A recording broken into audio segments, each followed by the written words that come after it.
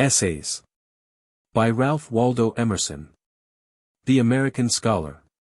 This address was delivered at Cambridge in 1837, before the Harvard chapter of the Phi Beta Kappa Society, a college fraternity composed of the first 25 men in each graduating class.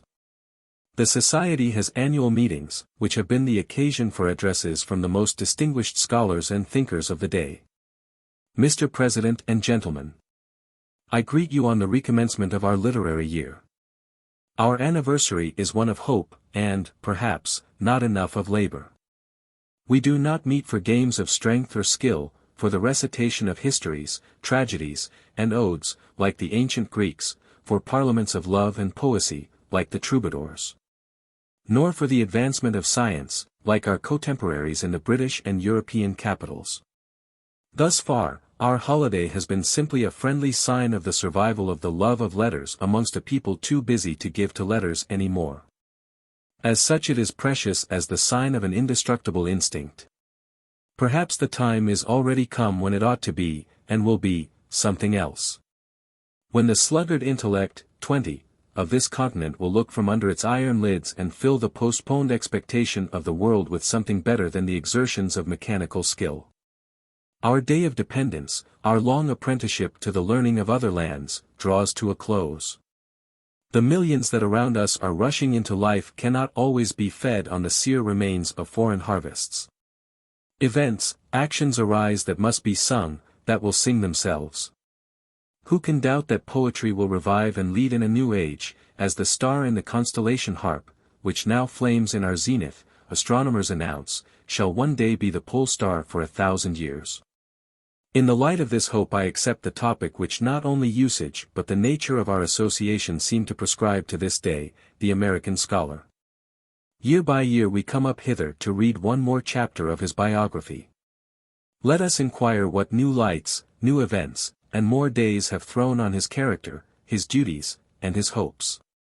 It is one of those fables which out of an unknown antiquity convey an unlooked-for wisdom, that the gods, in the beginning, divided man into men, that he might be more helpful to himself.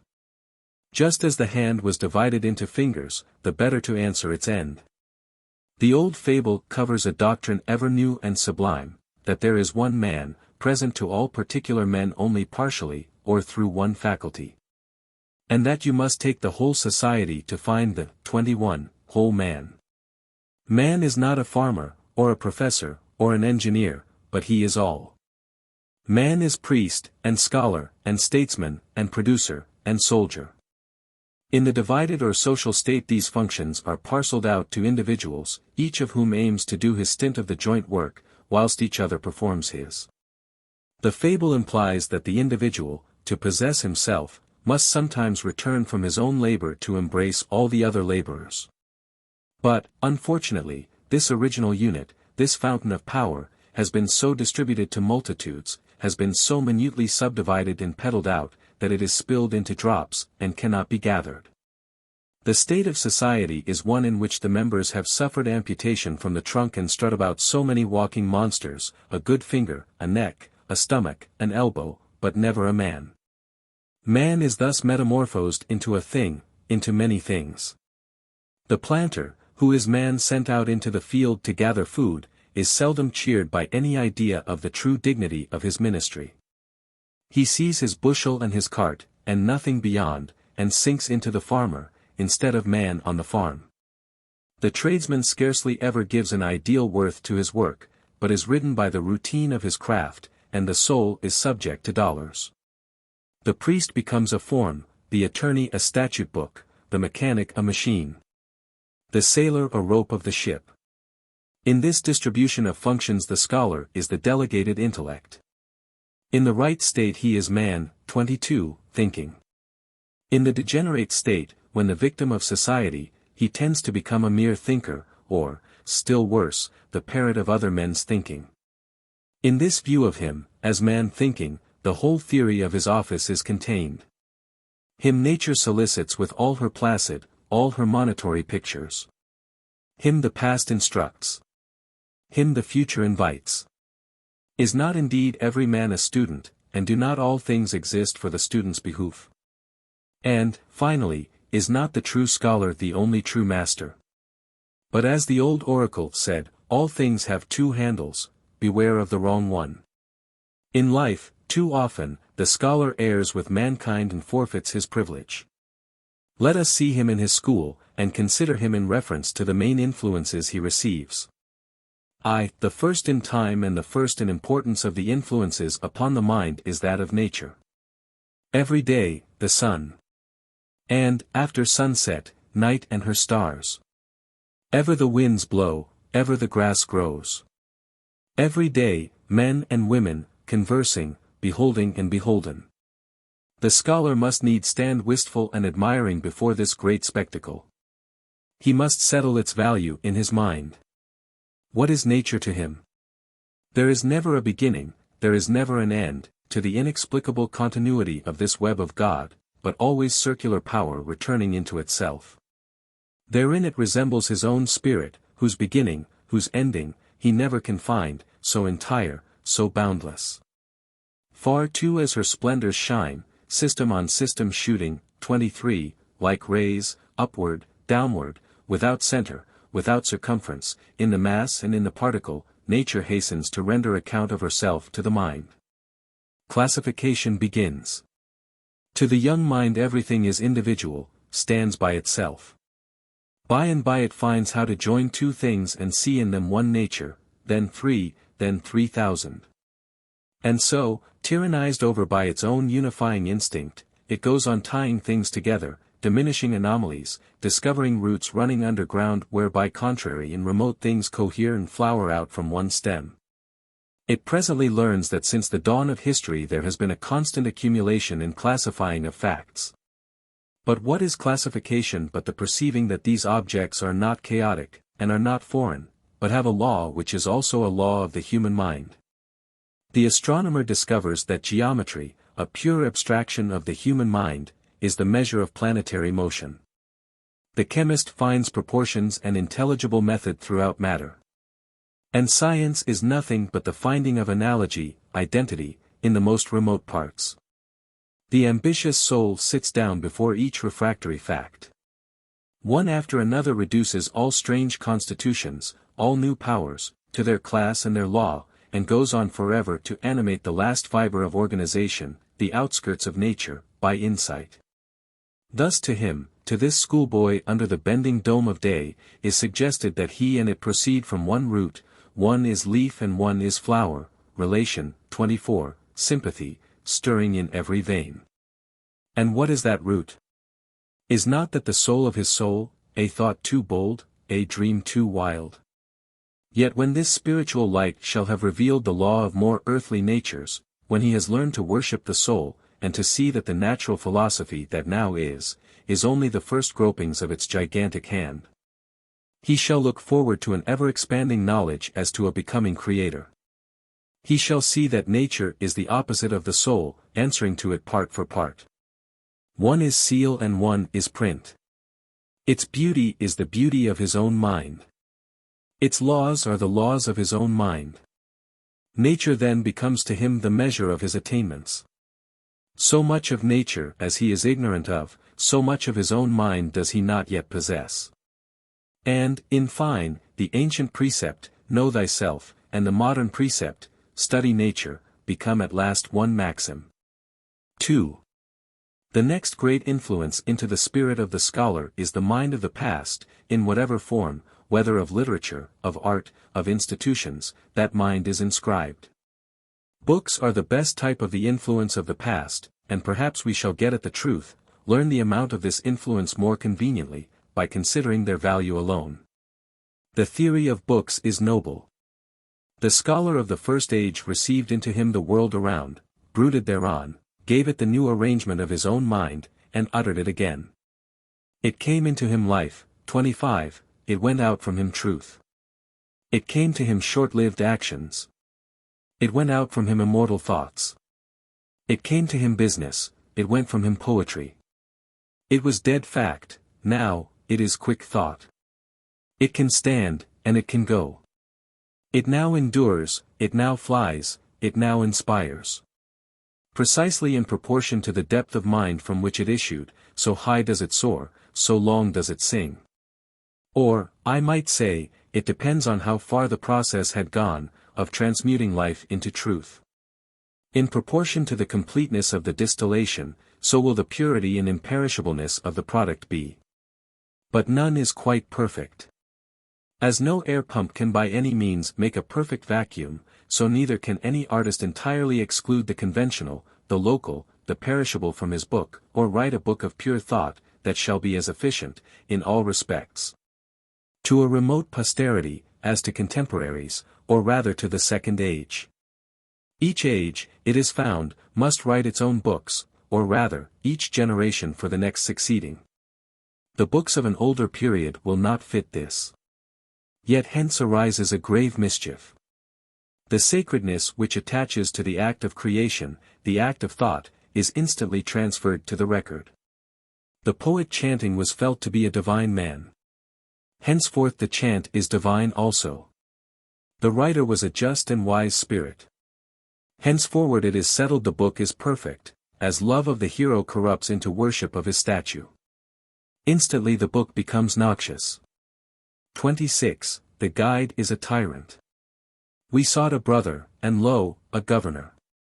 The sluggish and perverted mind of the multitude, always slow to open to the incursions of reason, having once so opened, having once received this book, stands upon it, and makes an outcry if it is disparaged. Colleges are built on it.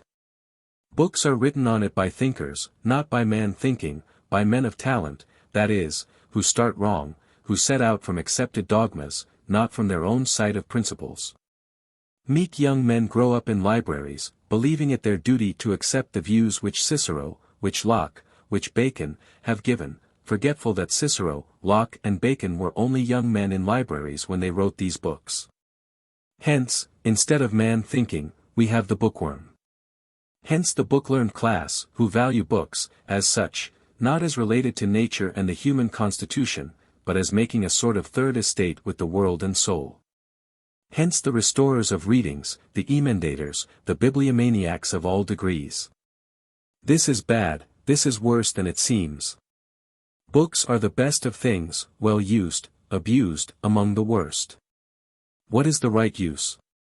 What is the one end which all means go to effect? They are for nothing but to inspire. I had better never see a book than to be warped by its attraction clean out of my own orbit, and made a satellite instead of a system. The one thing in the world of value is the 27, active soul, the soul, free, sovereign, active. This every man is entitled to, this every man contains within him, although in almost all men obstructed, and as yet unborn. The soul active sees absolute truth and utters truth, or creates. In this action it is genius, not the privilege of here and there a favorite, but the sound estate of every man. In its essence it is progressive. The book, the college, the school of art, the institution of any kind, stop with some past utterance of genius. This is good, say they, let us hold by this. They pin me down. They look backward and not forward.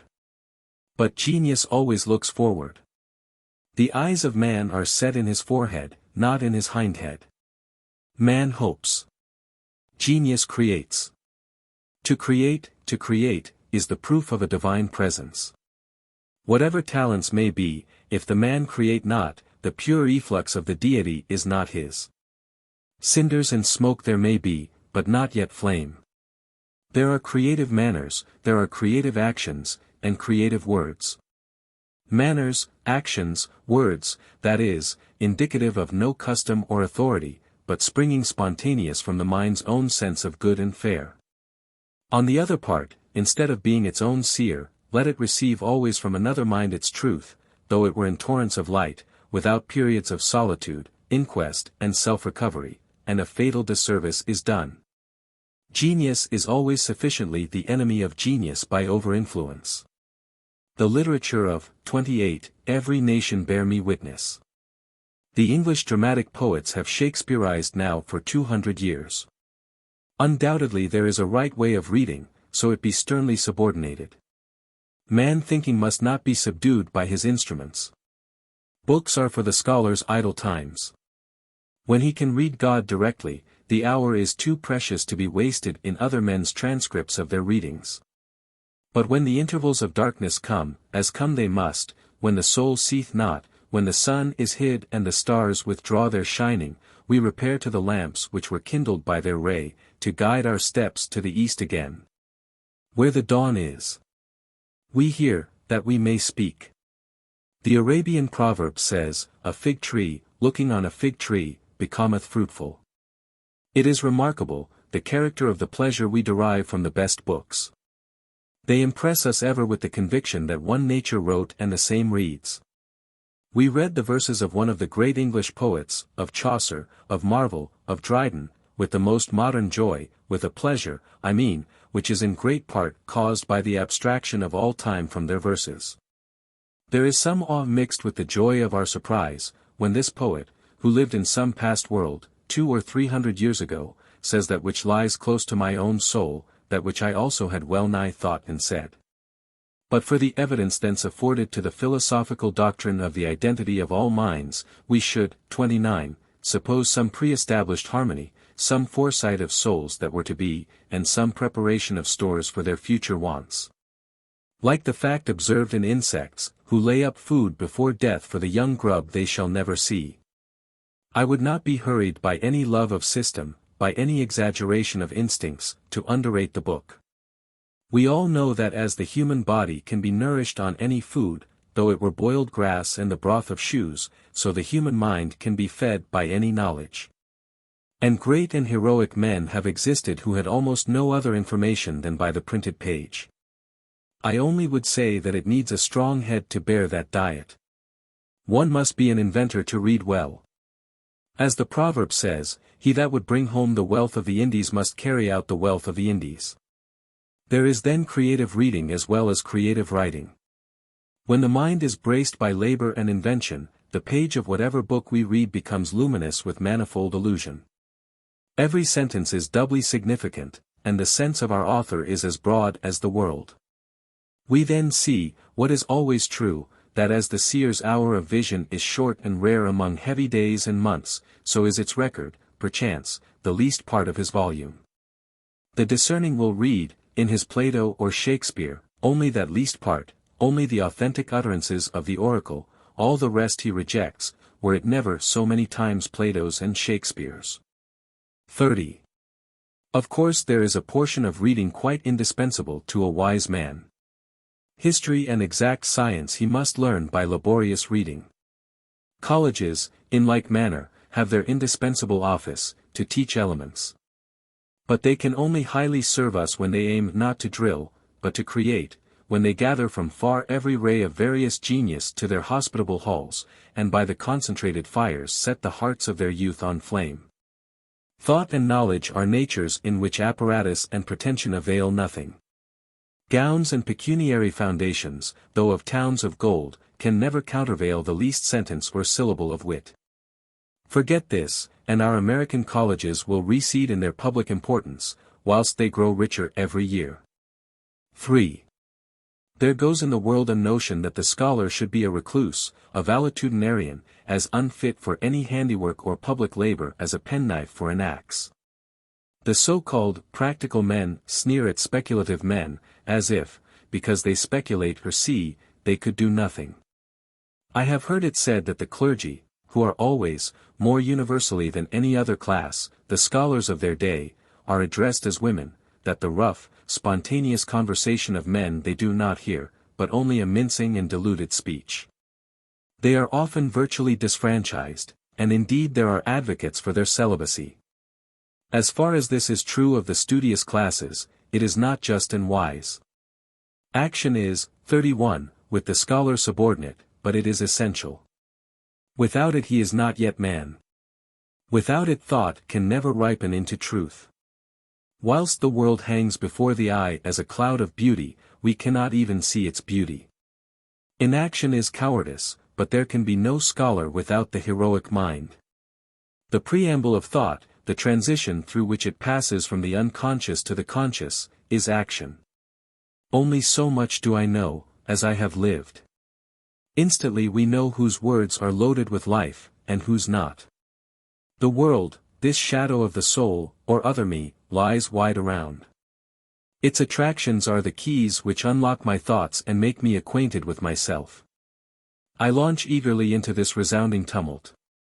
I grasp the hands of those next me, and take my place in the ring to suffer and to work, taught by an instinct that so shall the dumb abyss be vocal with speech. I pierce its order, I dissipate its fear. I dispose of it within the circuit of my expanding life. So much only of life as I know by experience, so much of the wilderness have I vanquished and planted, or so far have I extended my being, my dominion. I do not see how any man can afford, for the sake of his nerves and his nap, to spare any action in which he can partake. It is pearls and rubies to his discourse. Drudgery, calamity, exasperation, want, are instructors in eloquence and wisdom. The true scholar grudges every opportunity of action passed by, as a loss of power. 32. It is the raw material out of which the intellect molds her splendid products. A strange process too, this by which experience is converted into thought, as a mulberry leaf is converted into satin. The manufacture goes forward at all hours. The actions and events of our childhood and youth are now matters of calmest observation. They lie like fair pictures in the air. Not so with our recent actions, with the business which we now have in hand. On this we are quite unable to speculate. Our affections as yet circulate through it. We no more feel or know it than we feel the feet, or the hand, or the brain of our body. The new deed is yet a part of life, remains for a time immersed in our unconscious life. In some contemplative hour it detaches itself from the life like a ripe fruit, to become a thought of the mind. Instantly it is raised, transfigured, the corruptible has put on incorruption. Henceforth it is an object of beauty, however base its origin and neighborhood. Observe, too, the impossibility of antedating this act. In its grub state it cannot fly, it cannot shine, it is a dull grub. But suddenly, without observation, the selfsame thing unfurls beautiful wings, and is an angel of wisdom. So is there no fact, no event, in our private history, which shall not, sooner or later, lose its adhesive, inert form, and astonish us by soaring from our body into the empyrean.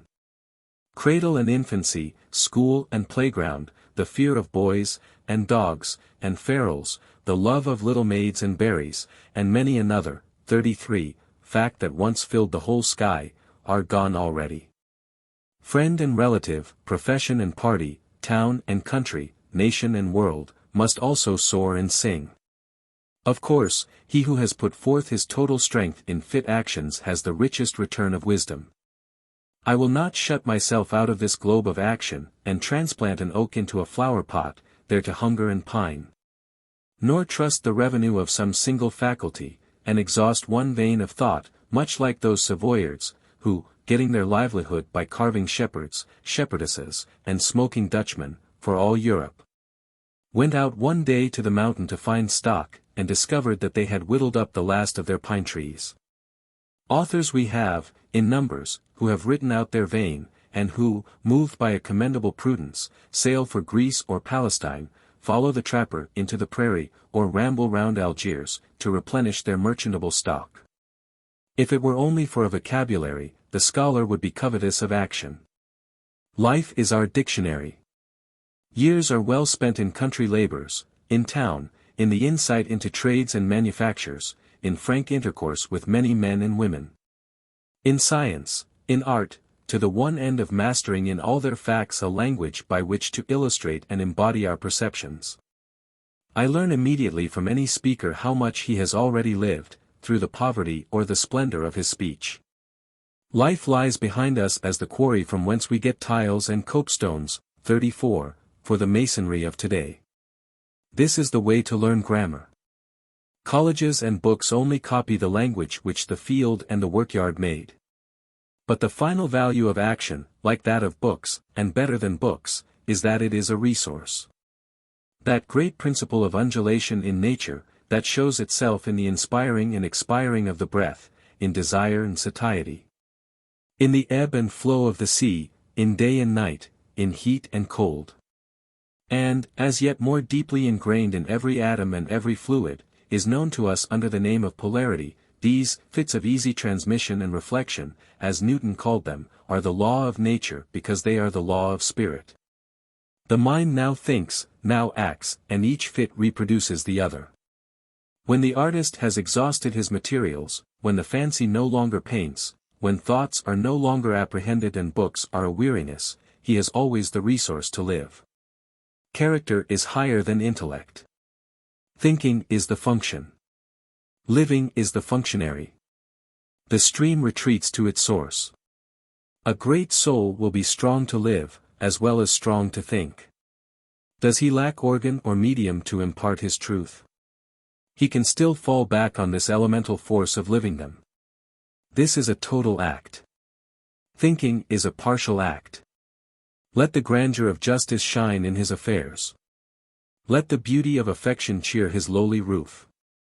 Those, far from fame, who dwell and act with him, will feel the force of his constitution in the doings and passages of the day. 35, better than it can be measured by any public and designed display.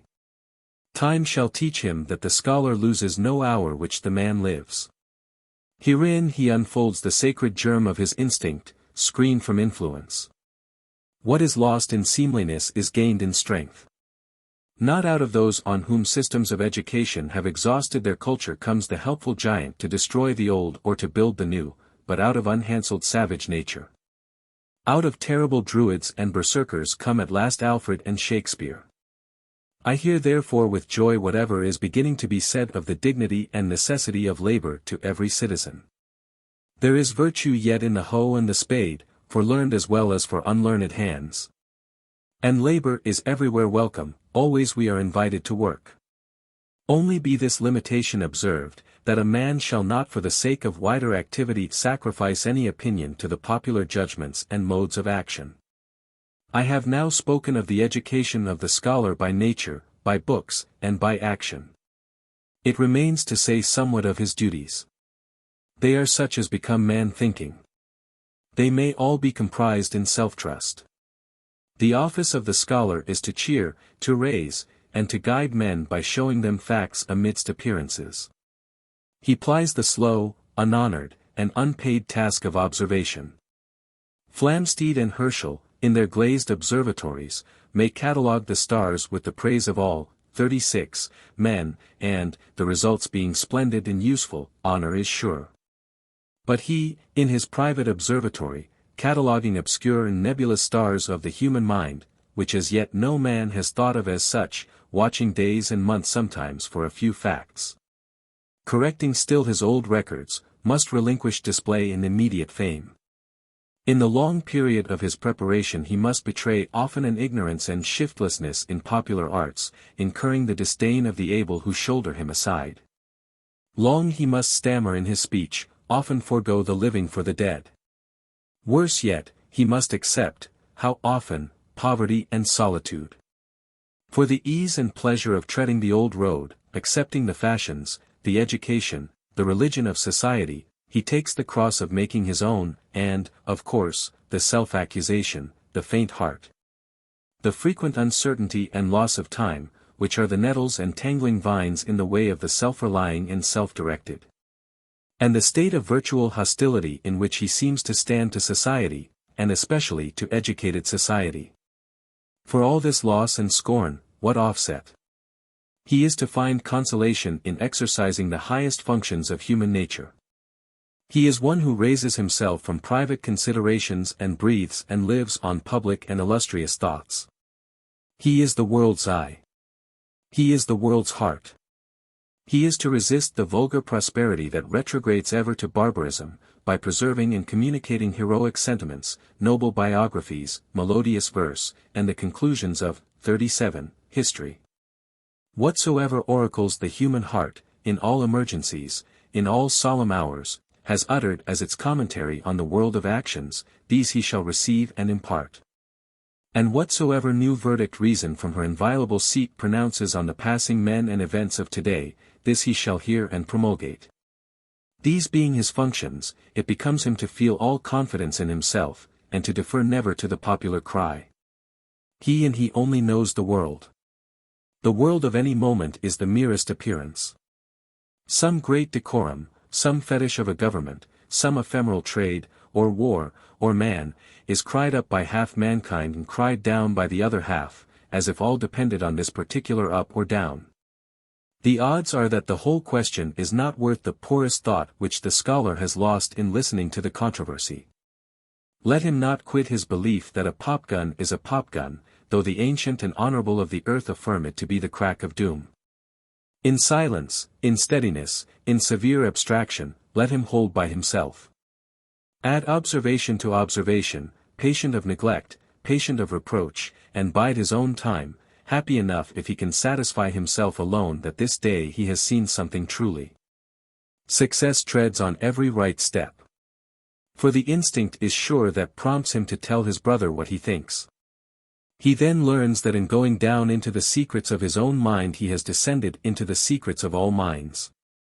He learns that he who, 38, has mastered any law in his private thoughts is master to that extent of all men whose language he speaks, and of all into whose language his own can be translated. The poet, in utter solitude remembering his spontaneous thoughts and recording them, is found to have recorded that which men in cities vast find true for them also. The orator distrusts at first the fitness of his frank confessions, his want of knowledge of the persons he addresses, until he finds that he is the complement of his hearers, that they drink his words because he fulfills for them their own nature. The deeper he dives into his privatest, secretest presentiment, to his wonder he finds this is the most acceptable, most public and universally true. The people delight in it, the better part of every man feels, this is my music, this is myself. In self-trust all the virtues are comprehended. Free should the scholar be, free and brave. Free even to the definition of freedom, without any hindrance that does not arise out of his own constitution. Brave. For fear is a thing which a scholar by his very function puts behind him. Fear always springs from ignorance. It is a shame to him if his tranquillity, amid dangerous times, arise from the presumption that like children and women his is a protected class. Or if he seek a temporary peace by the diversion of his thoughts from politics or vexed questions, hiding his head like an ostrich in the flowering bushes, peeping into microscopes, and turning rhymes, as a boy whistles to keep his courage up. 39. So is the danger a danger still, so is the fear worse. Manlike let him turn and face it. Let him look into its eye and search its nature, inspect its origin, see the whelping of this lion, which lies no great way back. He will then find in himself a perfect comprehension of its nature and extent, he will have made his hands meet on the other side, and can henceforth defy it and pass on superior. The world is his who can see through its pretension. What deafness, what stone-blind custom, what overgrown error you behold is there only by sufferance, by your sufferance. See it to be a lie, and you have already dealt it its mortal blow. Yes, we are the cowed, we the trustless.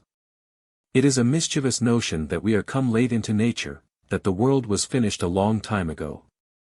As the world was plastic and fluid in the hands of God, so it is ever to so much of his attributes as we bring to it. To ignorance and sin it is flint. They adapt themselves to it as they may, but in proportion as a man has anything in him divine, the firmament flows before him and takes his signet and form. Not he is great who can alter matter, but he who can alter my state of mind. They are the kings of the world who give the color of their present thought to all nature and all art, and persuade men, by the cheerful serenity of their carrying the matter, that this thing which they do is the apple which the ages have desired to pluck, now at last ripe, and inviting nations to the harvest. The great man makes the great thing. 40. Wherever MacDonald sits, there is the head of the table. Linnaeus makes botany the most alluring of studies, and wins it from the farmer and the herb woman, Davy, chemistry, and Cuvier, fossils. The day is always his who works in it with serenity and great aims. The unstable estimates of men crowd to him whose mind is filled with a truth, as the heaped waves of the Atlantic follow the moon. For this self-trust, the reason is deeper than can be fathomed, darker than can be enlightened.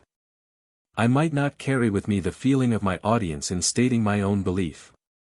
But I have already shown the ground of my hope, in adverting to the doctrine that man is one. I believe man has been wronged, he has wronged himself. He has almost lost the light that can lead him back to his prerogatives. Men are become of no account. Men in history, men in the world of today, are bugs, are spawn, and are called the mass and the herd. In a century, in a millennium, one or two men. That is to say, one or two approximations to the right state of every man. All the rest behold in the hero or the poet their own green and crude being, ripened, yes, and are content to be less, so that may attain to its full stature. What a testimony, full of grandeur, full of pity, is borne to the demands of his own nature, by the poor clansman, the poor partisan, who rejoices in the glory of his chief. The poor and the low find some amends to their immense moral capacity, for their acquiescence in a political and social inferiority. 41. They are content to be brushed like flies from the path of a great person, so that justice shall be done by him to that common nature which it is the dearest desire of all to see enlarged and glorified. They sun themselves in the great man's light, and feel it to be their own element. They cast the dignity of man from their downtrodden selves upon the shoulders of a hero, and will perish to add one drop of blood to make that great heart beat, those giant sinews combat and conquer. He lives for us, and we live in him. Men such as they are very naturally seek money or power, and power because it is as good as money, the spoils, so called, of office. And why not? For they aspire to the highest, and this, in their sleepwalking, they dream is highest. Wake them and they shall quit the false good and leap to the true, and leave governments to clerks and desks. This revolution is to be wrought by the gradual domestication of the idea of culture. The main enterprise of the world for splendor, for extent, is the upbuilding of a man. Here are the materials strewn along the ground. The private life of one man shall be a more illustrious monarchy, more formidable to its enemy, more sweet and serene in its influence to its friend, than any kingdom in history. For a man, rightly viewed, comprehendeth the particular natures of all men.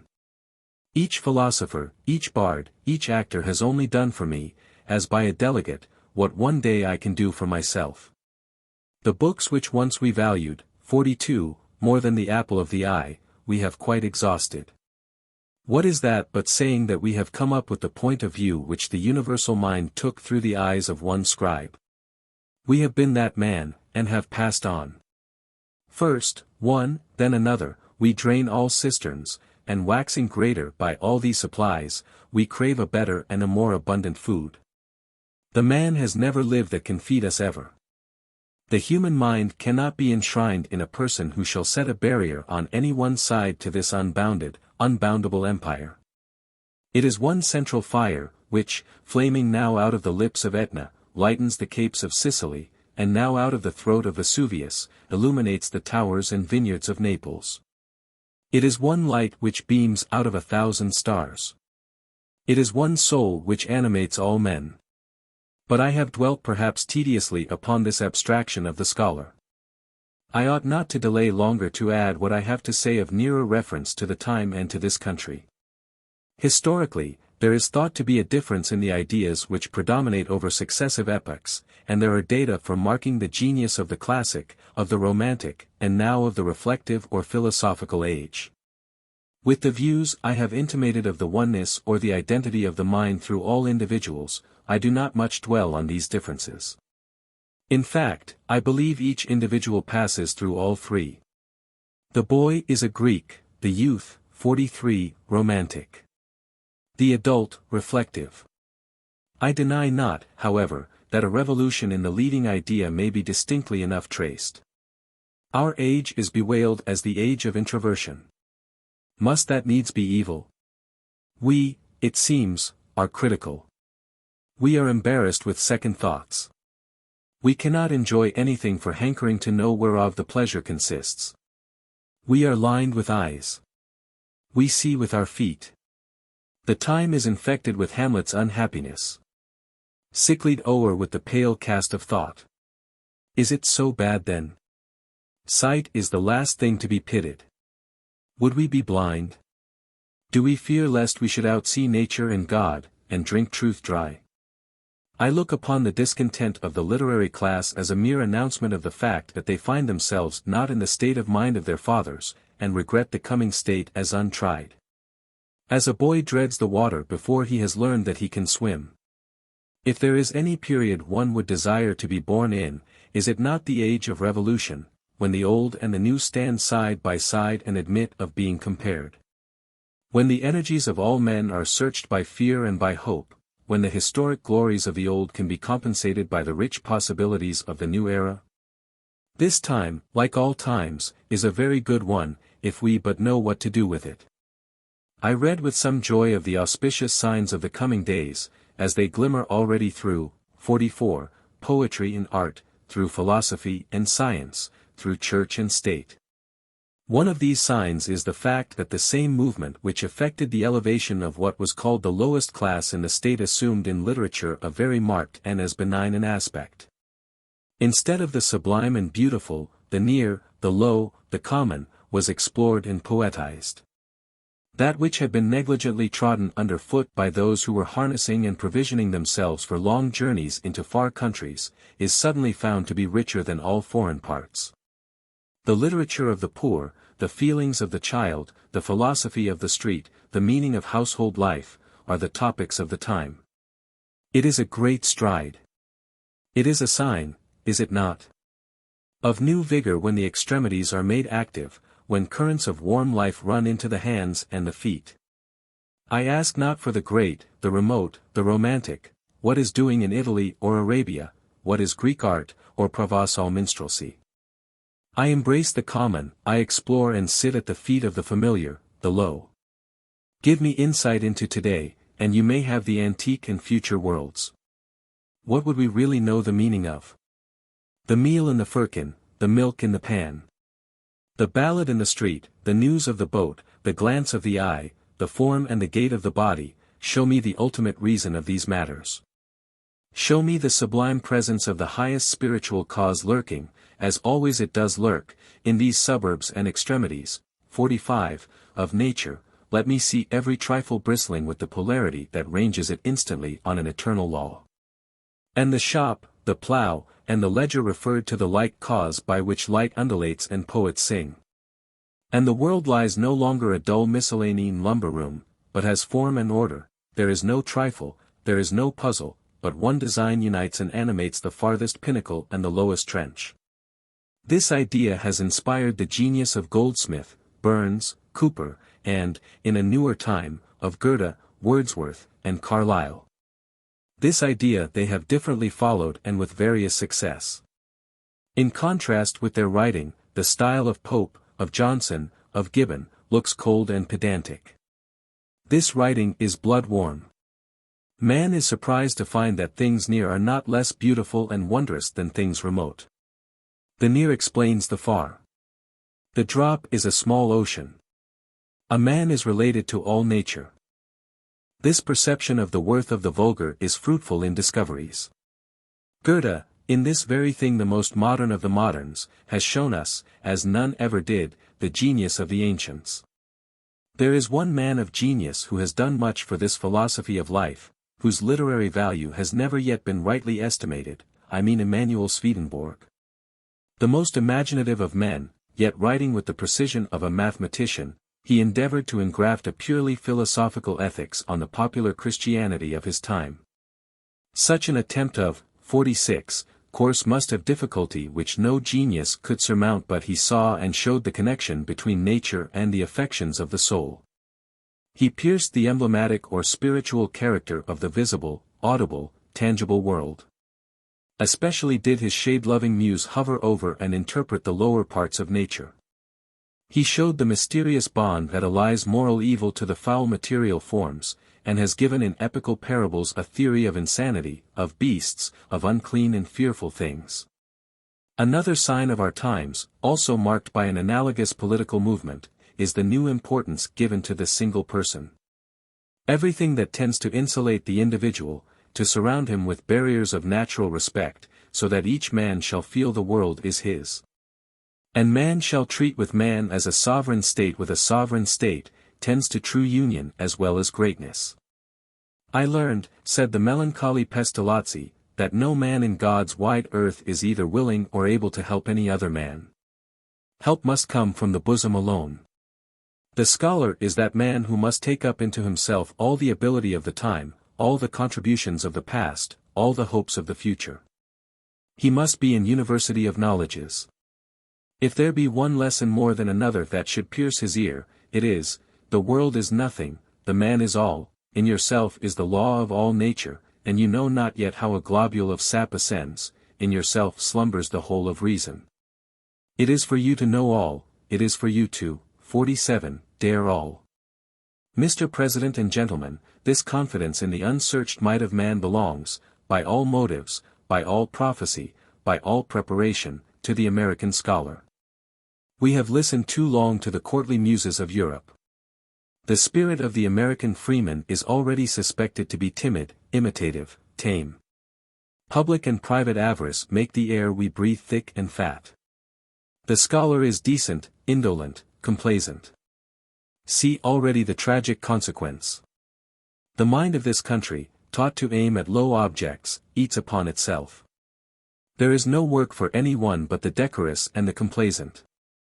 Young men of the fairest promise, who begin life upon our shores, inflated by the mountain winds, shined upon by all the stars of God, find the earth below not in unison with these, but are hindered from action by the disgust which the principles on which business is managed inspire, and turn drudges, or die of disgust, some of them suicides. What is the remedy? They did not yet see, and thousands of young men as hopeful now crowding to the barriers for the career do not yet see, that if the single man plant himself indomitably on his instincts, and there abide, the huge world will come round to him. Patience, patience, with the shades of all the good and great for company, and for solace the perspective of your own infinite life. And for work the study in the communication of principles, the making those instincts prevalent, the conversion of the world. Is it not the chief disgrace in the world, not to be an 48 unit, not to be reckoned one character? Not to yield that peculiar fruit which each man was created to bear, but to be reckoned in the gross, in the 100, or the 1,000, of the party, the section, to which we belong. And our opinion predicted geographically, as the North, or the South. Not so, brothers and friends, please God, ours shall not be so. We will walk on our own feet, we will work with our own hands, we will speak our own minds.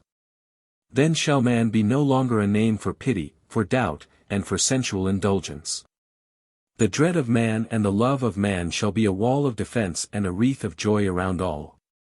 A nation of men will for the first time exist, because each believes himself inspired by the divine soul which also inspires all men. 49. Compensation. The wings of time are black and white, pied with morning and with night. Mountain tall and ocean deep, trembling balance duly keep.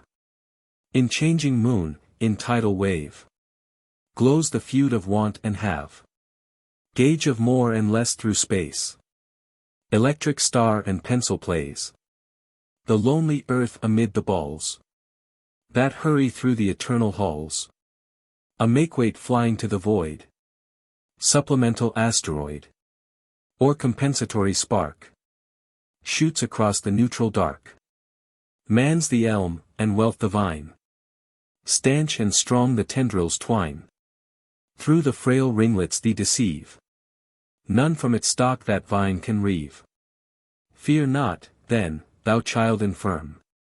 There's no God dare wrong a worm. Laurel crowns cleave to deserts. 50. And power to him who power exerts. Hast not thy share. On winged feet. Lo! It rushes thee to meet. And all that nature made thy own. Floating in air or pent in stone. Will ride the hills and swim the sea. And, like thy shadow, follow thee. Ever since I was a boy, I have wished to write a discourse on compensation, for it seemed to me when very young, that on this subject life was ahead of theology, and the people knew more than the preachers taught. The documents, too, from which the doctrine is to be drawn, charmed my fancy by their endless variety, and lay always before me, even in sleep. For they are the tools in our hands, the bread in our basket, the transactions of the street, the farm, and the dwelling house, greetings, relations, debts and credits, the influence of character, the nature and endowment of all men. It seemed to me, also, that in it might be shown men a ray of divinity, the present action of the soul of this world, clean from all vestige of tradition, and so the heart of man might be bathed by an inundation of eternal love. Conversing with that which he knows was always and always must be, because it really is now. It appeared, moreover, that if this doctrine could be stated in terms with any resemblance to those bright intuitions in which this truth is sometimes revealed to us, it would, 51, be a star in many dark hours and crooked passages in our journey that would not suffer us to lose our way. I was lately confirmed in these desires by hearing a sermon at church. The preacher, a man esteemed for his orthodoxy, unfolded in the ordinary manner the doctrine of the Last Judgment.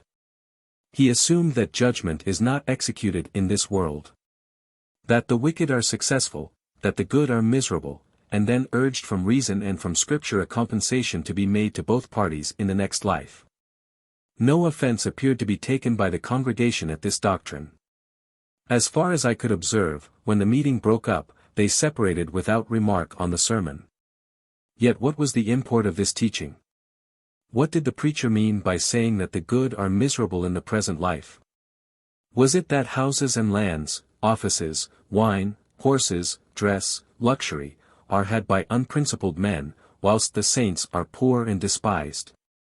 And that a compensation is to be made to these last hereafter, by giving them the like gratifications another day, bank stock and doubloons, venison and champagne? This must be the compensation intended, for what else? Is it that they are to have leave to pray and praise? To love and serve men? Why, that they can do now. The legitimate inference the disciple would draw was, we are to have such a good time as the sinners have now. Or, to push it to its extreme import, you sin now, 52, we shall sin by and by, we would sin now, if we could, not being successful, we expect our revenue tomorrow. The fallacy lay in the immense concession that the bad are successful. That justice is not done now. The blindness of the preacher consisted in deferring to the base estimate of the market of what constitutes a manly success, instead of confronting and convicting the world from the truth. Announcing the presence of the soul, the omnipotence of the will, and so establishing the standard of good and ill, of success and falsehood. I find a similar base tone in the popular religious works of the day, and the same doctrines assumed by the literary men when occasionally they treat the related topics. I think that our popular theology has gained in decorum, and not in principle, over the superstitions it has displaced. But men are better than this theology. Their daily life gives it the lie.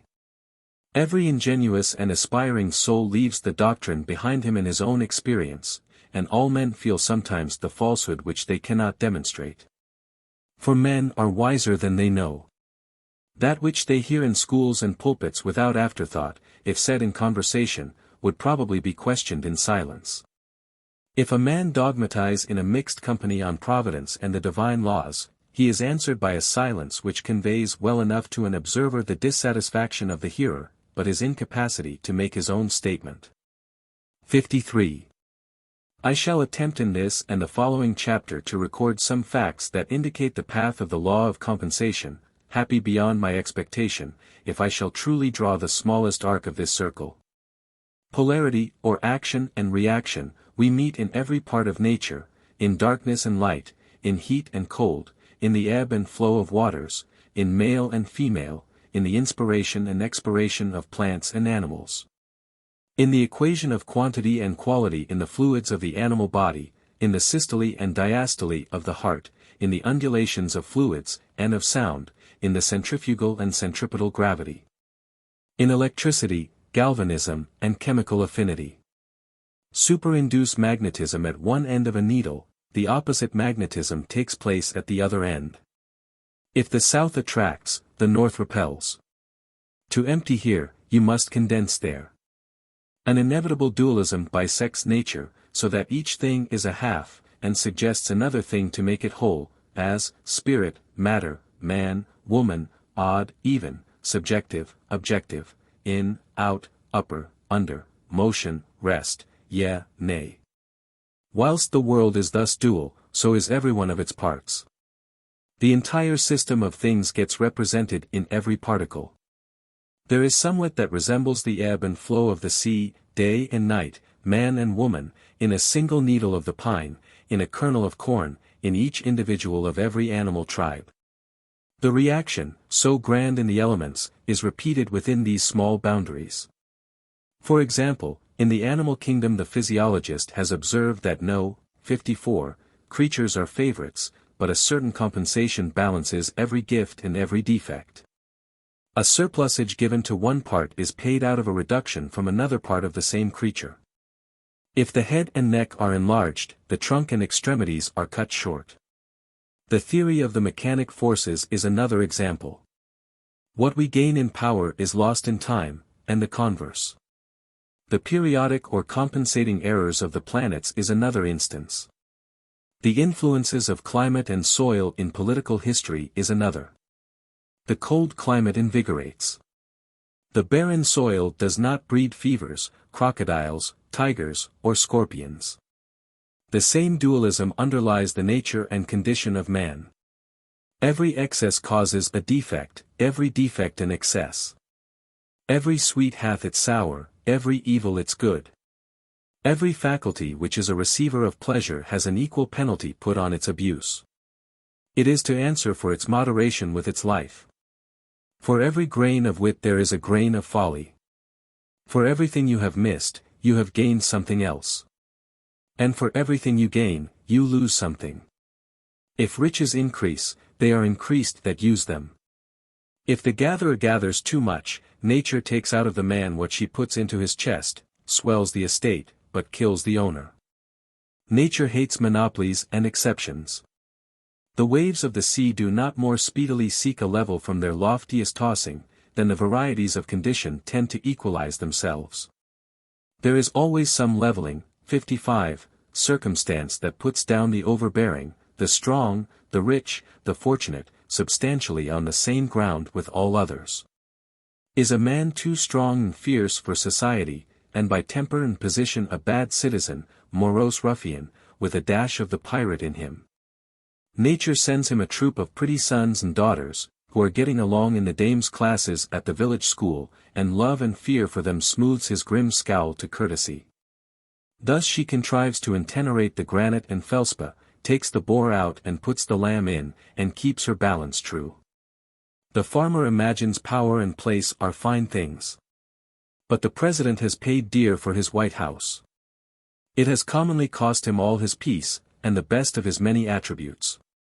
To preserve for a short time so conspicuous an appearance before the world, he is content to eat dust before the real masters who stand erect behind the throne. Or, do men desire the more substantial and permanent grandeur of genius? Neither has this an immunity. He who by force of will or of thought, is great, and overlooks thousands, has the charges of that eminence. With every influx of light comes new danger. Has he light? He must bear witness to the light, and always outrun that sympathy which gives him such keen satisfaction, by his fidelity to new revelations of the incessant soul. He must hate father and mother, wife and child. Has he all that the world loves and admires and covets? He must, 56, cast behind him their admiration, and afflict them by faithfulness to his truth, and become a byword and a hissing. This law writes the laws of cities and nations.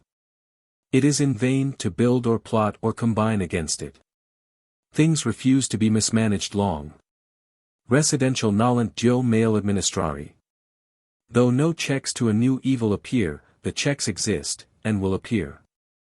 If the government is cruel, the governor's life is not safe. If you tax too high, the revenue will yield nothing. If you make the criminal code sanguinary, juries will not convict. If the law is too mild, private vengeance comes in. If the government is a terrific democracy, the pressure is resisted by an overcharge of energy in the citizen, and life glows with a fiercer flame. The true life and satisfactions of man seem to elude the utmost rigors or felicities of condition, and to establish themselves with great indifferency under all varieties of circumstances. Under all governments the influence of character remains the same, in Turkey and in New England about alike. Under the primeval despots of Egypt, history honestly confesses that man must have been as free as culture could make him. These appearances indicate the fact that the universe is represented in every one of its particles. Everything in nature contains all the powers of nature. Everything is made of one hidden stuff. As the naturalist sees one type under every metamorphosis, and regards a horse as a running man, a fish, 57, as a swimming man, a bird as a flying man, a tree as a rooted man. Each new form repeats not only the main character of the type, but part for part all the details, all the aims, furtherances, hindrances, energies, and whole system of every other. Every occupation, trade, art, transaction, is a compend of the world and a correlative of every other. Each one is an entire emblem of human life, of its good and ill, its trials, its enemies, its course and its end. And each one must somehow accommodate the whole man, and recite all his destiny. The world globes itself in a drop of dew. The microscope cannot find the animalcule which is less perfect for being little. Eyes, ears, taste, smell, motion, resistance, appetite, and organs of reproduction that take hold on eternity, all find room to consist in the small creature. So do we put our life into every act. The true doctrine of omnipresence is, that God reappears with all his parts in every moss and cobweb. The value of the universe contrives to throw itself into every point. If the good is there, so is the evil, if the affinity, so the repulsion. If the force, so the limitation. Thus is the universe alive. All things are moral. That soul, which within us is a sentiment, outside of us is a law. We feel its inspiration, out there in history we can see its fatal strength. It is in the world, and the world was made by it. Justice is not postponed. A perfect equity adjusts its balance in all parts of life. O kappa beta omicron iota delta iota epsilon epsilon pi pi tau omicron upsilon sigma iota, the 58 dice of God are always loaded. The world looks like a multiplication table, or a mathematical equation, which, turn it how you will, balances itself. Take what figure you will, its exact value, nor more nor less, still returns to you. Every secret is told, every crime is punished, every virtue rewarded, every wrong redressed, in silence and certainty. What we call retribution is the universal necessity by which the whole appears wherever a part appears. If you see smoke, there must be fire. If you see a hand or limb, you know that the trunk to which it belongs is there behind. Every act rewards itself, or, in other words, integrates itself, in a twofold manner. First, in the thing, or in real nature, and secondly, in the circumstance, or in apparent nature. Men call the circumstance the retribution. The causal retribution is in the thing, and is seen by the soul.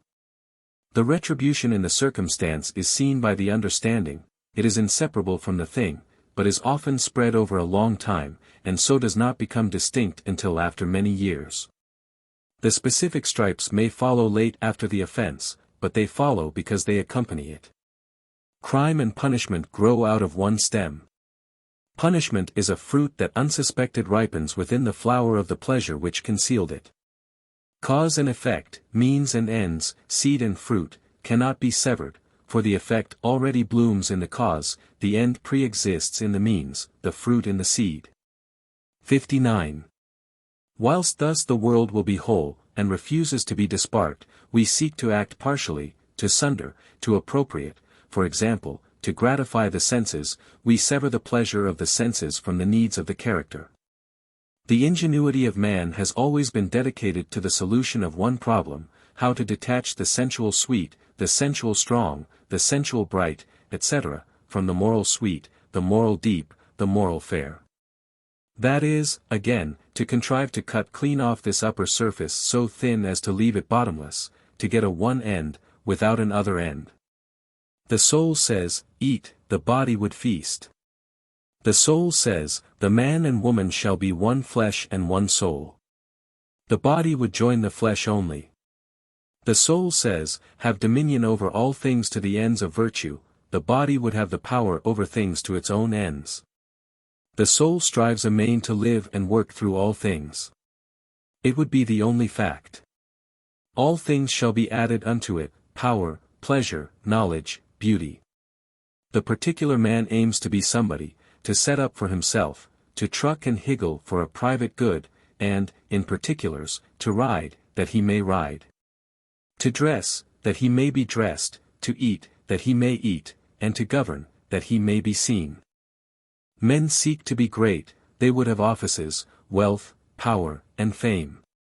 They think that to be great is to possess one side of nature, the sweet, without the other side, the bitter.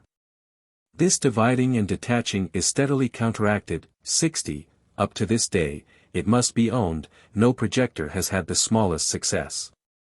The parted water reunites behind our hand. Pleasure is taken out of pleasant things, profit out of profitable things, power out of strong things, as soon as we seek to separate them from the whole. We can no more have things and get the sensual good, by itself, than we can get an inside that shall have no outside, or a light without a shadow. Drive out nature with a fork, she comes running back. Life invests itself with inevitable conditions, which the unwise seek to dodge, which one and another brags that he does not know, that they do not touch him, but the brag is on his lips, the conditions are in his soul. If he escapes them in one part, they attack him in another more vital part. If he has escaped them in form, and in the appearance, it is because he has resisted his life, and fled from himself, and the retribution is so much death. So signal is the failure of all attempts to make this separation of the good from the tax, that the experiment would not be tried, since to try it is to be mad, but for the circumstance, that when the disease began in the will of rebellion and separation, the intellect is at once infected, so that the man ceases to see God whole in each object, but is able to see the sensual allurement of an object and not see the sensual hurt. He sees the mermaid's head, but not the dragon's tail, and thinks he can cut off that which he would have, from that which he would not have. 61. How secret art thou who dwellest in the highest heavens in silence, O thou only great God, sprinkling with an unwearied providence certain penal blindnesses upon such as have unbridled desires. The human soul is true to these facts in the painting of fable, of history, of law, of proverbs, of conversation. It finds a tongue in literature unawares.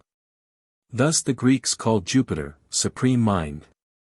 But having traditionally ascribed to him many base actions, they involuntarily made amends to reason, by tying up the hands of so bad a god. He is made as helpless as a king of England. Prometheus knows one secret which Jove must bargain for. Minerva, another. He cannot get his own thunders, Minerva keeps the key of them.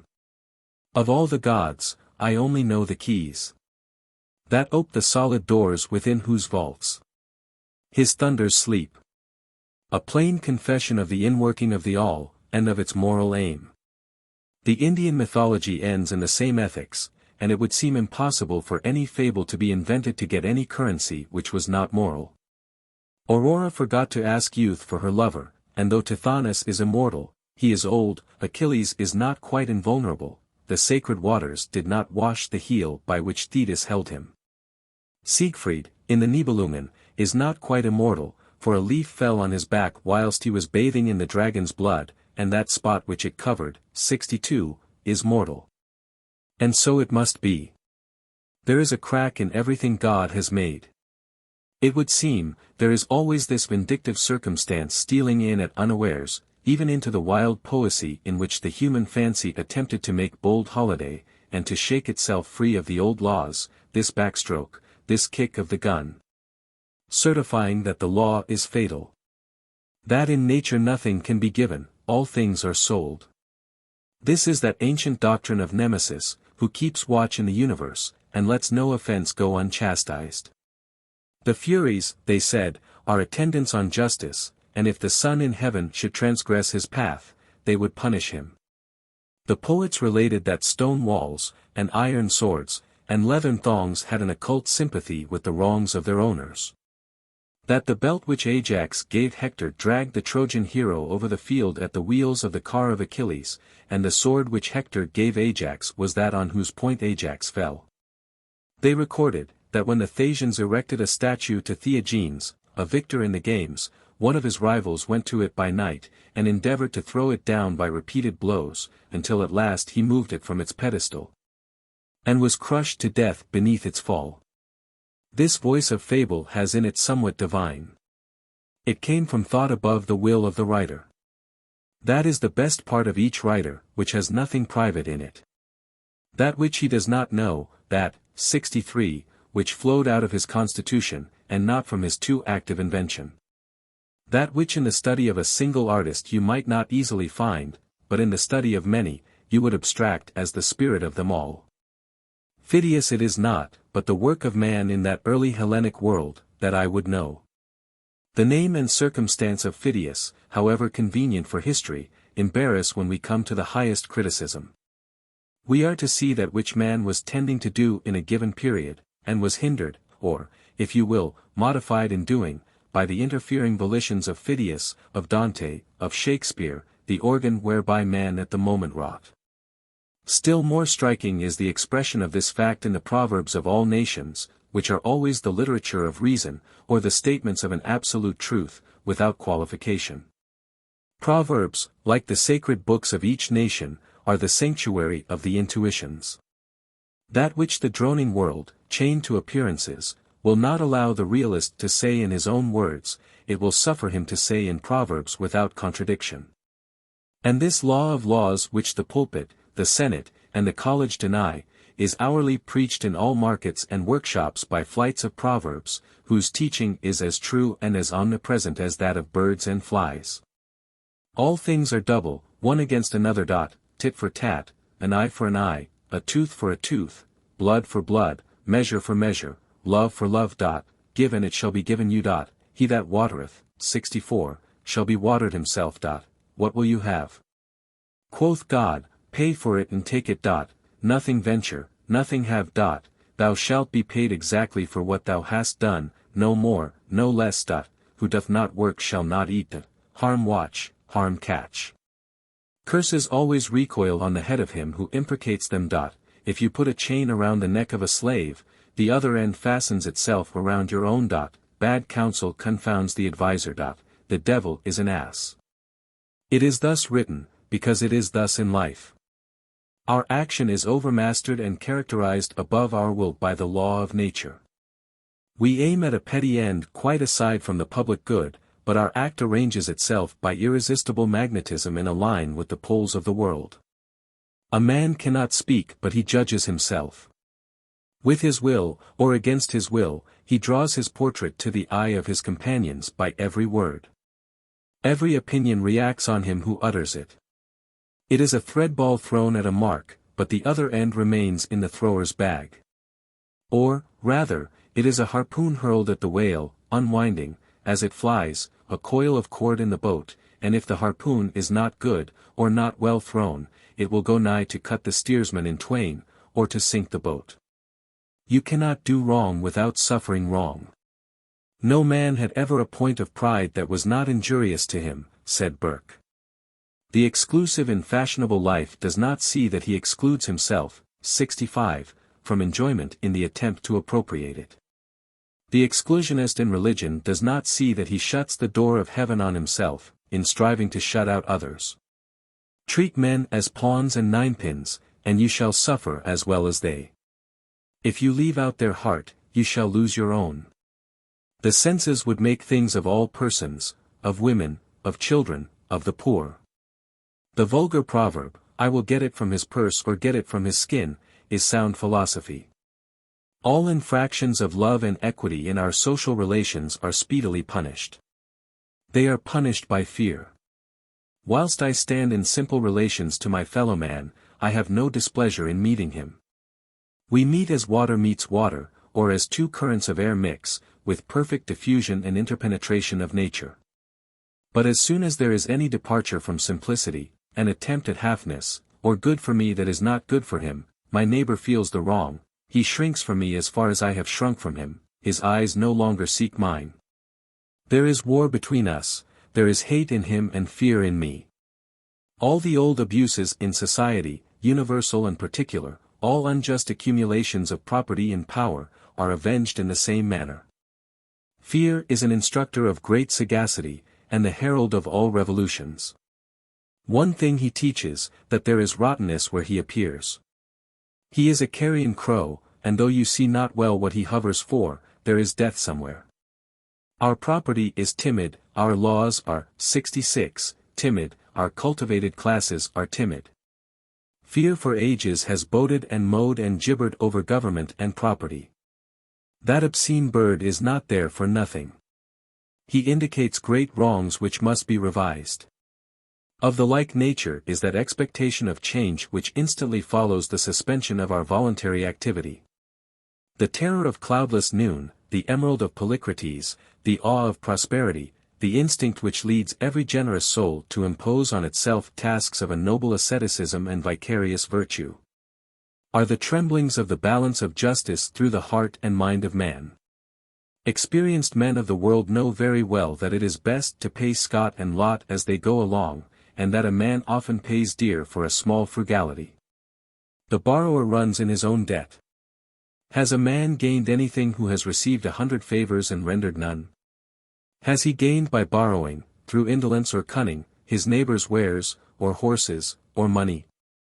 There arises on the deed the instant acknowledgment of benefit on the one part, and of debt on the other, that is, of superiority and inferiority. The transaction remains in the memory of himself and his neighbor.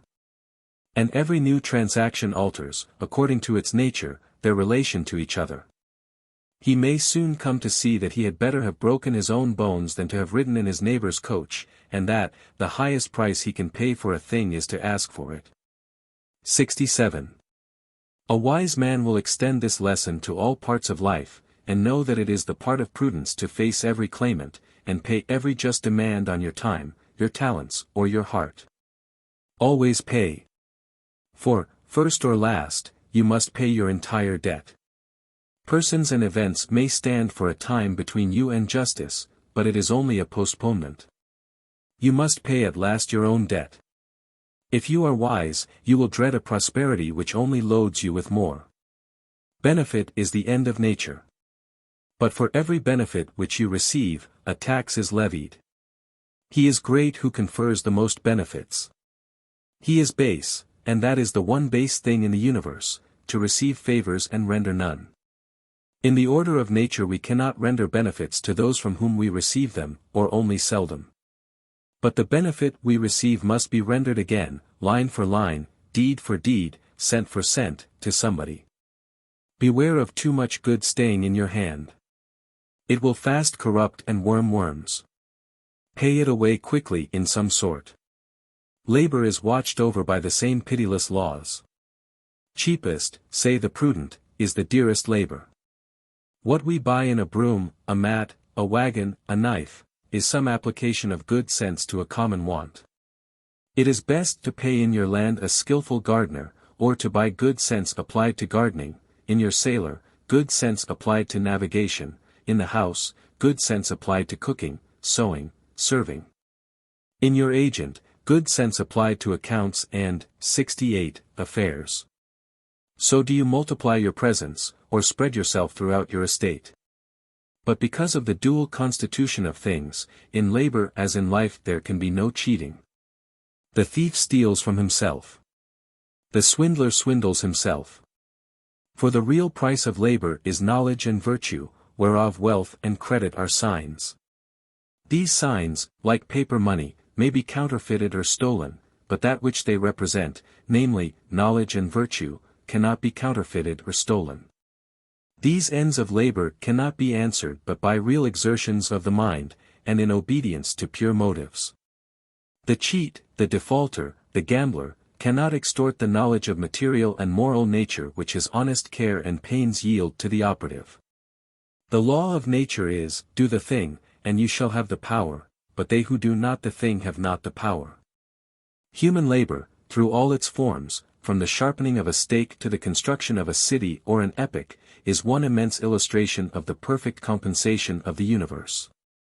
The absolute balance of give and take, the doctrine that everything has its price, and if that price is not paid, not that thing but something else is obtained, and that it is impossible to get anything without its price, is not less sublime in the columns of a ledger than in the budgets of states, in the laws of light and darkness, in all the action and reaction of nature. I cannot doubt that the high laws which each man sees implicated in those processes with which he is conversant, 69, the stern ethics which sparkle on his chisel edge, which are measured out by his plumb and foot rule, which stand as manifest in the footing of the shop bill as in the history of a state, do recommend to him his trade, and though seldom named, exalt his business to his imagination. The league between virtue and nature engages all things to assume a hostile front to vice. The beautiful laws and substances of the world persecute and whip the traitor. He finds that things are arranged for truth and benefit, but there is no den in the wide world to hide a rogue. Commit a crime, and the earth is made of glass. Commit a crime, and it seems as if a coat of snow fell on the ground, such as reveals in the woods the track of every partridge and fox and squirrel and mole. You cannot recall the spoken word, you cannot wipe out the foot track, you cannot draw up the ladder, so as to leave no inlet or clue. Some damning circumstance always transpires. The laws and substances of nature, water, snow, wind, gravitation, become penalties to the thief. On the other hand, the law holds with equal sureness for all right action. Love, and you shall be loved. All love is mathematically just, as much as the two sides of an algebraic equation. The good man has absolute good, which like fire turns everything to its own nature, so that you cannot do him any harm. But as the royal armies sent against Napoleon, when he approached, cast down their colors, 70, and from enemies became friends, so disasters of all kinds, as sickness, offense, poverty, prove benefactors. Winds blow and waters roll. Strength to the brave, and power and deity, yet in themselves are nothing. The good are befriended even by weakness and defect. As no man had ever a point of pride that was not injurious to him, so no man had ever a defect that was not somewhere made useful to him. The stag in the fable admired his horns and blamed his feet, but when the hunter came, his feet saved him, and afterwards, caught in the thicket, his horns destroyed him. Every man in his lifetime needs to thank his faults. As no man thoroughly understands a truth until he has contended against it, so no man has a thorough acquaintance with the hindrances or talents of men, until he has suffered from the one, and seen the triumph of the other over his own want of the same. Has he a defect of temper that unfits him to live in society? Thereby he is driven to entertain himself alone, and acquire habits of self-help, and thus, like the wounded oyster, he mends his shell with pearl. Our strength grows out of our weakness. The indignation which arms itself with secret forces does not awaken until we are pricked and stung and sorely assailed. A great man is always willing to be little. Whilst he sits on the cushion of advantages, he goes to sleep. When he is punished, tormented, 71, defeated, he has a chance to learn something. He has been put on his wits, on his manhood, he has gained facts, learns his ignorance, is cured of the insanity of conceit, has got moderation and real skill. The wise man throws himself on the side of his assailants. It is more his interest than it is theirs to find his weak point. The wound cicatrizes and falls off from him like a dead skin, and when they would triumph, lo! He has passed on invulnerable. Blame is safer than praise. I hate to be defended in a newspaper. As long as all that is said against me, I feel a certain assurance of success. But as soon as honeyed words of praise are spoken for me, I feel as one that lies unprotected before his enemies. In general, every evil to which we do not succumb is a benefactor. As the Sandwich Islander believes that the strength and valor of the enemy he kills passes into himself, so we gain the strength of the temptation we resist. The same guards which protect us from disaster, defect, and enmity, defend us, if we will, from selfishness and fraud. Bolts and bars are not the best of our institutions, nor is shrewdness in trade a mark of wisdom. Men suffer all their life long, under the foolish superstition that they can be cheated. But it is as impossible for a man to be cheated by anyone but himself, as for a thing to be and not to be at the same time. There is a third silent party to all our bargains. The nature and soul of things takes on itself the guarantee of the fulfillment of every, 72, contract, so that honest service cannot come to loss. If you serve an ungrateful master, serve him the more. Put God in your debt. Every stroke shall be repaid. The longer the payment is withholden, the better for you, for compound interest on compound interest is the rate and usage of this exchequer. The history of persecution is a history of endeavors to cheat nature, to make water run uphill, to twist a rope of sand. It makes no difference whether the actors be many or one, a tyrant or a mob. A mob is a society of bodies voluntarily bereaving themselves of reason, and traversing its work. The mob is man voluntarily descending to the nature of the beast. Its fit hour of activity is night. Its actions are insane like its whole constitution, it persecutes a principle, it would whip a right, it would tar and feather justice, by inflicting fire and outrage upon the houses and persons of those who have these. It resembles the prank of boys, who run with fire engines to put out the ruddy aurora streaming to the stars. The inviolate spirit turns their spite against the wrongdoers. The martyr cannot be dishonored. Every lash inflicted is a tongue of fame. Every prison, a more illustrious abode, every burned book or house enlightens the world, every suppressed or expunged word reverberates through the earth from side to side. Hours of sanity and consideration are always arriving to communities, as to individuals, when the truth is seen, and the martyrs are justified. Thus do all things preach the indifferency of, 73, circumstances. The man is all.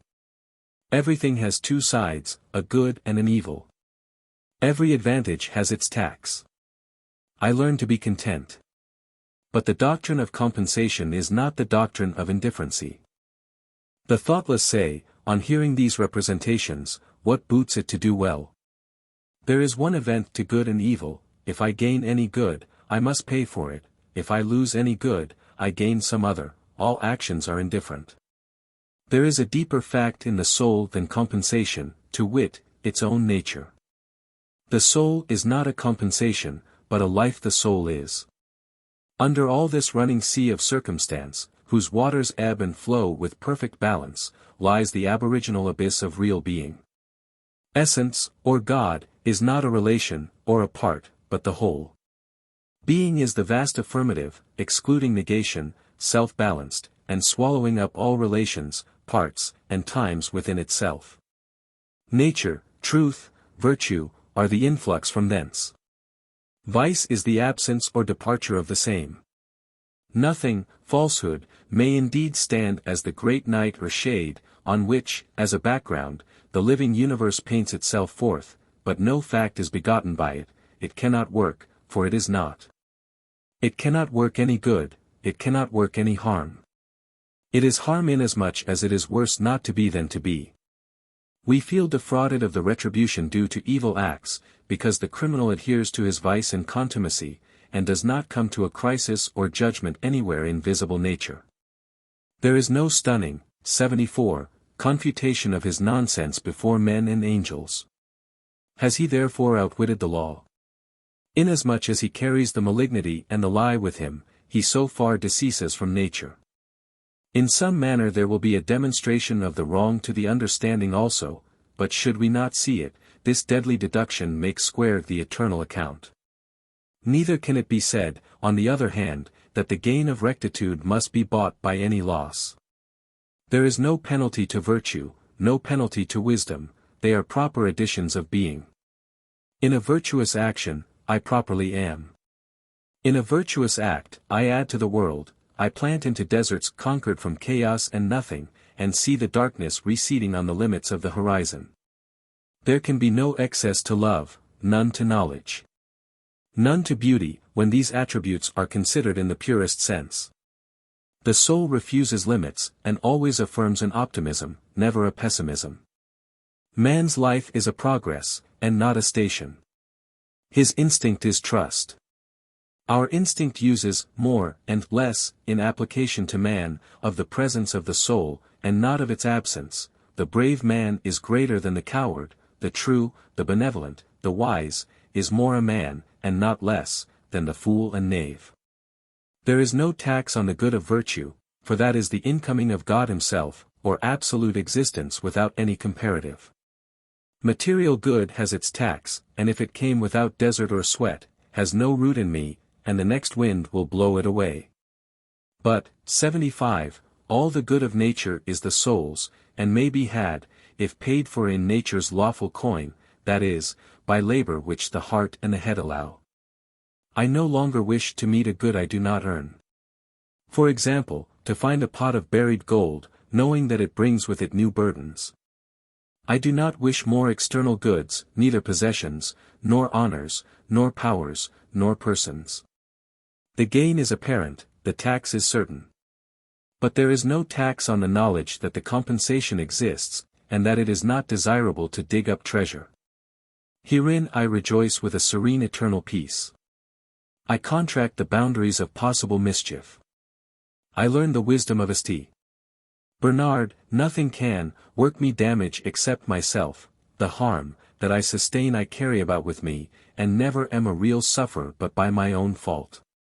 In the nature of the soul is the compensation for the inequalities of condition.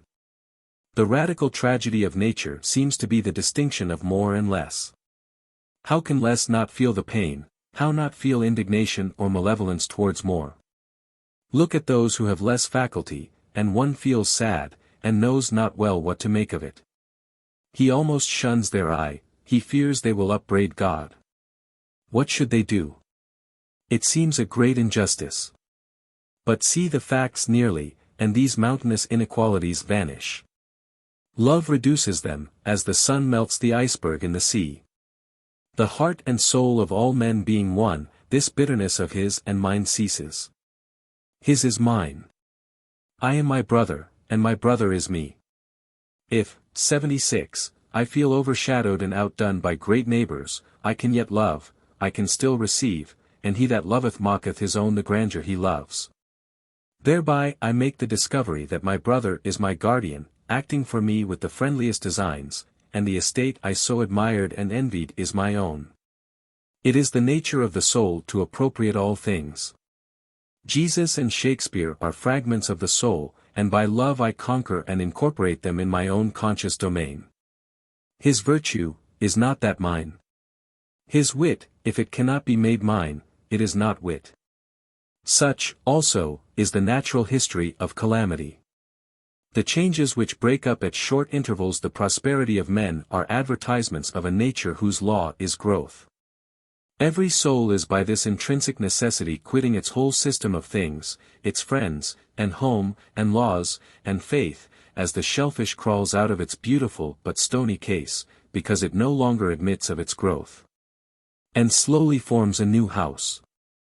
In proportion to the vigor of the individual, these revolutions are frequent, until in some happier mind they are incessant, and all worldly relations hang very loosely about him, becoming, as it were, a transparent fluid membrane through which the living form is seen, and not, as in most men, an indurated heterogeneous fabric of many dates, and of no settled character, in which the man is imprisoned.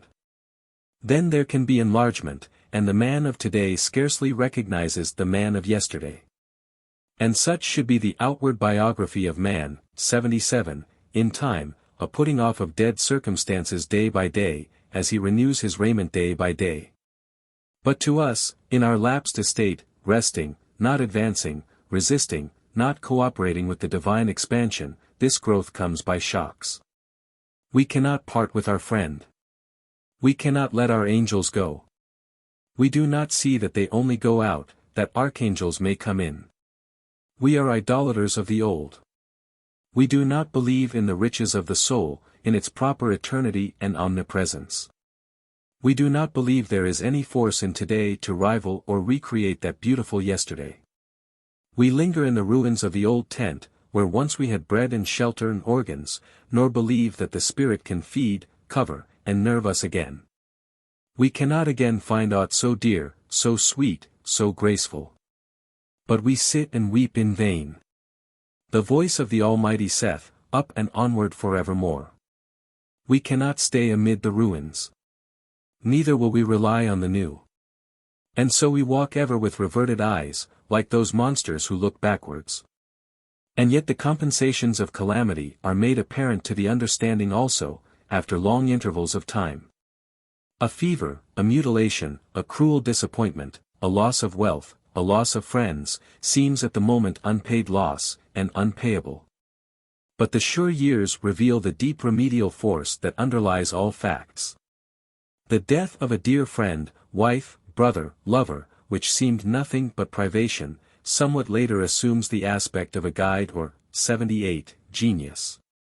For it commonly operates revolutions in our way of life, terminates an epoch of infancy or of youth which was waiting to be closed, breaks up a wonted occupation, or a household, or style of living, and allows the formation of new ones more friendly to the growth of character. It permits or constrains the formation of new acquaintances, and the reception of new influences that prove of the first importance to the next years.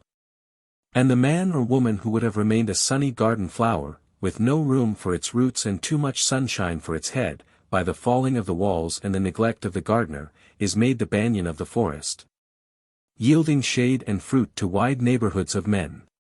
79. Self-Reliance. Natii qui siveris extra. Man is his own star, and the soul that can render an honest and a perfect man, commands all light, all influence, all fate. Nothing to him falls early or too late. Our acts our angels are, or good or ill. Our fatal shadows that walk by us still. Cast the bantling on the rocks. Suckle him with the she-wolf's teat. Wintered with the hawk and fox. Power and speed be hands and feet. I read the other day some verses written by an eminent painter which were original and not conventional. The soul always hears an admonition in such lines, let the subject be what it may. The sentiment they instill is of more value than any thought they may contain. To believe your own thought, to believe that what is true for you in your private heart is true for all men, that is genius. Speak your latent conviction, and it shall be the universal sense, for the inmost in due time becomes the outmost, and our first thought is rendered back to us by the 80 trumpets of the last judgment. Familiar as the voice of the mind is to each, the highest merit we ascribe to Moses, Plato, and Milton is, that they set at naught books and traditions, and spoke not what men, but what they thought. A man should learn to detect and watch that gleam of light which flashes across his mind from within, more than the luster of the firmament of bards and sages. Yet he dismisses without notice his thought, because it is his. In every work of genius we recognize our own rejected thoughts, they come back to us with a certain alienated majesty. Great works of art have no more affecting lesson for us than this. They teach us to abide by our spontaneous impression with good-humored inflexibility than most when the whole cry of voices is on the other side. Else, tomorrow a stranger will say with masterly good sense precisely what we have thought and felt all the time, and we shall be forced to take with shame our own opinion from another. There is a time in every man's education when he arrives at the conviction that envy is ignorance, that imitation is suicide, that he must take himself for better, for worse, as his portion. That though the wide universe is full of good, no kernel of nourishing corn can come to him but through his toil bestowed on that plot of ground which is given to him to till. The power which resides in him is new in nature, and none but he knows what that is which he can do, nor does he know until he has tried. Not for, 81, nothing one face, one character, one fact, makes much impression on him, and another none. This sculpture in the memory is not without pre-established harmony. The eye was placed where one ray should fall, that it might testify of that particular ray. We but half express ourselves, and are ashamed of that divine idea which each of us represents. It may be safely trusted as proportionate and of good issues, so it be faithfully imparted, but God will not have his work made manifest by cowards. A man is relieved and gay when he has put his heart into his work and done his best, but what he has said or done otherwise shall give him no peace. It is a deliverance which does not deliver. In the attempt his genius deserts him. No muse befriends, no invention, no hope. Trust thyself, every heart vibrates to that iron string. Accept the place the divine providence has found for you, the society of your contemporaries, the connection of events. Great men have always done so, and confided themselves childlike to the genius of their age, betraying their perception that the absolutely trustworthy was seated at their heart, working through their hands, predominating in all their being. And we are now men, and must accept in the highest mind the same transcendent destiny. And not minors and invalids in a protected corner, not cowards fleeing before a revolution, but guides, redeemers, and benefactors, obeying the almighty effort and advancing on chaos and the dark. 82. What pretty oracles nature yields us on this text, in the face and behavior of children, babes, and even brutes. That divided and rebel mind, that distrust of a sentiment because our arithmetic has computed the strength and means opposed to our purpose, these have not. Their mind being whole, their eye is as yet unconquered, and when we look in their faces we are disconcerted. Infancy conforms to nobody, all conform to it, so that one babe commonly makes 4 or 5 out of the adults who prattle and play to it. So God has armed youth and puberty and manhood no less with its own piquancy and charm, and made it enviable and gracious and its claims not to be put by, if it will stand by itself. Do not think the youth has no force, because he cannot speak to you and me. Hark! In the next room his voice is sufficiently clear and emphatic. It seems he knows how to speak to his contemporaries. Bashful or bold, then, he will know how to make us seniors very unnecessary. The nonchalance of boys who are sure of a dinner, and would disdain as much as a lord to do or say aught to conciliate one, is the healthy attitude of human nature. A boy is in the parlor what the pit is in the playhouse. Independent, irresponsible, looking out from his corner on such people and facts as pass by, he tries and sentences them on their merits, in the swift, summary way of boys, as good, bad, interesting, silly, eloquent, troublesome. He cumbers himself never about consequences about interests. 83, he gives an independent, genuine verdict. You must court him, he does not court you. But the man is, as it were, clapped into jail by his consciousness. As soon as he has once acted or spoken with eclat he is a committed person, watched by the sympathy or the hatred of hundreds, whose affections must now enter into his account. There is no lethe for this.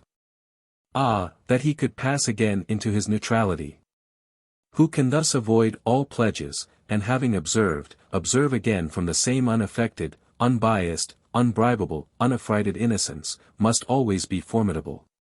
He would utter opinions on all passing affairs, which being seen to be not private, but necessary, would sink like darts into the ear of men, and put them in fear. These are the voices which we hear in solitude, but they grow faint and inaudible as we enter into the world. Society everywhere is in conspiracy against the manhood of every one of its members. Society is a joint stock company, in which the members agree, for the better securing of his bread to each shareholder, to surrender the liberty and culture of the eater. The virtue in most request is conformity. Self-reliance is its aversion. It loves not realities and creators, but names and customs. Whoso would be a man must be a nonconformist. He who would gather immortal palms must not be hindered by the name of goodness, but must explore if it be goodness. Nothing is at last sacred but the integrity of your own mind. Absolve you to yourself, 84, and you shall have the suffrage of the world. I remember an answer which when quite young I was prompted to make to a valued adviser, who was wont to importune me with the dear old doctrines of the Church. On my saying, what have I to do with the sacredness of traditions, if I live wholly from within? My friend suggested, but these impulses may be from below, not from above. I replied, they do not seem to me to be such. But if I am the devil's child, I will live then from the devil. No law can be sacred to me but that of my nature.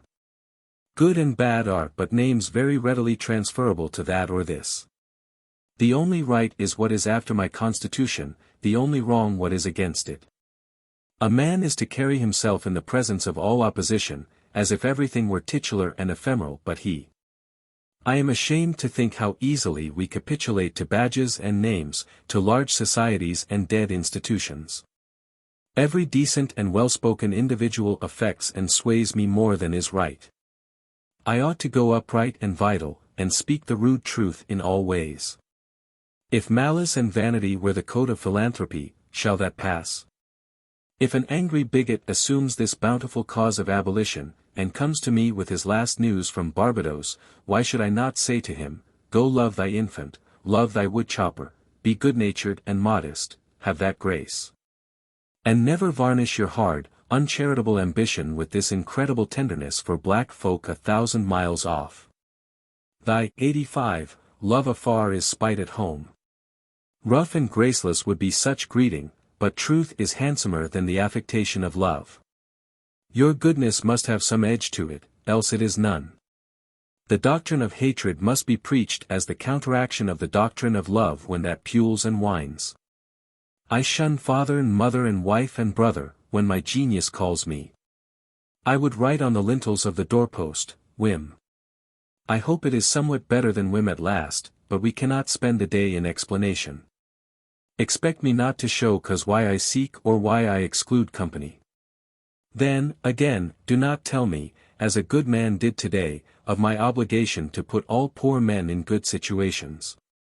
Are they my poor? I tell thee, thou foolish philanthropist, that I grudge the dollar, the dime, the cent, I give to such men as do not belong to me and to whom I do not belong. There is a class of persons to whom by all spiritual affinity I am bought and sold. For them I will go to prison, if need be, but your miscellaneous popular charities, the education at college of fools, the building of meeting-houses to the vain end to which many now stand, alms to sots, and the thousandfold relief societies.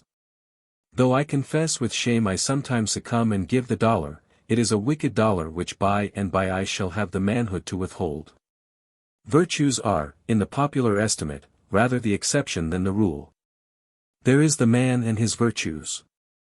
Men do what is called a good action, as some, 86, piece of courage or charity, much as they would pay a fine in expiation of daily non-appearance on parade.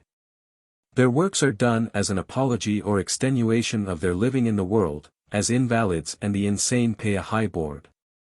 Their virtues are penances. I do not wish to expiate, but to live. My life is for itself and not for a spectacle. I much prefer that it should be of a lower strain, so it be genuine and equal, than that it should be glittering and unsteady. I wish it to be sound and sweet, and not to need diet and bleeding. I ask primary evidence that you are a man, and refuse this appeal from the man to his actions. I know that for myself it makes no difference whether I do or forbear those actions which are reckoned excellent. I cannot consent to pay for a privilege where I have intrinsic right. Few and mean as my gifts may be, I actually am, and do not need for my own assurance or the assurance of my fellows any secondary testimony. What I must do is all that concerns me, not what the people think. This rule, equally arduous in actual and in intellectual life, may serve for the whole distinction between greatness and meanness. It is the harder, because you will always find those who think they know what is your duty better than you know it. It is easy in the world to live after the world's opinion, it is easy in solitude to live after our own. But the great man is he who in the midst of the crowd keeps with perfect sweetness the independence of solitude. 87. The objection to conforming to usages that have become dead to you is, that it scatters your force. It loses your time and blurs the impression of your character. If you maintain a dead church, contribute to a dead Bible society, vote with a great party either for the government or against it, spread your table like base housekeepers. Under all these screens I have difficulty to detect the precise man you are. And, of course, so much force is withdrawn from your proper life, but do your work, and I shall know you. Do your work, and you shall reinforce yourself. A man must consider what a blindman's buff is this game of conformity. If I know your sect, I anticipate your argument. I hear a preacher announce for his text and topic the expediency of one of the institutions of his church.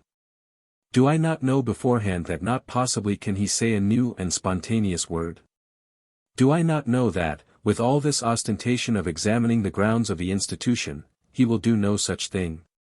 Do I not know that he is pledged to himself not to look but at one side, the permitted side, not as a man, but as a parish minister? He is a retained attorney, and these airs of the bench are the emptiest affectation. Well, most men have bound their eyes with one or another handkerchief, and attached themselves to some one of these communities of opinion. This conformity makes them not false in a few particulars, authors of a few lies, but false in all particulars. Their every truth is not quite true. Their 2 is not, 88, the real 2, therefore not the real 4. So that every word they say chagrins us, and we know not where to begin to set them right. Meantime nature is not slow to equip us in the prison uniform of the party to which we adhere. We come to wear one cut of face and figure, and acquire by degrees the gentlest asinine expression. There is a mortifying experience in particular which does not fail to wreak itself also in the general history. I mean, the foolish face of praise, the forced smile which we put on in company where we do not feel at ease in answer to conversation which does not interest us. The muscles, not spontaneously moved, but moved by a low usurping willfulness, grow tight about the outline of the face with the most disagreeable sensation. For nonconformity the world whips you with its displeasure. And therefore a man must know how to estimate a sour face. The bystanders look askance on him in the public street or in the friend's parlor. If this aversation had its origin in contempt and resistance like his own, he might well go home with a sad countenance. But the sour faces of the multitude, like their sweet faces, have no deep cause, but are put on and off as the wind blows and a newspaper directs. Yet is the discontent of the multitude more formidable than that of the Senate and the college. It is easy enough for a firm man who knows the world to brook the rage of the cultivated classes. Their rage is decorous and prudent, for they are timid as being very vulnerable themselves. But, 89, when to their feminine rage the indignation of the people is added, when the ignorant and the poor are aroused, when the unintelligent brute force that lies at the bottom of society is made to growl and mow. It needs the habit of magnanimity and religion to treat it godlike as a trifle of no concernment. The other terror that scares us from self-trust is our consistency, a reverence for our past act or word, because the eyes of others have no other data for computing our orbit than our past acts, and we are loath to disappoint them. But why should you keep your head over your shoulder? Why drag about this corpse of your memory, lest you contradict somewhat you have stated in this or that public place? Suppose you should contradict yourself, what then? It seems to be a rule of wisdom never to rely on your memory alone, scarcely even in acts of pure memory, but to bring the past for judgment into the thousand-eyed present, and live ever in a new day. In your metaphysics you have denied personality to the deity, yet when the devout motions of the soul come, yield to them heart and life, though they should clothe God with shape and color. Leave your theory, as Joseph his coat in the hand of the harlot, and flee. A foolish consistency is the hobgoblin of little minds, adored by little statesmen and philosophers and divines. With consistency a great soul has simply nothing to do. He may as well concern himself with the shadow on the wall. Speak what you think, 90, now in hard words, and tomorrow speak what tomorrow thinks in hard words again, though it contradict everything you said today. Ah, so you shall be sure to be misunderstood. Is it so bad, then, to be misunderstood? Pythagoras was misunderstood, and Socrates, and Jesus, and Luther, and Copernicus, and Galileo, and Newton, and every pure and wise spirit that ever took flesh. To be great is to be misunderstood. I suppose no man can violate his nature. All the sallies of his will are rounded in by the law of his being, as the inequalities of Andes and Himalaya are insignificant in the curve of the sphere. Nor does it matter how you gauge and try him. A character is like an acrostic or Alexandrian stanza, read it forward, backward, or across, it still spells the same thing. In this pleasing, contrite woodlife which God allows me, let me record day by day my honest thought without prospect or retrospect, and, I cannot doubt, it will be found symmetrical, though I mean it not, and see it not. My book should smell of pines and resound with the hum of insects. The swallow over my window should interweave that thread or straw he carries in his bill into my web also. We pass for what we are. Character teaches above our wills. Men imagine that they communicate their virtue or vice only by overt actions, and do not see that virtue or vice emit a breath every moment. There will be an agreement in whatever variety of 91 actions, so they be each honest and natural in their hour. For of one will, the actions will be harmonious, however unlike they seem. These varieties are lost sight of at a little distance, at a little height of thought. One tendency unites them all. The voyage of the best ship is a zigzag line of 100 tacks. See the line from a sufficient distance, and it straightens itself to the average tendency. Your genuine action will explain itself, and will explain your other genuine actions. Your conformity explains nothing. Act singly, and what you have already done singly will justify you now. Greatness appeals to the future. If I can be firm enough today to do right and scorn eyes, I must have done so much right before as to defend me now. Be it how it will, do right now. Always scorn appearances, and you always may. The force of character is cumulative. All the foregone days of virtue work their health into this. What makes the majesty of the heroes of the Senate and the field, which so fills the imagination? The consciousness of a train of great days and victories behind. They shed an united light on the advancing actor. He is attended as by a visible escort of angels. That is it which throws thunder into Chatham's voice, and dignity into Washington's port, and America into Adams's eye. Honor is venerable to us because it is no ephemeris. It is always ancient virtue. We worship it today because it is not of today. We love it and pay it homage, because it is not a trap for our love, 92, and homage, but is self-dependent, self-derived, and therefore of an old immaculate pedigree, even if shown in a young person. I hope in these days we have heard the last of conformity and consistency. Let the words be gazetted and ridiculous henceforward. Instead of the gong for dinner, let us hear a whistle from the Spartan fife. Let us never bow and apologize more. A great man is coming to eat at my house. I do not wish to please him, I wish that he should wish to please me. I will stand here for humanity, and though I would make it kind, I would make it true.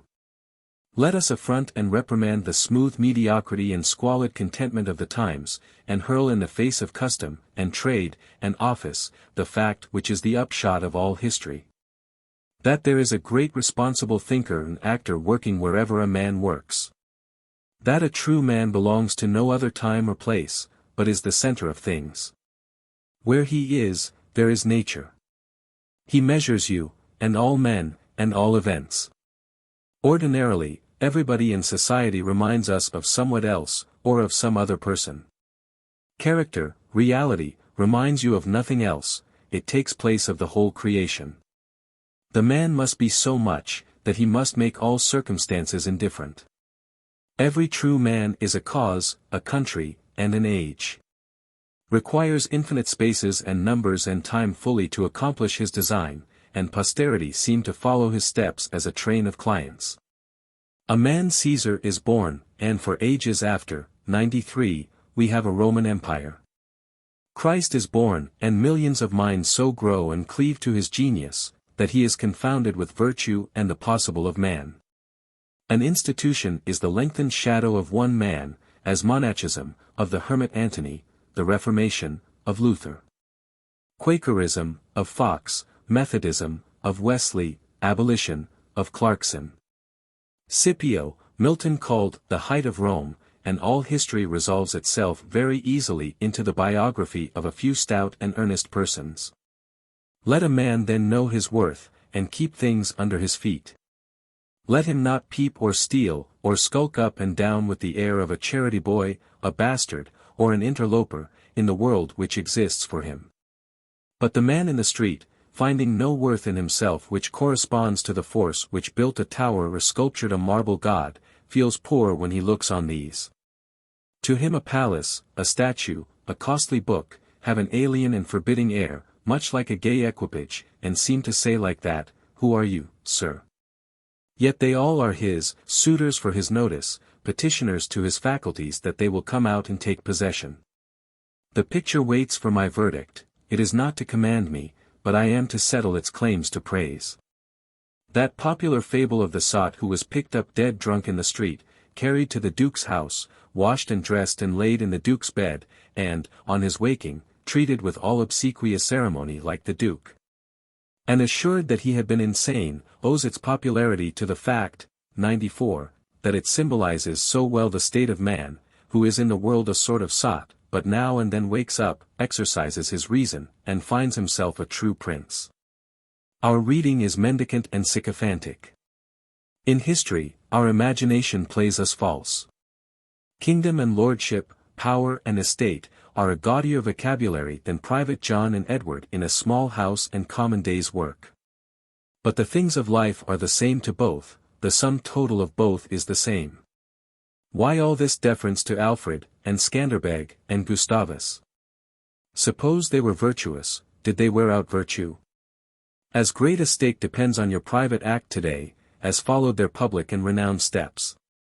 When private men shall act with original views, the luster will be transferred from the actions of kings to those of gentlemen. The world has been instructed by its kings, who have so magnetized the eyes of nations. It has been taught by this colossal symbol the mutual reverence that is due from man to man.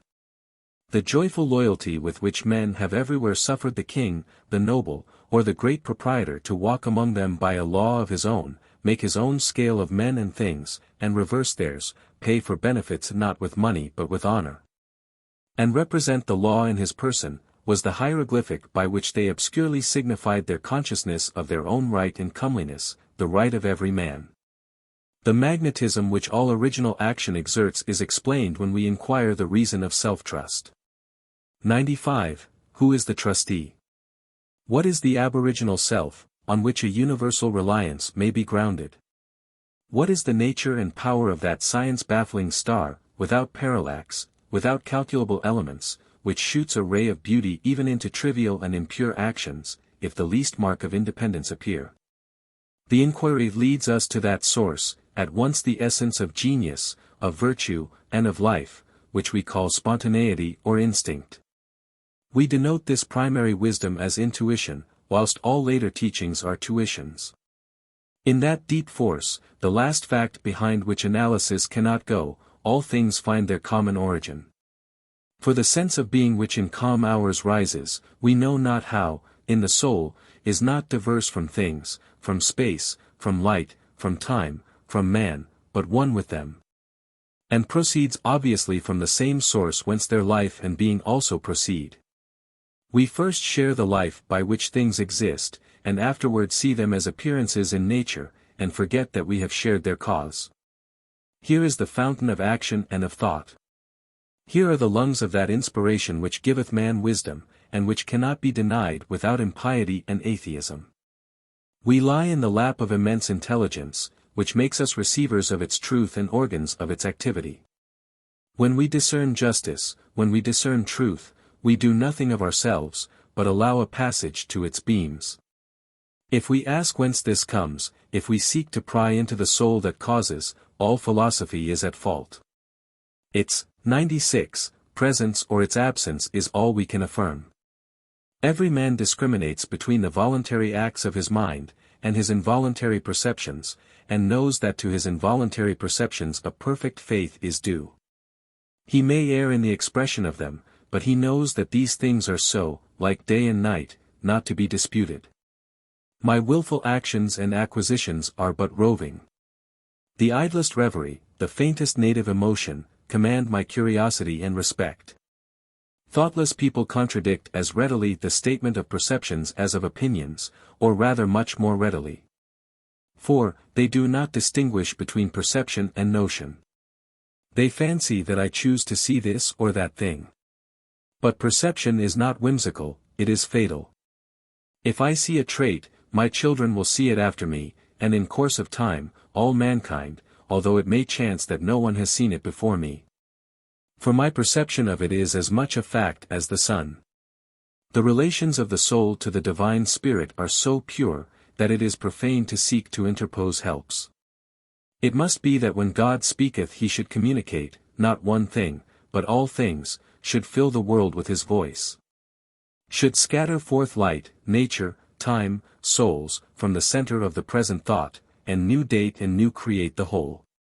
Whenever a mind is simple, and receives a divine wisdom, old things pass away, means, teachers, texts, temples, fall. It lives now, and absorbs past and future into the present hour. All things are, 97, made sacred by relation to it, one as much as another. All things are dissolved to their center by their cause, and, in the universal miracle, petty and particular miracles disappear. If, therefore, a man claims to know and speak of God, and carries you backward to the phraseology of some old mouldered nation in another country, in another world, believe him not. Is the acorn better than the oak which is its fullness and completion? Is the parent better than the child into whom he has cast his ripened being? Whence, then, this worship of the past? The centuries are conspirators against the sanity and authority of the soul. Time and space are but physiological colors which the eye makes, but the soul is light, where it is day, where it was, is night.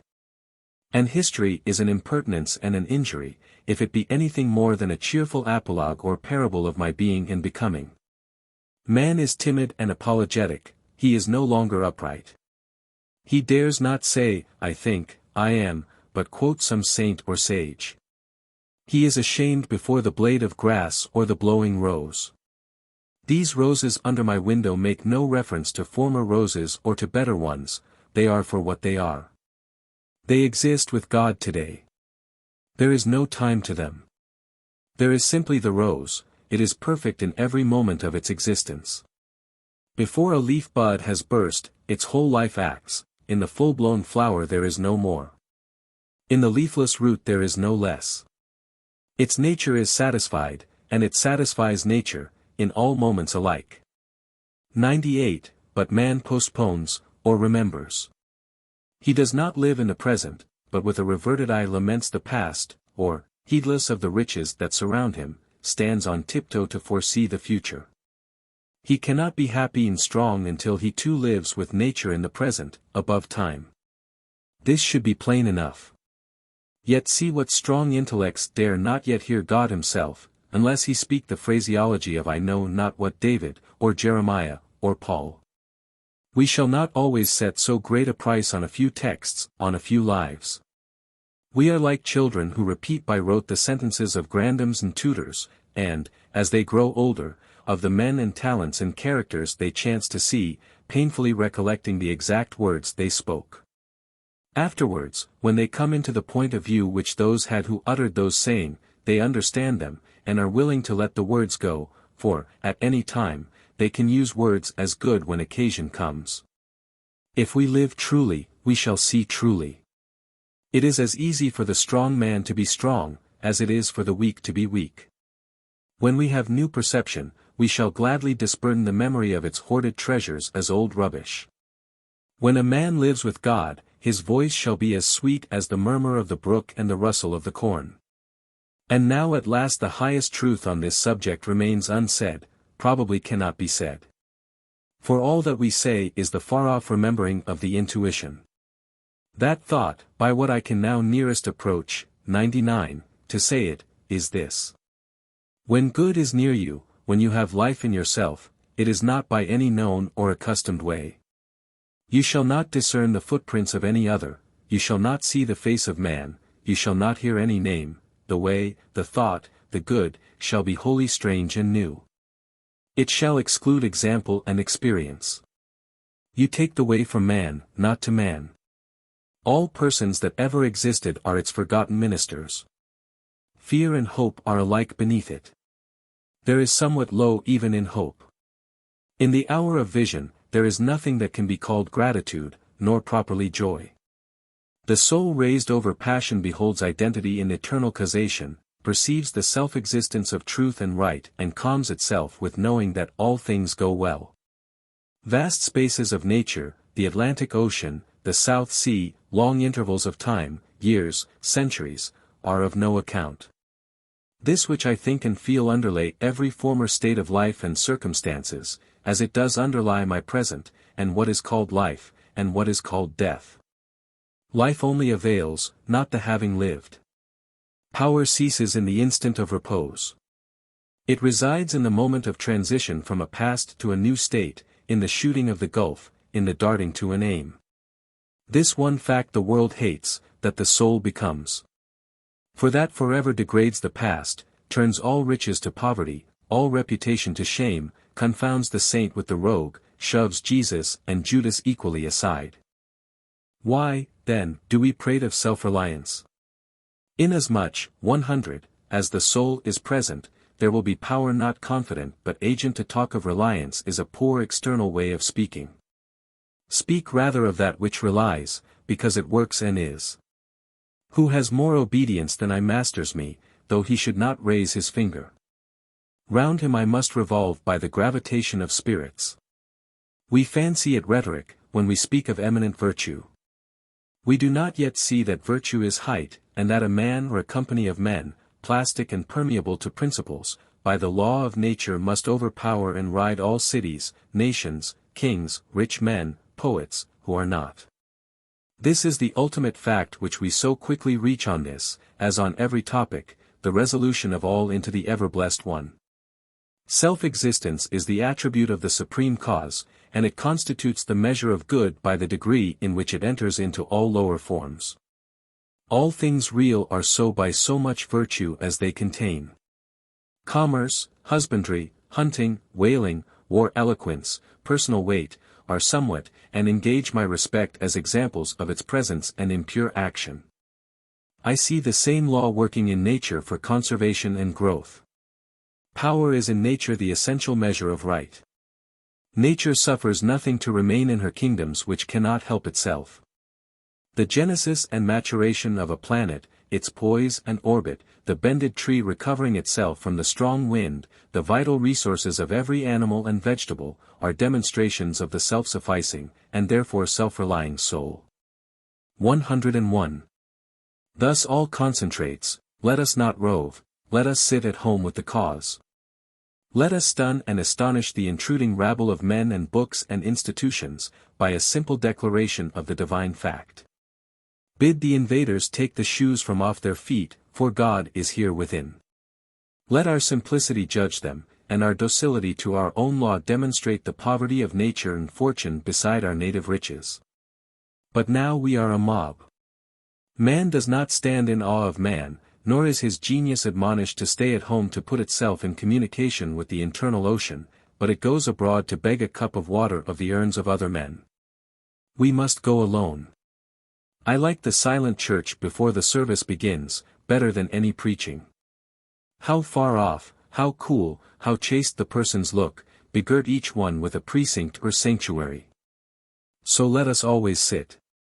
Why should we assume the faults of our friend, or wife, or father, or child, because they sit around our hearth, or are said to have the same blood?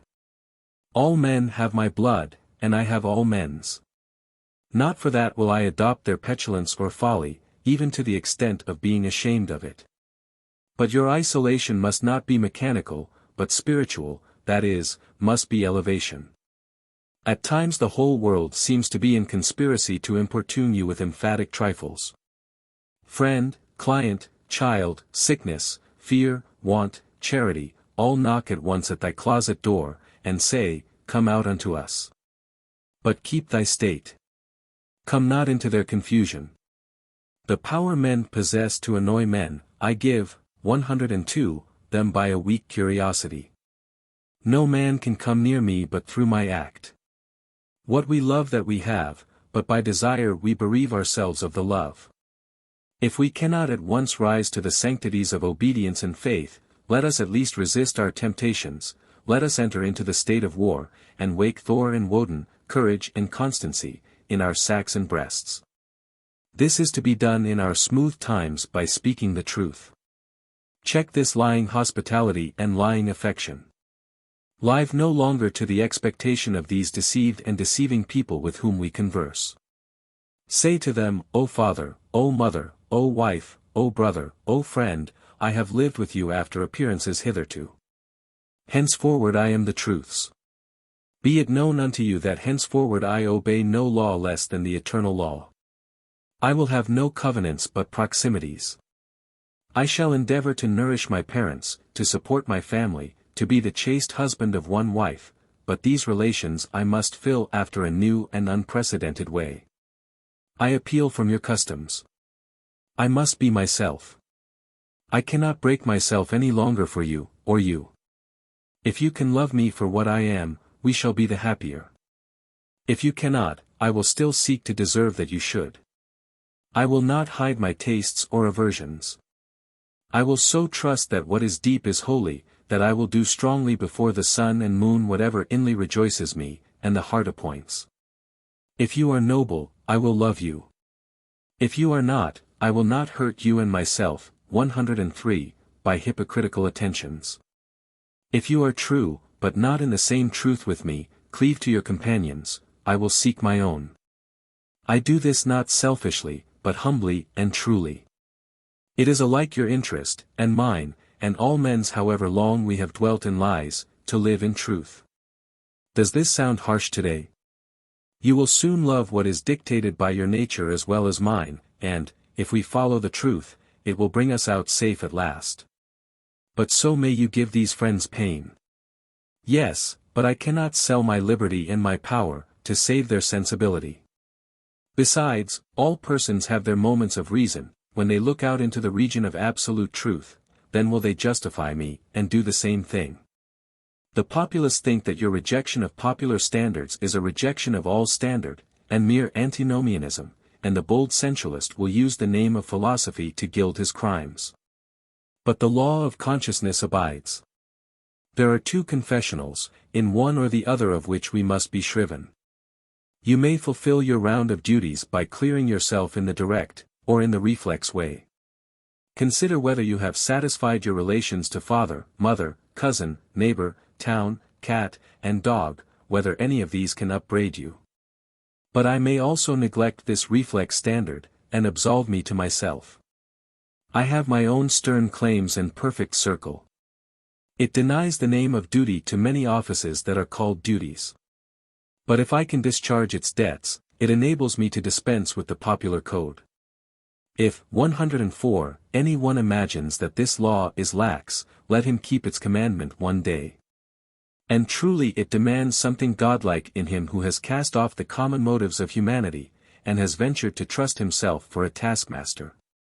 High be his heart, faithful his will, clear his sight, that he may in good earnest be doctrine, society, law, to himself, that a simple purpose may be to him as strong as iron necessity is to others.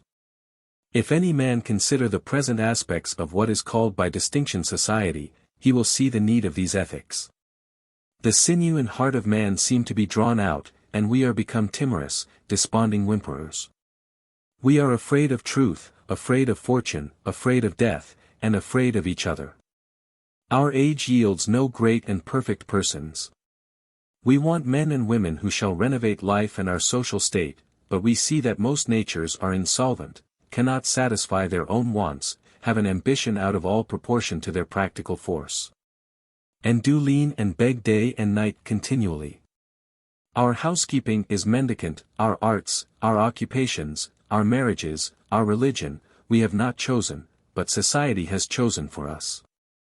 We are parlor soldiers. We shun the rugged battle of fate, where strength is born. If our young men miscarry in their first enterprises, they lose all heart. If the young merchant fails, men say he is ruined. If the finest genius studies at one of our colleges, and is not installed in an office within 1 year afterwards in the cities or 105 suburbs of Boston or New York, it seems to his friends and to himself that he is right in being disheartened. and in complaining the rest of his life. A sturdy lad from New Hampshire or Vermont, who in turn tries all the professions, who teams it, farms it, peddles, keeps a school, preaches, edits a newspaper, goes to Congress, buys a township, and so forth, in successive years, and always. Like a cat, falls on his feet, is worth 100 of these city dolls.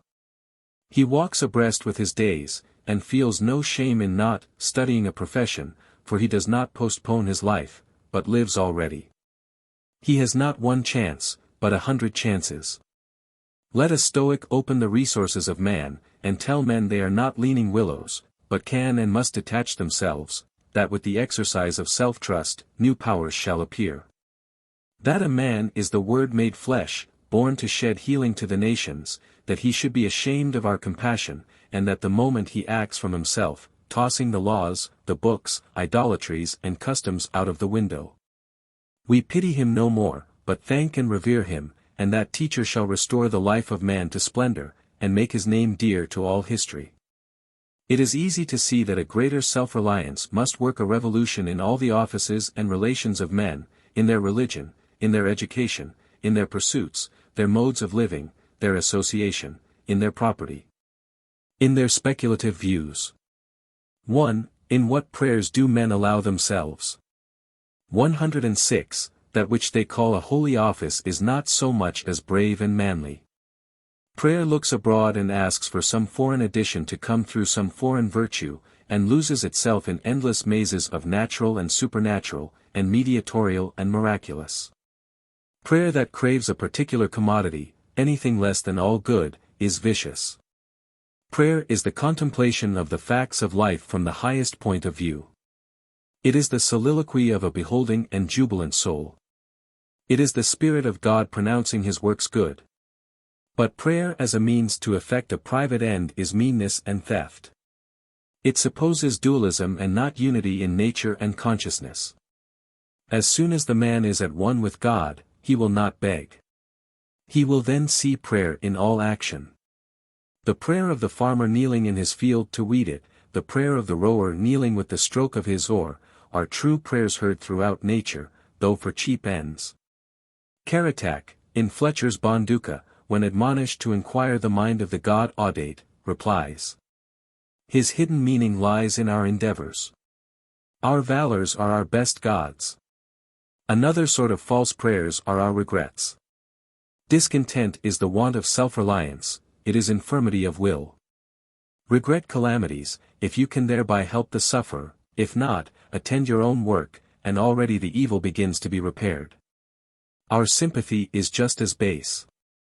We come to them who weep foolishly, and, 107, sit down and cry for company, instead of imparting to them truth and health in rough electric shocks, putting them once more in communication with their own reason. The secret of fortune is joy in our hands. Welcome evermore to gods and men is the self-helping man. For him all doors are flung wide, him all tongues greet, all honors crown, all eyes follow with desire. Our love goes out to him and embraces him, because he did not need it. We solicitously and apologetically caress and celebrate him, because he held on his way and scorned our disapprobation. The gods love him because men hated him. To the persevering mortal, said Zoroaster, the blessed immortals are swift.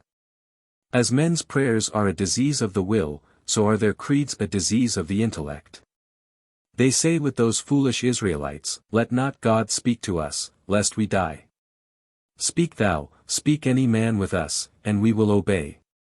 Everywhere I am hindered of meeting God in my brother, because he has shut his own temple doors, and recites fables merely of his brother's, or his brother's brother's God.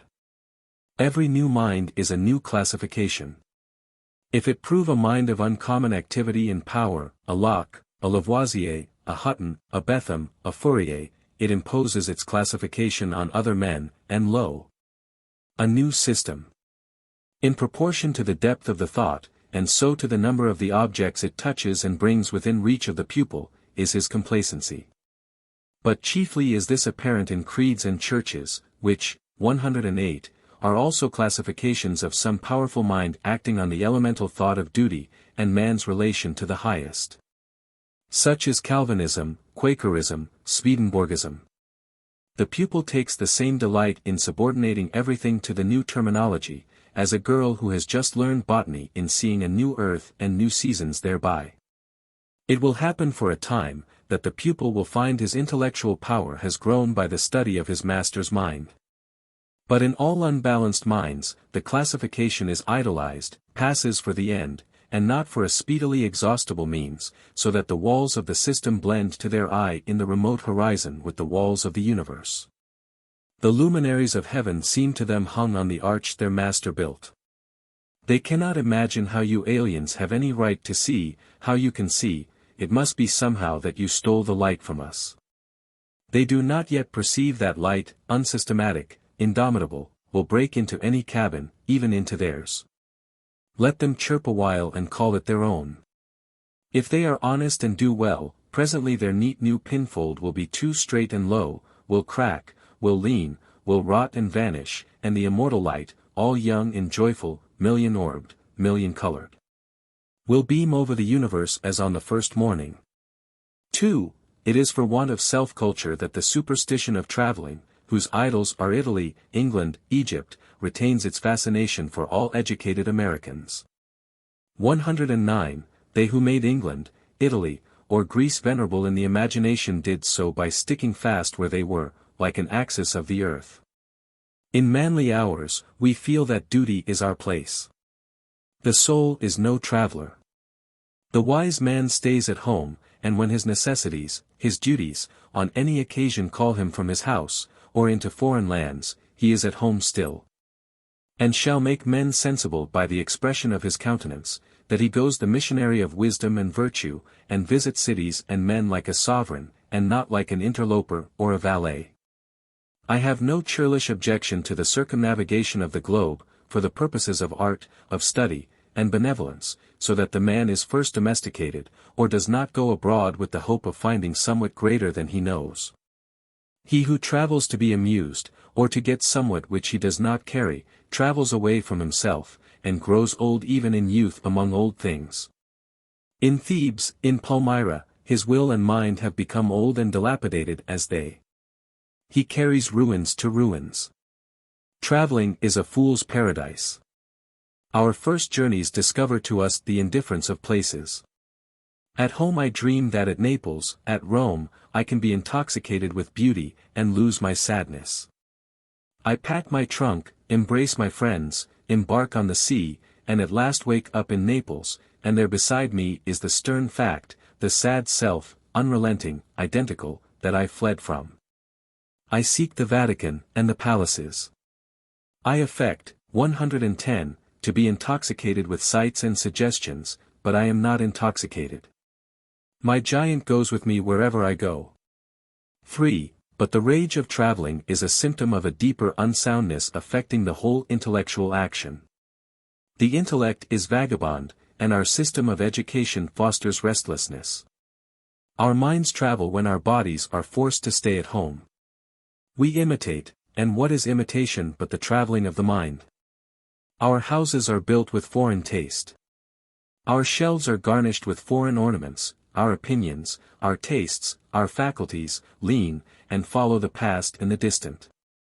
The soul created the arts wherever they have flourished. It was in his own mind that the artist sought his model. It was an application of his own thought to the thing to be done and the conditions to be observed. And why need we copy the Doric or the Gothic model?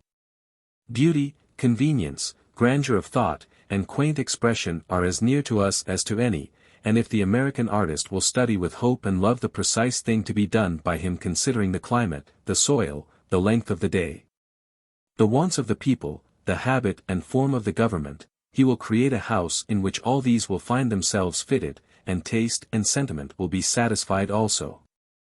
Insist on yourself, never imitate. Your own gift you can present every moment with the cumulative force of a whole life's cultivation, but of the adopted, 111, talent of another, you have only an extemporaneous, half possession. That which each can do best, none but his Maker can teach him. No man yet knows what it is, nor can, till that person has exhibited it. Where is the master who could have taught Shakespeare? Where is the master who could have instructed Franklin, or Washington, or Bacon, or Newton?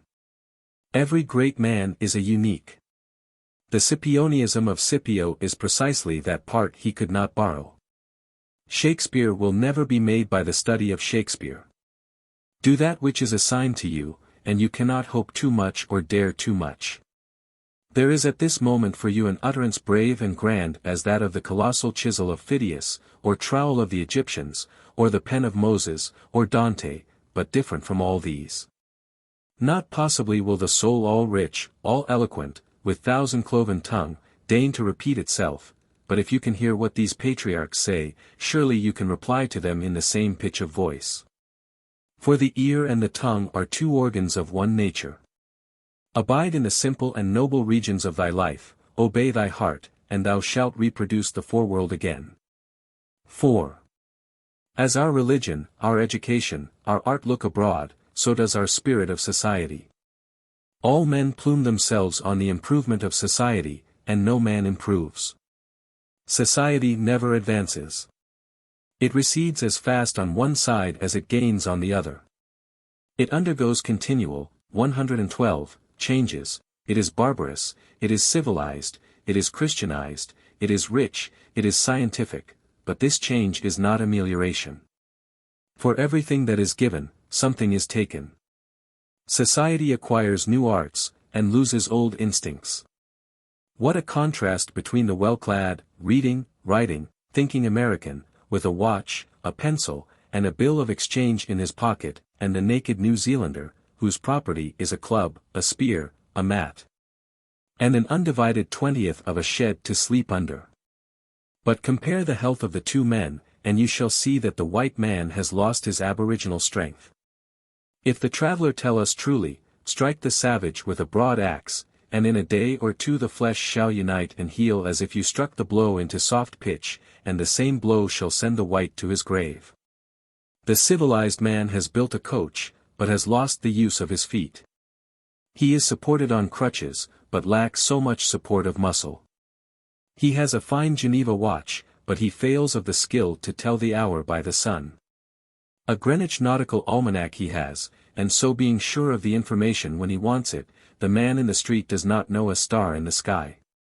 The solstice he does not observe, the equinox he knows as little.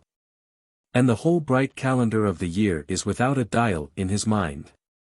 His notebooks impair his memory, his libraries overload his wit, the insurance office increases the number of accidents. And it may be a question whether machinery does not encumber, whether we have not, 113, lost by refinement some energy, by a Christianity entrenched in establishments and forms, some vigor of wild virtue.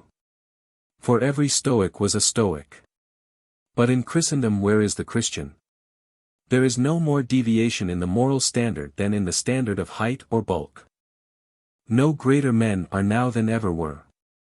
A singular equality may be observed between great men of the first and of the last ages. Nor can all the science, art, religion, and philosophy of the 19th century avail to educate greater men than Plutarch's heroes. 3 or 4 and 20 centuries ago. Not in time is the race progressive.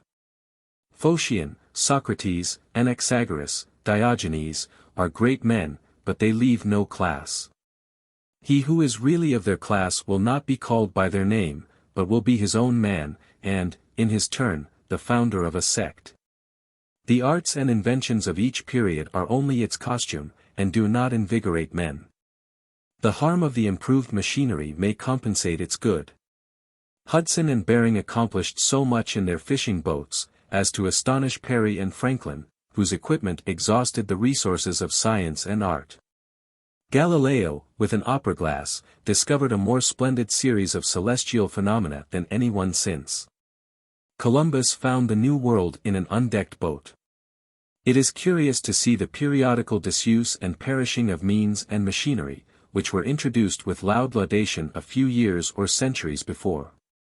The great genius returns to essential, 114, man. We reckon the improvements of the art of war among the triumphs of science, and yet Napoleon conquered Europe by the bivouac, which consisted of falling back on naked valor, and disencumbering it of all aids.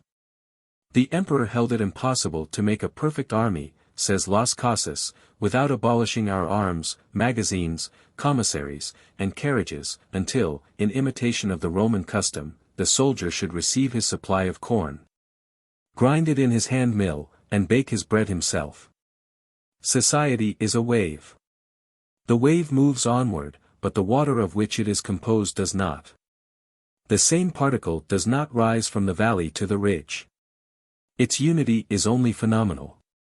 The persons who make up a nation today, next year die, and their experience with them.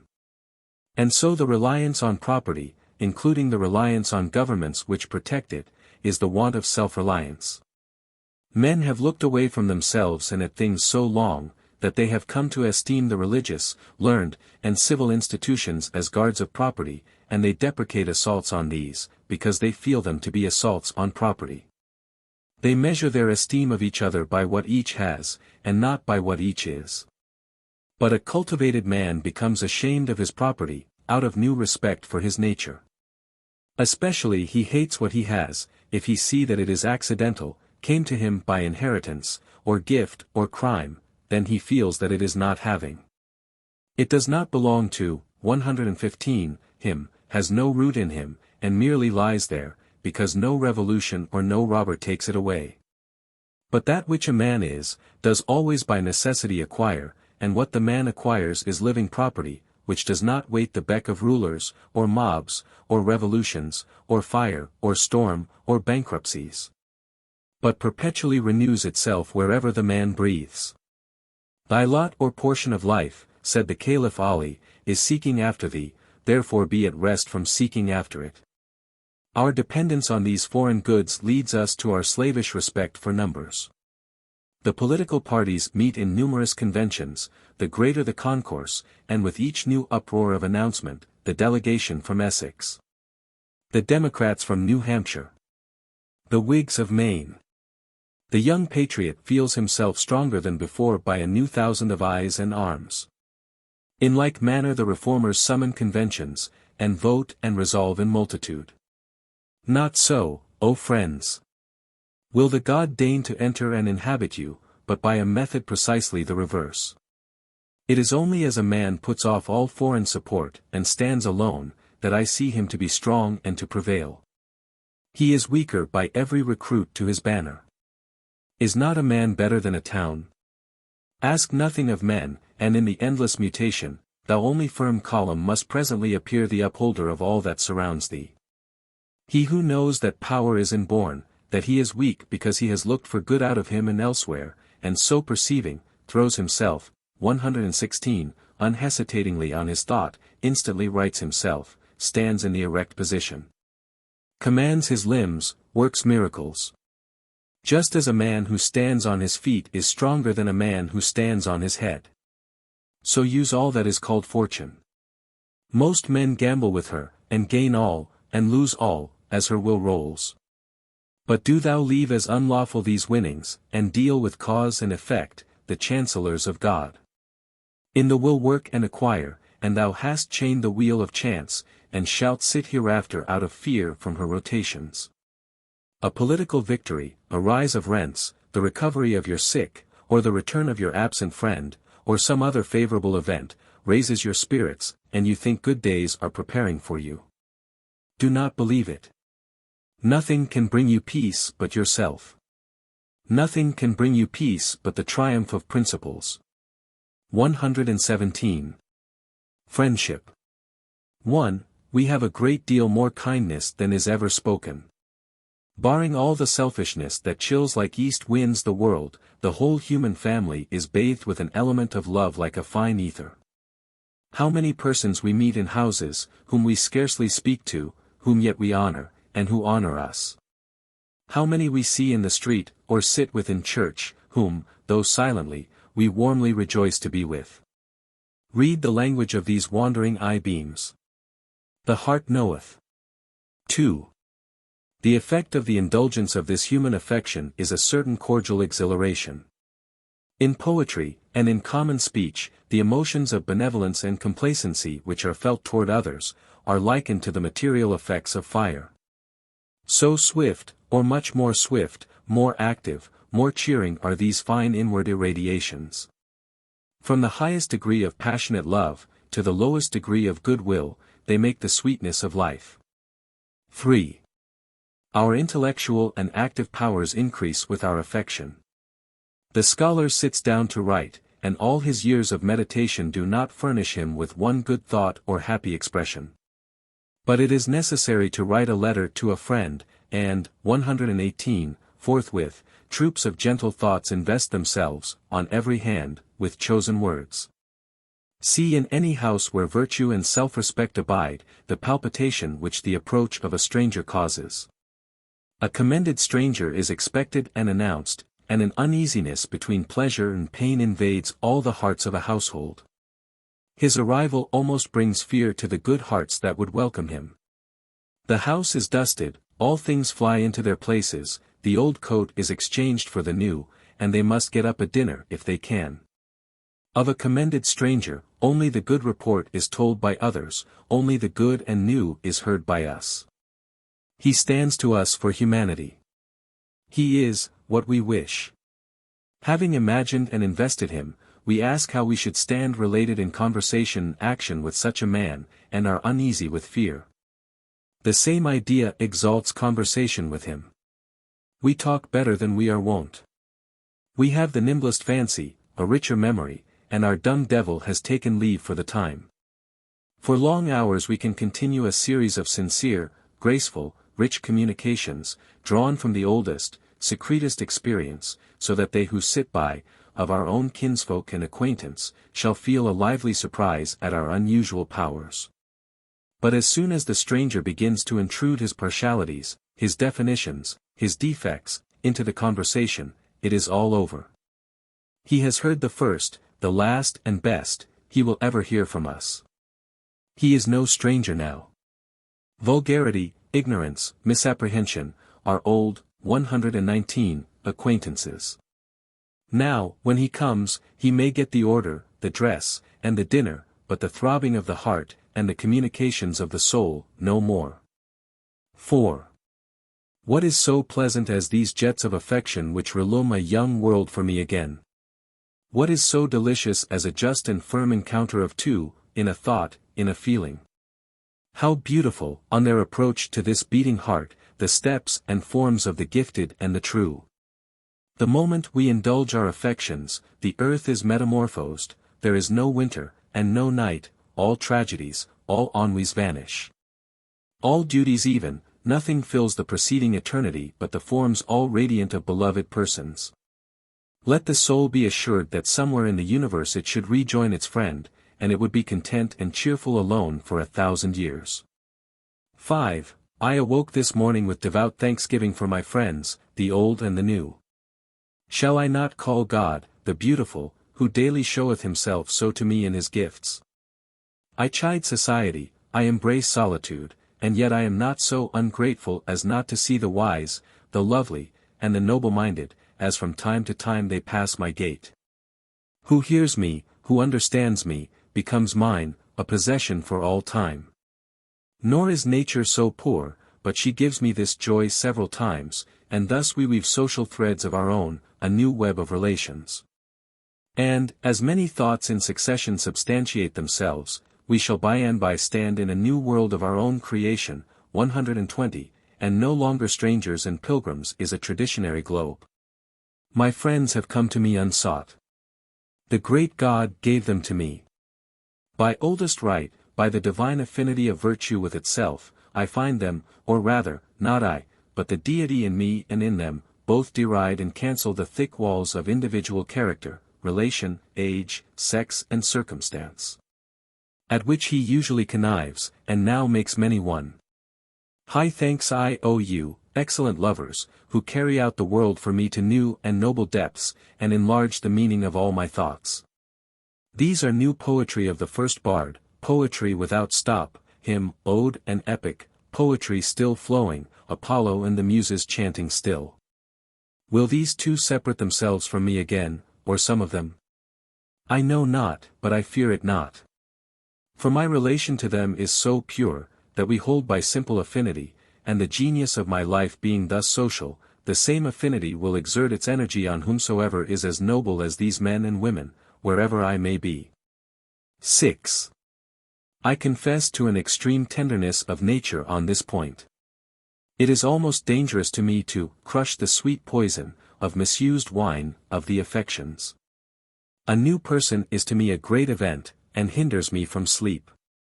I have had such fine fancies lately about 2 or 3 persons, as have given me delicious hours, but the joy ends in the day, it yields no fruit. Thought is not born of it, my action is very little modified. I must feel pride in my friend's accomplishments as if they were mine, and 121, property in his virtues. I feel as warmly when he is praised, as the lover when he hears applause of his engaged maiden. We overestimate the conscience of our friend.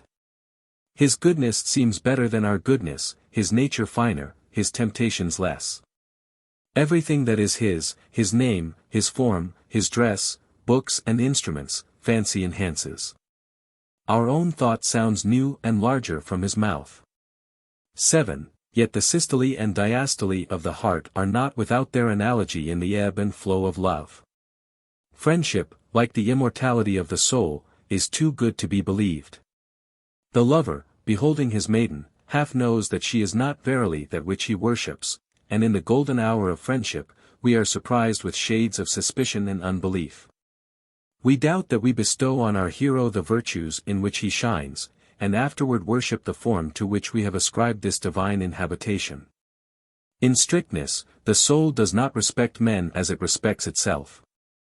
In strict science, all persons underlie the same condition of an infinite remoteness. Shall we fear to cool our love by mining for the metaphysical foundation of this Elysian temple? Shall I not be as real as the things I see? If I am, I shall not fear to know them for what they are. Their essence is not less beautiful than their appearance, though it needs finer organs for its apprehension. The root of the plant is not unsightly to science, though for chaplets and festoons we cut, 122, the stem short. And I must hazard the production of the bald fact amid these pleasing reveries, though it should prove an Egyptian skull at our banquet. A man who stands united with his thought, conceives magnificently to himself. He is conscious of a universal success, even though bought by uniform particular failures. No advantages, no powers, no gold or force can be any match for him. I cannot choose but rely on my own poverty, more than on your wealth. I cannot make your consciousness tantamount to mine. Only the star dazzles, the planet has a faint, moon-like ray. I hear what you say of the admirable parts and tried temper of the party you praise, but I see well that for all his purple cloaks I shall not like him, unless he is at least a poor Greek like me. I cannot deny it, O friend, that the vast shadow of the phenomenal includes thee, also, in its pied and painted immensity, thee, also, compared with whom all else is shadow. Thou art not being, as truth is, as justice is, thou art not my soul, but a picture and effigy of that. Thou hast come to me lately, and already thou art seizing thy hat and cloak. It is not that the soul puts forth friends, as the tree puts forth leaves, and presently, by the germination of new buds, extrudes the old leaf. The law of nature is alternation forevermore. Each electrical state superinduces the opposite. The soul environs itself with friends, that it may enter into a grander self-acquaintance or solitude, and it goes alone, for a season, that it may, 123, exalt its conversation or society. This method betrays itself along the whole history of our personal relations. The instinct of affection revives the hope of union with our mates, and the returning sense of insulation recalls us from the chase.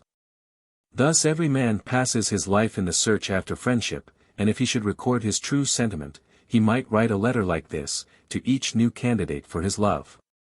Dear friend, if I was sure of thee, sure of thy capacity, sure to match my mood with thine, I should never think again of trifles, in relation to thy comings and goings. I am not very wise, my moods are quite attainable, and I respect thy genius, it is to me as yet unfathomed, yet dare I not presume in the perfect intelligence of me, and so thou art to me a delicious torment. Thine ever, or never. 8. Yet these uneasy pleasures and fine pains are for curiosity, and not for life. They are not to be indulged. This is to weave cobweb, and not cloth. Our friendships hurry to short and poor conclusions, because we have made them a texture of wine and dreams, instead of the tough fiber of the human heart.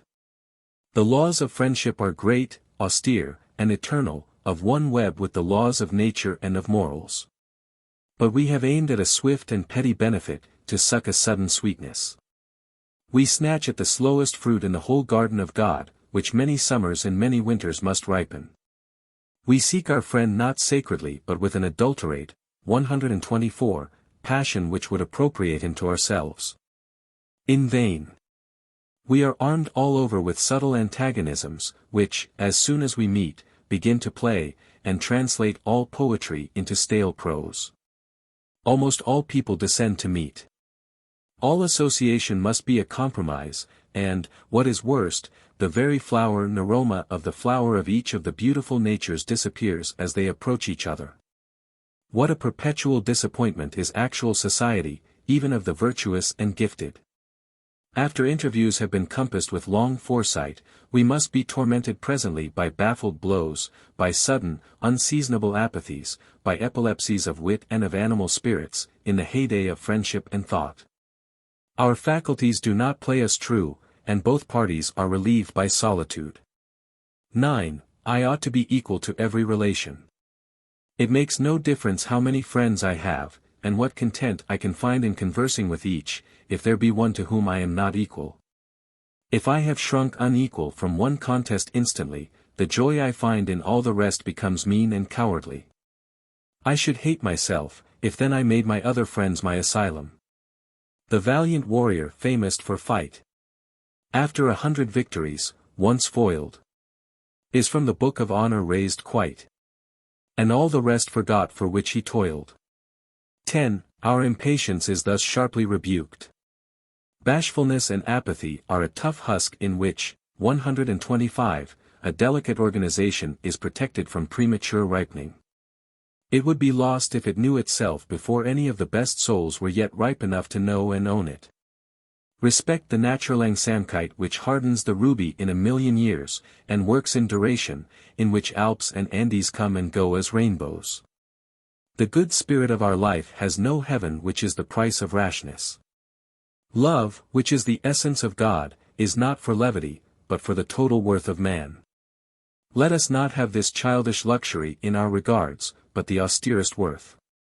Let us approach our friend with an audacious trust in the truth of his heart, in the breadth, impossible to be overturned, of his foundations. 11.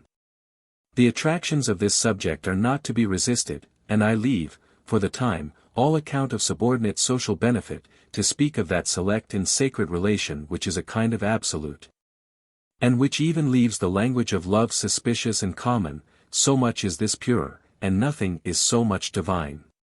12. I do not wish to treat friendships daintily, but with roughest courage. When they are real, they are not glass threads or frostwork, but the solidest thing we know. For now, after so many ages of experience, what do we know of nature, or of ourselves? Not one step has man taken toward the solution of the problem of his destiny.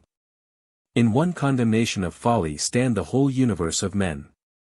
But the sweet sincerity of joy and peace, which I, 126, draw from this alliance with my brother's soul, is the nut itself whereof all nature and all thought is but the husk and shell.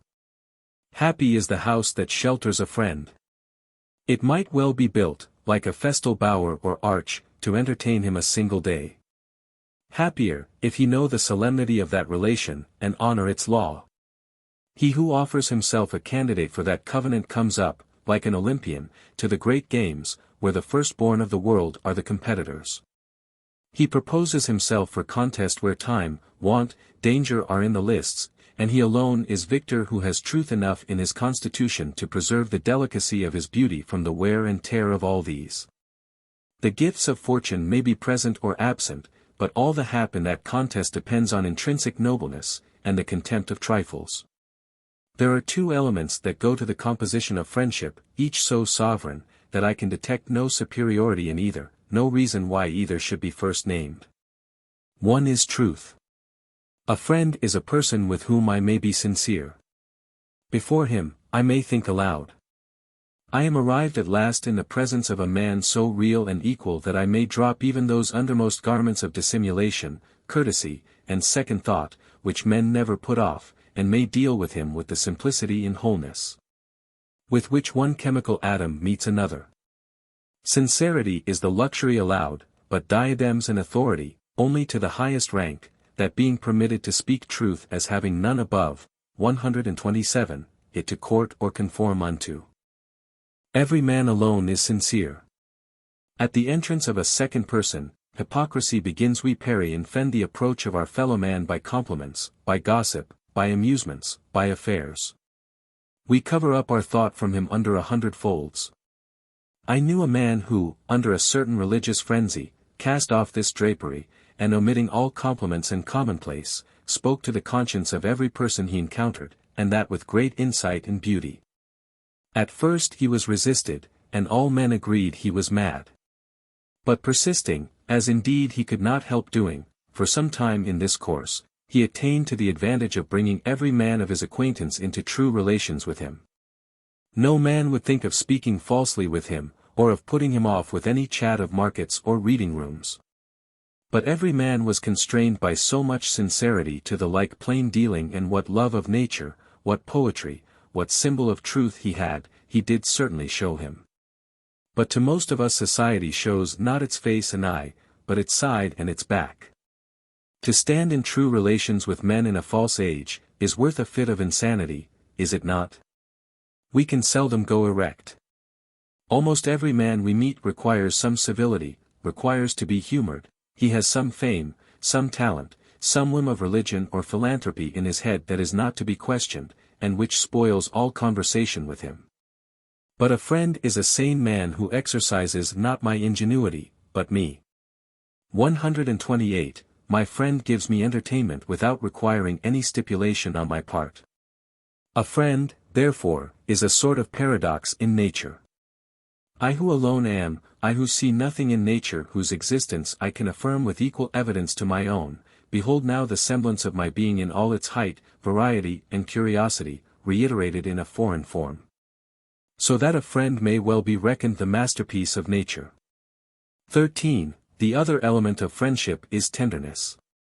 We are holden to men by every sort of tie, by blood, by pride, by fear, by hope, by lucre, by lust, by hate, by admiration, by every circumstance and badge and trifle. But we can scarce believe that so much character can subsist in another as to draw us by love. Can another be so blessed, and we so pure, that we can offer him tenderness? When a man becomes dear to me, I have touched the goal of fortune. I find very little written directly to the heart of this matter in books. And yet I have one text which I cannot choose but remember. My author says, I offer myself faintly and bluntly to those whose I effectually am, and tender myself least to him to whom I am the most devoted. I wish that friendship should have feet, as well as eyes and eloquence. It must plant itself on the ground, before it vaults over the moon. I wish it to be a little of a citizen, before it is quite a cherub. We chide the citizen because he makes love a commodity. It is an exchange of gifts, of useful loans, it is good, 129, neighborhood, it watches with the sick, it holds the pall at the funeral. And quite loses sight of the delicacies and nobility of the relation. But though we cannot find the god under this disguise of a sutler, yet, on the other hand, we cannot forgive the poet if he spins his thread too fine, and does not substantiate his romance by the municipal virtues of justice, punctuality, fidelity and pity. I hate the prostitution of the name of friendship to signify modish and worldly alliances. I much prefer the company of ploughboys and tin peddlers, to the silken and perfumed amity which only celebrates its days of encounter by a frivolous display, by rides in a vehicle, and dinners at the best taverns. The end of friendship is a commerce the most strict and homely that can be joined, more strict than any of which we have experience. It is for aid and comfort through all the relations and passages of life and death. It is fit for serene days, and graceful gifts, and country rambles, but also for rough roads and hard fare, shipwreck, poverty, and persecution. It keeps company with the sallies of the wit and the trances of religion. We are to dignify to each other the daily needs and offices of man's life, and embellish it by courage, wisdom and unity. It should never fall into something usual and settled, but should be alert and inventive, and add rhyme and reason to what was drudgery. 14. Friendship may be said to require natures so rare and costly, each so well-tempered, and so, 130, happily adapted, and withal so circumstanced, for even in that particular, a poet says, love demands that the parties be altogether paired. That its satisfaction can very seldom be assured. It cannot subsist in its perfection, say some of those who are learned in this warm lore of the heart, betwixt more than two. I am not quite so strict in my terms, perhaps because I have never known so high a fellowship as others. I please my imagination more with a circle of godlike men and women variously related to each other, and between whom subsists a lofty intelligence. But I find this law of 1-to-1, peremptory for conversation, which is the practice and consummation of friendship. Do not mix waters too much. The best mix as ill as good and bad. You shall have very useful and cheering discourse at several times with two several men, but let all three of you come together, and you shall not have one new and hearty word. Two may talk and one may hear, but three cannot take part in a conversation of the most sincere and searching sort. In good company there is never such discourse between two, across the table, as takes place when you leave them alone. In good company, the individuals at once merge their egotism into a social soul exactly coextensive with the several consciousnesses there present. No partialities of friend to friend, no fondnesses of brother to sister, of wife to husband, are there pertinent, but quite otherwise. Only he may then speak who can sail on the common thought of the party, and not, 131, poorly limited to his own. Now this convention, which good sense demands, destroys the high freedom of great conversation, which requires an absolute running of two souls into one. 15. No two men but being left alone with each other, enter into simpler relations. Yet it is affinity that determines which two shall converse. Unrelated men give little joy to each other, will never suspect the latent powers of each. We talk sometimes of a great talent for conversation, as if it were a permanent property in some individuals. Conversation is an evanescent relation, no more. A man is reputed to have thought and eloquence. He cannot, for all that, say a word to his cousin or his uncle. They accuse his silence with as much reason as they would blame the insignificance of a dial in the shade. In the sun it will mark the hour. Among those who enjoy his thought, he will regain his tongue. 16. Friendship requires that rare mean betwixt likeness and unlikeness, that piques each with the presence of power and of consent in the other party. Let me be alone to the end of the world, rather than that my friend should overstep by a word or a look his real sympathy. I am equally balked by antagonism and by compliance. Let him not cease an instant to be himself. The only joy I have in his being mine, is that the not mine is mine. I hate, where I looked for a manly furtherance, or at least a manly resistance, to find a mush of concession. 132. Better be a nettle in the side of your friend, than his echo. The condition which high friendship demands is ability to do without it. That high office requires great and sublime parts. There must be very two before there can be very one. Let it be an alliance of two large formidable natures, mutually beheld, mutually feared, before yet they recognize the deep identity which beneath these disparities unites them. 17. He only is fit for this society who is magnanimous. Who is sure that greatness and goodness are always economy, who is not swift to intermeddle with his fortunes. Let him not intermeddle with this. Leave to the diamond its ages to grow, nor expect to accelerate the births of the eternal. Friendship demands a religious treatment. We talk of choosing our friends, but friends are self-elected. Reverence is a great part of it. Treat your friend as a spectacle. Of course he has merits that are not yours, and that you cannot honor, if you must needs hold him close to your person. Stand aside, give those merits room, let them mount and expand. Are you the friend of your friend's buttons, or of his thought? To a great heart he will still be a stranger in 1,000 particulars, that he may come near in the holiest ground. Leave it to girls and boys to regard a friend as property, and to suck a short and all-confounding pleasure instead of the noblest benefits. 18. Let us buy our entrance to this guild by a long probation. Why should we desecrate noble and, 133, beautiful souls by intruding on them? Why insist on rash personal relations with your friend? Why go to his house, or know his mother and brother and sisters? Why be visited by him at your own? Are these things material to our covenant? Leave this touching and clawing. Let him be to me a spirit. A message, a thought, a sincerity, a glance from him I want, but not news, nor pottage. I can get politics, and chat, and neighborly conveniences, from cheaper companions. Should not the society of my friend be to me poetic, pure, universal, and great as nature itself? Ought I to feel that our tie is profane in comparison with yonder bar of cloud that sleeps on the horizon, or that clump of waving grass that divides the brook? Let us not vilify but raise it to that standard. That great defying eye, that scornful beauty of his mien and action, do not pique yourself on reducing, but rather fortify and enhance. Worship his superiorities, wish him not less by a thought, but hoard and tell them all. Guard him as thy counterpart. Let him be to thee forever a sort of beautiful enemy, untamable, devoutly revered, and not a trivial conveniency to be soon outgrown and cast aside. The hues of the opal, the light of the diamond, are not to be seen, if the eye is too near. To my friend I write a letter, and from him I receive a letter. That seems to you a little. It suffices me. It is a spiritual gift worthy of him to give and of me to receive. It profanes nobody. In these warm lines the heart will trust itself, as it will not, 134, to the tongue, and pour out the prophecy of a godlier existence than all the annals of heroism have yet made good. 19. Respect so far the holy laws of this fellowship as not to prejudice its perfect flower by your impatience for its opening.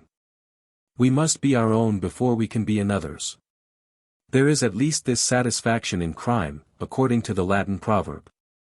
You can speak to your accomplice on even terms. Crimen quos inquinat, equat. To those whom we admire and love, at first we cannot. Yet the least defect of self-possession vitiates, in my judgment, the entire relation. There can never be deep peace between two spirits, never mutual respect until, in their dialogue, each stands for the whole world. 20. What is so great as friendship, let us carry with what grandeur of spirit we can.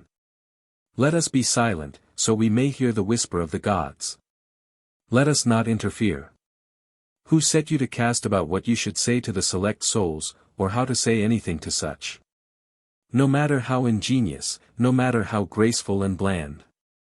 There are innumerable degrees of folly and wisdom, and for you to say aught is to be frivolous. Wait, and thy heart shall speak. Wait until the necessary and everlasting overpowers you, until day and night avail themselves of your lips. The only reward of virtue, is virtue, the only way to have a friend is to be one. You shall not come nearer a man by getting into his house. If unlike, his soul only flees the faster from, 135, you, and you shall catch never a true glance of his eye. We see the noble afar off, and they repel us, why should we intrude? Late, very late, we perceive that no arrangements, no introductions, no consuetudes or habits of society, would be of any avail to establish us in such relations with them as we desire. But solely the uprise of nature in us to the same degree it is in them. Then shall we meet as water with water, and if we should not meet them then, we shall not want them, for we are already they. In the last analysis, love is only the reflection of a man's own worthiness from other men. Men have sometimes exchanged names with their friends, as if they would signify that in their friend each loved his own soul. 21. The higher the style we demand of friendship, of course the less easy to establish it with flesh and blood. We walk alone in the world. Friends, such as we desire, are dreams and fables. But a sublime hope cheers ever the faithful heart, that elsewhere, in other regions of the universal power, souls are now acting, enduring and daring, which can love us, and which we can love. We may congratulate ourselves that the period of nonage, of follies, of blunders, and of shame, is past in solitude, and when we are finished men, we shall grasp heroic hands in heroic hands. Only be admonished by what you already see, not to strike leagues of friendship with cheap persons, where no friendship can be. Our impatience betrays us into rash and foolish alliances which, 136, no God attends. By persisting in your path, though you forfeit the little you gain the great. You demonstrate yourself, so as to put yourself out of the reach of false relations, and you draw to you the firstborn of the world, those rare pilgrims whereof only one or two wander in nature at once. And before whom the vulgar great show as spectres and shadows merely. 22. It is foolish to be afraid of making our ties too spiritual, as if so we could lose any genuine love. Whatever correction of our popular views we make from insight, nature will be sure to bear us out in, and though it seem to rob us of some joy, will repay us with a greater. Let us feel, if we will, the absolute insulation of man. We are sure that we have all in us. We go to Europe, or we pursue persons, or we read books, in the instinctive faith that these will call it out and reveal us to ourselves. Beggars all. The persons are such as we. The Europe, an old faded garment of dead persons, the books, their ghosts.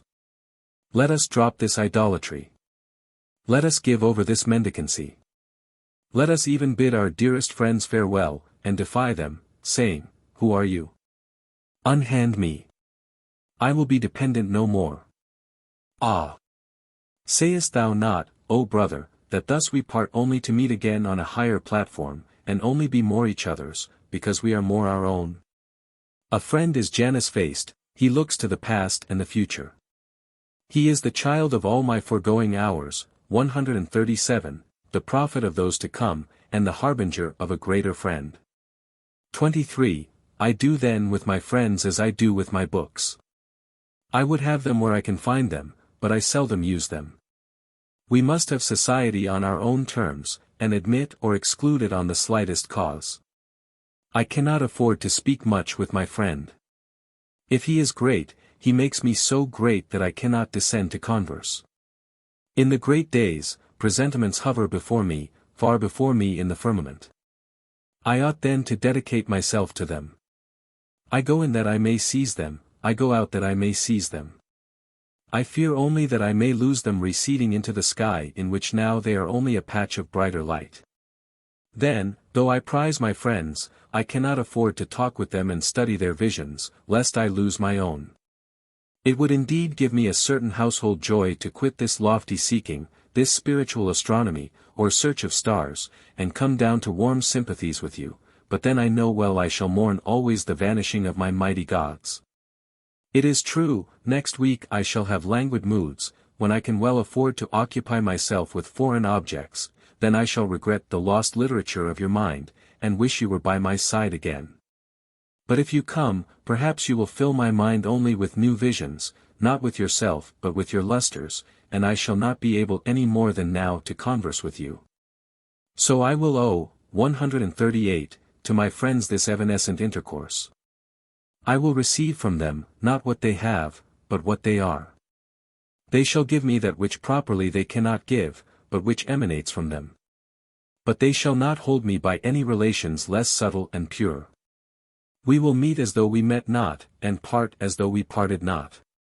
24. It has seemed to me lately more possible than I knew, to carry a friendship greatly, on one side, without due correspondence on the other. Why should I cumber myself with regrets that the receiver is not capacious? It never troubles the sun that some of his rays fall wide and vain into ungrateful space, and only a small part on the reflecting planet. Let your greatness educate the crude and cold companion. If he is unequal, he will presently pass away, but thou art enlarged by thy own shining, and no longer a mate for frogs and worms, dost soar and burn with the gods of the Empyrean. It is thought a disgrace to love unrequited. But the great will see that true love cannot be unrequited. True love transcends the unworthy object, and dwells and broods on the eternal, and when the poor interposed mass crumbles, it is not sad, but feels rid of so much earth, and feels its independency the surer. Yet these things may hardly be said without a sort of treachery to the relation. The essence of friendship is entireness, a total magnanimity in trust. It must not surmise or provide for infirmity. It treats its object as a god, that it may deify both. 139. Heroism. Paradise is under the shadow of swords. Mahomet. 1. In the elder English dramatists, and mainly in the plays of Beaumont and Fletcher, there is a constant recognition of gentility, as if a noble behavior were as easily marked in the society of their age, as color is in our American population. When any Rodrigo, Pedro, or Valerio enters, though he be a stranger, the duke or governor exclaims, "This is a gentleman," and proffers civilities without end, but all the rest are slag and refuse. In harmony with this delight in personal advantages, there is in their plays a certain heroic cast of character and dialogue, as in Bonduca, Sophocles, the mad lover, the double marriage, wherein the speaker is so earnest and cordial. And on such deep grounds of character, that the dialogue, on the slightest additional incident in the plot, rises naturally into poetry. Among many texts, take the following.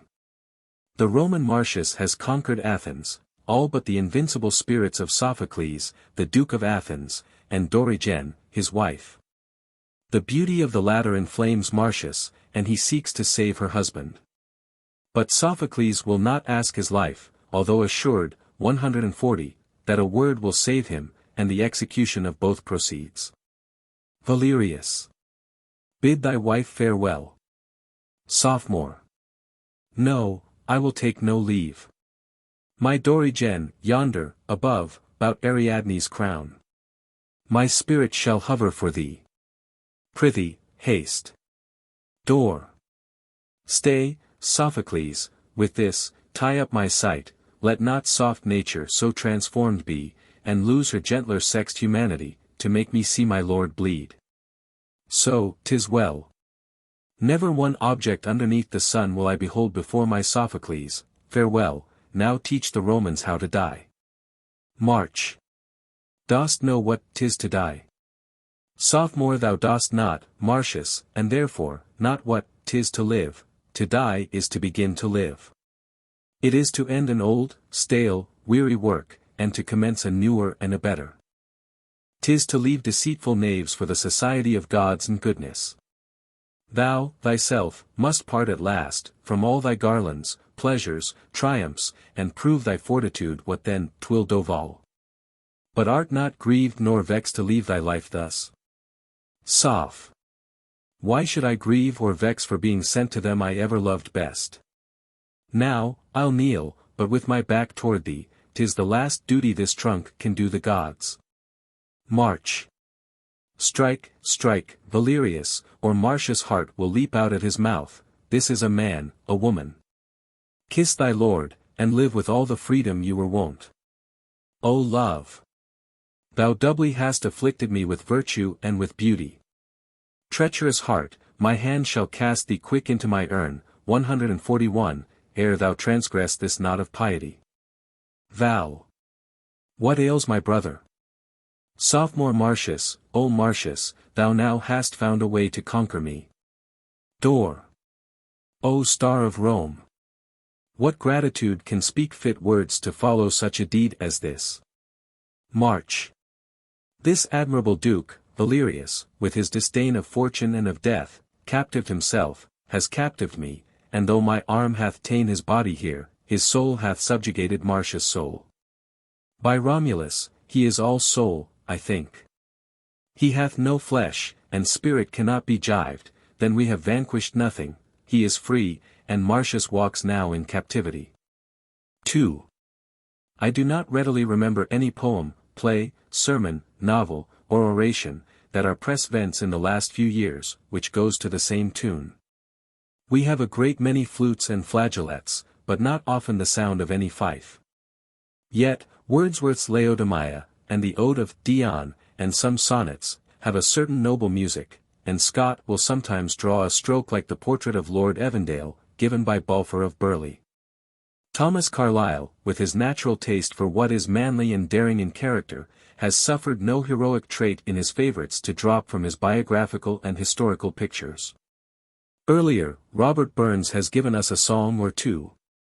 In the Harleian Miscellanies, there is an account of the Battle of Lutzen, which deserves to be read. And Simon Ockley's History of the Saracens, 142, recounts the prodigies of individual valor with admiration, all the more evident on the part of the narrator. That he seems to think that his place in Christian Oxford requires of him some proper protestations of abhorrence. But if we explore the literature of heroism, we shall quickly come to Plutarch, who is its doctor and historian. To him we owe the Brasidas, the Dion, the Epaminondas, the Scipio of old, and I must think we are more deeply indebted to him than to all the ancient writers. Each of his lives is a refutation to the despondency and cowardice of our religious and political theorists. A wild courage, a stoicism not of the schools, but of the blood, shines in every anecdote, and has given that book its immense fame. 3. We need books of this tart cathartic virtue, more than books of political science, or of private economy. Life is a festival only to the wise. Seen from the nook and chimney side of prudence, it wears a ragged and dangerous front. The violations of the laws of nature by our predecessors and our contemporaries are punished in us also. The disease and deformity around us certify the infraction of natural, intellectual, and moral laws, and often violation on violation to breed such compound misery. A lockjaw that bends a man's head back to his heels, hydrophobia that makes him bark at his wife and babes, insanity that makes him eat grass. War, plague, cholera, famine indicate a certain ferocity in nature, which, as it had its inlet by human crime, 143, must have its outlet by human suffering. Unhappily, almost no man exists who has not in his own person become, to some amount, a stockholder in the sin, and so made himself liable to a share in the expiation. For, our culture, therefore, must not omit the arming of the man. Let him hear in season that he is born into the state of war, and that the commonwealth and his own well-being require that he should not go dancing in the weeds of peace, but warned, self-collected, and neither defying nor dreading the thunder. Let him take both reputation and life in his hand, and, with perfect urbanity, dare the gibbet and the mob by the absolute truth of his speech, and the rectitude of his behavior. 5. Toward all this external evil, the man within the breast assumes a warlike attitude, and affirms his ability to cope single-handed with the infinite army of enemies. To this military attitude of the soul we give the name of heroism. Its rudest form is the contempt for safety and ease, which makes the attractiveness of war. It is a self-trust which slights the restraints of prudence, in the plenitude of its energy and power to repair the harms it may suffer. The hero is a mind of such balance that no disturbances can shake his will, but pleasantly, and, as it were, merrily, he advances to his own music, alike in frightful alarms, and in the tipsy mirth of universal dissoluteness. There is somewhat not philosophical in heroism, there is somewhat not holy in 144, it seems not to know that other souls are of one texture with it, it has pride, it is the extreme of individual nature. Nevertheless, we must profoundly revere it. There is somewhat in great actions, which does not allow us to go behind them. Heroism feels and never reasons, and therefore is always right. And although a different breeding, different religion, and greater intellectual activity, would have modified or even reversed the particular action, yet for the hero, that thing he does is the highest deed. And is not open to the censure of philosophers or divines. It is the avowal of the unschooled man, that he finds a quality in him that is negligent of expense, of health, of life, of danger, of hatred, of reproach. And knows that his will is higher and more excellent than all actual and all possible antagonists. 6. Heroism works in contradiction to the voice of mankind, and in contradiction, for a time, to the voice of the great and good. Heroism is an obedience to a secret impulse of an individual's character. Now to no other man can its wisdom appear as it does to him, for every man must be supposed to see a little further on his own proper path than any one else. Therefore, just and wise men take umbrage at his act, until after some little time be past, then they see it to be in unison with their acts. All prudent men see that the action is clean contrary to a sensual prosperity. For every heroic act measures itself by its contempt of some external good. 145, but it finds its own success at last, and then the prudent also extol. 7. Self-trust is the essence of heroism.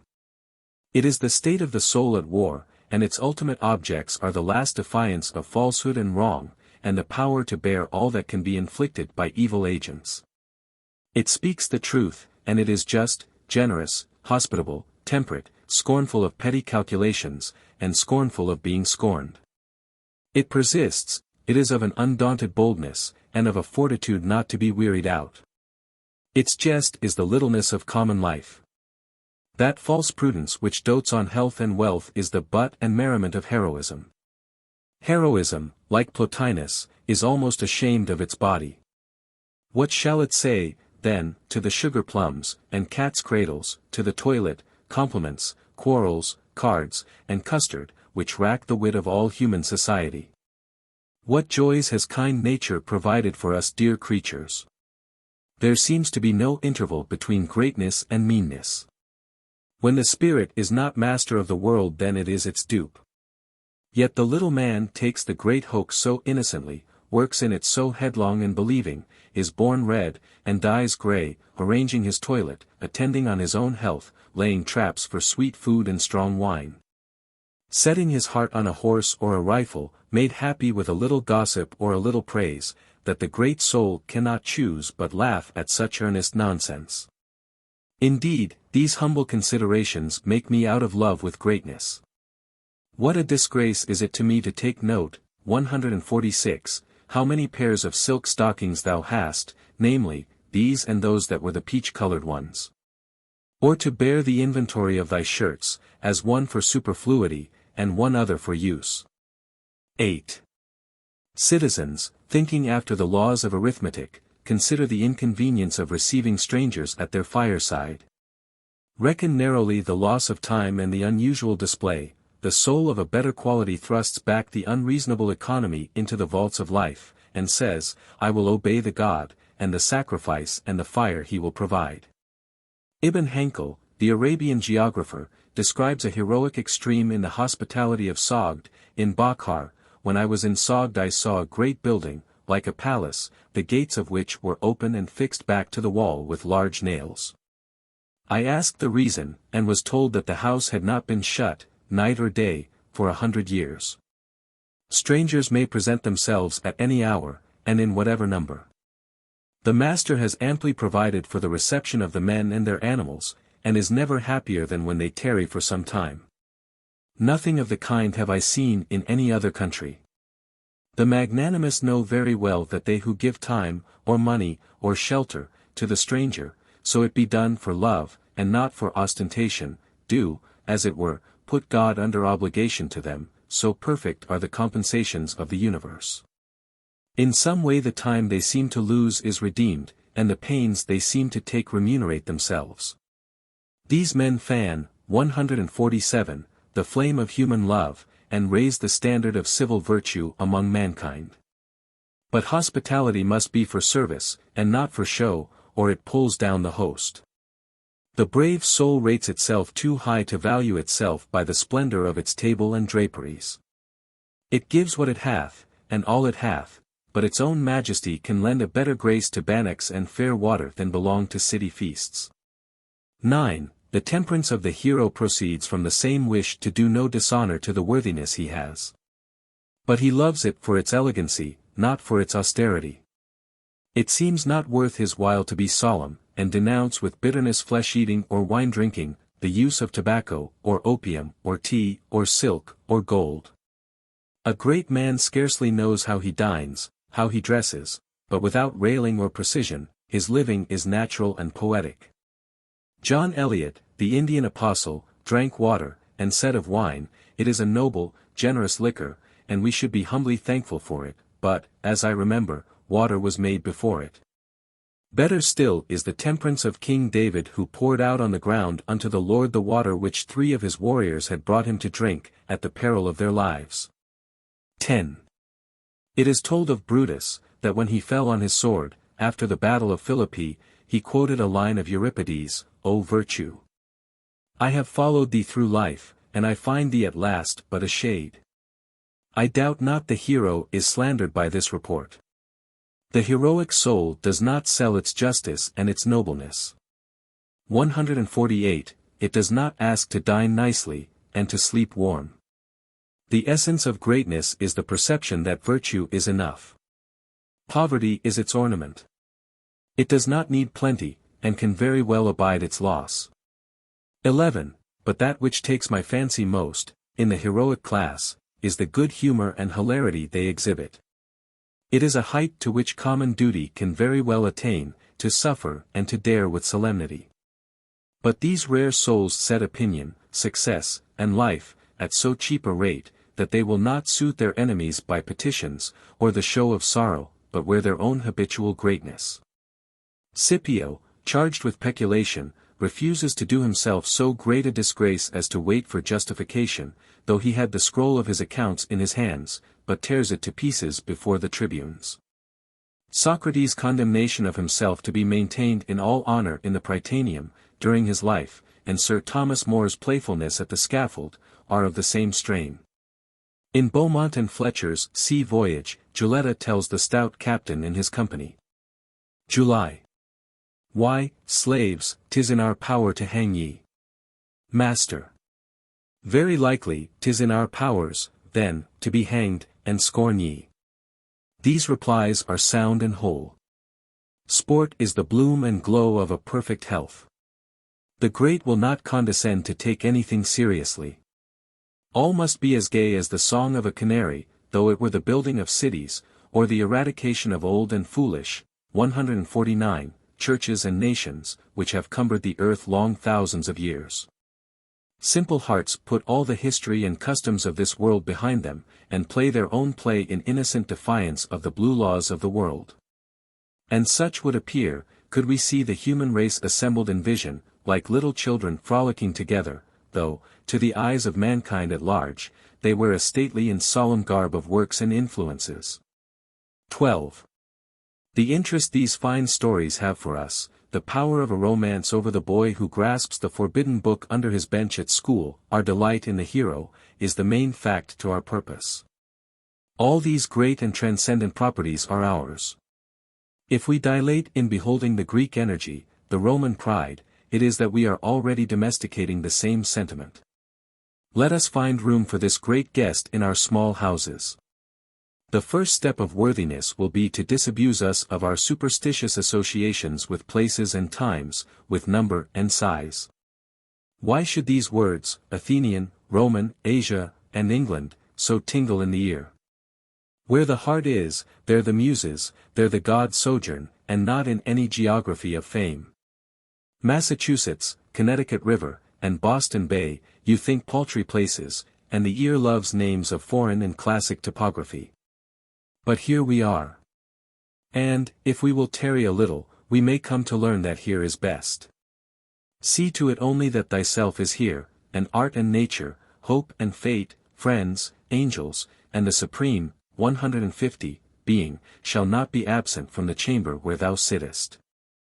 Epaminondas, brave and affectionate, does not seem to us to need Olympus to die upon, nor the Syrian sunshine. He lies very well where he is. The Jerseys were handsome ground enough for Washington to tread, and London streets for the feet of Milton. A great man makes his climate genial in the imagination of men, and its air the beloved element of all delicate spirits. That country is the fairest, which is inhabited by the noblest minds. The pictures which fill the imagination in reading the actions of Pericles, Xenophon, Columbus, Bayard, Sidney, Hampden, teach us how needlessly mean our life is, that we, by the depth of our living, Should deck it with more than regal or national splendor, and act on principles that should interest man and nature in the length of our days. 13. We have seen or heard of many extraordinary young men, who never ripened, or whose performance in actual life was not extraordinary. When we see their air and mien, when we hear them speak of society, or books, or religion, we admire their superiority, they seem to throw contempt on our entire polity and social state.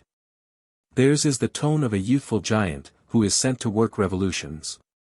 But they enter an active profession, and the forming colossus shrinks to the common size of man. The magic they used was the ideal tendencies, which always make the actual ridiculous, but the tough world had its revenge the moment they put their horses of the sun, 151, to plough in its furrow. They found no example and no companion, and their heart fainted. What then? The lesson they gave in their first aspirations, is yet true, and a better valor and a purer truth shall one day organize their belief. Or why should a woman liken herself to any historical woman, and think, because Sappho, or Savine, or de Stael, or the cloistered souls who have had genius and cultivation, do not satisfy the imagination and the serene Themis, none can. Certainly not she. Why not? She has a new and unattempted problem to solve, perchance that of the happiest nature that ever bloomed. Let the maiden, with erect soul, walk serenely on her way, accept the hint of each new experience, search, in turn, all the objects that solicit her eye.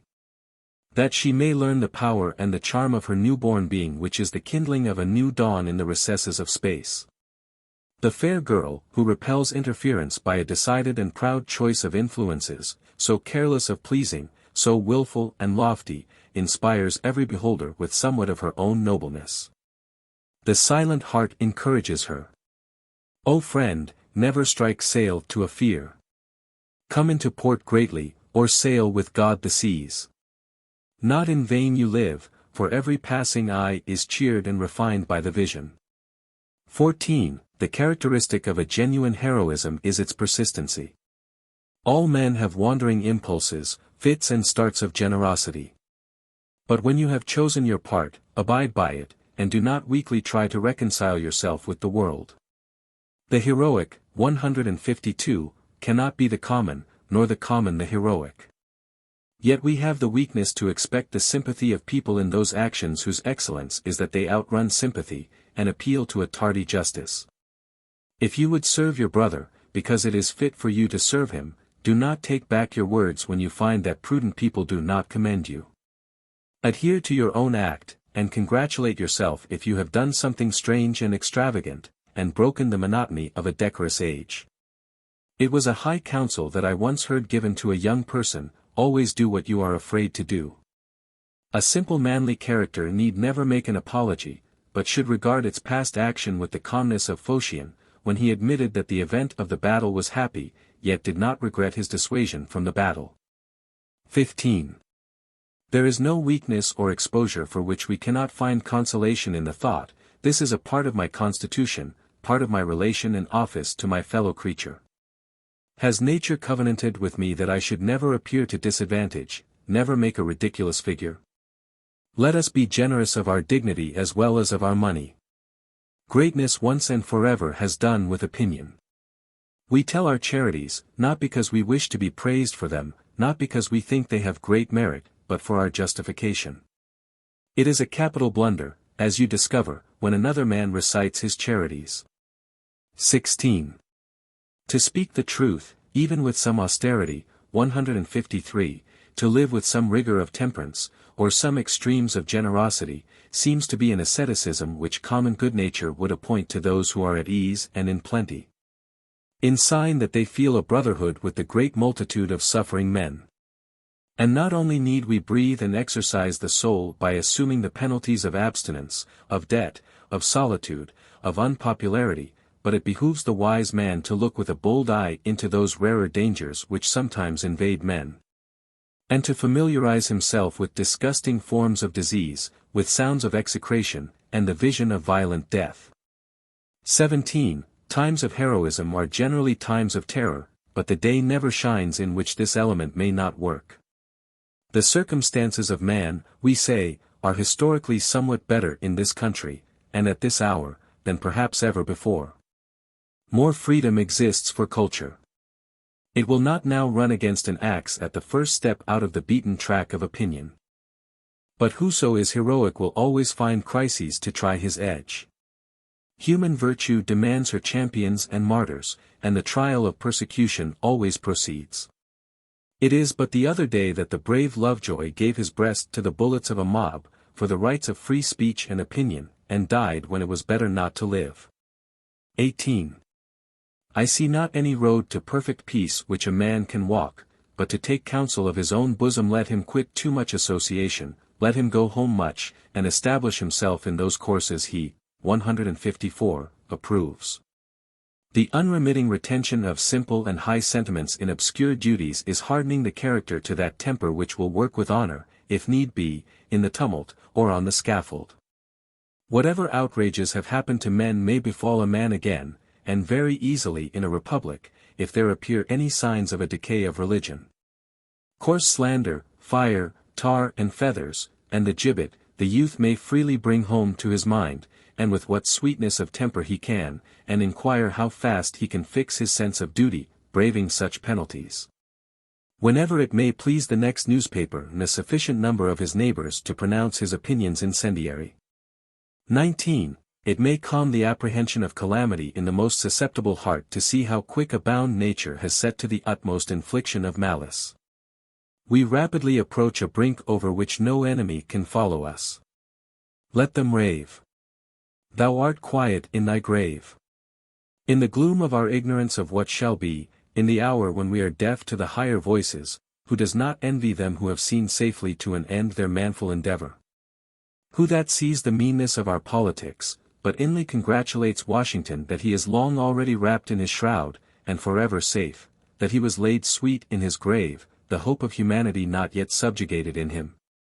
Who, 155, does not sometimes envy the good and brave, who are no more to suffer from the tumults of the natural world, and await with curious complacency the speedy term of his own conversation with finite nature? And yet the love that will be annihilated sooner than treacherous has already made death impossible, and affirms itself no mortal, but a native of the deeps of absolute and inextinguishable being. 156. Manners. 1. Half the world, it is said, knows not how the other half live. Our exploring expedition saw the Fiji Islanders getting their dinner off human bones, and they are said to eat their own wives and children. The husbandry of the modern inhabitants of Gournou, west of old Thebes, is philosophical to a fault. To set up their housekeeping, nothing is requisite but 2 or 3 earthen pots, a stone to grind meal, and a mat which is the bed. The house, namely, a tomb, is ready without rent or taxes. No rain can pass through the roof, and there is no door, for there is no want of one, as there is nothing to lose. If the house do not please them, they walk out and enter another, as there are several hundreds at their command. It is somewhat singular, adds Berzoni, to whom we owe this account, to talk of happiness among people who live in sepulchres, among corpses and rags of an ancient nation which they knew nothing of. In the deserts of Borgu the Rakdabus still dwell in caves, like cliff swallows, and the language of these Negroes is compared by their neighbors to the shrieking of bats, and to the whistling of birds. Again, the Bornus have no proper names. Individuals are called after, 157, their height, thickness, or other accidental quality, and have nicknames merely. But the salt, the dates, the ivory, and the gold, for which these horrible regions are visited, find their way into countries, where the purchaser and consumer can hardly be ranked in one race with these cannibals and man-stealers. Countries where man serves himself with metals, wood, stone, glass, gum, cotton, silk and wool, honors himself with architecture, writes laws, and contrives to execute his will through the hands of many nations. And, especially, establishes a select society, running through all the countries of intelligent men, a self-constituted aristocracy, or fraternity of the best, which, without written law, or exact usage of any kind, perpetuates itself. Colonizes every new planted island, and adopts and makes its own whatever personal beauty or extraordinary native endowment anywhere appears. 2. What fact more conspicuous in modern history, than the creation of the gentleman? Chivalry is that, and loyalty is that, and, in English literature, half the drama, and all the novels, from Sir Philip Sidney to Sir Walter Scott, paint this figure. The word gentleman, which, like the word Christian, must hereafter characterize the present and the few preceding centuries, by the importance attached to it, is a homage to personal and incommunicable properties. Frivolous and fantastic additions have got associated with the name, but the steady interest of mankind in it must be attributed to the valuable properties which, 158, it designates. An element which unites all the most forcible persons of every country. Makes them intelligible and agreeable to each other, and is somewhat so precise, that it is at once felt if an individual lacked the Masonic sign, cannot be any casual product, but must be an average result of the character and faculties universally found in men. It seems a certain permanent average, as the atmosphere is a permanent composition, whilst so many gases are combined only to be decompounded. Comme il faut, is the Frenchman's description of good society, as we must be. It is a spontaneous fruit of talents and feelings of precisely that class who have most vigor, who take the lead in the world of this hour, and, though far from pure, far from constituting the gladdest and highest tone of human feeling, is as good as the whole society permits it to be. It is made of the spirit, more than of the talent of men, and is a compound result, into which every great force enters as an ingredient, namely, virtue, wit, beauty, wealth, and power. 3. There is something equivocal in all the words in use to express the excellence of manners and social cultivation, because the qualities are fluxional, and the last effect is assumed by the senses as the cause. The word gentleman has not any correlative abstract to express the quality. Gentility is mean, and gentilesse is obsolete. But we must keep alive in the vernacular the distinction between fashion, word, 159, of narrow and often sinister meaning, and the heroic character which the gentleman imports. The usual words, however, must be respected, they will be found to contain the root of the matter. The point of distinction in all this class of names, as courtesy, chivalry, fashion, and the like, is, that the flower and fruit, not the grain of the tree, are contemplated. It is beauty which is the aim this time, and not worth. The result is now in question, although our words intimate well enough the popular feeling, that the appearance supposes a substance. The gentleman is a man of truth, lord of his own actions, and expressing that lordship in his behavior, not in any manner dependent and servile either on persons, or opinions, or possessions. Beyond this fact of truth and real force, the word denotes good nature and benevolence, manhood first, and then gentleness. The popular notion certainly adds a condition of ease and fortune. But that is a natural result of personal force and love, that they should possess and dispense the goods of the world. In times of violence, every eminent person must fall in with many opportunities to approve his stoutness and worth. Therefore every man's name that emerged at all from the mass in the feudal ages, rattles in our ear like a flourish of trumpets. But personal force never goes out of fashion.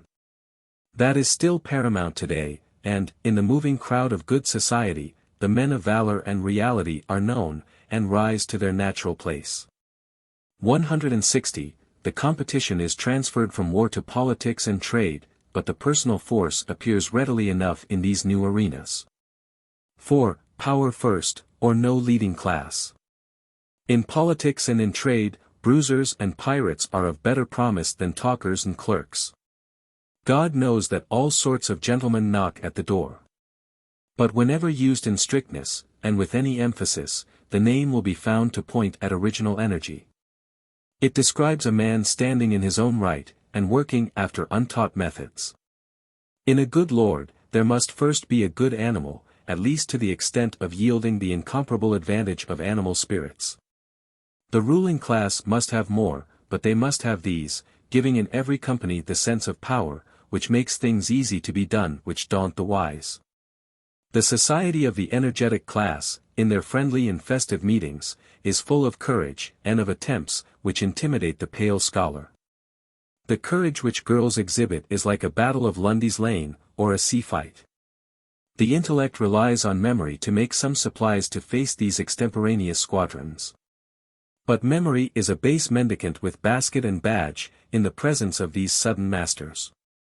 The rulers of society must be up to the work of the world, and equal to their versatile office, men of the right Caesarean pattern, who have great range of affinity. I am far from believing the timid maxim of Lord Falkland, that for ceremony there must go two to it. Since a bold fellow will go, 161, through the cunningest forms, and am of opinion that the gentleman is the bold fellow whose forms are not to be broken through. And only that plenteous nature is rightful master, which is the complement of whatever person it converses with. My gentleman gives the law where he is. He will outpraise saints in chapel, out-general veterans in the field, and outshine all courtesy in the hall. He is good company for pirates, and good with academicians, so that it is useless to fortify yourself against him. He has the private entrance to all minds, and I could as easily exclude myself as him. The famous gentlemen of Asia and Europe have been of this strong type: Saladin, Sapor, the Cid, Julius Caesar, Scipio, Alexander, Pericles, and the lordliest personages. They sat very carelessly in their chairs, and were too excellent themselves to value any condition at a high rate. 5. A plentiful fortune is reckoned necessary, in the popular judgment, to the completion of this man of the world, and it is a material deputy which walks through the dance which the first has led. Money is not essential, but this wide affinity is, which transcends the habits of clique and caste, and makes itself felt by men of all classes. If the aristocrat is only valid in fashionable circles, and not with truck men, he will never be a leader in fashion. And if the man of the people cannot speak on equal terms with the gentleman, so that the gentleman shall perceive that he is already really of his own order, he is not to be, 162, feared. Diogenes, Socrates, and Epaminondas are gentlemen of the best blood, who have chosen the condition of poverty, when that of wealth was equally open to them. I use these old names, but the men I speak of are my contemporaries. Fortune will not supply to every generation one of these well-appointed knights, but every collection of men furnishes some example of the class, and the politics of this country, and the trade of every town, are controlled by these hardy and irresponsible doers, who have invention to take the lead, and a broad sympathy which puts them in fellowship with crowds, and makes their action popular. 6. The manners of this class are observed and caught with devotion by men of taste. The association of these masters with each other, and with men intelligent of their merits, is mutually agreeable and stimulating. The good forms, the happiest expressions of each, are repeated and adopted. By swift consent, everything superfluous is dropped, everything graceful is renewed. Fine manners show themselves formidable to the uncultivated man. They are a subtler science of defense to parry and intimidate. But once matched by the skill of the other party, they drop the point of the sword, points and fences disappear, and the youth finds himself in a more transparent atmosphere, wherein life is a less troublesome game. And not a misunderstanding rises between the players.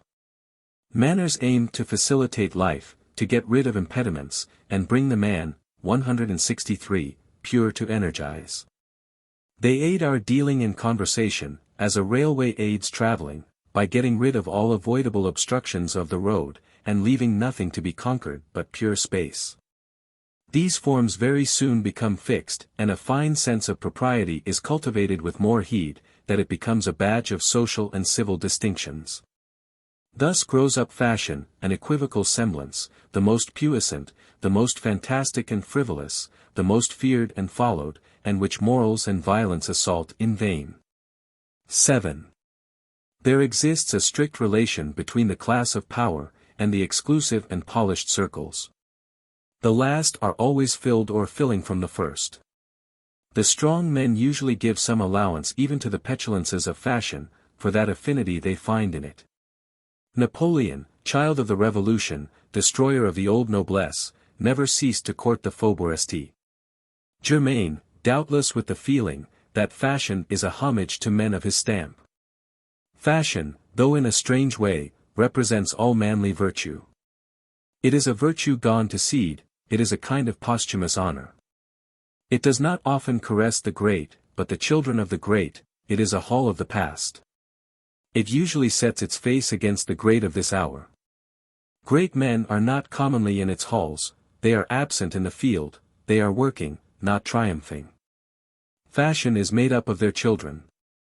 Of those, who, through the value and virtue of somebody, have acquired luster to their name, marks of distinction, 164, means of cultivation and generosity, and, in their physical organization, a certain health and excellence, which secures to them, if not the highest power to work, yet high power to enjoy. The class of power, the working heroes, the Cortez, the Nelson, the Napoleon, see that this is the festivity and permanent celebration of such as they, that fashion is funded talent, is Mexico, Marengo, and Trafalgar beaten out thin. That the brilliant names of fashion run back to just such busy names as their own, 50 or 60 years ago. They are the sowers, their sons shall be the reapers, and their sons, in the ordinary course of things, must yield the possession of the harvest, to new competitors with keener eyes and stronger frames. The city is recruited from the country. In the year 1805, it is said, every legitimate monarch in Europe was imbecile. The city would have died out, rotted, and exploded, long ago, but that it was reinforced from the fields. It is only country which came to town day before yesterday, that is city and court today. 8. Aristocracy and fashion are certain inevitable results. These mutual selections are indestructible. If they provoke anger in the least favored class, and the excluded majority revenge themselves on the excluding minority, by the strong hand, and kill them, at once a new class finds itself at the top. As certainly as cream rises in a bowl of milk, and if the people should destroy class after class, until two men only were left, one of these would be the leader, and would, 165, be involuntarily served and copied by the other. You may keep this minority out of sight and out of mind, but it is tenacious of life, and is one of the estates of the realm. I am the more struck with this tenacity, when I see its work. It respects the administration of such unimportant matters, that we should not look for any durability in its rule. We sometimes meet men under some strong moral influence, as a patriotic, a literary, or religious movement, and feel that the moral sentiment rules man and nature. We think all other distinctions and ties will be slight and fugitive, this of caste or fashion, for example. Yet come from year to year, and see how permanent that is, in this Boston or New York life of man, where, too, it has not the least countenance from the law of the land. Not in Egypt or in India a firmer or more impassable line. Here are associations whose ties go over, and under, and through it, a meeting of merchants, a military corps, a college class, a fire club, a professional association, a political, a religious convention, the persons seem to draw inseparably near. Yet that assembly once dispersed, its members will not in the year meet again. Each returns to his degree in the scale of good society, porcelain remains porcelain, and earthen earthen. The objects of fashion may be frivolous, or fashion may be objectless, but the nature of this union and selection can be neither frivolous nor accidental. Each man's rank in that perfect graduation depends on some symmetry in his structure, or some agreement, 166, in his structure to the symmetry of society. Its doors unbar instantaneously to a natural claim of their own kind. A natural gentleman finds his way in, and will keep the oldest patrician out, who has lost his intrinsic rank. Fashion understands itself, good breeding and personal superiority of whatever country readily fraternize with those of every other. The chiefs of savage tribes have distinguished themselves in London and Paris, by the purity of their tournure. 9. To say what good of fashion we can, it rests on reality, and hates nothing so much as pretenders. To exclude and mystify pretenders, and send them into everlasting Coventry, is its delight. We contemn, in turn, every other gift of men of the world. But the habit, even in little and the least matters, of not appealing to any but our own sense of propriety, constitutes the foundation of all chivalry. There is almost no kind of self-reliance, so it be sane and proportioned, which fashion does not occasionally adopt, and give it the freedom of its saloons. A sainted soul is always elegant, and, if it will, passes unchallenged into the most guarded ring. But so will Jock the teamster pass, in some crisis that brings him thither, and find favor, as long as his head is not giddy with the new circumstance, and the iron shoes do not wish to dance in waltzes and cotillions. For there is nothing settled in manners, but the laws of behavior yield to the energy of the individual. The maiden at her first ball, the countryman at a city, 167, dinner, believes that there is a ritual according to which every act in compliment must be performed, or the failing party must be cast out of this presence. Later, they learn that good sense and character make their own forms every moment, and speak or abstain, to take wine or refuse it, stay or go, sit in a chair or sprawl with children on the floor, or stand on their head, or what elsesoever. In a new and aboriginal way, and that strong will is always in fashion, let who will be unfashionable. All that fashion demands is composure, and self-content. A circle of men perfectly well-bred would be a company of sensible persons, in which every man's native manners and character appear. If the fashionist have not this quality, he is nothing. We are such lovers of self-reliance, that we excuse in man many sins, if he will show us a complete satisfaction in his position, which asks no leave to be of mine, or any man's good opinion. But any deference to some eminent man or woman of the world, forfeits all privilege of nobility. He is an underling, I have nothing to do with him, I will speak with his master. A man should not go where he cannot carry his whole sphere or society with him, not bodily, the whole circle of his friends, but atmospherically. He should preserve in a new company the same attitude of mind and reality of relation, which his daily associates draw him to, else he is shorn of his best beams, and will be an orphan in the merriest club. If you could see Vich Ian Vor with his tail on, but, 168, Vich Ian Vor must always carry his belongings in some fashion, if not added as honor, then severed as disgrace. 10. There will always be in society certain persons who are mercuries of its approbation, and whose glance will at any time determine for the curious their standing in the world. These are the chamberlains of the lesser gods. Accept their coldness as an omen of grace with the loftier deities, and allow them all their privilege. They are clear in their office, nor could they be thus formidable, without their own merits. But do not measure the importance of this class by their pretension, or imagine that a fop can be the dispenser of honor and shame. They pass also at their just rate. For how can they otherwise, in circles which exist as a sort of herald's office for the sifting of character? 11. As the first thing man requires of man is reality, so that appears in all the forms of society. We pointedly, and by name, introduce the parties to each other. Know you before all heaven and earth, that this is Andrew, and this is Gregory. They look each other in the eye, they grasp each other's hand, to identify and signalize each other. It is a great satisfaction. A gentleman never dodges, his eyes look straight forward, and he assures the other party, first of all, that he has been met. For what is it that we seek, in so many visits and hospitalities? Is it your draperies, pictures, and decorations? Or, do we not insatiably ask, was a man in the house? I may, 169, easily go into a great household where there is much substance, excellent provision for comfort, luxury, and taste, and yet not encounter there any amphitryon, who shall subordinate these appendages. I may go into a cottage, and find a farmer who feels that he is the man I have come to see, and fronts me accordingly. It was therefore a very natural point of old feudal etiquette, that a gentleman who received a visit, though it were of his sovereign, should not leave his roof, but should wait his arrival at the door of his house. No house, though it were the Tuileries, or the Escurial, is good for anything without a master. And yet we are not often gratified by this hospitality. Everybody we know surrounds himself with a fine house, fine books, conservatory, gardens, equipage, and all manner of toys, as screens to interpose between himself and his guests. Does it not seem as if man was of a very sly, elusive nature, and dreaded nothing so much as a full rencontre front to front with his fellow?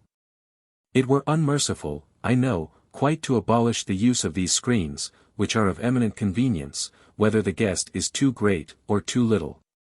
We call together many friends who keep each other in play, or by luxuries and ornaments we amuse the young people, and guard our retirement. Or if, perchance, a searching realist comes to our gate, before whose eyes we have no care to stand, then again we run to our curtain, and hide ourselves as Adam at the voice of the Lord God in the garden. Cardinal Caprara, the Pope's legate at Paris, defended, 170, himself from the glances of Napoleon, by an immense pair of green spectacles. Napoleon remarked them, and speedily managed to rally them off, and yet Napoleon, in his turn, was not great enough, with 800,000 troops at his back, to face a pair of free-born eyes, but fenced himself with etiquette. And within triple barriers of reserve, and, as all the world knows from Madame de Staël, was wont, when he found himself observed, to discharge his face of all expression. But emperors and rich men are by no means the most skilful masters of good manners.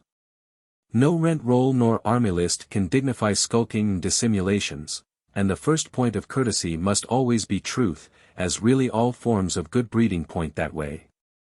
12. I have just been reading, in Mr. Hazlitt's translation, Montaigne's account of his journey into Italy, and am struck with nothing more agreeably than the self-respecting fashions of the time. His arrival in each place, the arrival of a gentleman of France, is an event of some consequence. Wherever he goes, he pays a visit to whatever prince or gentleman of note resides upon his road, as a duty to himself and to civilization. When he leaves any house in which he has lodged for a few weeks, he causes his arms to be painted and hung up as a perpetual sign to the house, as was the custom of gentlemen. 13. The complement of this graceful self-respect, and that of all the points of good breeding I most require and insist upon, is deference. I like that every chair should be a throne, and hold a king. I, 171, prefer a tendency to stateliness, to an excess of fellowship. Let the incommunicable objects of nature and the metaphysical isolation of man teach us independence. Let us not be too much acquainted.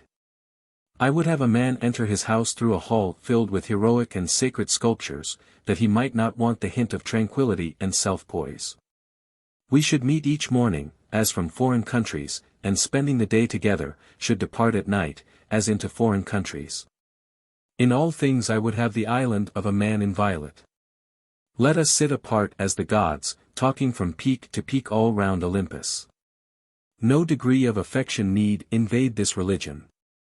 This is myrrh and rosemary to keep the other sweet. Lovers should guard their strangeness. If they forgive too much, all slides into confusion and meanness. It is easy to push this deference to a Chinese etiquette, but coolness and absence of heat and haste indicate fine qualities. A gentleman makes no noise, a lady is serene. Proportionate is our disgust at those invaders who fill a studious house with blast and running, to secure some paltry convenience. Not less I dislike a low sympathy of each with his neighbor's needs. Must we have a good understanding with one another's palates? As foolish people who have lived long together, know when each wants salt or sugar. I pray my companion, if he wishes for bread, to ask me for bread, and if he wishes for sassafras or arsenic, to ask me for them, and not to hold out his plate, as if I knew already. Every natural, 172, function can be dignified by deliberation and privacy. Let us leave hurry to slaves. The compliments and ceremonies of our breeding should recall, however remotely, the grandeur of our destiny. 14. The flower of courtesy does not very well bide handling, but if we dare to open another leaf, and explore what parts go to its conformation, we shall find also an intellectual quality. To the leaders of men, the brain as well as the flesh and the heart must furnish a proportion. Defect in manners is usually the defect of fine perceptions. Men are too coarsely made for the delicacy of beautiful carriage and customs. It is not quite sufficient to good breeding, a union of kindness and independence. We imperatively require a perception of, and a homage to, beauty in our companions. Other virtues are in request in the field and workyard, but a certain degree of taste is not to be spared in those we sit with. I could better eat with one who did not respect the truth or the laws, than with a sloven and unpresentable person. Moral qualities rule the world, but at short distances the senses are despotic. The same discrimination of fit and fair runs out, if with less rigor, into all parts of life. The average spirit of the energetic class is good sense, acting under certain limitations and to certain ends. It entertains every natural gift. Social in its nature, it respects everything which tends to unite men. It delights in measure. The love of beauty is mainly the love of measure or proportion. The person who screams, or uses the superlative, 173 degree, or converses with heat, puts whole drawing rooms to flight. If you wish to be loved, love measure. You must have genius, or a prodigious usefulness, if you will hide the want of measure. This perception comes in to polish and perfect the parts of the social instrument. Society will pardon much to genius and special gifts, but, being in its nature a convention, it loves what is conventional, or what belongs to coming together. That makes the good and bad of manners, namely, what helps or hinders fellowship. For, fashion is not good sense absolute, but relative, not good sense private, but good sense entertaining company. It hates corners and sharp points of character, hates quarrelsome, egotistical, solitary, and gloomy people. Hates whatever can interfere with total blending of parties, whilst it values all peculiarities as in the highest degree refreshing, which can consist with good fellowship. And besides the general infusion of wit to heighten civility, the direct splendor of intellectual power is ever welcome in fine society as the costliest addition to its rule and its credit. 15. The dry light must shine in to adorn our festival, but it must be tempered and shaded, or that will also offend. Accuracy is essential to beauty, and quick perceptions to politeness, but not too quick perceptions. One may be too punctual and too precise. He must leave the omniscience of business at the door, when he comes into the palace of beauty. Society loves Creole natures, and sleepy, languishing manners, so that they cover sense, grace, and goodwill. 174, the air of drowsy strength, which disarms criticism. Perhaps, because such a person seems to reserve himself for the best of the game, and not spend himself on surfaces. An ignoring eye, which does not see the annoyances, shifts, and inconveniences, that cloud the brow and smother the voice of the sensitive. 16. Therefore, besides personal force and so much perception as constitutes unerring taste, society demands in its patrician class, another element already intimated, which it significantly terms good nature, expressing all degrees of generosity. From the lowest willingness and faculty to oblige, up to the heights of magnanimity and love. Insight we must have, or we shall run against one another, and miss the way to our food, but intellect is selfish and barren. The secret of success in society, is a certain heartiness and sympathy. A man who is not happy in the company, cannot find any word in his memory that will fit the occasion. All his information is a little impertinent. A man who is happy there, finds in every turn of the conversation equally lucky occasions for the introduction of that which he has to say. The favorites of society, and what it calls whole souls, are able men, and of more spirit than wit, who have no uncomfortable egotism, but who exactly fill the hour and the company, contented and contenting, at a marriage or a funeral, a ball or a jury, a water party or a shooting match. England, which is rich in gentlemen, furnished, in the beginning of the present century, a good model of that genius which the world loves, in Mr. 175, Fox, who added to his great abilities the most social disposition, and real love of men. Parliamentary history has few better passages than the debate, in which Burke and Fox separated in the House of Commons, when Fox urged on his old friend the claims of old friendship with such tenderness, that the House was moved to tears. Another anecdote is so close to my matter, that I must hazard the story.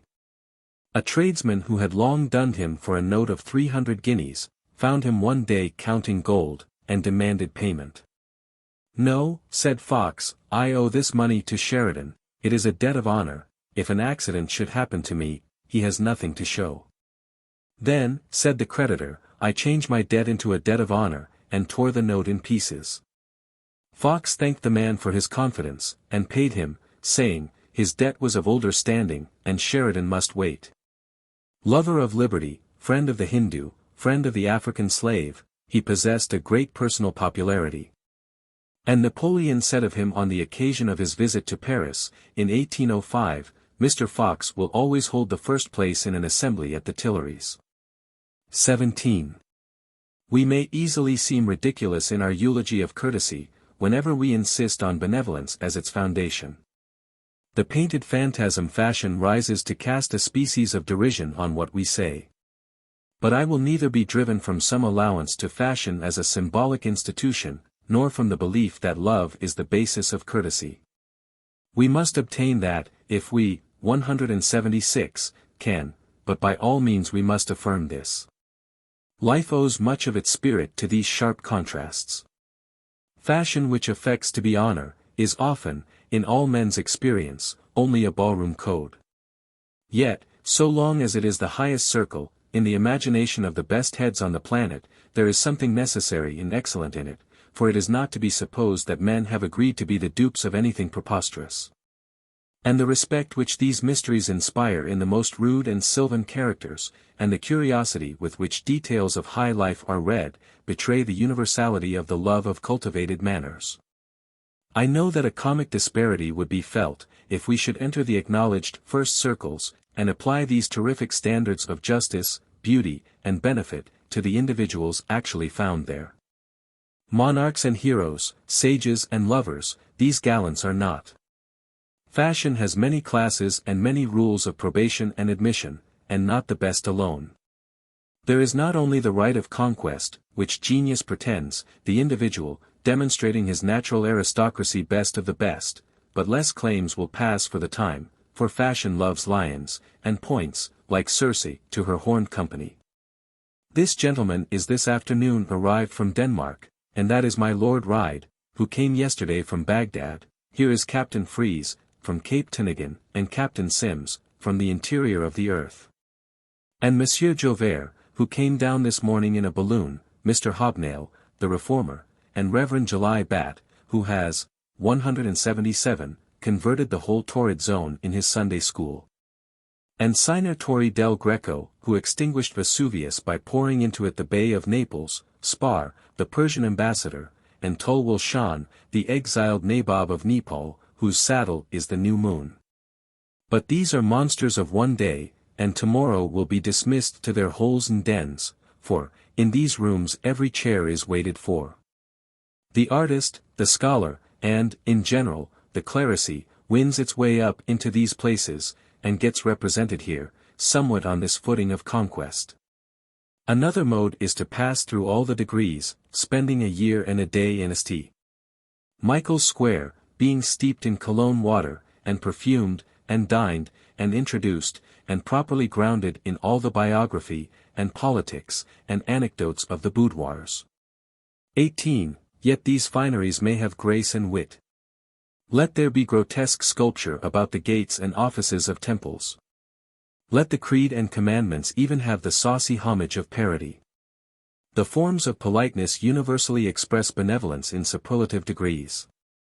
What if they are in the mouths of selfish men, and used as means of selfishness?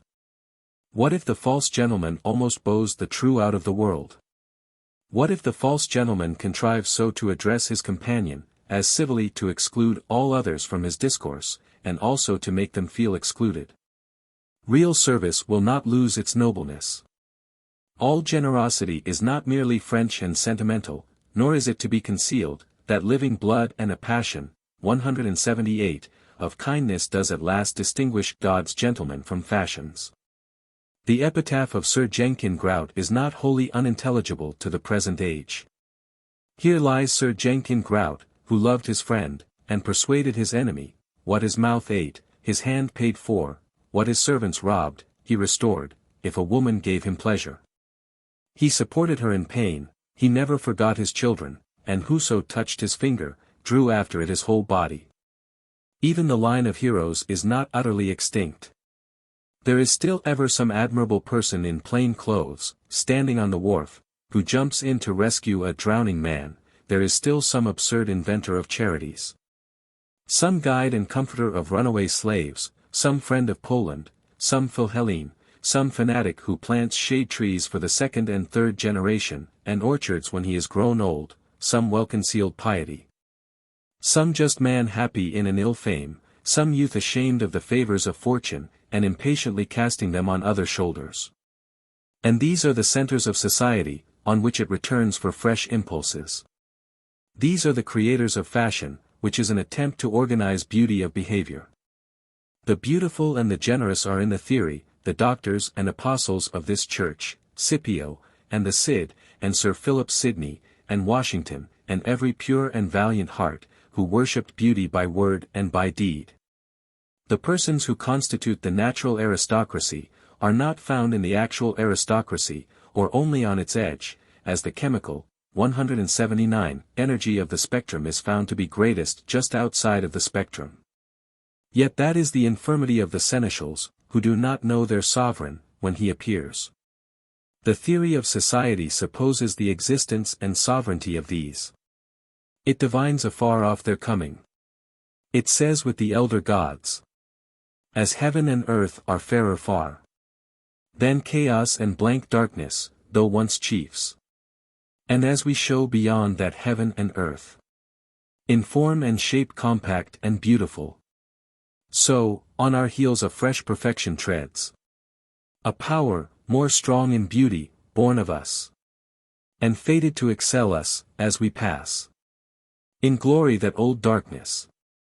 For, 'tis the eternal law, that first in beauty shall be first in might. 19. Therefore, within the ethnical circle of good society, there is a narrower and higher circle, concentration of its light, and flower of courtesy, to which there is always a tacit appeal of pride and reference, as to its inner and imperial court. The parliament of love and chivalry. And this is constituted of those persons in whom heroic dispositions are native, with the love of beauty, the delight in society, and the power to embellish the passing day. If the individuals who compose the purest circles of aristocracy in Europe, the guarded blood of centuries, should pass in review, in such manner as that we could, leisurely and critically, inspect their behavior, we might find no gentleman, and no lady. For although excellent specimens, 180, of courtesy and high breeding would gratify us in the assemblage, in the particulars, we should detect offense. Because, elegance comes of no breeding, but of birth. There must be romance of character, or the most fastidious exclusion of impertinencies will not avail. It must be genius which takes that direction, it must be not courteous, but courtesy. High behavior is as rare in fiction as it is in fact. Scott is praised for the fidelity with which he painted the demeanor and conversation of the superior classes. Certainly, kings and queens, nobles and great ladies, had some right to complain of the absurdity that had been put in their mouths, before the days of Waverley, but neither does Scott's dialogue bear criticism. His lords brave each other in smart epigrammatic speeches, but the dialogue is in costume, and does not please on the second reading, it is not warm with life. In Shakespeare alone, the speakers do not strut and bridle, the dialogue is easily great, and he adds to so many titles that of being the best-bred man in England, and in Christendom. Once or twice in a lifetime we are permitted to enjoy the charm of noble manners, in the presence of a man or woman who have no bar in their nature, but whose character emanates freely in their word and gesture. A beautiful form is better than a beautiful face, a beautiful behavior is better than a beautiful form, it gives a higher pleasure than statues or pictures, it is the finest of the fine arts. A man is but a little thing in the midst of the objects of nature, yet, by the moral, 181, quality radiating from his countenance, he may abolish all considerations of magnitude, and in his manners equal the majesty of the world. I have seen an individual whose manners, though wholly within the conventions of elegant society, were never learned there, but were original and commanding, and held out protection and prosperity. One who did not need the aid of a court suit, but carried the holiday in his eye, who exhilarated the fancy by flinging wide the doors of new modes of existence. Who shook off the captivity of etiquette, with happy, spirited bearing, good-natured and free as Robin Hood, yet with the port of an emperor, if need be, calm, serious, and fit to stand the gaze of millions. 20. The open air in the fields, the street and public chambers, are the places where man executes his will, let him yield or divide the scepter at the door of the house.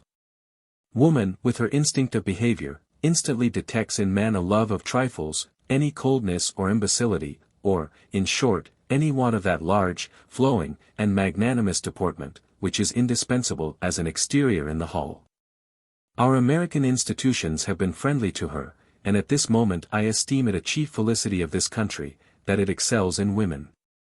A certain awkward consciousness of inferiority in the men, may give rise to the new chivalry in behalf of woman's rights. Certainly, let her be as much better placed in the laws and in social forms, as the most zealous reformer can ask, but I confide so entirely in her inspiring and, 182, musical nature, that I believe only herself can show us how she shall be served. The wonderful generosity of her sentiments raises her at times into heroical and godlike regions, and verifies the pictures of Minerva, Juno, or Polymnia. And, by the firmness with which she treads her upward path, she convinces the coarsest calculators that another road exists than that which their feet know. But besides those who make good in our imagination the place of muses and of Delphic sibyls, are there not women who fill our vase with wine and roses to the brim, so that the wine runs over and fills the house with perfume? Who inspire us with courtesy, who unloose our tongues, and we speak, who anoint our eyes, and we see. We say things we never thought to have said, for once, our walls of habitual reserve vanished, and left us at large. We were children playing with children in a wide field of flowers dipus, we cried, in these influences, for days, for weeks, and we shall be sunny poets, and will write out in many-colored words the romance that you are. Was it Hafiz or Ferdowsi that said of his Persian Lila, she was an elemental force, and astonished me by her amount of life, when I saw her day after day radiating, every instant, redundant joy and grace on all around her. She was a solvent powerful to reconcile all heterogeneous persons into one society, like air or water, an element of such a great range of affinities, that it combines readily with 1,000 substances. Where she is present, all others will be more than they are wont. She was a unit and, 183, whole, so that whatsoever she did, became her. She had too much sympathy and desire to please, than that you could say, her manners were marked with dignity, yet no princess could surpass her clear and erect demeanor on each occasion. She did not study the Persian grammar, nor the books of the 7 poets, but all the poems of the 7 seemed to be written upon her. For, though the bias of her nature was not to thought, but to sympathy, yet was she so perfect in her own nature, as to meet intellectual persons by the fullness of her heart, warming them by her sentiments. Believing, as she did, that by dealing nobly with all would show themselves noble. 21. I know that this Byzantine pile of chivalry of fashion, which seems so fair and picturesque to those who look at the contemporary facts for science or for entertainment, is not equally pleasant to all spectators. The constitution of our society makes it a giant's castle to the ambitious youth who have not found their names enrolled in its golden book, and whom it has excluded from its coveted honors and privileges. They have yet to learn that its seeming grandeur is shadowy and relative, it is great by their allowance, its proudest gates will fly open at the approach of their courage and virtue. For the present distress, however, of those who are predisposed to suffer from the tyrannies of this caprice, there are easy remedies. To remove your residence a couple of miles, or at most 4, will commonly relieve the most extreme susceptibility. For, the advantages which, 184, fashion values are plants which thrive in very confined localities, in a few streets, namely. Out of this precinct, they go for nothing, are of no use in the farm, in the forest, in the market, in war, in the nuptial society, in the literary or scientific circle, at sea, in friendship, in the heaven of thought or virtue. 22. But we have lingered long enough in these painted courts. The worth of the thing signified must vindicate our taste for the emblem. Everything that is called fashion and courtesy humbles itself before the cause and fountain of honor, creator of titles and dignities, namely, the heart of love. This is the royal blood, this the fire, which, in all countries and contingencies, will work after its kind and conquer and expand all that approaches it. This gives new meanings to every fact. This impoverishes the rich, suffering no grandeur but its own. What is rich? Are you rich enough to help anybody? To succor the unfashionable and the eccentric? Rich enough to make the Canadian in his wagon, the itinerant with his consul's paper which commends him to the charitable, the swarthy Italian with his few broken words of English, the lame pauper hunted by overseers from town to town.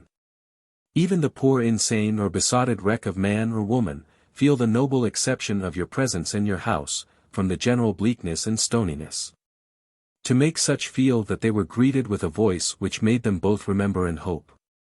What is vulgar, but to refuse the claim on acute and conclusive reasons? What is gentle, but, 185, to allow it, and give their heart and yours lone holiday from the national caution? Without the rich heart, wealth is an ugly beggar.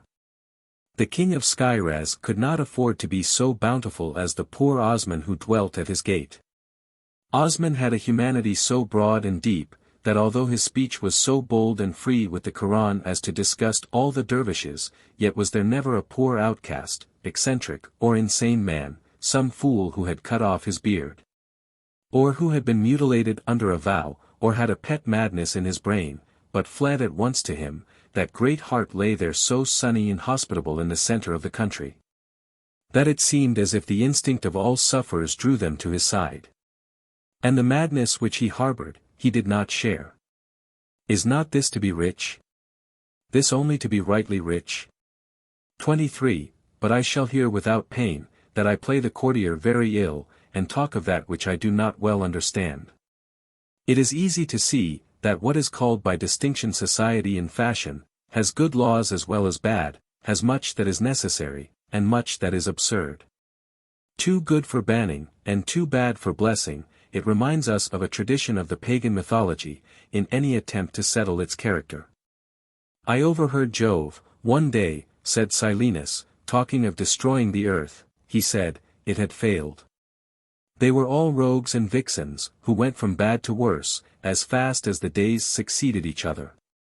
Minerva said, she hoped not.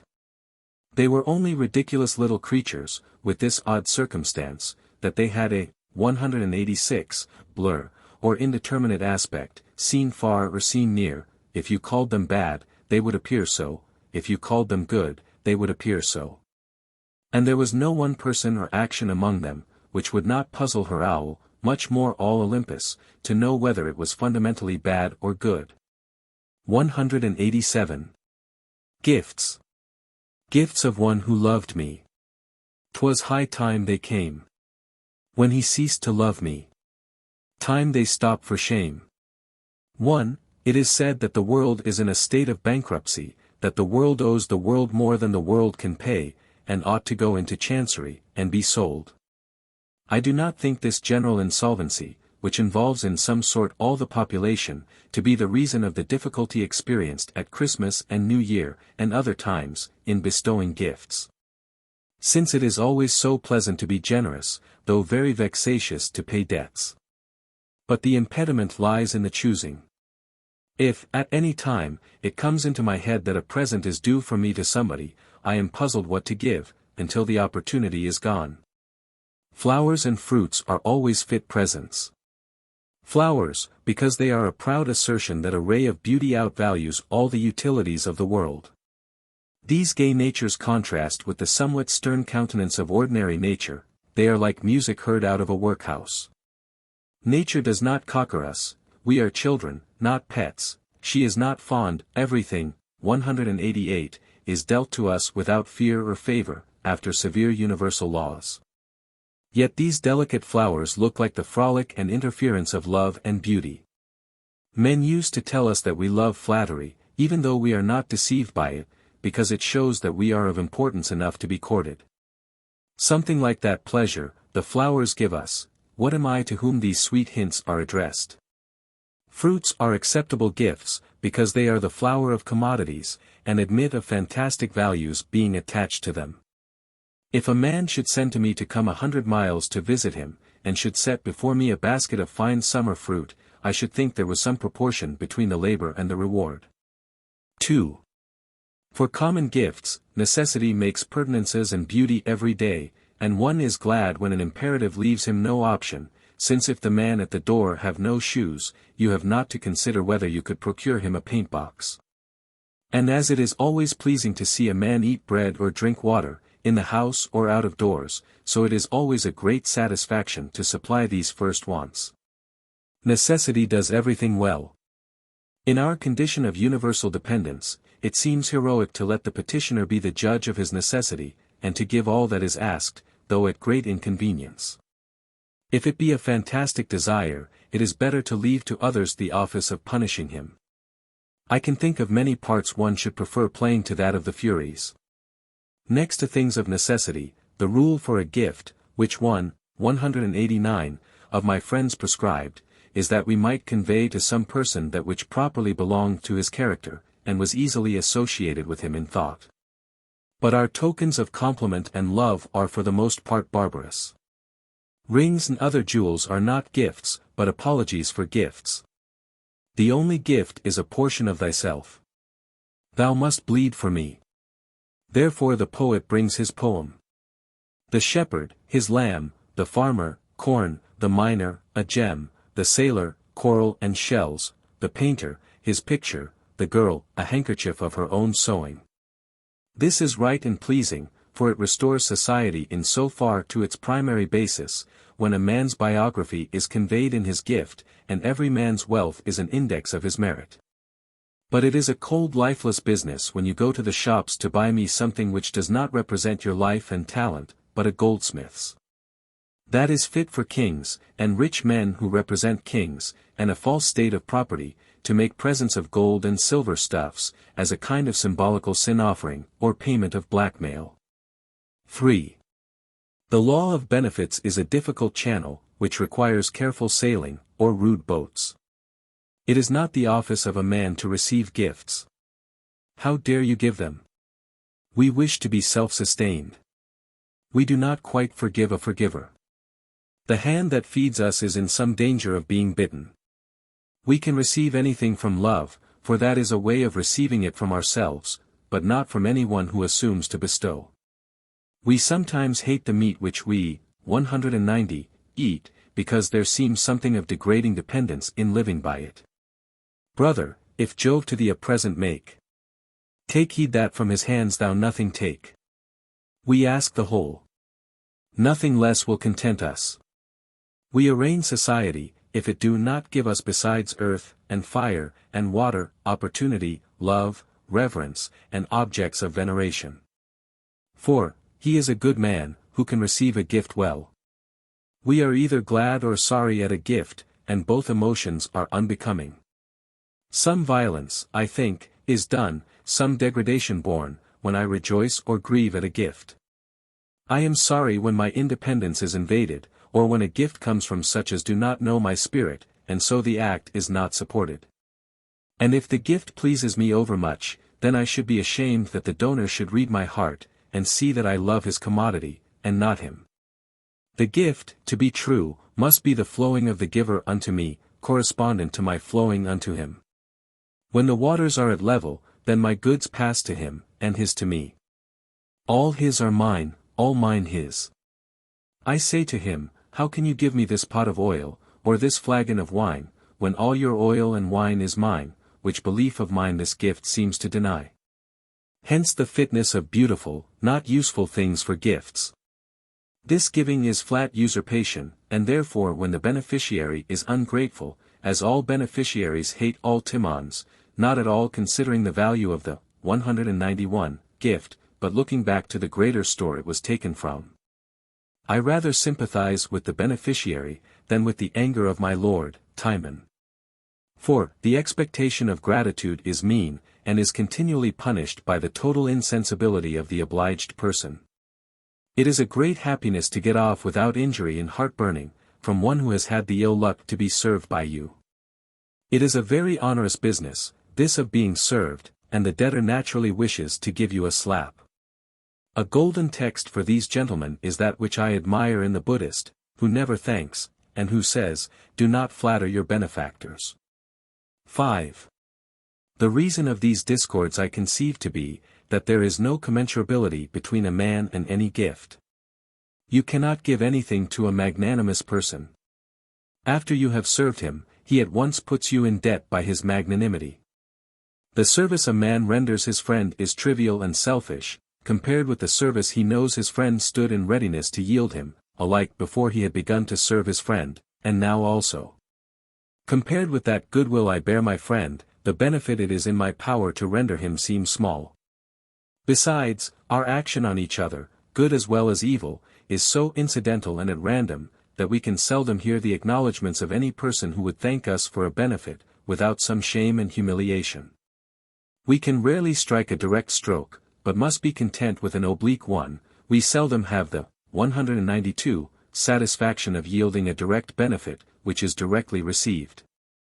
But rectitude scatters favors on every side without knowing it, and receives with wonder the thanks of all people. 6.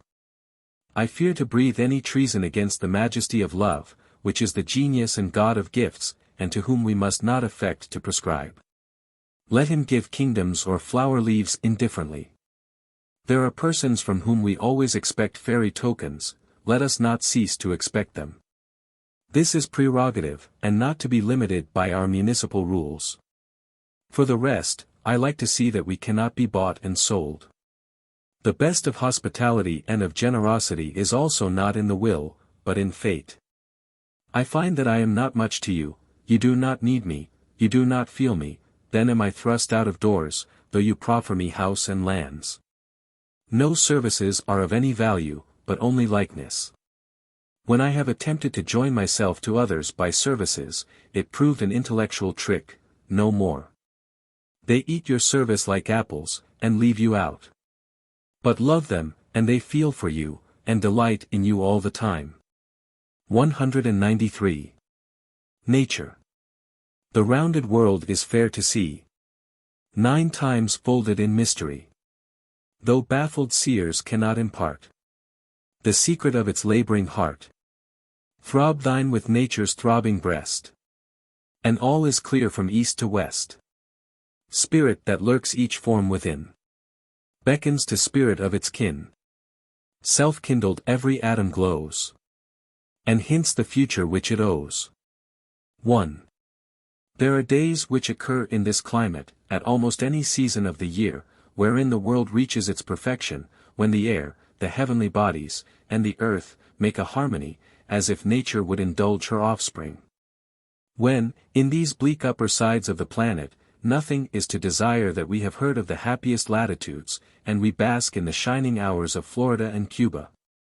When everything that has life gives sign of satisfaction, and the cattle that lie on the ground seem to have great and tranquil thoughts. These halcyons may be looked for with a little more assurance in that pure October weather, which we distinguish by the name of Indian summer. The day, immeasurably long, sleeps over the broad hills and warm wide fields. To have lived, 194, through all its sunny hours, seems longevity enough. The solitary places do not seem quite lonely. At the gates of the forest, the surprised man of the world is forced to leave his city estimates of great and small, wise and foolish. The knapsack of custom falls off his back with the first step he makes into these precincts. Here is sanctity which shames our religions, and reality which discredits our heroes. Here we find nature to be the circumstance which dwarfs every other circumstance, and judges like a god all men that come to her. We have crept out of our close and crowded houses into the night and morning, and we see what majestic beauties daily wrap us in their bosom. How willingly we would escape the barriers which render them comparatively impotent, escape the sophistication and second thought, and suffer nature to entrance us. The tempered light of the woods is like a perpetual morning, and is stimulating and heroic. The anciently reported spells of these places creep on us. The stems of pines, hemlocks, and oaks, almost gleam like iron on the excited eye.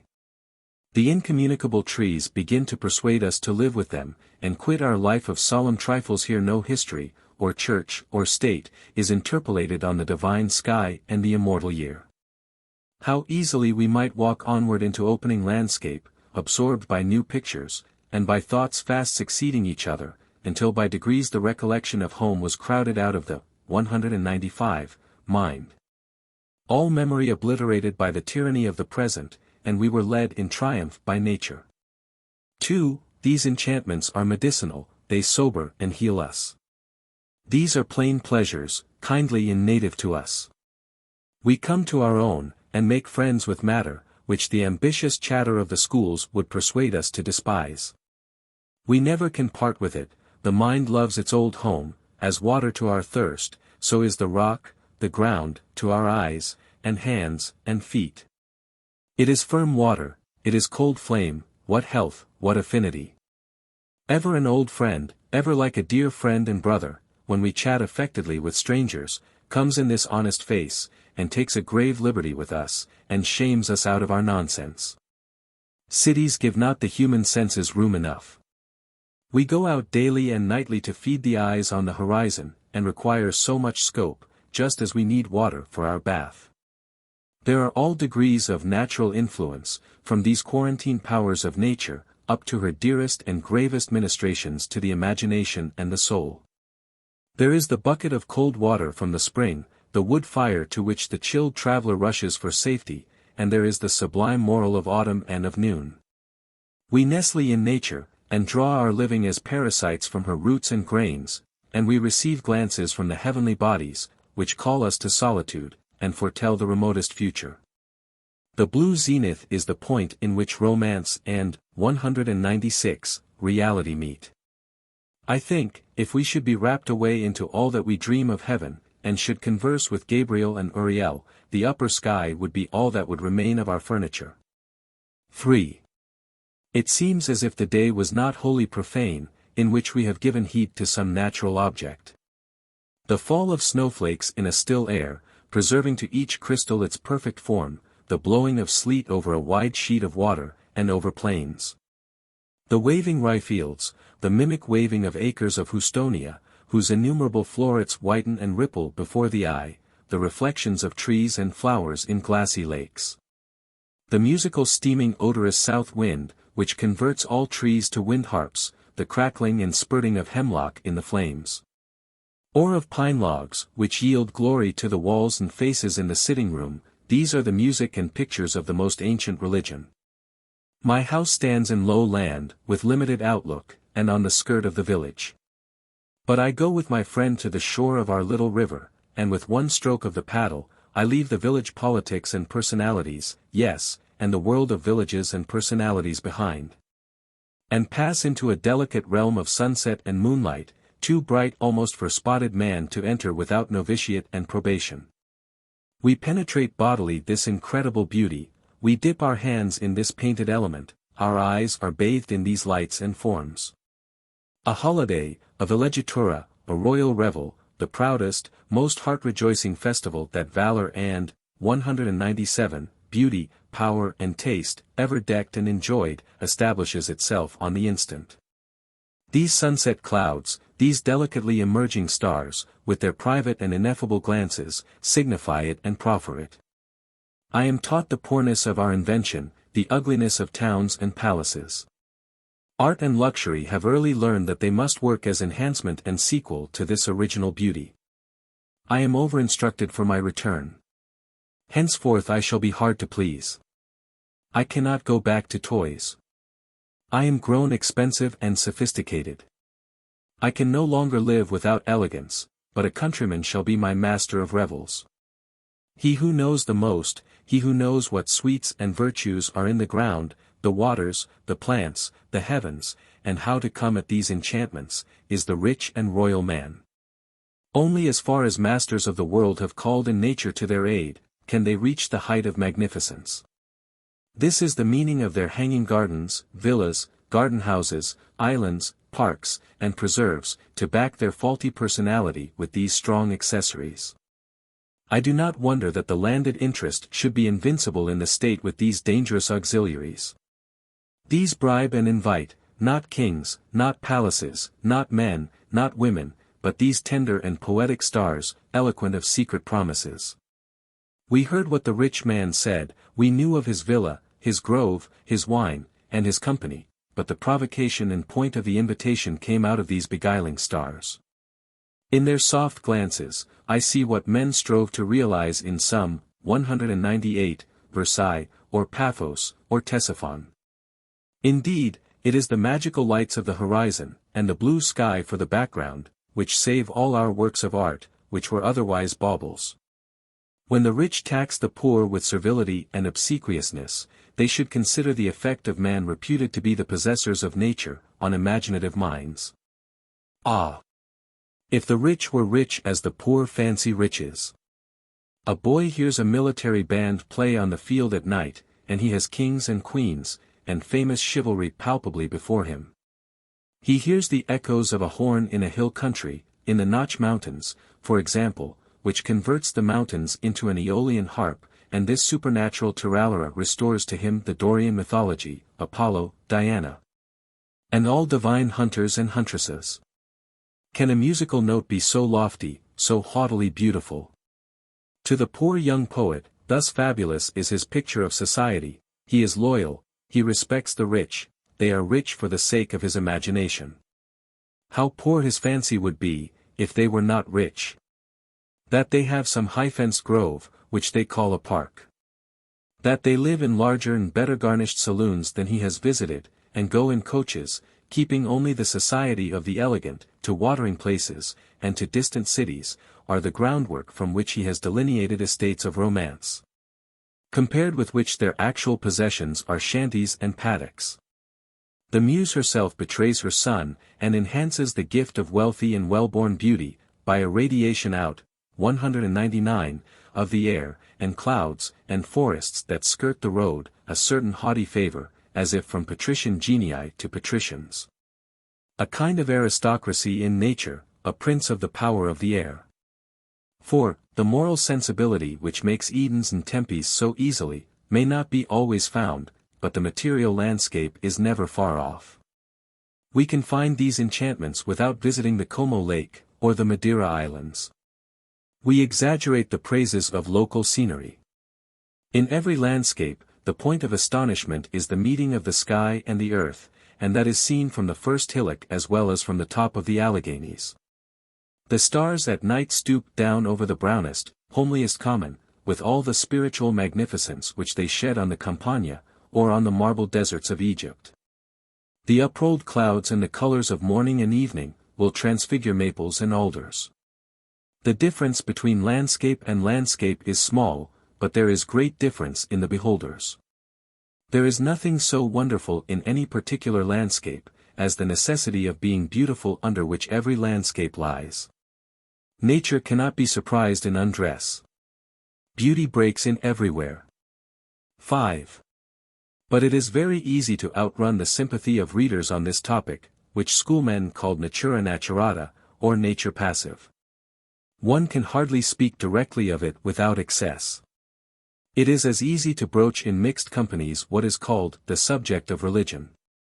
A susceptible person does not like to, 200, indulge his tastes in this kind, without the apology of some trivial necessity. He goes to see a woodlot, or to look at the crops, or to fetch a plant or a mineral from a remote locality. Or he carries a fowling piece, or a fishing rod. I suppose this shame must have a good reason. A dilettantism in nature is barren and unworthy. The fop of fields is no better than his brother of Broadway. Men are naturally hunters and inquisitive of woodcraft, and I suppose that such a gazetteer as woodcutters and Indians should furnish facts for would take place in the most sumptuous drawing-rooms of all the wreaths and Flora's chaplets of the bookshops. Yet ordinarily, whether we are too clumsy for so subtle a topic, or from whatever cause, as soon as men begin to write on nature, they fall into euphuism. Frivolity is a most unfit tribute to Pan, who ought to be represented in the mythology as the most continent of gods. I would not be frivolous before the admirable reserve and prudence of time, yet I cannot renounce the right of returning often to this old topic. The multitude of false churches accredits the true religion. Literature, poetry, science, are the homage of man to this unfathomed secret, concerning which no sane man can affect an indifference or incuriosity. Nature is loved by what is best in us. It is loved as the city of God, although, or rather because there is no citizen. The sunset is unlike anything that is underneath it, it wants men. And the beauty of nature must always seem unreal and mocking, until the landscape, 201, has human figures, that are as good as itself. If there were good men, there would never be this rapture in nature. If the king is in the palace, nobody looks at the walls.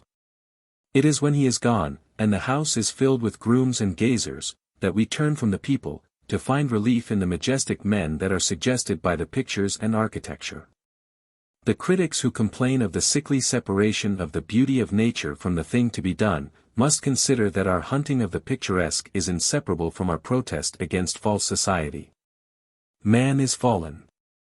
Nature is erect and serves as a differential thermometer, detecting the presence or absence of the divine sentiment in man.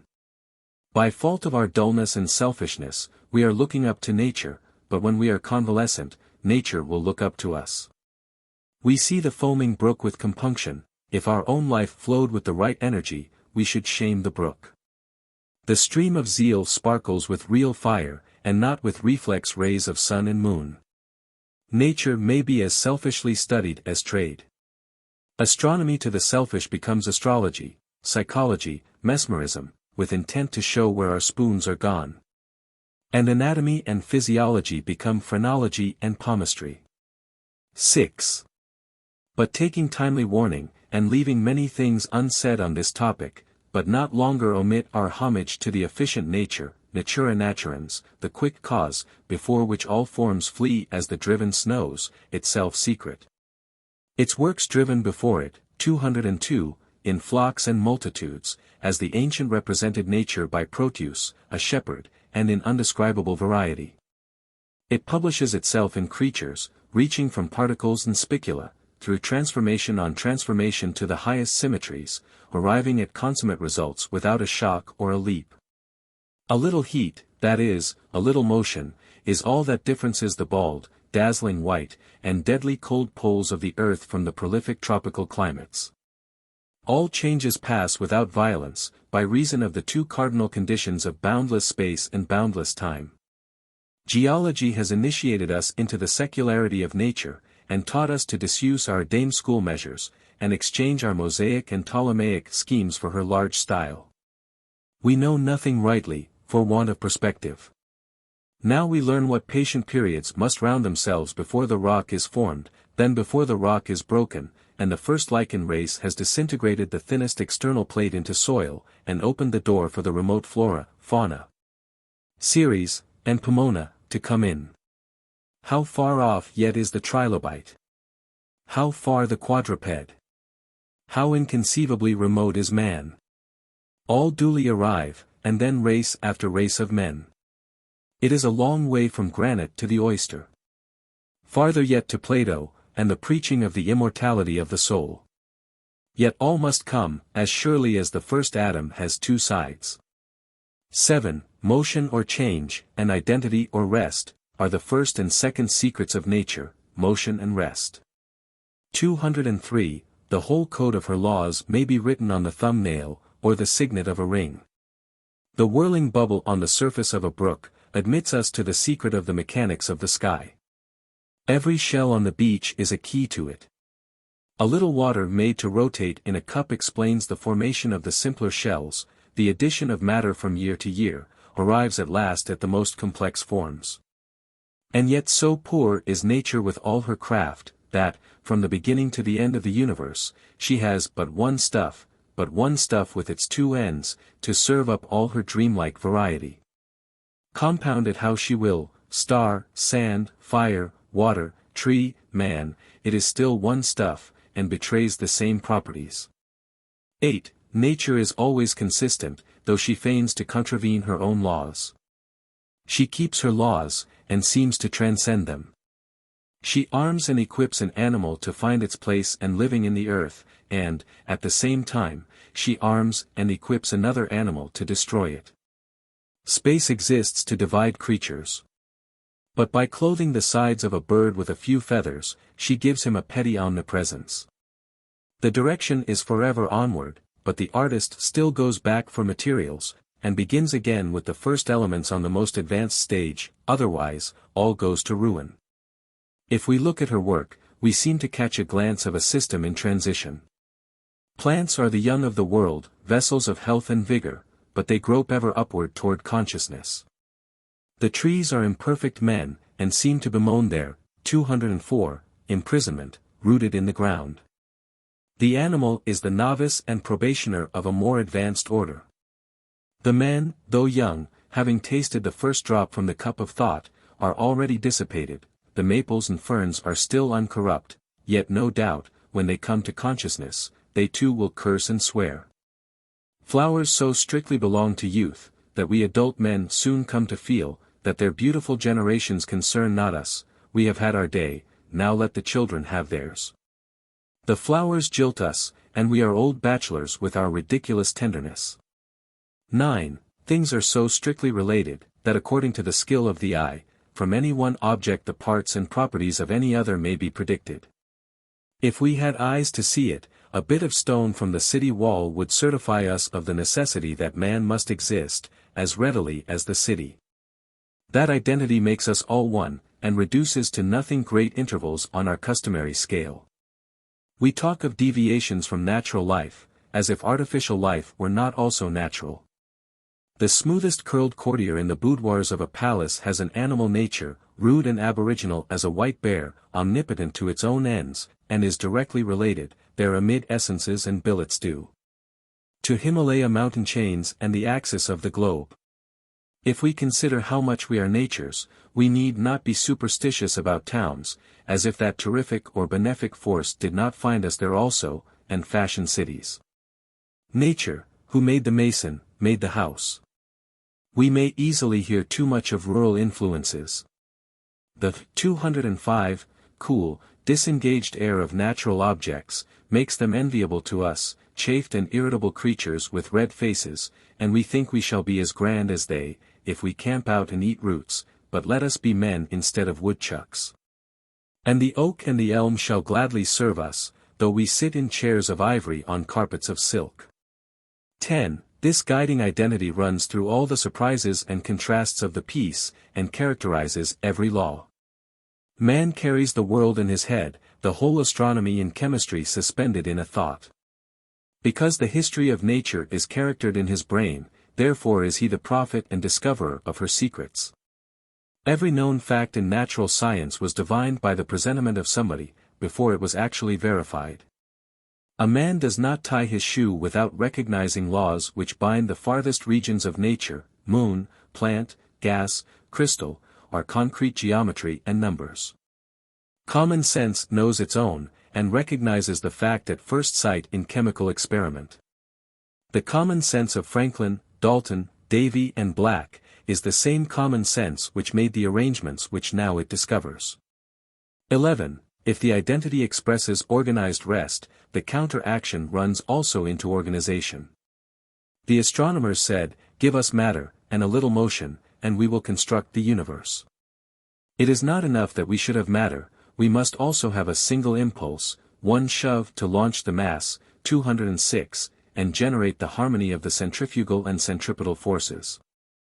Once heave the ball from the hand, and we can show how all this mighty order grew. A very unreasonable postulate, said the metaphysicians, and a plain begging of the question. Could you not prevail to know the genesis of projection, as well as the continuation of it? Nature, meanwhile, had not waited for the discussion, but, right or wrong, bestowed the impulse, and the balls rolled. It was no great affair, a mere push, but the astronomers were right in making much of it, for there is no end of the consequences of the act. That famous aboriginal push propagates itself through all the balls of the system, and through every atom of every ball, through all the races of creatures, and through the history and performances of every individual. Exaggeration is in the course of things. Nature sends no creature, no man into the world, without adding a small excess of his proper quality. Given the planet, it is still necessary to add the impulse.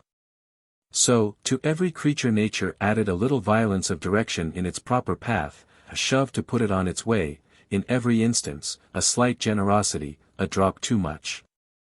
Without electricity the air would rot, and without this violence of direction which men and women have, without a spice of bigot and fanatic, no excitement, no efficiency. We aim above the mark, to hit the mark. Every act hath some falsehood of exaggeration in it. And when now and then comes along some sad, 207, sharp-eyed man, who sees how paltry a game is played, and refuses to play, but blabs the secret, how then? Is the bird flown? Oh no, the wary nature sends a new troop of fairer forms, of lordlier youths, with a little more excess of direction to hold them fast to their several aims. Makes them a little wrong-headed in that direction in which they are rightest, and on goes the game again with new whirl, for a generation or two more. The child with his sweet pranks, the fool of his senses, commanded by every sight and sound, without any power to compare and rank his sensations, abandoned to a whistle or a painted chip, to a lead dragoon, or a gingerbread dog. Individualizing everything, generalizing nothing, delighted with every new thing, lies down at night overpowered by the fatigue, which this day of continual petty madness has incurred. But nature has answered her purpose with the curly, dimpled lunatic.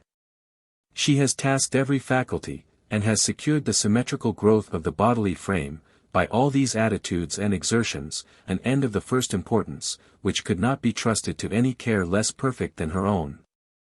This glitter, this opaline luster plays round the top of every toy to his eye, to ensure his fidelity, and he is deceived to his good. We are made alive and kept alive by the same arts. Let the Stoics say what they please, we do not eat for the good of living, but because the meat is savory and the appetite is keen. The vegetable life does not content itself with casting from the flower or the tree a single seed, but it fills the 208 air and earth with a prodigality of seeds, that if thousands perish, thousands may plant themselves, that hundreds may come up. That tens may live to maturity, that, at least, one may replace the parent. All things betray the same calculated profusion. The excess of fear with which the animal frame is hedged round, shrinking from cold, starting at sight of a snake, or a sudden noise, protects us, through a multitude of groundless alarms, from some one real danger at last.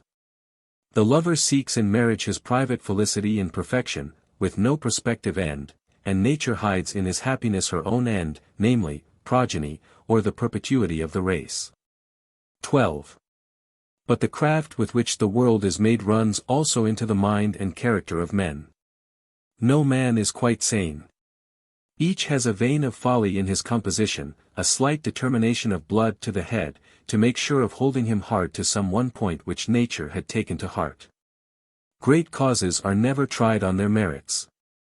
But the cause is reduced to particulars to suit the size of the partisans, and the contention is ever hottest on minor matters. Not less remarkable is the overfaith of each man in the importance of what he has to do or say. The poet, the prophet, has a higher value for what he utters than any hearer, and therefore it gets spoken. The strong, self-complacent Luther declares with an emphasis, not to be mistaken, that God himself cannot do without wise men. Jacob Behmen and George Fox betray their egotism in the pertinacity of their 209 controversial tracts, and James Naylor once suffered himself to be worshipped as the Christ. Each prophet comes presently to identify himself with his thought, and to esteem his hat and shoes sacred. However this may discredit such persons with the judicious, it helps them with the people, as it gives heat, pungency, and publicity to their words. A similar experience is not infrequent in private life. Each young and ardent person writes a diary, in which, when the hours of prayer and penitence arrive, he inscribes his soul. The pages thus written are, to him, burning and fragrant, he reads them on his knees by midnight and by the morning star. He wets them with his tears, they are sacred, too good for the world, and hardly yet to be shown to the dearest friend. This is the man-child that is born to the soul, and her life still circulates in the babe. The umbilical cord has not yet been cut. After some time has elapsed, he begins to wish to admit his friend to this hallowed experience, and with hesitation, yet with firmness, exposes the pages to his eye. Will they not burn his eyes? The friend coldly turns them over, and passes from the writing to conversation, with easy transition, which strikes the other party with astonishment and vexation. He cannot suspect the writing itself. Days and nights of fervid life, of communion with angels of darkness and of light, have engraved their shadowy characters on that tear-stained book. He suspects the intelligence or the heart of his friend. Is there then no friend? He cannot yet credit that, 210, one may have impressive experience, and yet may not know how to put his private fact into literature. And perhaps the discovery that wisdom has other tongues and ministers than we, that though we should hold our peace, the truth would not the less be spoken, might check injuriously the flames of our zeal. A man can only speak, so long as he does not feel his speech to be partial and inadequate. It is partial, but he does not see it to be so, whilst he utters it. As soon as he is released from the instinctive and particular, and sees its partiality, he shuts his mouth in disgust. For, no man can write anything, who does not think that what he writes is for the time the history of the world. Or do anything well, who does not esteem his work to be of importance. My work may be of none, but I must not think it is of none, or I shall not do it with impunity. 13. In like manner, there is throughout nature something mocking, something that leads us on, but arrives nowhere, keeps no faith with us. All promise outruns the performance. We live in a system of approximations.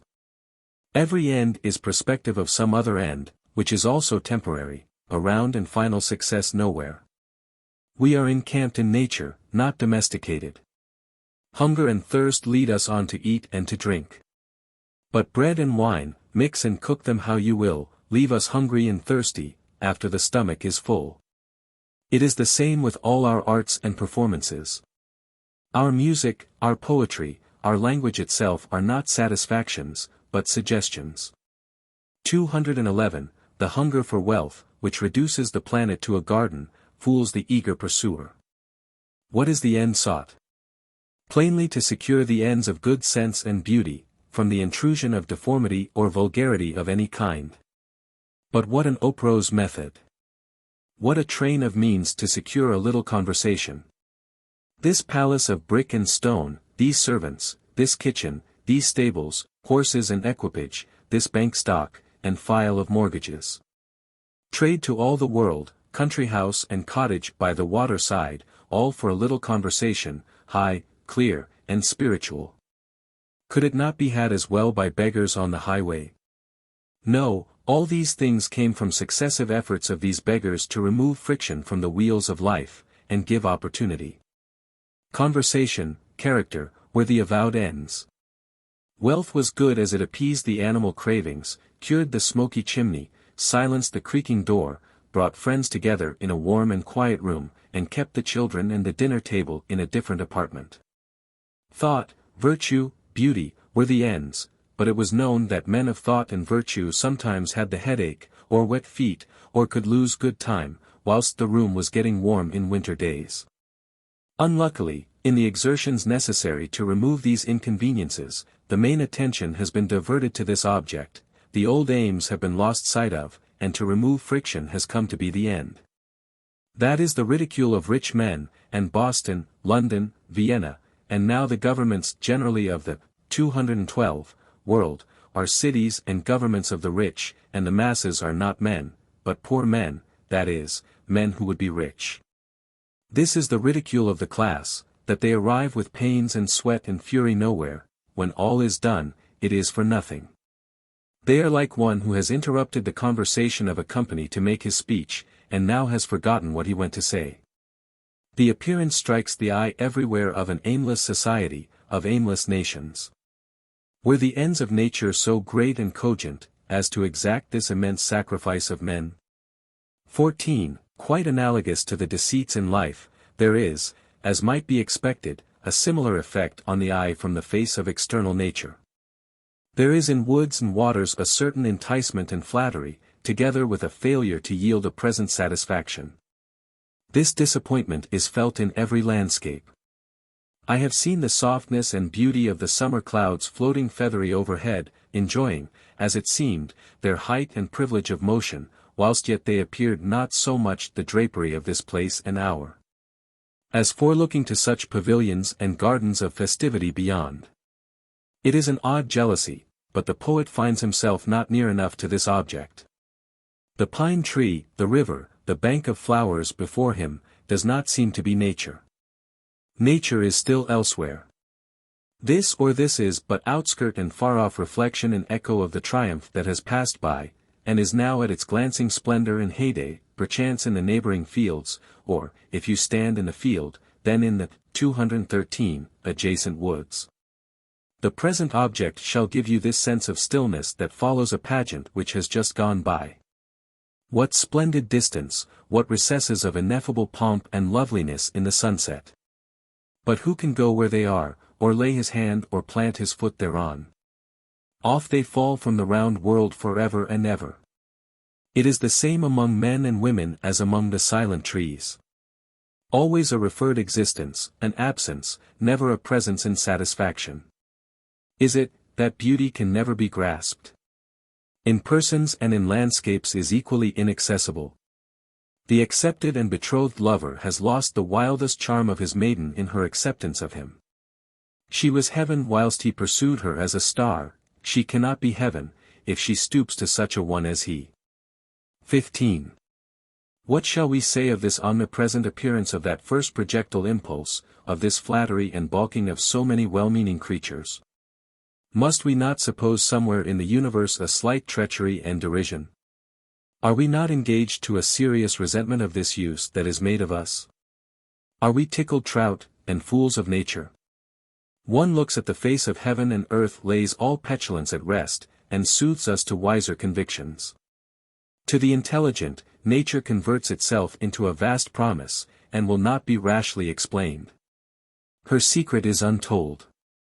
Many and many an Oedipus arrives, he has the whole mystery teeming in his brain.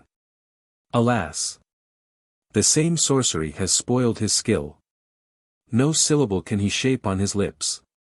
Her mighty orbit vaults like the 214 fresh rainbow into the deep, but no archangel's wing was yet strong enough to follow it, and report of the return of the curve. But it also appears, that our actions are seconded and disposed to greater conclusions than we designed.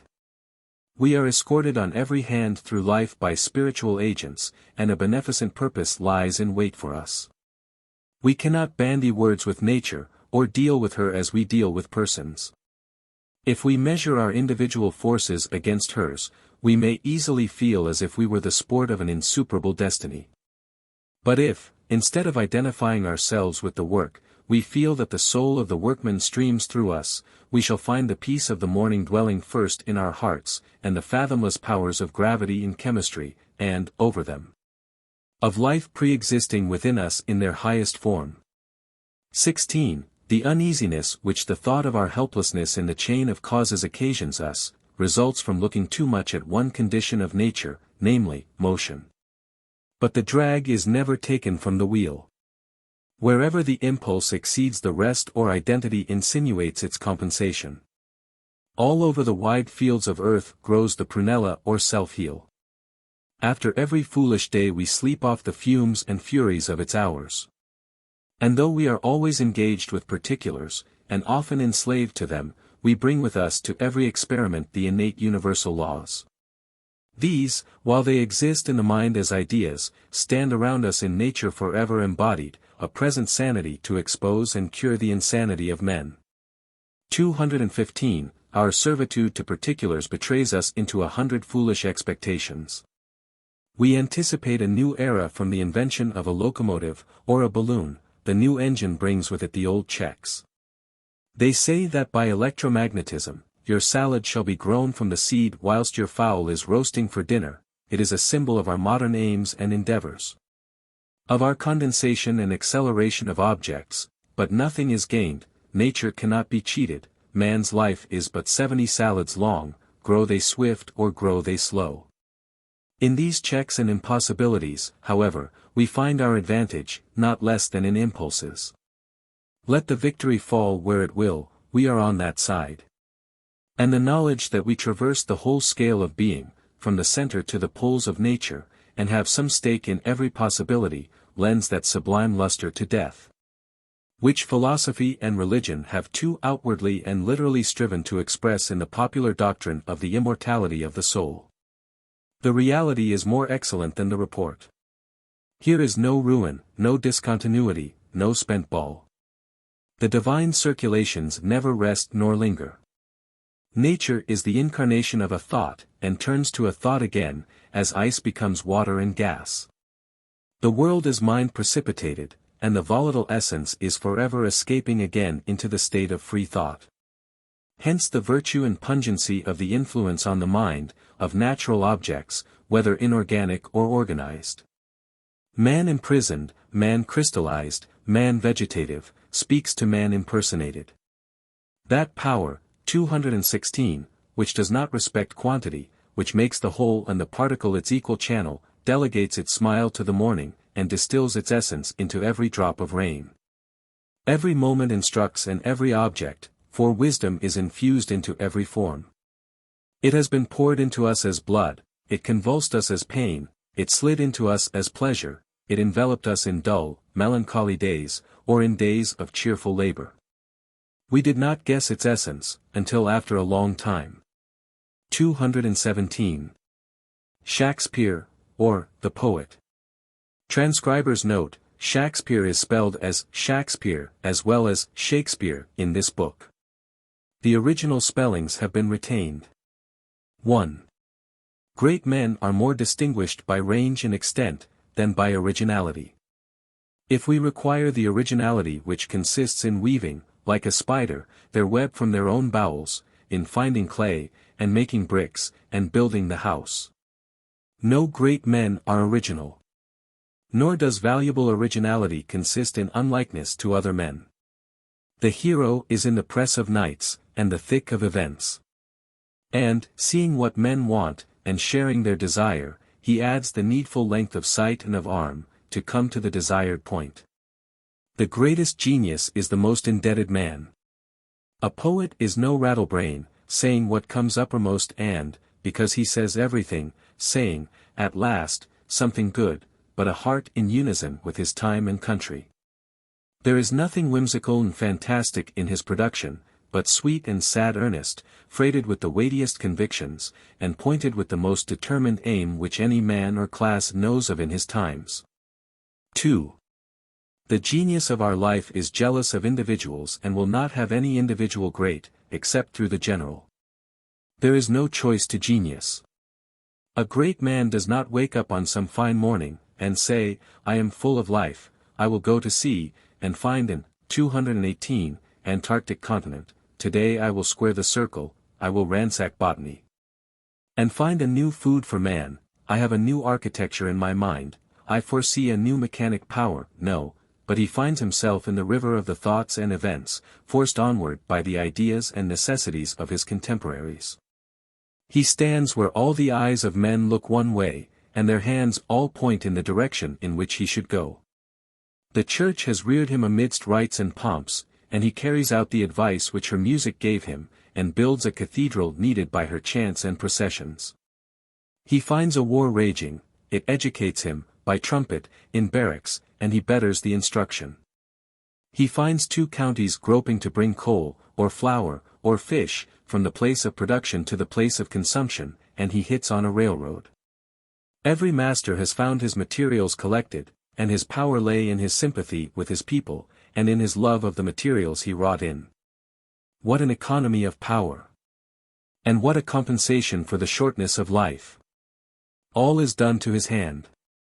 The world has brought him thus far on his way.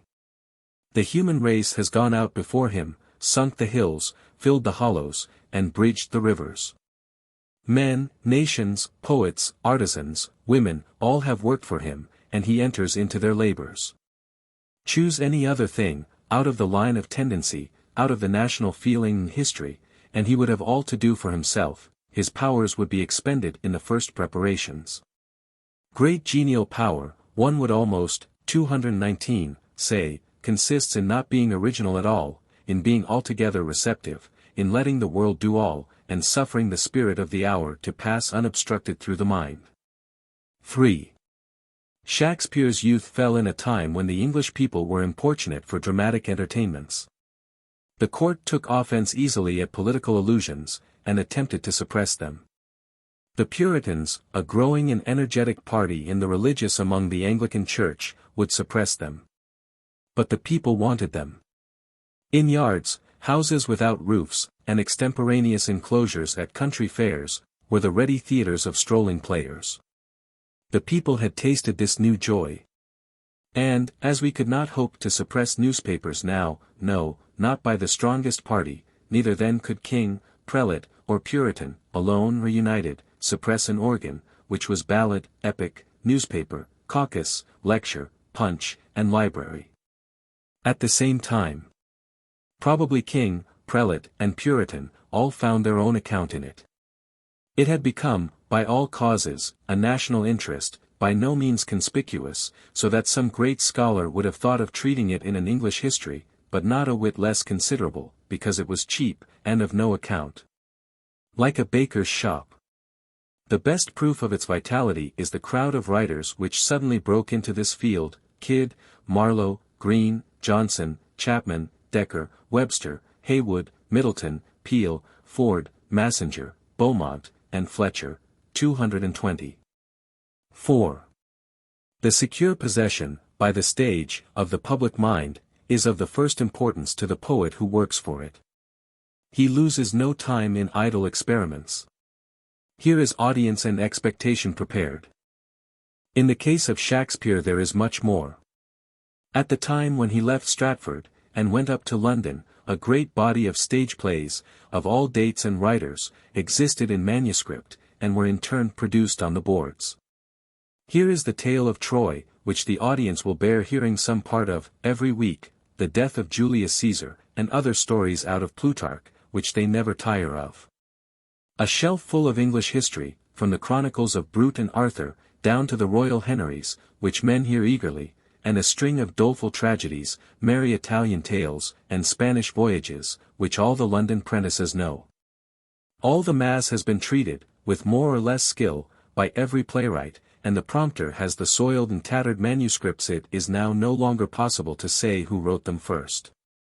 They have been the property of the theatre so long, and so many rising geniuses have enlarged or altered them, inserting a speech, or a whole scene, or adding a song, that no man can any longer claim copyright in this work of numbers. Happily, no man wishes to. They are not yet desired in that way. We have few readers, many spectators and hearers. They had best lie where they are. 5. Shakespeare, in common with his comrades, esteemed the mass of old plays, waste stock, in which, 221, any experiment could be freely tried. Had the prestige which hedges about a modern tragedy existed, nothing could have been done. The rude warm blood of the living England circulated in the play, as in street ballads, and gave body which he wanted to his airy and majestic fancy. The poet needs a ground in popular tradition on which he may work, and which, again, may restrain his art within the due temperance. It holds him to the people, supplies a foundation for his edifice. And, in furnishing so much work done to his hand, leaves him at leisure, and in full strength for the audacities of his imagination. In short, the poet owes to his legend what sculpture owed to the temple. Sculpture in Egypt, and in Greece, grew up in subordination to architecture. It was the ornament of the temple wall, at first, a rude relief carved on pediments, then the relief became bolder, and a head or arm was projected from the wall, the groups being still arranged with reference to the building, which serves also as a frame to hold the figures. And when, at last, the greatest freedom of style and treatment was reached, the prevailing genius of architecture still enforced a certain calmness and continence in the statue. As soon as the statue was begun for itself, and with no reference to the temple or palace, the art began to decline, freak, extravagance, and exhibition, took the place of the old temperance.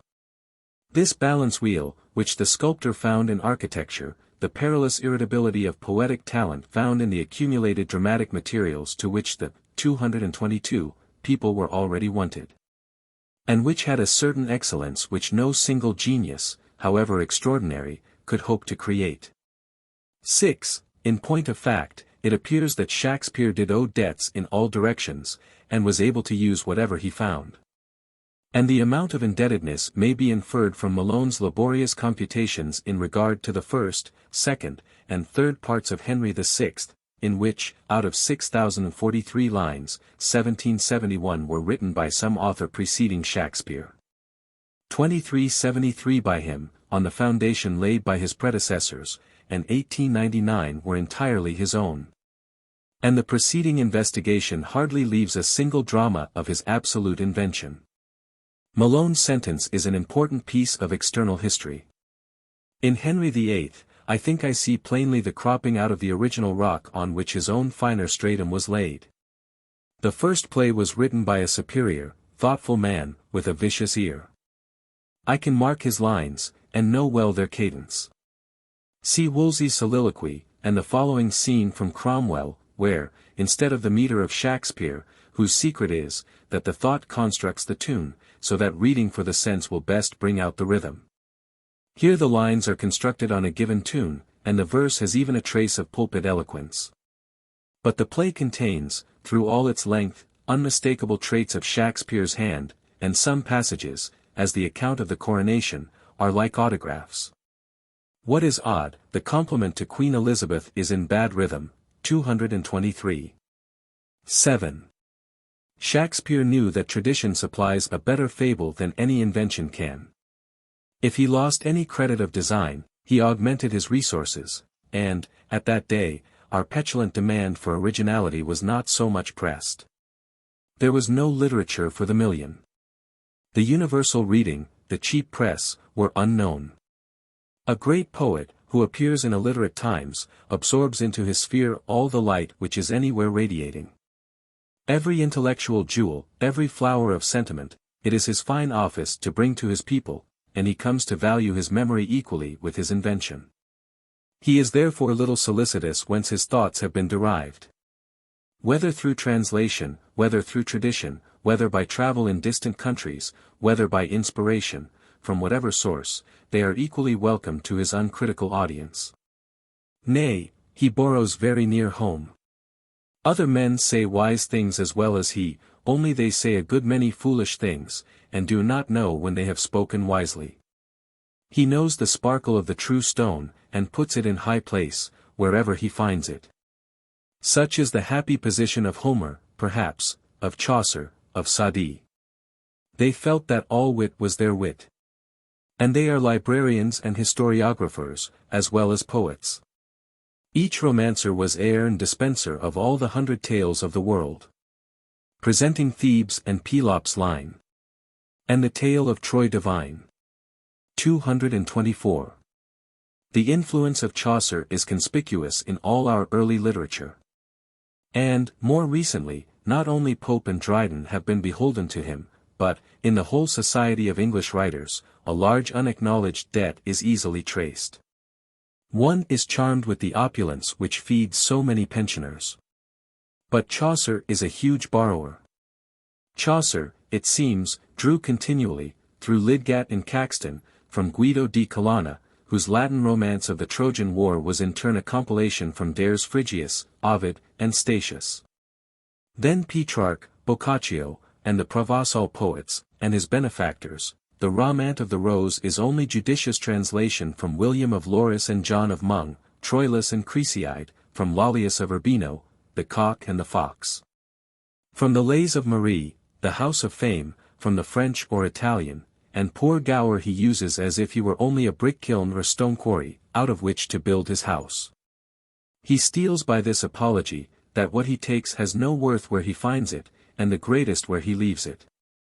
It has come to be practically a sort of rule in literature, that a man, having once shown himself capable of original writing, is entitled thenceforth to steal from the writings of others at discretion. Thought is the property of him who can entertain it, and of him who can adequately place it.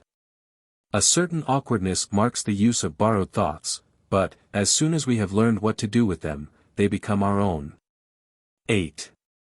Thus, all originality is relative. Every thinker, 225, is retrospective.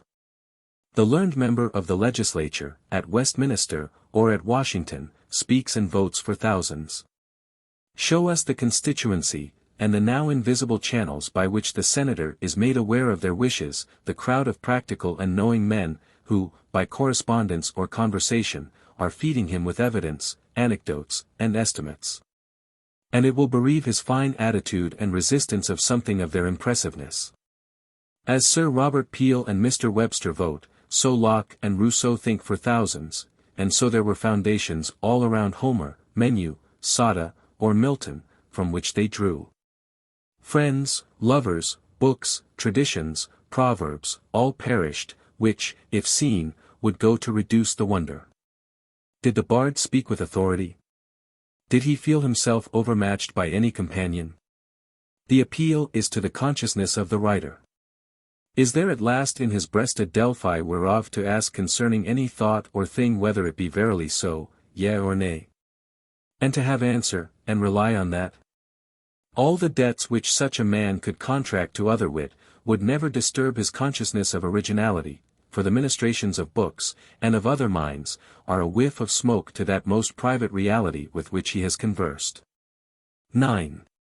It is easy to see that what is best written or done by genius, in the world, was no man's work, but came by wide social labor, when 1,000 wrought like one, sharing the same impulse. Our English Bible is a wonderful specimen of the strength and music, 226, of the English language. But it was not made by one man, or at one time, but centuries and churches brought it to perfection. There never was a time when there was not some translation existing. The liturgy, admired for its energy and pathos, is an anthology of the piety of ages and nations, a translation of the prayers and forms of the Catholic Church, these collected, too, in long periods. From the prayers and meditations of every saint and sacred writer all over the world. Grotius makes the like remark in respect to the Lord's Prayer, that the single clauses of which it is composed were already in use, in the time of Christ, in the rabbinical forms. He picked out the grains of gold. The nervous language of the common law, the impressive forms of our courts, and the precision and substantial truth of the legal distinctions, are the contribution of all the sharp-sighted, strong-minded men who have lived in the countries where these laws govern. The translation of Plutarch gets its excellence by being translation on translation. There never was a time when there was none. All the truly idiomatic and national phrases are kept, and all others successively picked out, and thrown away. Something like the same process had gone on, long before, with the originals of these books. The world takes liberties with world books.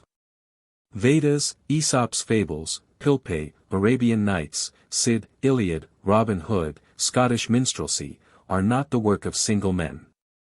In the composition of such works, the time thinks, the market thinks, the mason, 227, the carpenter, the merchant, the farmer, the fop, all think for us. Every book supplies its time with one good word. Every municipal law, every trade, every folly of the day, and the generic Catholic genius who is not afraid or ashamed to owe his originality to the originality of all, stands with the next age as the recorder and embodiment of his own. 10.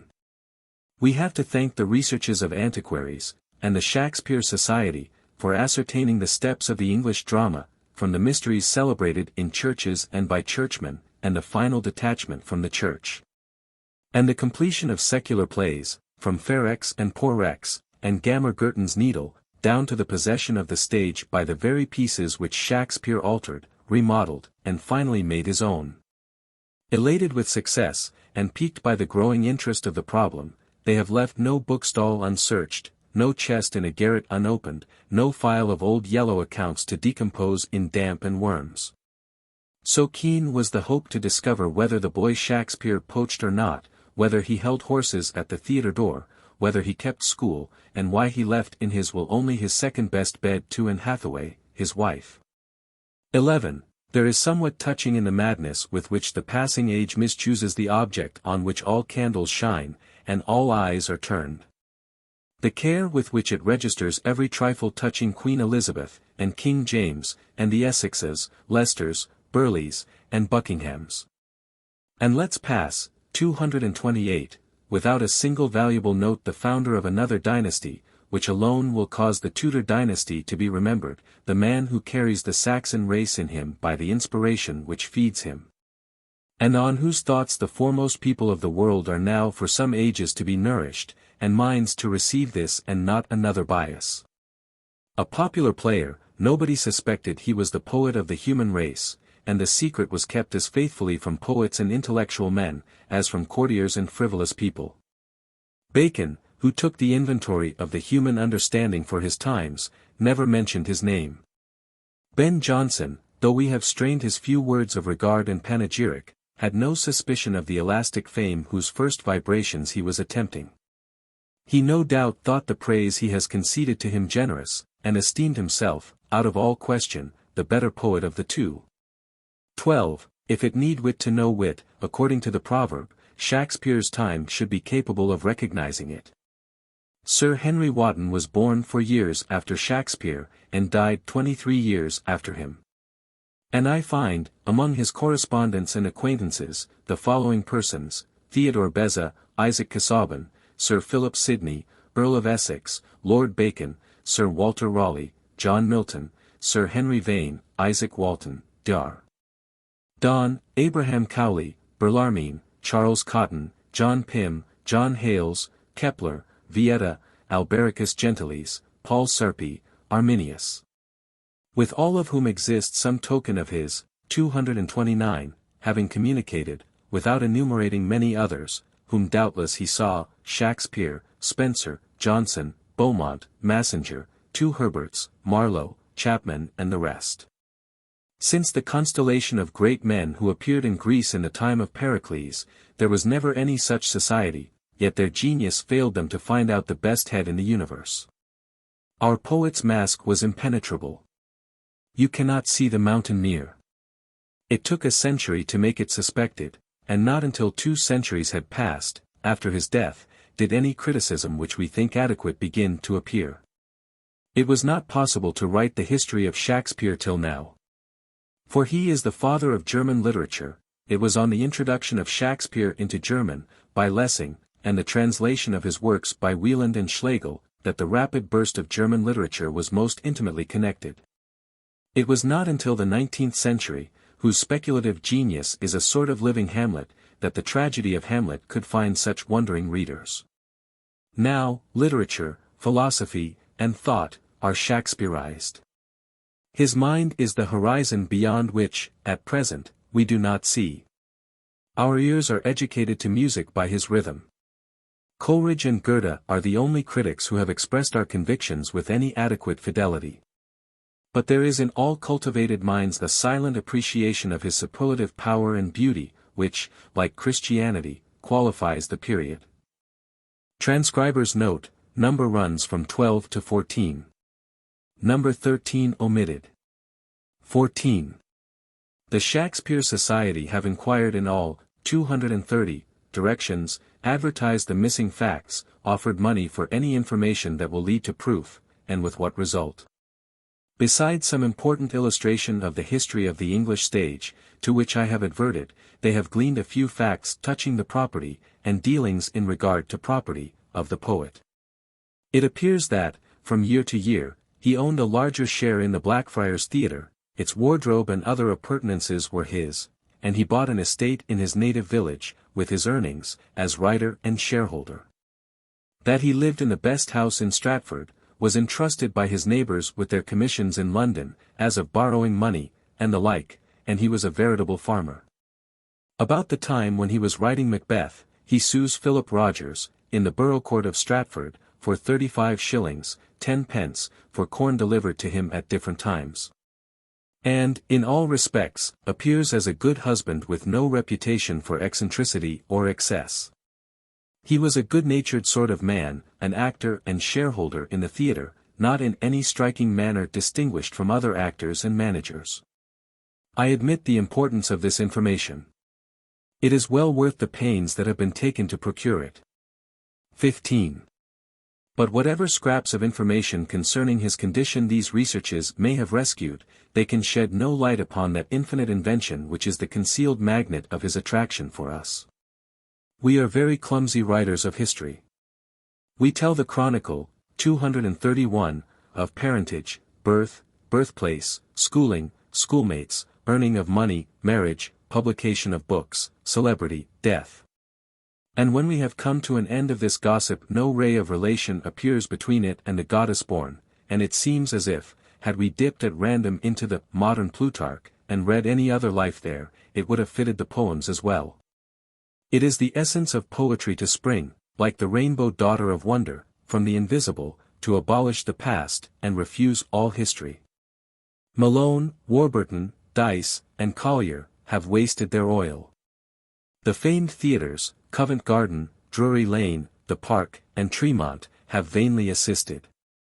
Betterton, Garrick, Kemble, Keane, and Macready, dedicate their lives to this genius, him they crown, elucidate, obey, and express.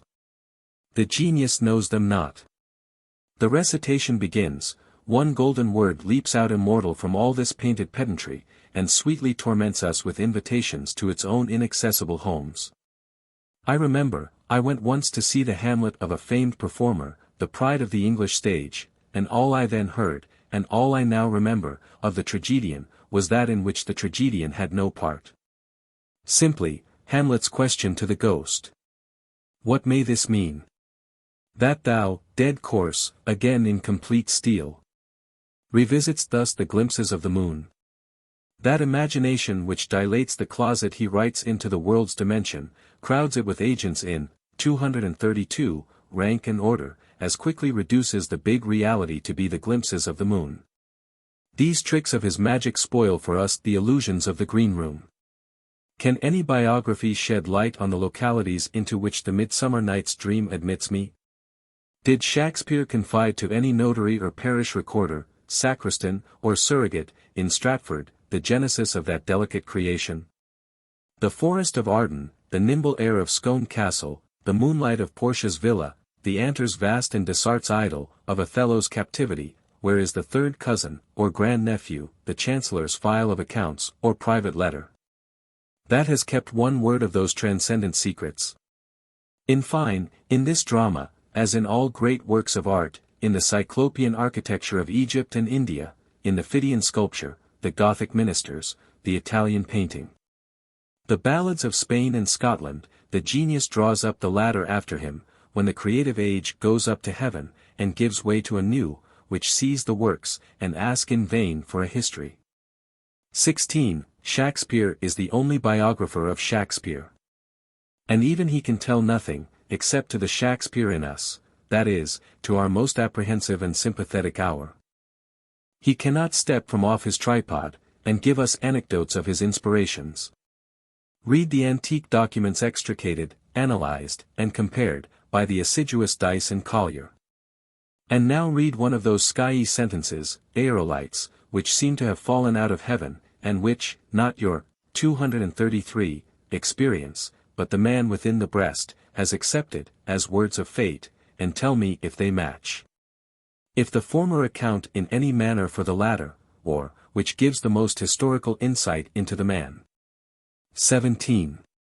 Hence, though our external history is so meager, yet, with Shakespeare for biographer, instead of Aubrey and Rowe, we have really the information which is material, that which describes character and fortune, that which, if we were about to meet the man and deal with him, would most import us to know. We have his recorded convictions on those questions which knock for answer at every heart, on life and death, on love, on wealth and poverty, on the prizes of life, and the ways whereby we come at them.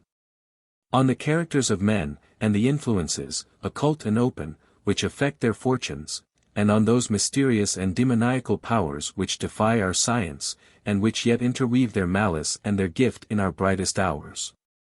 Whoever read the volume of the sonnets, without finding that the poet had there revealed, under masks that are no masks to the intelligent, the lore of friendship and of love, The confusion of sentiments in the most susceptible, and, at the same time, the most intellectual of men. What trait of his private mind has he hidden in his dramas? One can discern, in his ample pictures of the gentleman and the king, what forms and humanities pleased him, his delight in troops of friends, in large hospitality, in cheerful giving. Let Timon, let Warwick, let Antonio the merchant, answer for his, 234, great heart. So far from Shakespeare's being the least known, he is the one person, in all modern history, known to us. What point of morals, of manners, of economy, of philosophy, of religion, of taste, of the conduct of life, has he not settled? What mystery has he not signified his knowledge of? What office, or function, or district of man's work, has he not remembered? What king has he not taught state, as Talma taught Napoleon? What maiden has not found him finer than her delicacy? What lover has he not outloved? What sage has he not outseen? What gentleman has he not instructed in the rudeness of his behavior? 18. Some able and appreciating critics think no criticism on Shakespeare valuable, that does not rest purely on the dramatic merit. That he is falsely judged as poet and philosopher. I think as highly as these critics of his dramatic merit, who still think it secondary.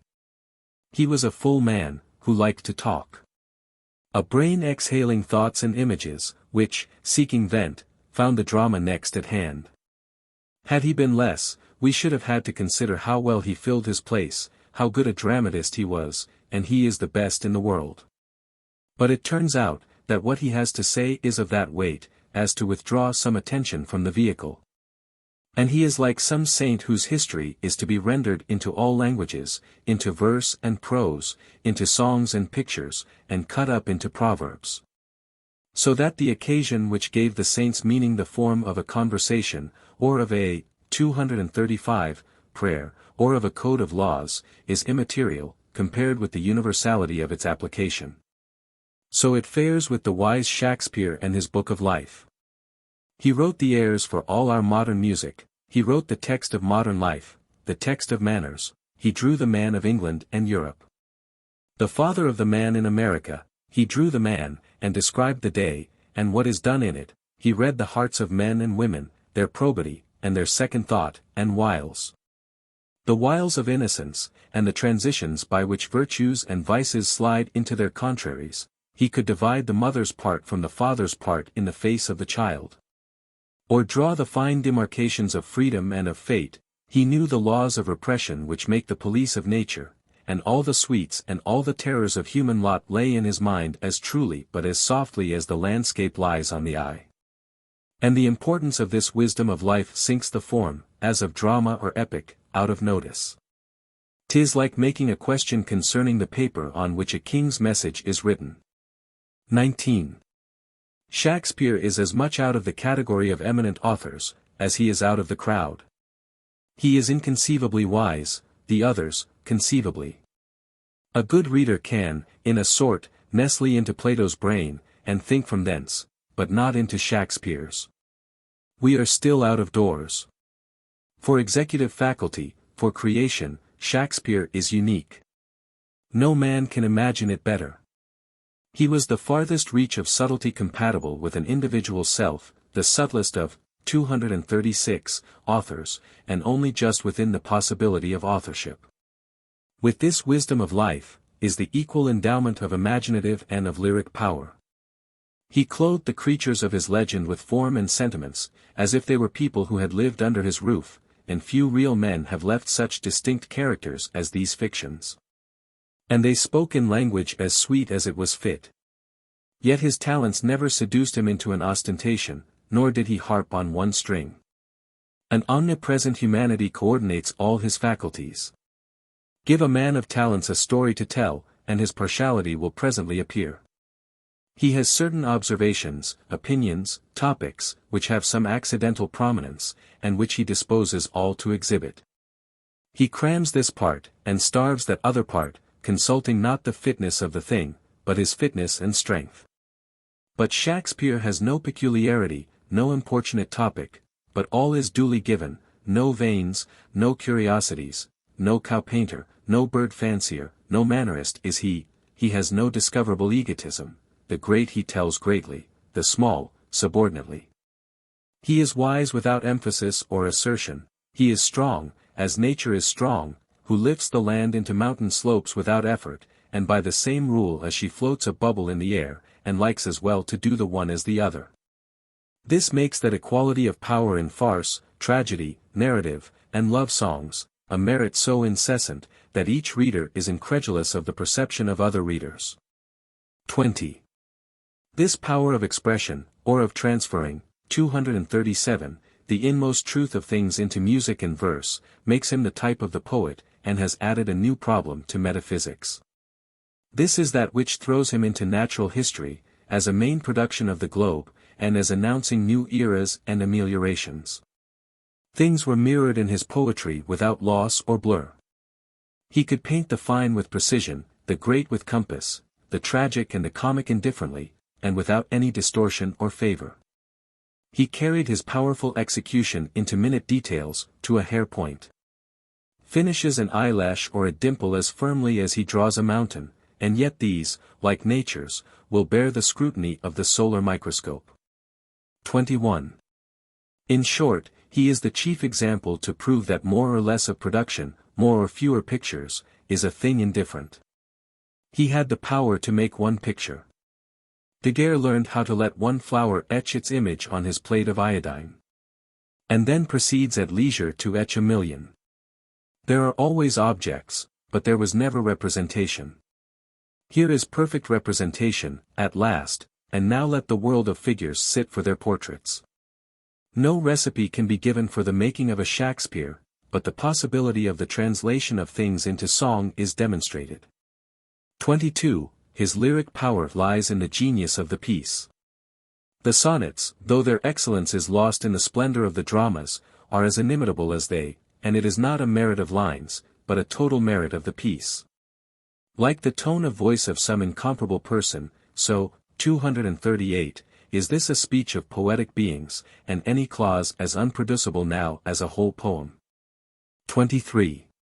Though the speeches in the plays, and single lines, have a beauty which tempts the ear to pause on them for their euphuism, yet the sentence is so loaded with meaning, and so linked with its foregoers and followers, that the logician is satisfied. His means are as admirable as his ends, every subordinate invention, by which he helps himself to connect some irreconcilable opposites, is a poem too. He is not reduced to dismount and walk, because his horses are running off with him in some distant direction, he always rides. 24. The finest poetry was first experienced, but the thought has suffered a transformation since it was an experience. Cultivated men often attain a good degree of skill in writing verses, but it is easy to read, through their poems, their personal history. Anyone acquainted with parties can name every figure, this is Andrew, and that is Rachel. The sense thus remains prosaic. It is a caterpillar with wings, and not yet a butterfly. In the poet's mind, the fact has gone quite over into the new element of thought, and has lost all that is exuvial. This generosity bides with Shakespeare. We say, from the truth and closeness of his pictures, that he knows the lesson by heart. Yet there is not a trace of egotism. 25. One more royal trait properly belongs to the poet. I mean his cheerfulness, without which no man can be a poet, for beauty is his aim. He loves, 239, virtue, not for its obligation, but for its grace. He delights in the world, in man, in woman, for the lovely light that sparkles from them. Beauty, the spirit of joy and hilarity, he sheds over the universe. Epicurus relates, that poetry hath such charms that a lover might forsake his mistress to partake of them. And the true bards have been noted for their firm and cheerful temper. Homer lies in sunshine, Chaucer is glad and erect, and Sadi says, "It was rumored abroad that I was penitent, but what had I to do with repentance?" Not less sovereign and cheerful, much more sovereign and cheerful, is the tone of Shakespeare. His name suggests joy and emancipation to the heart of men. If he should appear in any company of human souls, who would not march in his troop? He touches nothing that does not borrow health and longevity from his festal style. 26. And now, how stands the account of man with this bard and benefactor, when in solitude, shutting our ears to the reverberations of his fame, we seek to strike the balance? Solitude has austere lessons, it can teach us to spare both heroes and poets. And it weighs Shakespeare also, and finds him to share the halfness and imperfection of humanity. 27. Shakespeare, Homer, Dante, Chaucer, saw the splendor of meaning that plays over the visible world. Knew that a tree had another use than for apples, and corn another than for meal, and the ball of the earth, than for tillage and roads, that these things bore a second and finer harvest to the mind, being emblems, 240, of its thoughts, and conveying in all their natural history a certain mute commentary on human life. Shakespeare employed them as colors to compose his picture. He rested in their beauty, and never took the step which seemed inevitable to such genius, namely, to explore the virtue which resides in these symbols, and imparts this power. What is that which they themselves say? He converted the elements, which waited on his command, into entertainments. He was master of the revels to mankind. Is it not as if one should have, through majestic powers of science, the comets given into his hand, or the planets and their moons, and should draw them from their orbits to glare with the municipal fireworks on a holiday night, and advertise in all towns, very superior pyrotechny this evening? Are the agents of nature, and the power to understand them, worth no more than a street serenade, or the breath of a cigar? One remembers again the trumpet text in the Quran, the heavens and the earth, and all that is between them, think ye we have created them in jest? As long as the question is of talent and mental power, the world of men has not his equal to show. But when the question is to life, and its materials, and its auxiliaries, how does he profit me? What does it signify? It is but a Twelfth Night, or Midsummer Night's Dream, or a winter evening's tale. What signifies another picture more or less? The Egyptian verdict of the Shakespeare societies comes to mind, that he was a jovial actor and manager. I cannot, 241, marry this fact to his verse. Other admirable men have led lives in some sort of keeping with their thought. But this man, in wide contrast. Had he been less, had he reached only the common measure of great authors, of Bacon, Milton, Tasso, Cervantes, we might leave the fact in the twilight of human fate, but, that this man of men, he who gave to the science of mind a new and larger subject than had ever existed, and planted the standard of humanity some furlongs forward into chaos, that he should not be wise for himself, it must even go into the world's history. That the best poet led an obscure and profane life, using his genius for the public amusement. 28. Well, other men, priest and prophet, Israelite, German, and Swede, beheld the same objects, they also saw through them that which was contained. And to what purpose? The beauty straightway vanished. They read commandments, all excluding mountainous duty. An obligation, a sadness, as of piled mountains, fell on them, and life became ghastly, joyless, a pilgrim's progress, a probation, beleaguered round with doleful histories, of Adam's fall and curse, behind us, with doomsdays and purgatorial and penal fires before us, and the heart of the seer and the heart of the listener sank in them. 29. It must be conceded that these are half-views of half-men. The world still wants its poet-priest, a reconciler, who shall not trifle with Shakespeare the player, nor shall grope in graves with Swedenborg, 242, the mourner, but who shall see, speak, and act, with equal inspiration. For knowledge will brighten the sunshine, right is more beautiful than private affection, and love is compatible with universal wisdom. 243. Prudence. What right have I to write on prudence, whereof I have little, and that of the negative sort? My prudence consists in avoiding going without, not in the inventing of means and methods, not in adroit steering, not in gentle repairing. I have no skill to make money spend well, no genius in my economy, and whoever sees my garden discovers that I must have some other garden. Yet I love facts, and hate lubricity and people without perception. Then I have the same title to write on prudence that I have to write on poetry or holiness. We write from aspiration and antagonism, as well as from experience. We paint those qualities which we do not possess.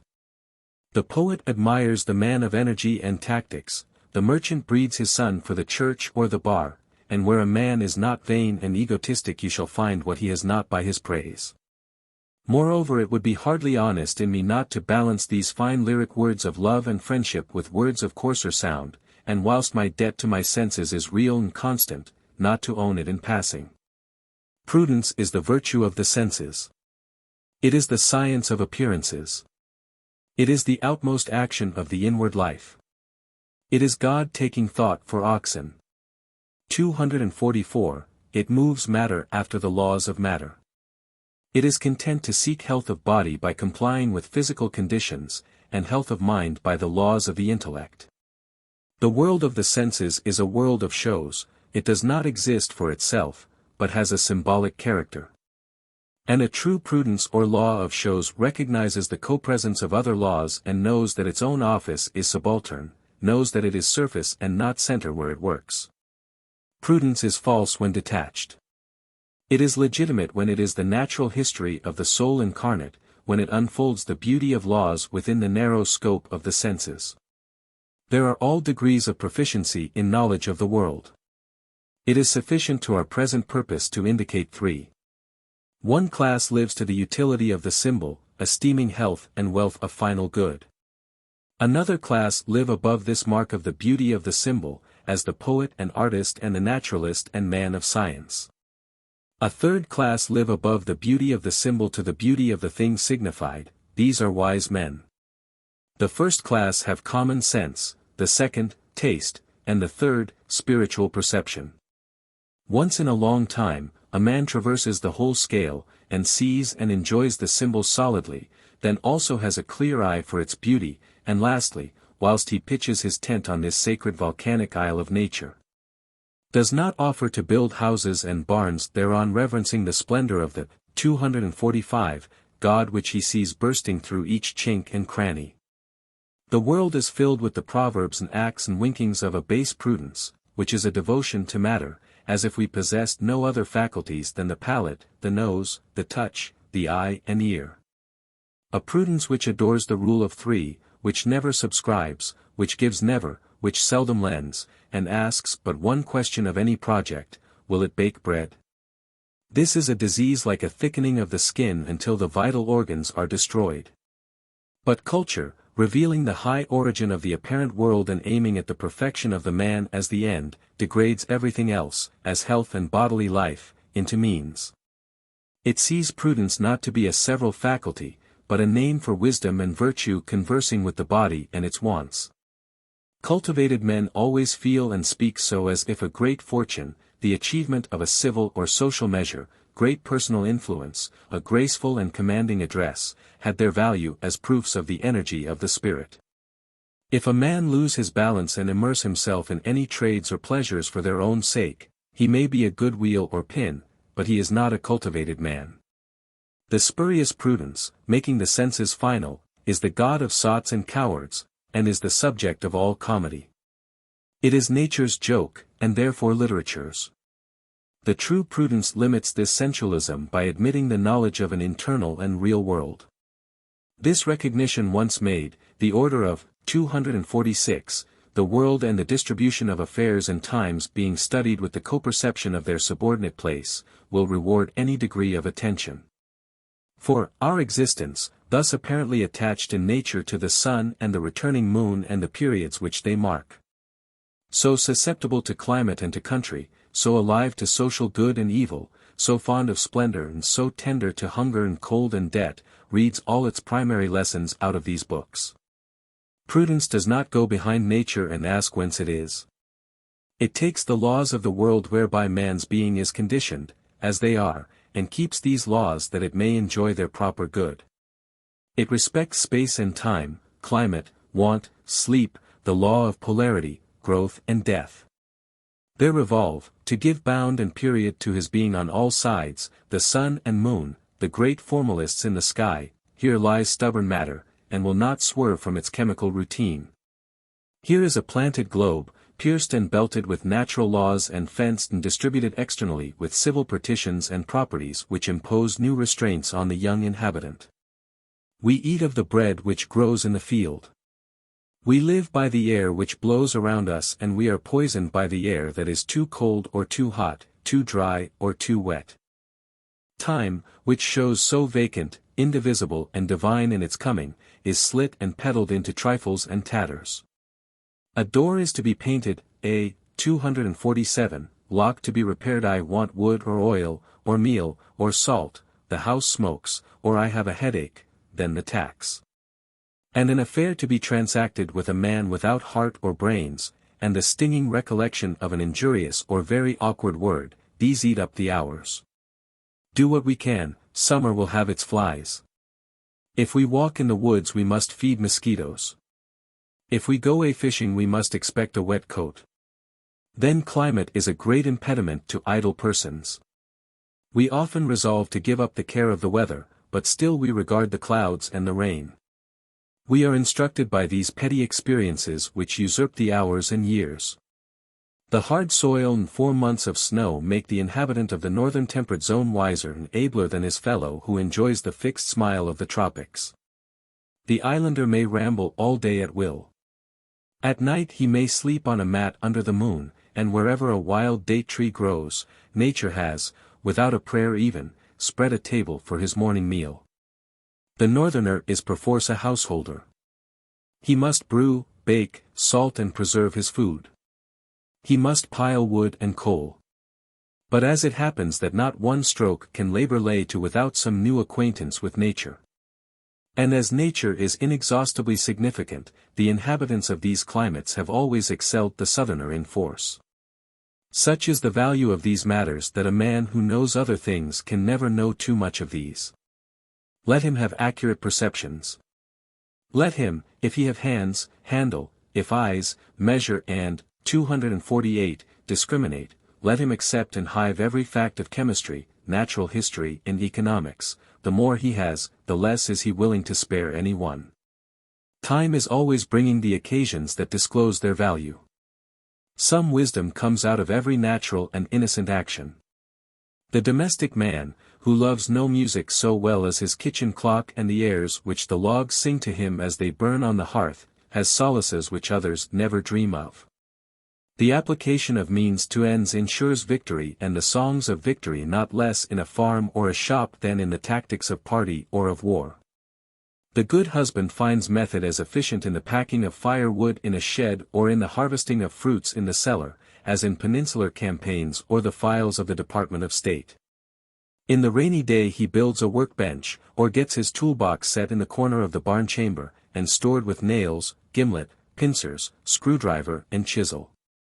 Herein he tastes an old joy of youth and childhood, the cat-like love of garrets, presses and corn chambers, and of the conveniences of long housekeeping. His garden or his poultry yard, very paltry places it may be, tells him many pleasant anecdotes. One might find argument for optimism in the abundant flow of this saccharine element of pleasure in every suburb and extremity of the good world. Let a man keep the law, any law, and his way will be strewn with satisfactions. There is more difference in the quality of our pleasures than in the amount. On the other hand, nature punishes any neglect of, 249, prudence. If you think the senses final, obey their law. If you believe in the soul, do not clutch at sensual sweetness before it is ripe on the slow tree of cause and effect. It is vinegar to the eyes to deal with men of loose and imperfect perception. Dar. Johnson is reported to have said, if the child says he looked out of this window, when he looked out of that, whip him. Our American character is marked by a more than average delight in accurate perception, which is shown by the currency of the byword, no mistake. But the discomfort of unpunctuality, of confusion of thought about facts, inattention to the wants of tomorrow, is of no nation. The beautiful laws of time and space, once dislocated by our inaptitude, are holes and dens. If the hive be disturbed by rash and stupid hands, instead of honey it will yield us bees. Our words and actions to be fair must be timely. A gay and pleasant sound is the whetting of the scythe in the mornings of June. Yet what is more lonesome and sad than the sound of a whetstone or mower's rifle when it is too late in the season to make hay? Scatter-brained and afternoon men spoil much more than their own affairs in spoiling the temper of those who deal with them. I have seen a criticism on some paintings, of which I am reminded when I see the shiftless and unhappy men who are not true to their senses. The last Grand Duke of Weimar, a man of superior understanding, said, "I have sometimes remarked in the presence of great works of art, and just now especially in Dresden, how 250, much a certain property contributes to the effect which gives life to the figures, and to the life an irresistible truth. This property is the hitting, in all the figures we draw, the right center of gravity. I mean the placing the figures firm upon their feet, making the hands grasp, and fastening the eyes on the spot where they should look. Even lifeless figures, as vessels and stools, let them be drawn ever so correctly, lose all effect so soon as they lack the resting upon their center of gravity, and have a certain swimming and oscillating appearance. The Raphael in the Dresden Gallery, the only great affecting picture which I have seen, is the quietest and most passionless piece you can imagine, a couple of saints who worship the Virgin and Child. Nevertheless it awakens a deeper impression than the contortions of 10 crucified martyrs.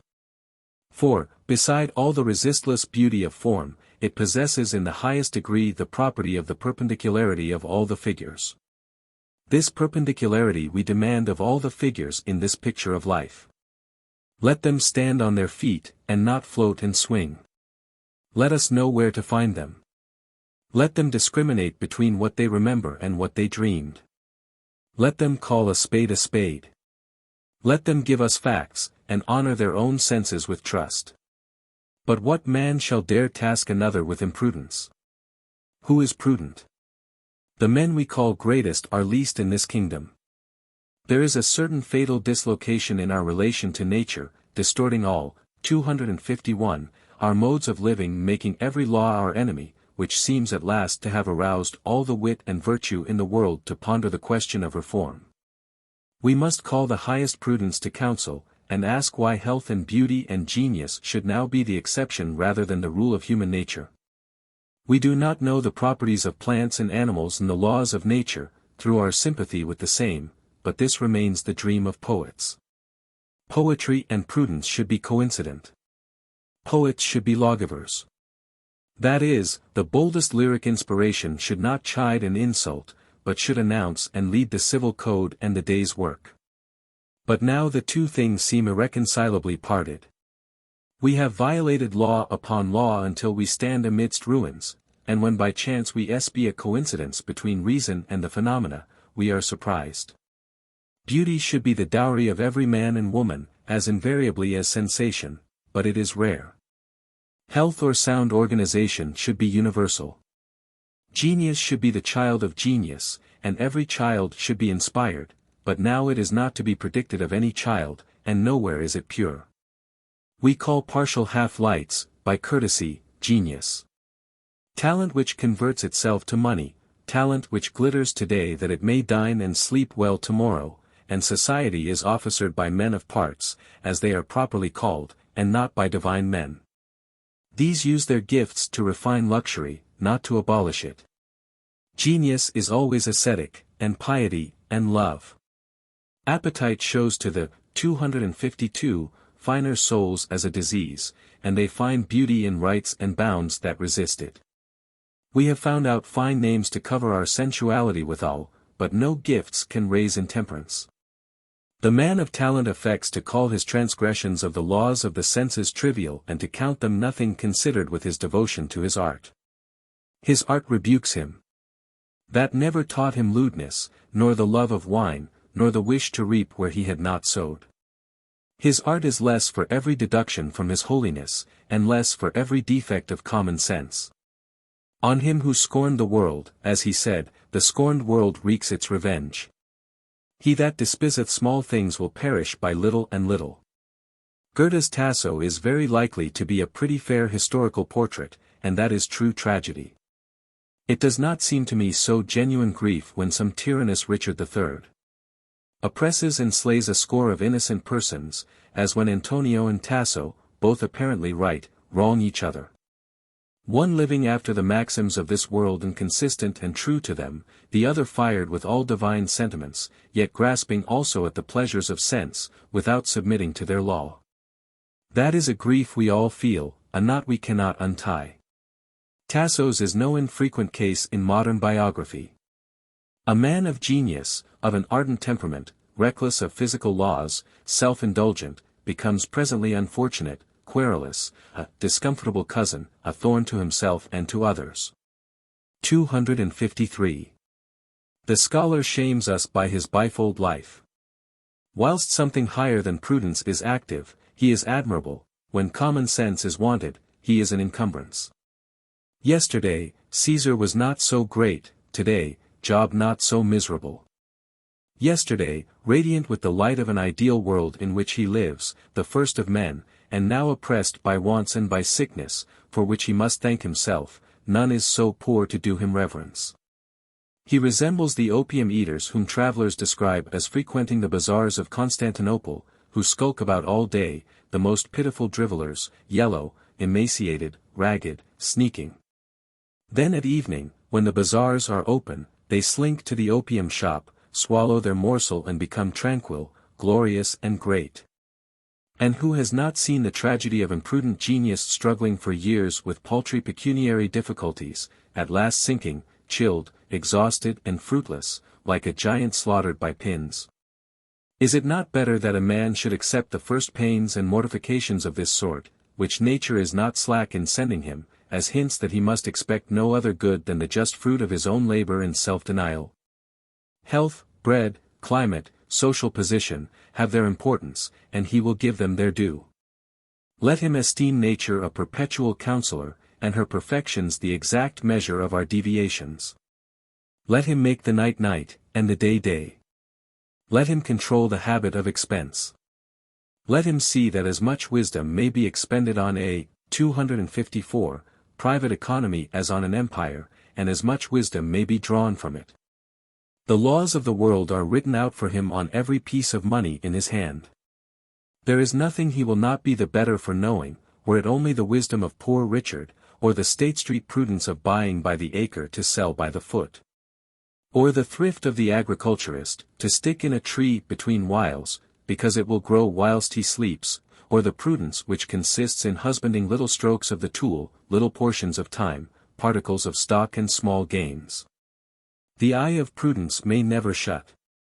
Iron, if kept at the ironmonger's, will rust; beer, if not brewed in the right state of the atmosphere, will sour; timber of ships will rot at sea, or if laid up high and dry, will strain, warp and dry rot. Money, if kept by us, yields no rent and is liable to loss; if invested, is liable to depreciation of the particular kind of stock. Strike, says the smith, the iron is white. Keep the rake, says the haymaker, as nigh the scythe as you can, and the cart as nigh the rake. Our Yankee trade is reputed to be very much on the extreme of this prudence. It saves itself by its activity.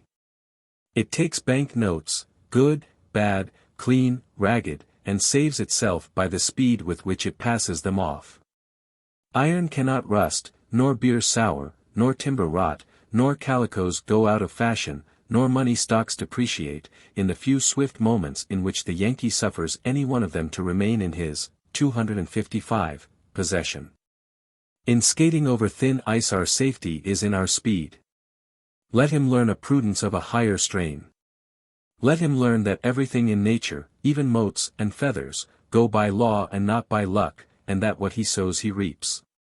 By diligence and self-command let him put the bread he eats at his own disposal, and not at that of others, that he may not stand in bitter and false relations to other men, for the best good of wealth is freedom. Let him practice the minor virtues. How much of human life is lost in waiting? Let him not make his fellow creatures wait. How many words and promises are promises of conversation? Let his be words of fate. When he sees a folded and sealed scrap of paper float around the globe in a pine ship and come safe to the eye for which it was written, amidst a swarming population.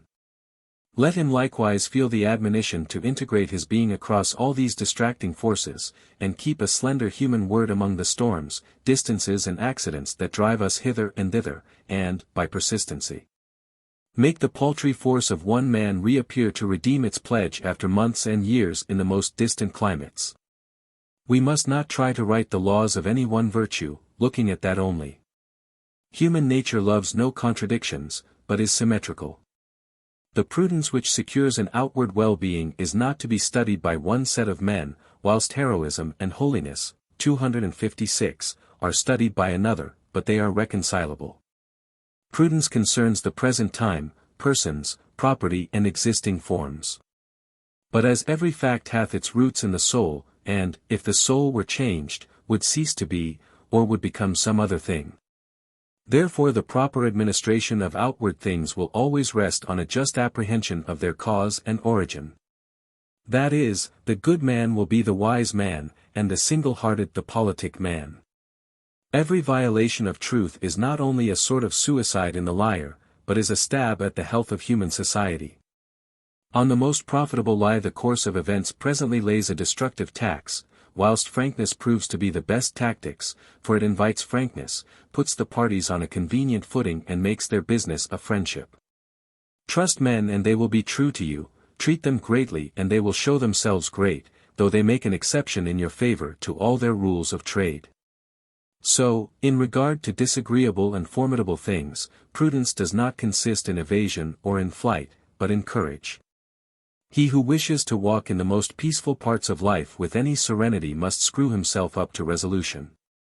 Let him front the object of his worst apprehension, and his stoutness will commonly make his fears groundless. The Latin proverb says, "In battles the eye is first overcome." The eye is daunted and greatly exaggerates the perils of the hour. Entire self-possession may make a battle very little more dangerous to life than a match at 257. Foils or at football. Examples are cited by soldiers of men who have seen the cannon pointed and the fire given to it, and who have stepped aside from the path of the ball. The terrors of the storm are chiefly confined to the parlor and the cabin.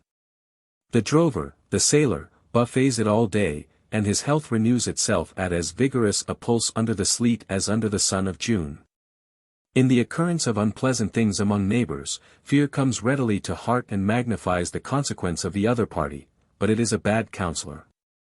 Every man is actually weak and apparently strong. To himself he seems weak. To others formidable. You are afraid of Grim, but Grim also is afraid of you.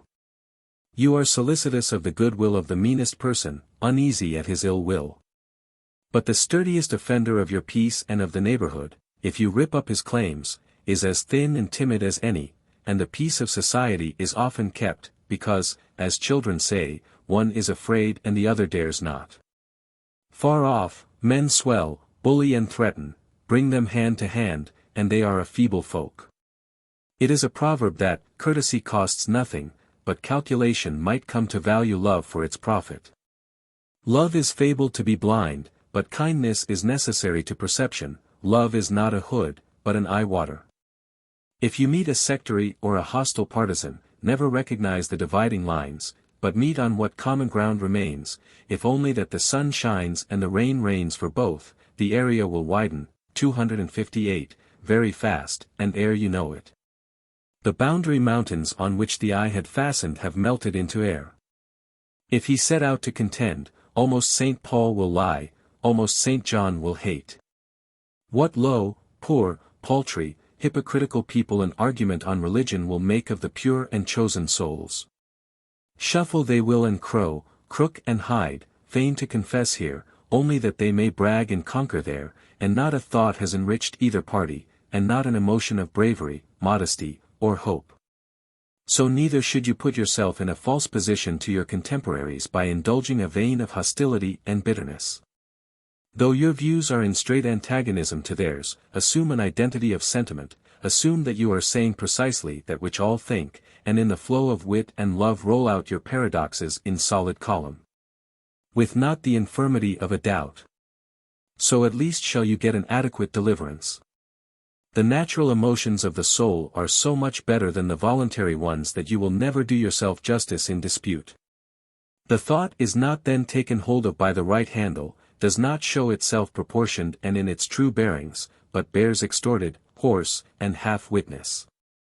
But assume a consent and it shall presently be granted, since really and underneath their all external diversities, all men are of one heart and mind. Wisdom will never let us stand with any man or men on an unfriendly footing. We refuse sympathy and intimacy with people, as if we waited for some, 259, better sympathy and intimacy to come. But whence and when? Tomorrow will be like today. Life wastes itself whilst we are preparing to live. Our friends and fellow workers die off from us. Scarcely can we say we see new men, new women, approaching us. We are too old to regard fashion, too old to expect patronage of any greater or more powerful. Let us suck the sweetness of those affections and consuetudes that grow near us. These old shoes are easy to the feet. Undoubtedly we can easily pick faults in our company, can easily whisper names prouder and that tickle the fancy more. Every man's imagination hath its friends, and pleasant would life be with such companions. But if you cannot have them on good mutual terms, you cannot have them. If not the deity but our ambition hews and shapes the new relations, their virtue escapes, as strawberries lose their flavor in garden beds. Thus truth, frankness, courage, love, humility, and all the virtues range themselves on the side of prudence, or the art of securing a present well-being. I do not know if all matter will be found to be made of one element, as oxygen or hydrogen, at last, but the world of manners and actions is wrought of one stuff. And begin where we will, we are pretty sure in a short space to be mumbling our 10 commandments. 260. Circles. The eye is the first circle, the horizon which it forms is the second, and throughout nature this primary picture is repeated without end. It is the highest emblem in the cipher of the world. St. Augustine described the nature of God as a circle whose center was everywhere and its circumference nowhere. We are all our lifetime reading the copious sense of this first of forms. One moral we have already deduced in considering the circular or compensatory character of every human action. Another analogy we shall now trace, that every action admits of being outdone. Our life is an apprenticeship to the truth that around every circle another can be drawn, that there is no end in nature, but every end is a beginning, that there is always another dawn risen on mid-noon, and under every deep a lower deep opens. This fact, as far as it symbolizes the moral fact of the unattainable, the flying perfect, around which the hands of man can never meet, at once the inspirer and the condemner of every success, may conveniently serve us to connect many illustrations of human power in every department. There are no fixtures in nature. The universe, 261, is fluid and volatile. Permanence is but a word of degrees. Our globe seen by God is a transparent law, not a mass of facts. The law dissolves the fact and holds its fluid. Our culture is the predominance of an idea which draws after it all this train of cities and institutions. Let us rise into another idea, they will disappear.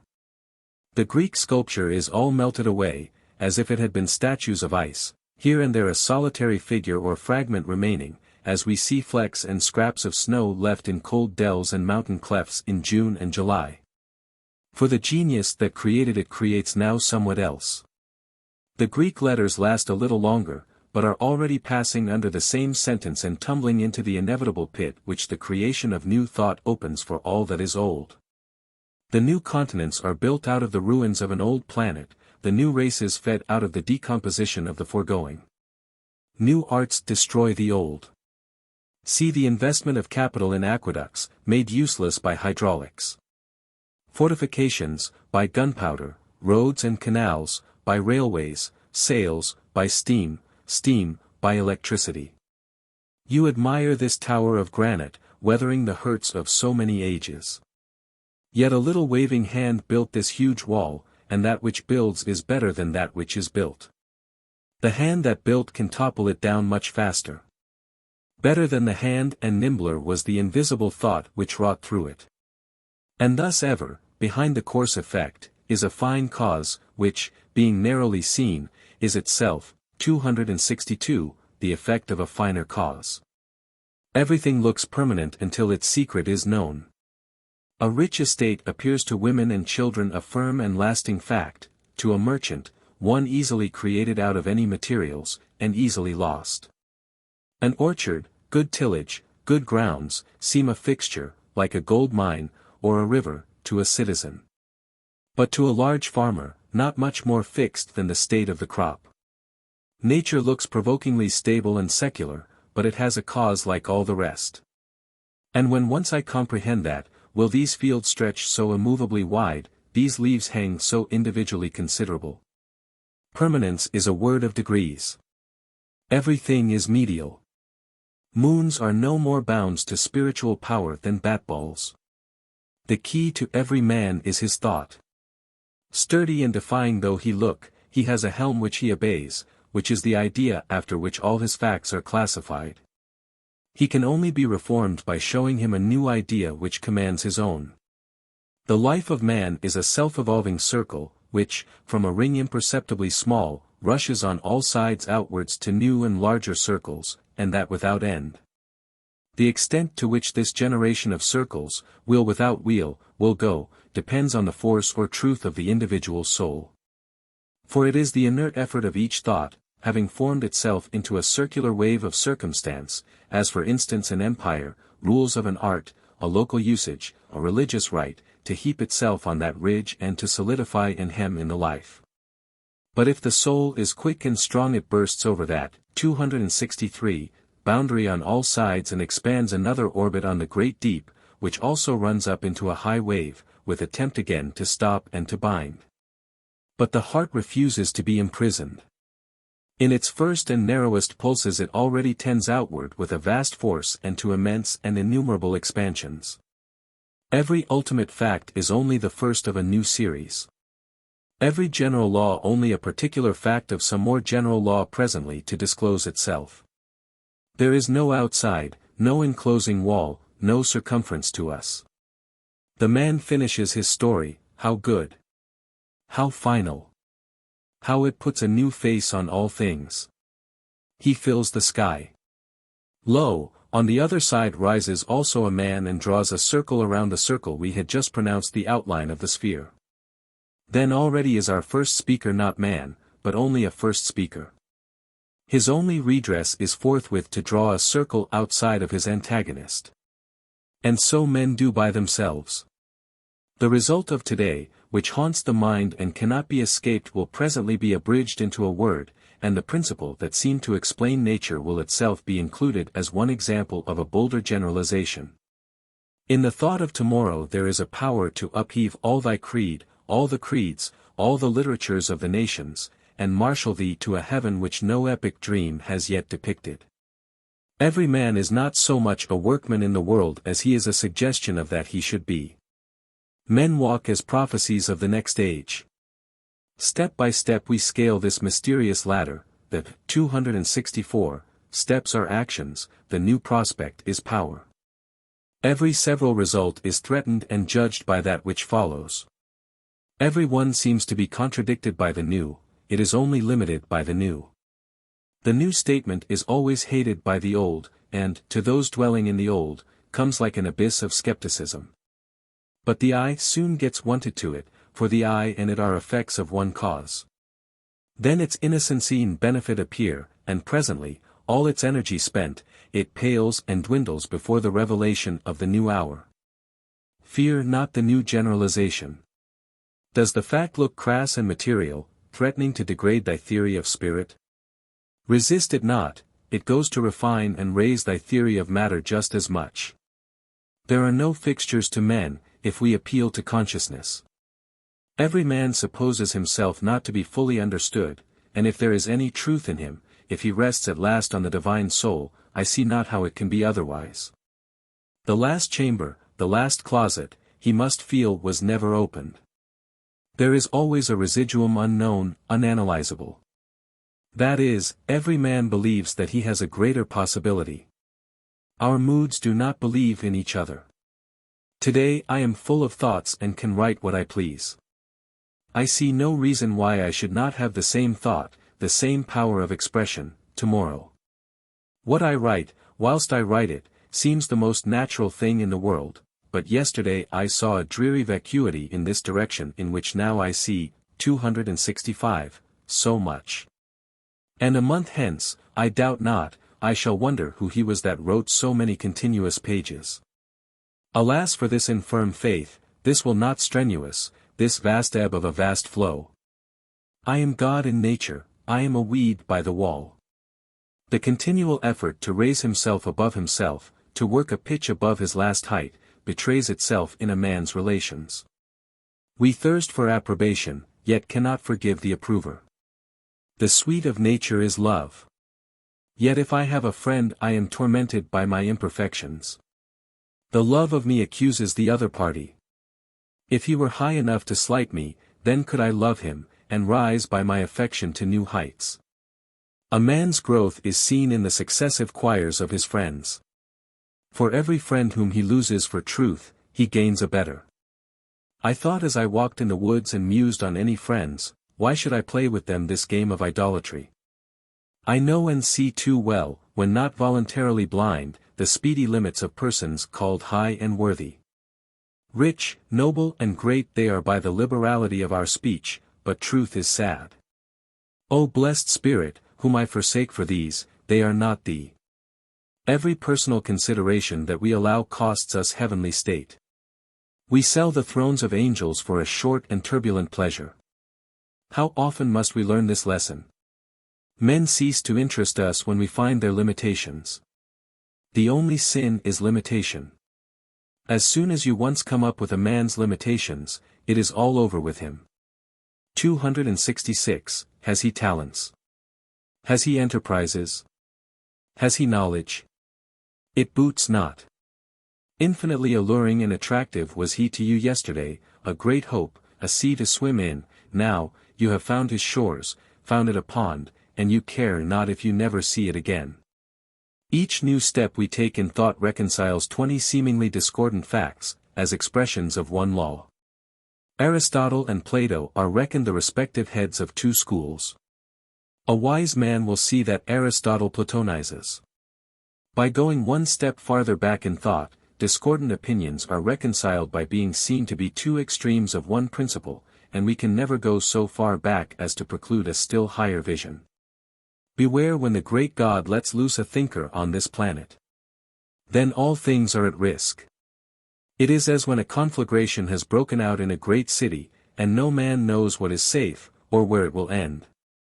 There is not a piece of science but its flank may be turned tomorrow, there is not any literary reputation, not the so-called eternal names of fame, that may not be revised and condemned. The very hopes of man, the thoughts of his heart, the religion of nations, the manners and morals of mankind are all at the mercy of a new generalization. Generalization is always a new influx of the divinity into the mind. Hence the thrill that attends it.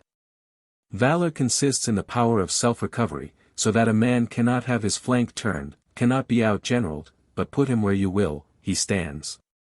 267. This can only be by his preferring truth to his past apprehension of truth, and his alert acceptance of it from whatever quarter. The intrepid conviction that his laws, his relations to society, his Christianity, his world, may at any time be superseded and decease. There are degrees in idealism. We learn first to play with it academically, as the magnet was once a toy. Then we see in the heyday of youth and poetry that it may be true, that it is true in gleams and fragments.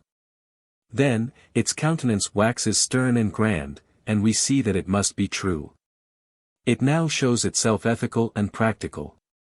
We learn that God is, that He is in me, and that all things are shadows of Him. The idealism of Berkeley is only a crude statement of the idealism of Jesus, and that again is a crude statement of the fact that all nature is the rapid efflux of goodness executing and organizing itself. Much more obviously is history and the state of the world at any one time directly dependent on the intellectual classification then existing in the minds of men. The things which are dear to men at this hour are so on account of the ideas which have emerged on their mental horizon, and which cause the present order of things, as a tree bears its apples.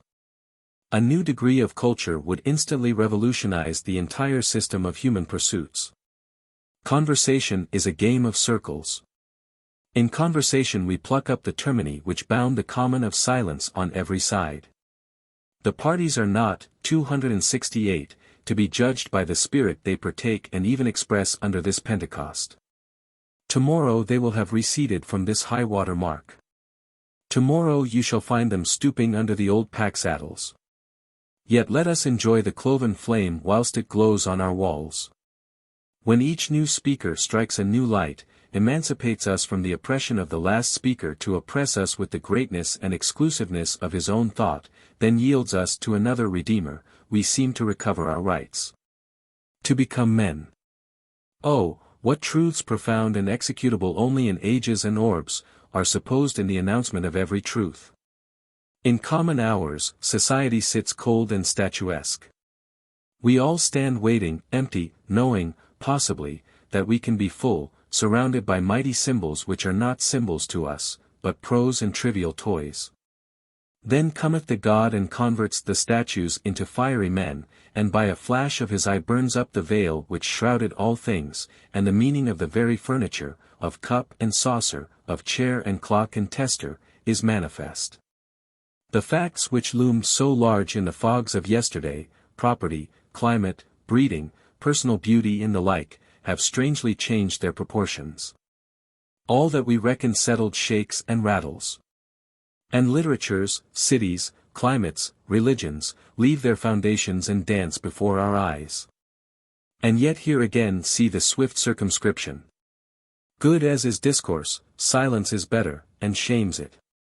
The length of the discourse indicates the distance of, 269, thought betwixt the speaker and the hearer. If they were at a perfect understanding in any part, no words would be necessary thereon. If at one in all parts, no words would be suffered.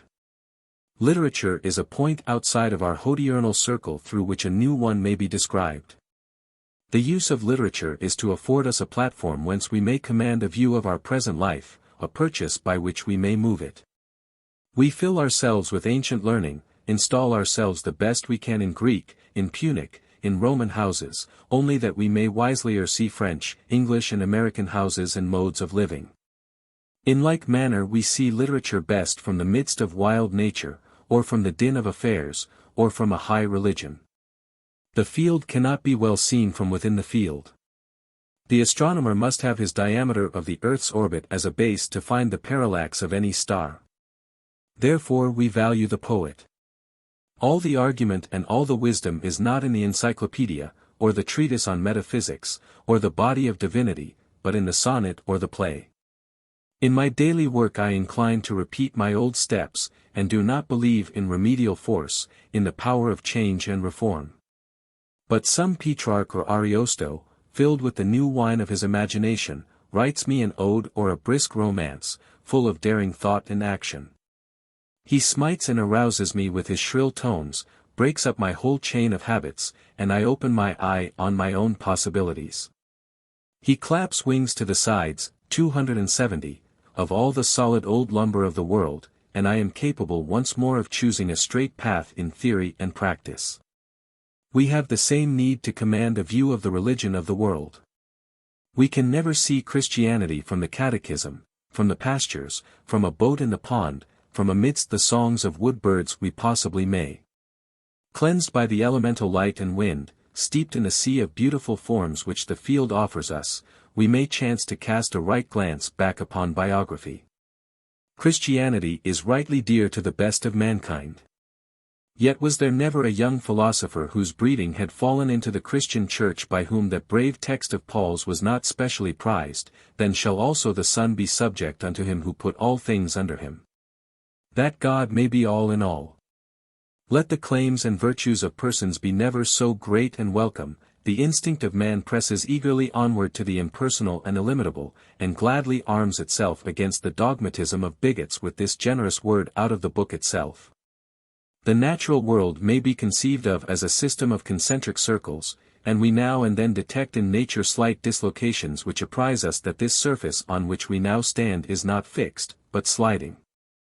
These manifold tenacious qualities, this chemistry and vegetation, these metals and animals, which seem to stand there for their own sake, are means and methods only, are words of God, and as, 271, fugitive as other words. Has the naturalist or chemist learned his craft, who has explored the gravity of atoms and the elective affinities, who has not yet discerned the deeper law whereof this is only a partial or approximate statement, namely that like draws to like, and that the goods which belong to you gravitate to you and need not be pursued with pains and cost. Yet is that statement approximate also, and not final. Omnipresence is a higher fact. Not through subtle subterranean channels need friend and fact be drawn to their counterpart, but, rightly considered, these things proceed from the eternal generation of the soul. Cause and effect are two sides of one fact. The same law of eternal procession ranges all that we call the virtues, and extinguishes each in the light of a better. The great man will not be prudent in the popular sense, all his prudence will be so much deduction from his grandeur. But it behooves each to see, when he sacrifices prudence, to what God he devotes it. If to ease and pleasure, he had better be prudent still; if to a great trust, he can well spare his mule and panniers who has a winged chariot instead. Geoffrey draws on his boots to go through the woods, that his feet may be safer from the bite of snakes. Aaron never thinks of such a peril. In many years neither is harmed by such an accident.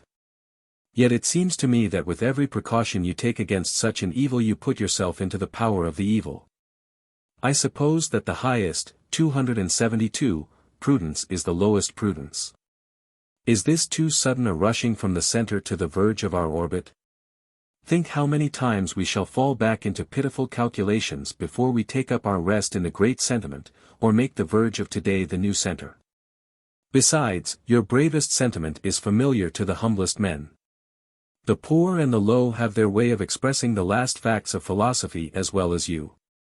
Blessed be nothing, and, the worse things are, the better they are proverbs which express the transcendentalism of common life. One man's justice is another's injustice, one man's beauty another's ugliness, one man's wisdom another's folly. As one beholds the same objects from a higher point of view. One man thinks justice consists in paying debts, and has no measure in his abhorrence of another who is very remiss in this duty and makes the creditor wait tediously. But that second man has his own way of looking at things, asks himself which debt must I pay first, the debt to the rich, or the debt to the poor? The debt of money, or the debt of thought to mankind, of genius to nature? For you, O broker, there is no other principle but arithmetic. For me, commerce is of trivial import, love, faith, truth of character, the aspiration of man, these are sacred. Nor can I detach one duty, like you, from all other duties, and concentrate my forces mechanically on the payment of moneys. Let me live onward. You shall find that, though slower, the progress of my character will liquidate, 273, all these debts without injustice to higher claims. If a man should dedicate himself to the payment of notes, would not this be injustice? Owes he no debt but money? And are all claims on him to be postponed to a landlord's or a banker's? There is no virtue which is final, all are initial. The virtues of society are vices of the saint. The terror of reform is the discovery that we must cast away our virtues, or what we have always esteemed such, into the same pit that has consumed our grosser vices. Forgive his crimes, forgive his virtues too. Those smaller faults, half converts to the right. It is the highest power of divine moments that they abolish our contritions also. I accuse myself of sloth and unprofitableness day by day. But when these waves of God flow into me I no longer reckon lost time. I no longer poorly compute my possible achievement by what remains to me of the month or the year. For these moments confer a sort of omnipresence and omnipotence which asks nothing of duration, but sees that the energy of the mind is commensurate with the work to be done, without time. And thus, O circular philosopher, I hear some reader exclaim, you have arrived at a fine Pyrrhonism, at an equivalence and indifferency of all actions, and would fain teach us that if we are true, forsooth, our crimes may be lively stones out of which we shall construct the temple of the true God.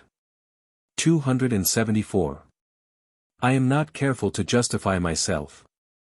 I own I am gladdened by seeing the predominance of the saccharine principle throughout vegetable nature. And not less by beholding in morals that unrestrained inundation of the principle of good into every chink and hole that selfishness has left open, yea into selfishness and sin itself. So that no evil is pure, nor hell itself without its extreme satisfactions. But lest I should mislead any when I have my own head and obey my whims, let me remind the reader that I am only an experimenter. Do not set the least value on what I do, or the least discredit on what I do not, as if I pretended to settle anything as true or false. I unsettle all things. No facts are to me sacred, none are profane. I simply experiment, an endless seeker with no past at my back. Yet this incessant movement and progression which all things partake could never become sensible to us but by contrast to some principle of fixture or stability in the soul. Whilst the eternal generation of circles proceeds, the eternal generator abides. That central life is somewhat superior to creation, superior to knowledge and thought, and contains all its circles. For ever it labors to create a life and thought as large and excellent as itself, but in vain, for that which is made instructs how to make a better. Thus there is no sleep, no pause, no preservation, but all things renew, germinate and spring. Why should we import rags and relics into the new hour? 275. Nature abhors the old, and old age seems the only disease, all others run into this one. We call it by many names, fever, intemperance, insanity, stupidity and crime, they are all forms of old age, they are rest, conservatism, appropriation, inertia, not newness, not the way onward. We grizzle every day. I see no need of it. Whilst we converse with what is above us, we do not grow old, but grow young. Infancy, youth, receptive, aspiring, with religious eye looking upward, counts itself nothing and abandons itself to the instruction flowing from all sides.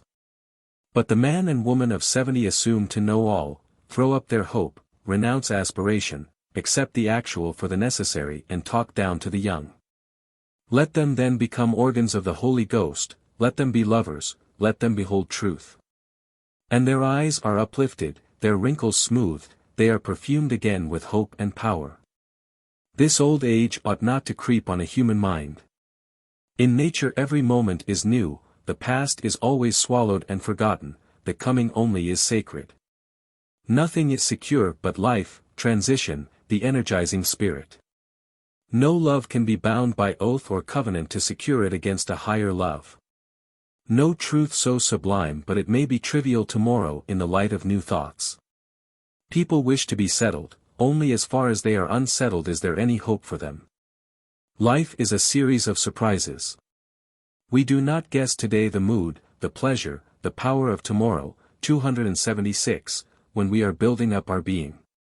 Of lower states, of acts of routine and sense, we can tell somewhat, but the masterpieces of God, the total growths and universal movements of the soul, he hideth, they are incalculable. I can know that truth is divine and helpful. But how it shall help me I can have no guess, for so to be is the sole inlet of so to know. The new position of the advancing man has all the powers of the old, yet has them all new. It carries in its bosom all the energies of the past, yet is itself an exhalation of the morning. I cast away in this new moment all my once hoarded knowledge, as vacant and vain. Now for the first time seem I to know anything rightly. The simplest words, we do not know what they mean except when we love and aspire. The difference between talents and character is adroitness to keep the old and trodden round, and power and courage to make a new road to new and better goals. Character makes an overpowering present, a cheerful, determined hour, which fortifies all the company by making them see that much is possible and excellent that was not thought of. Character dulls the impression of particular events. When we see the conqueror we do not think much of any one battle or success. We see that we had exaggerated the difficulty. It was easy to him. The great man is not convulsible or tormentable. He is so much that events pass over him without much impression. People say sometimes, see what I have, 277, overcome, see how cheerful I am, see how completely I have triumphed over these black events. Not if they still remind me of the black event, they have not yet conquered. Is it conquest to be a gay and decorated sepulchre, or a half-crazed widow, hysterically laughing? True conquest is the causing the black event to fade and disappear as an early cloud of insignificant result in a history so large and advancing. The one thing which we seek with insatiable desire is to forget ourselves, to be surprised out of our propriety, to lose our sempiternal memory and to do something without knowing how or why, in short to draw a new circle. Nothing great was ever achieved without enthusiasm. The way of life is wonderful. It is by abandonment. The great moments of history are the facilities of performance through the strength of ideas, as the works of genius and religion. A man, said Oliver Cromwell, never rises so high as when he knows not whither he is going. Dreams and drunkenness, the use of opium and alcohol are the semblance and counterfeit of this oracular genius, and hence their dangerous attraction for men. For the like reason they ask the aid of wild passions, as in the gaming and war, ape in some manner these flames and generosities of the heart. 279. Notes. The American Scholar. Games of Strength. The public games of Greece were athletic and intellectual contests of various kinds. There were 4 of importance: the Olympic, held every 4 years, the Pythian, held every 3rd Olympic year, and the Nemean and Isthmian, held alternate years between the Olympic periods. These great national festivals exercised a strong influence in Greece. They were a secure bond of union between the numerous independent states and did much to help the nation to repel its foreign invaders. In Greece the accomplished athlete was reverenced almost as a god, and cases have been recorded where altars were erected and sacrifices made in his honor. The extreme care and cultivation of the body induced by this national spirit is one of the most significant features of Greek culture, and one which might wisely be imitated in the modern world. Troubadours. In southern France during the 11th century, wandering poets went from castle to castle reciting or singing love songs, composed in the old Provençal dialect, a sort of vulgarized Latin. The life in the great feudal chateaux was so dull that the lords and ladies seized with avidity any amusement which promised to while away an idle hour. The troubadours were made much of and became a strong element in the development of the southern spirit.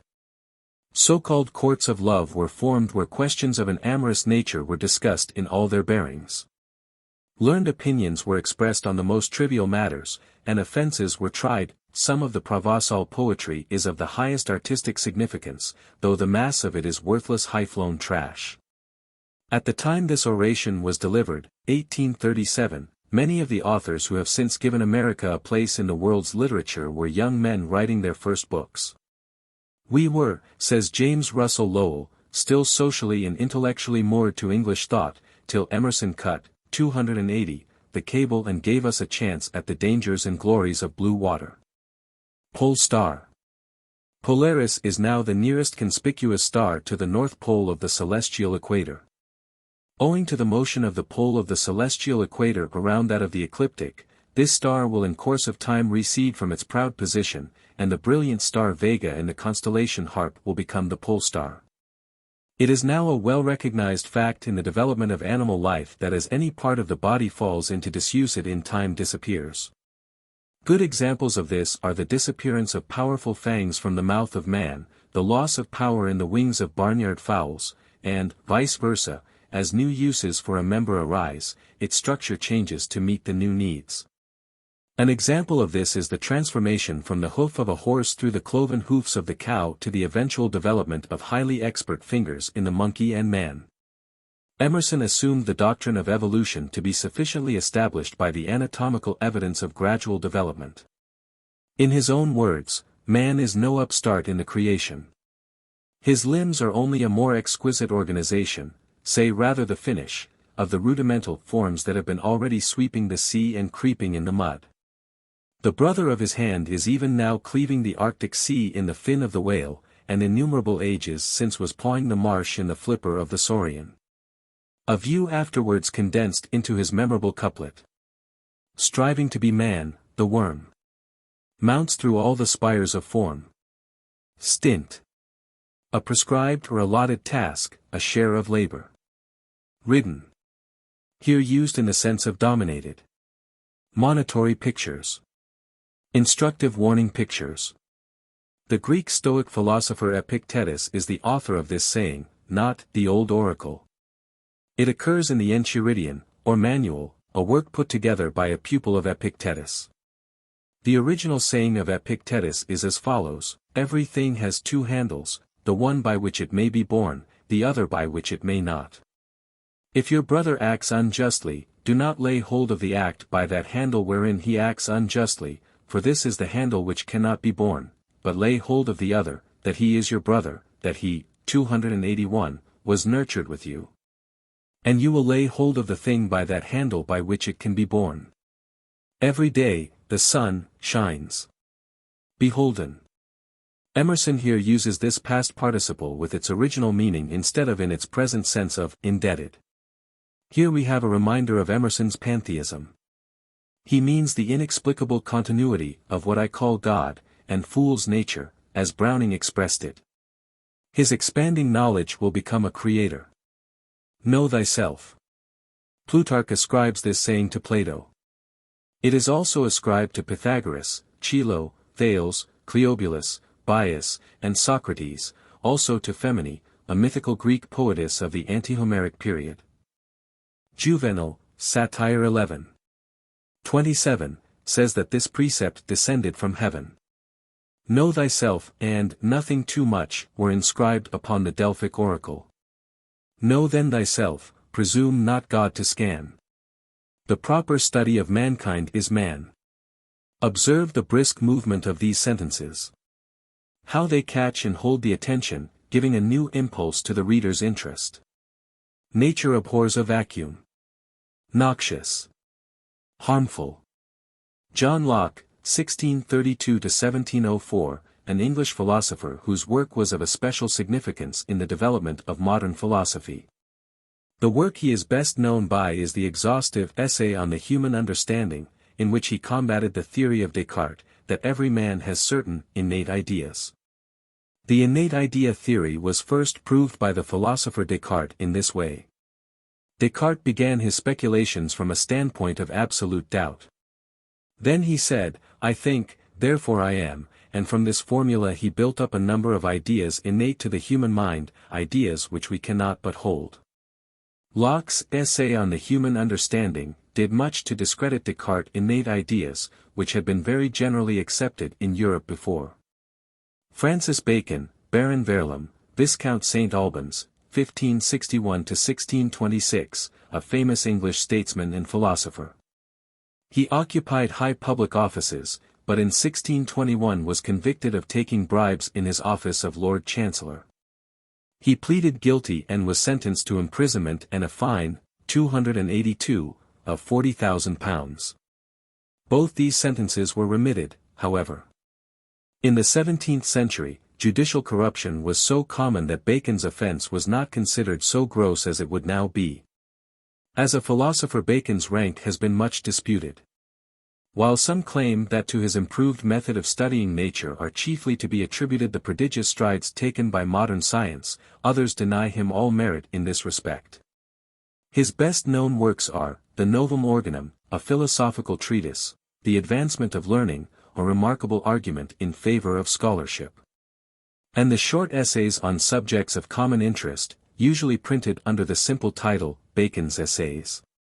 Third Estate. The 13th century was the age when the national assemblies of most European countries were putting on their definite shape. In most of them the system of estates prevailed. These in most countries were three: nobles, clergy, and commons, the commons being the third estate.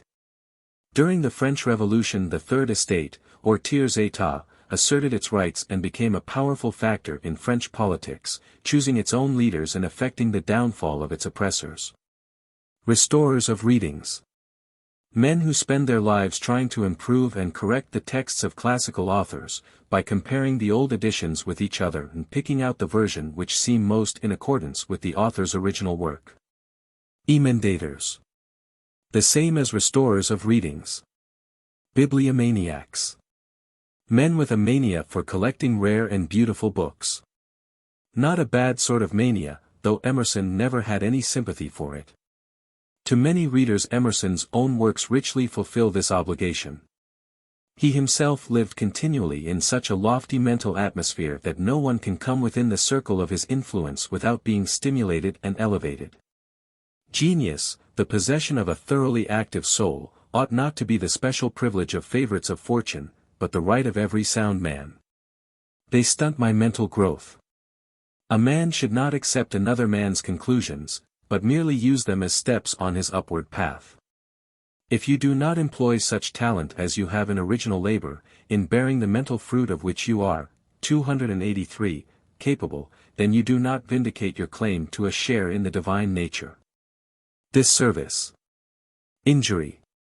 In original composition of any sort our efforts naturally flow in the channels worn for us by the first dominating streams of early genius. The conventional is the continual foe of all true art. Emerson is continually stimulating us to look at things in new ways. Here, for instance, at once the thought comes, is it not perhaps possible that the transcendent genius of Shakespeare has been rather noxious than beneficent in its influence on the mind of the world? Has not the all-pervading Shakespearean influence flooded and drowned out a great deal of original genius? That is, when in his clear, seeing moments he can distill some drops of truth from the world about him, let him not waste his time in studying other men's records of what they have seen. While Emerson's verse is frequently unmusical, in his prose we often find passages like this instinct with the fairest poetry. Geoffrey Chaucer, 1340–1400. The father of English poetry. Chaucer's chief work is the Canterbury Tales, a series of stories told by pilgrims travelling in company to Canterbury. Coleridge, the poet, wrote of Chaucer, "I take unceasing delight in Chaucer. His manly cheerfulness is especially delicious to me in my old age. How exquisitely tender he is, yet how free from the least touch of sickly melancholy or morbid drooping. Chaucer's poetry is above all things fresh. It breathes of the morning of literature. Like Homer he had at his command all the riches of a new language undefiled by usage from which to choose. Dan Chaucer, well of English undefiled. On fame's eternal bead-roll worthy to be filed. Andrew Marvell, 1620–1678. An eminent English patriot and satirist. As a writer he is chiefly known by his Rehearsal Transposed, written in answer to a fanatical defender of absolute power. When a young man he was assistant to the poet Milton, who was then Latin secretary to Oliver Cromwell. Marvell's wit and distinguished abilities rendered him formidable to the corrupt administration of, 284, Charles II. Who attempted without success to buy his friendship. Emerson's literary perspective is a bit unusual when he speaks of Marvell as one of the great English poets.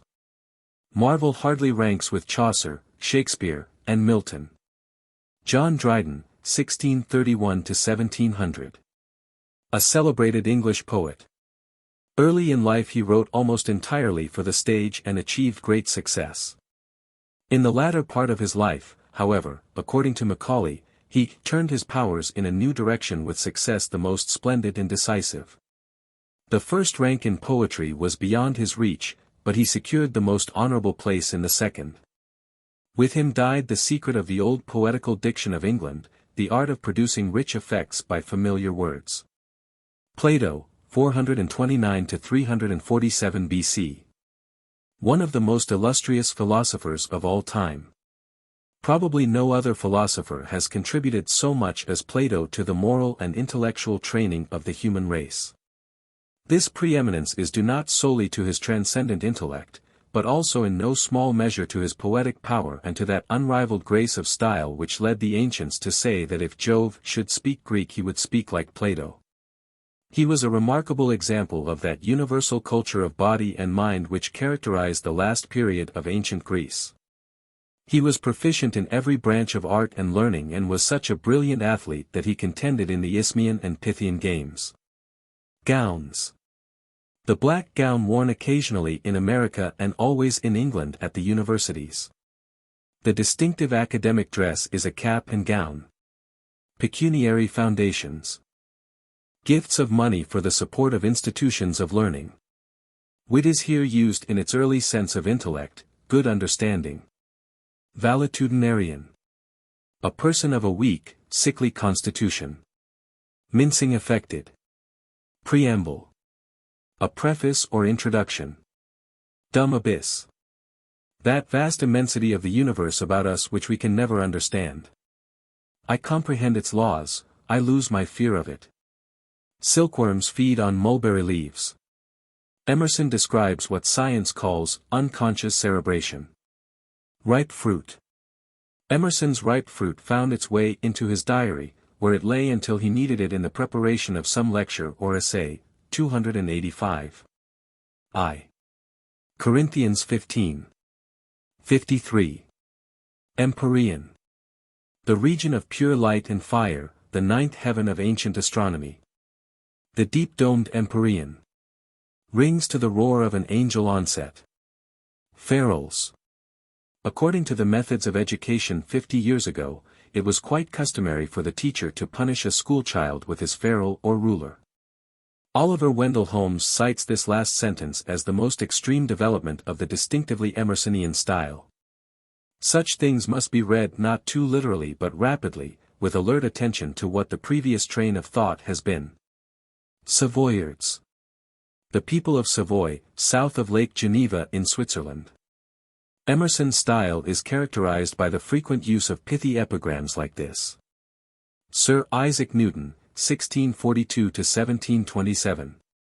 A great English philosopher and mathematician. He is famous as having discovered the law of gravitation. Unhandseled. Uncultivated, without natural advantages. A hansel is a gift.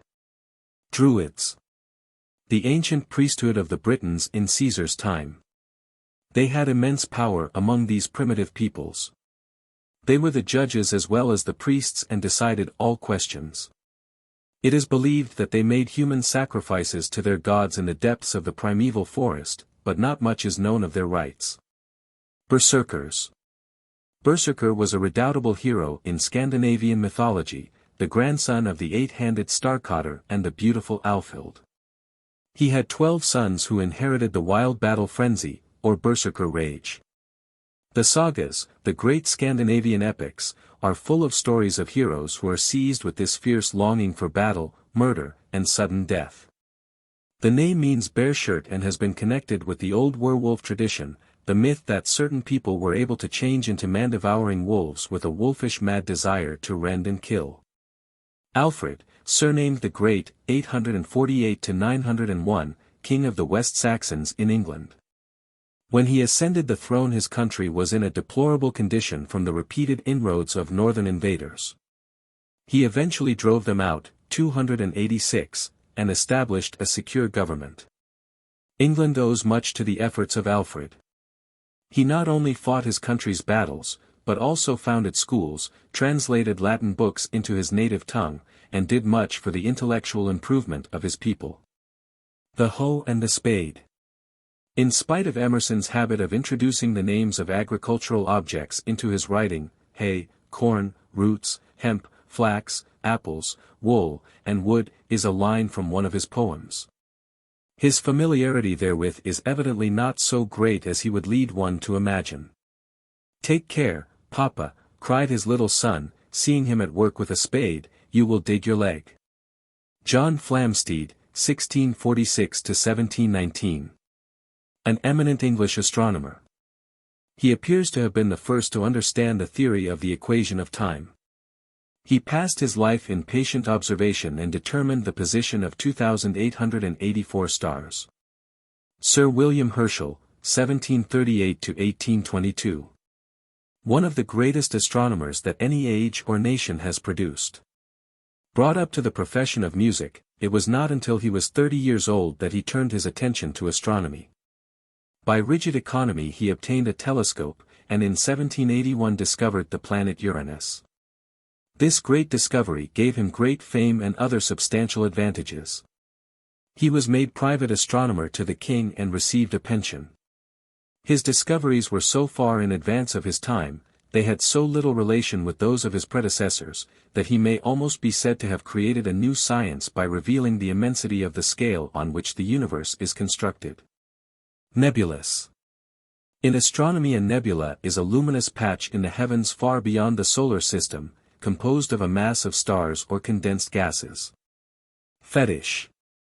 The word seems to have been applied by Portuguese sailors and traders on the west coast of Africa to objects worshipped by the natives, which were regarded as charms or talismans.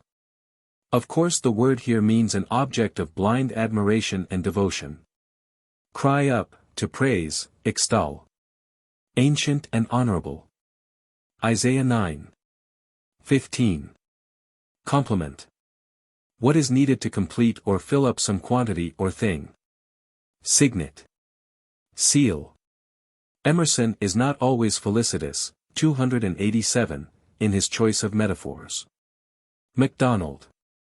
In Cervantes' Don Quixote, Sancho Panza, the squire to the Knight of the Metaphysical Countenance, tells a story of a gentleman who had asked a countryman to dine with him. The farmer was pressed to take his seat at the head of the table, and when he refused out of politeness to his host, the latter became impatient and cried, "Sit there, Claude Pate, for let me sit wherever I will, that will still be the upper end. And the place of worship to thee." This saying is commonly attributed to Rob Roy, but Emerson with his usual inaccuracy in such matters places it in the mouth of MacDonald, which MacDonald is uncertain. Carolus Linnaeus, 1707–1778. A great Swedish botanist. He did much to make botany the orderly science it now is. Sir Humphrey Davy, 1778–1829. The most famous of English chemists. The most important to mankind of his many discoveries was the safety lamp to be used in mines where there is danger of explosion from fire damp. Baron George Cuvier, 1769–1832. An illustrious French philosopher, statesman, and writer who made many discoveries in the realm of natural history, geology and philosophy. The moon. The tides are caused by the attraction of the moon and the sun. The attraction of the moon for the water nearest the moon is somewhat greater than the attraction of the Earth's center. This causes a slight bulging of the water toward the moon and a consequent high tide. Emerson frequently omits the principal verb of his sentences as here, "In a century there may exist one or two men." This obscurely constructed sentence means, for their acquiescence in a political and social inferiority the poor and low find some compensation in the immense moral capacity thereby gained. They refers to the hero or poet mentioned some 20 lines back. Comprehendeth. Here used in the original sense to include. The perfect man should be so thoroughly developed at every point that he will possess a share in the nature of every man. By the classic age is generally meant the age of Greece and Rome, and by the romantic is meant the Middle Ages, 288. Introversion. Introspection is the more usual word to express the analytic self-searching so common in these days. Second thoughts. Emerson uses the word here in the same sense as the French arrière-pensée, a mental reservation. And thus the native hue of resolution is sicklied o'er with the pale cast of thought. Hamlet, Act 3, Sc. 1. Movement. The French Revolution. Let every common object be credited with the diviner attributes which will class it among others of the same importance. Oliver Goldsmith, 1728–1774. An eminent English poet and writer. He is best known by the comedy, She Stoops to Conquer, the poem, The Deserted Village, and the Vicar of Wakefield. Of all romances in miniature, says Schlegel, the great German critic, the Vicar of Wakefield is the most exquisite. It is probably the most popular English work of fiction in Germany. Robert Burns, 1759–1796. A celebrated Scottish poet. The most striking characteristics of Burns' poetry are simplicity and intensity, in which he is scarcely, if at all, inferior to any of the greatest poets that have ever lived. William Cowper, 1731–1800. One of the most popular of English poets. His poem, The Task, was probably more read in his day than any poem of equal length in the language. Cowper also made an excellent translation of Homer. Johann Wolfgang von Goethe, 1749–1832.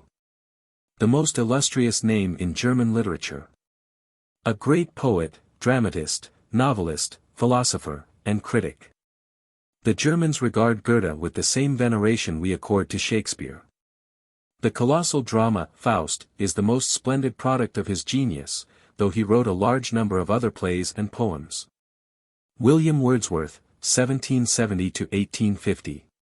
By many considered the greatest of modern English poets. His descriptions of the ever-varying moods of nature are the most exquisite in the language. Matthew Arnold in his essay on Emerson says, as Wordsworth's poetry is, in my judgment, the most important work done in verse in our language, 289, during the present century, so Emerson's essays are, I think, the most important work done in prose. Thomas Carlyle, 1795–1881. A famous English essayist, historian, and speculative philosopher. It is scarcely too much to say that no other author of this century has exerted a greater influence not merely upon the literature but upon the mind of the English nation than Carlyle. Emerson was an intimate friend of Carlyle, and during the greater part of his life maintained a correspondence with the great Englishman. An interesting description of their meeting will be found among the critical opinions at the beginning of the work. Alexander Pope, 1688–1744. The author of the Essay on Criticism, Rape of the Lock, the Essay on Man, and other famous poems. Pope possessed little originality or creative imagination, but he had a vivid sense of the beautiful and an exquisite taste. He owed much of his popularity to the easy harmony of his verse and the keenness of his satire. Samuel Johnson, 1709–1784. One of the eminent writers of the 18th century. He wrote Lives of the Poets, poems, and probably the most remarkable work of the kind ever produced by a single person, an English dictionary. Edward Gibbon, 1737–1794. One of the most distinguished of English historians. His great work is the Decline and Fall of the Roman Empire. Carlyle called Gibbon the splendid bridge from the Old World to the New. Emanuel Swedenborg, 1688–1772. A great Swedish theologian, naturalist, and mathematician, and the founder of a religious sect which has since his death become prominent among the philosophical schools of Christianity. Johann Heinrich Pestalozzi, 1746–1827. A Swiss teacher and educational reformer of great influence in his time. Compensation. These lines are printed under the title of Compensation in Emerson's collected poems. He has also another poem of 8 lines with the same title. Documents, Data, Facts, 290. This doctrine, which a little observation would confute, is still taught by some. Doubloons, Spanish and South American gold coins of the value of about $15.60 each. Polarity, that quality or condition of a body by virtue of which it exhibits opposite or contrasted properties in opposite or contrasted directions. Systole and diastole, the contraction and dilation of the heart and arteries. They are increased and consequently want more. Intenerate, soften. White House, the popular name of the presidential mansion at Washington. Explain the phrase eat dust. Overlook, oversee, superintend. Residential nolent, etc. Translated in the previous sentence. The world, do. Explain the thought. What gives the earth its shape? The microscope, little. This statement is not in accordance with the facts, if we are to understand perfect in the sense which the next sentence would suggest. Emerson has been considered a pantheist. O kappa beta omicron iota, etc. The translation follows in the text. This old proverb is quoted by Sophocles, Fragm. 74, 2, in the form epsilon gamma rho epsilon pi pi tau omicron upsilon sigma iota nu omicron delta iota kappa beta omicron iota. Emerson uses it in Nature in the form, nature's dice are always loaded. Amain, with full force, vigorously. The proverb is quoted by Horace, Epistles, I, X, 24. Naturam expellas furca, tamen usque recurret. A similar thought is expressed by Juvenal, Seneca, Cicero, and Aristophanes. Augustine, Confessions, B.I. Jupiter, the supreme god of the Romans, the Zeus of the Greeks. Tying up the hands. The expression is used figuratively, of course. The supreme power in England is vested in Parliament. Prometheus stole fire from heaven to benefit the race of men. In punishment for this Jupiter chained him to a 291 rock and set an eagle to prey upon his liver. Some unknown and terrible danger threatened Jupiter, the secret of averting which only Prometheus knew. For this secret Jupiter offered him his freedom. Minerva, goddess of wisdom, who sprang full-armed from the brain of Jupiter. The secret which she held is told in the following lines. Aurora, goddess of the dawn. Enamored of Tithonus, she persuaded Jupiter to grant him immortality, but forgot to ask for him immortal youth. Read Tennyson's poem on Tithonus. Achilles, the hero of Homer's Iliad. His mother Thetis, to render him invulnerable, plunged him into the waters of the Styx. The heel by which she held him was not washed by the waters and remained vulnerable. Here he received a mortal wound. Siegfried, hero of the Nibelungenlied, the old German epic poem. Having slain a dragon, he bathed in its blood and became covered with an invulnerable horny hide, only one small spot between his shoulders which was covered by a leaf remaining vulnerable. Into this spot the treacherous Hagen plunged his lance. Nemesis, a Greek female deity, goddess of retribution, who visited the righteous anger of the gods upon mortals. The Furies or Eumenides, stern and inexorable ministers of the vengeance of the gods. Ajax and Hector, Greek and Trojan heroes in the Trojan War. See Homer's Iliad. Achilles slew Hector and, lashing him to his chariot with the belt which Ajax had given Hector, dragged him round the walls of Troy. Ajax committed suicide with the sword which Hector had presented to him. Thasians, inhabitants of the island of Thasus. The story here told of the rival of the athlete Theagenes is found in Pausanias' description of Greece, Book 6. Chapter 11. Shakespeare, the greatest of English writers, seems to have succeeded entirely or almost entirely in removing the personal element from his writings. Hellenic, Greek. Tit for tat, etc. This paragraph is composed of a series of proverbs. Edmund Burke, 1729-1797, illustrious Irish statesman, orator, and author, 292. Pawns, the pieces of lowest rank in chess. What is the meaning of obscene here? Compare the Latin. Polycrates, a tyrant of Samos, who was visited with such remarkable prosperity that he was advised by a friend to break the course of it by depriving himself of some valued possession. In accordance with this advice he cast into the sea an emerald ring which he considered his rarest treasure. A few days later a fisherman presented the monarch with a large fish inside of which the ring was found.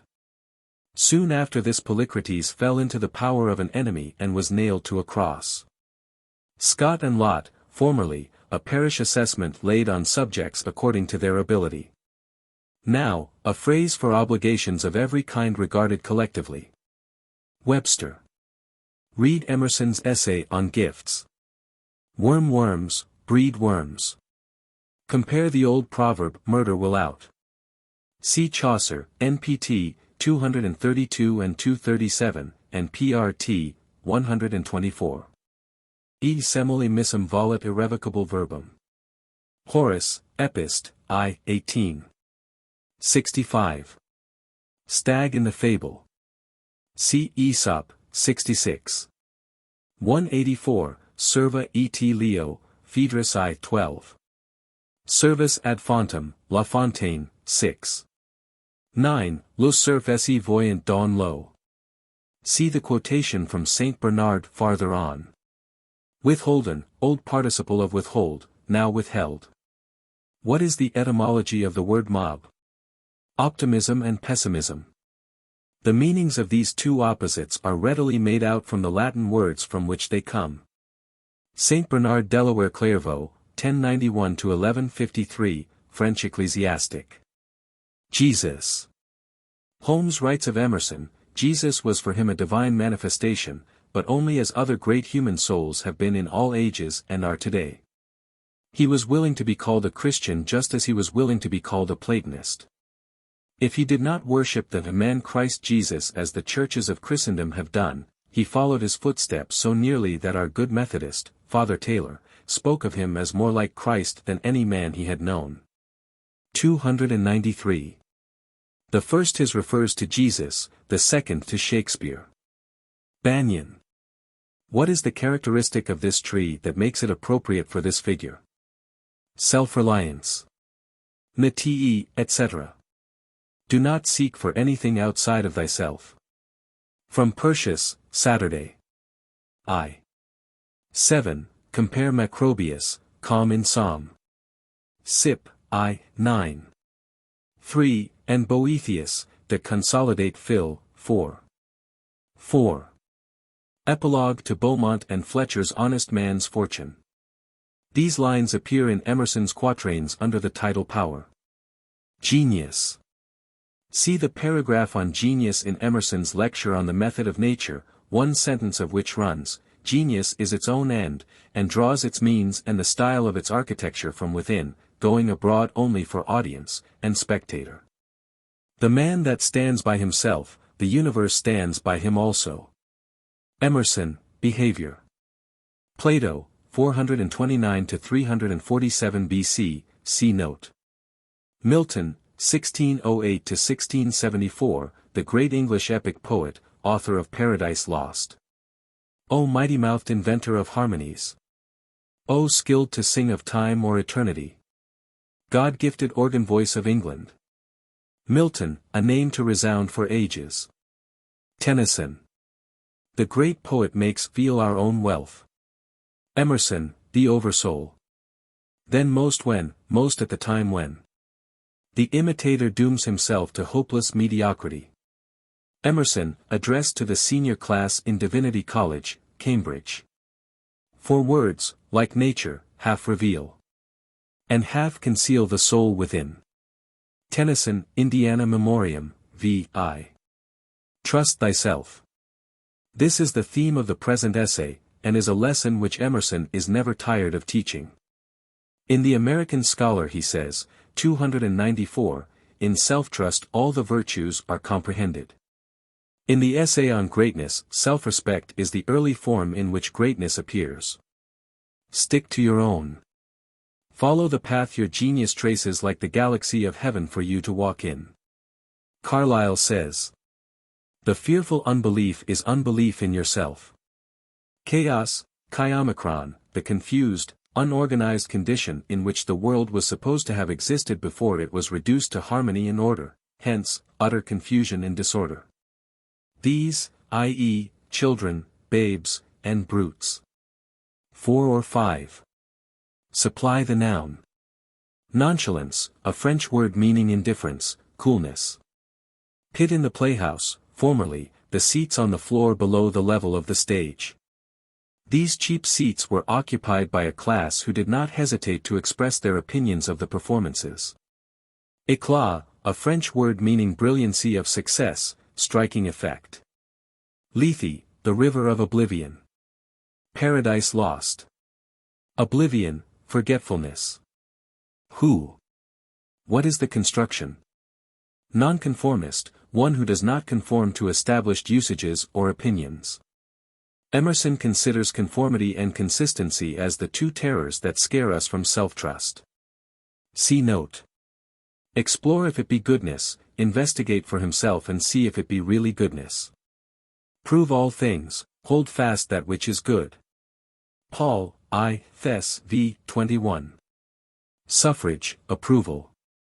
What stronger breastplate than a heart untainted? Thrice is he armed that hath his quarrel just. And he but naked, though locked up in steel. Whose conscience with injustice is corrupted. Shakespeare, 2. Henry VI, 3. 2. There is nothing either good or bad, but thinking makes it so. Hamlet, 2. 295. Barbados, an island in the Atlantic Ocean, one of the Lesser Antilles. The Negroes, composing by far the larger part of the population, were formerly slaves. He had rather have his actions ascribed to whim and caprice than to spend the day in explaining them. Diet and bleeding, special diet and medical care, used figuratively, of course. Read Emerson's essay on greatness. The precise man, precisely what kind of man? By their fruits ye shall know them. Matthew, 7. 16 and 20. With, notwithstanding, in spite of the bench, of an impartial judge. Bound their eyes with handkerchief, in this game of blind men's buff. Pin thy faith to no man's sleeve, hast thou not 2 eyes of thy own? Carlyle. Give examples of men who have been made to feel the displeasure of the world for their nonconformity. Nihil tam incertum nec tam inestimable est quam animi multitudinis. Livy, 31. 34. Mobile mutator semper cum principi vulgus. Claudianus, the 4. Consul. Honorii, 302. The other terror. The first, conformity, has just been treated. Consistency. Compare, on the other hand, the well-known saying, consistency, thou art a jewel. Orbit, course in life. Somewhat, something. See Genesis, 39. 12. Pythagoras, FL about 520 BC, a Greek philosopher. His society was scattered and persecuted by the fury of the populace. Socrates, 470-399 BC. The great Athenian philosopher, whose teachings are the subject of most of Plato's writings, was accused of corrupting the youth, and condemned to drink hemlock.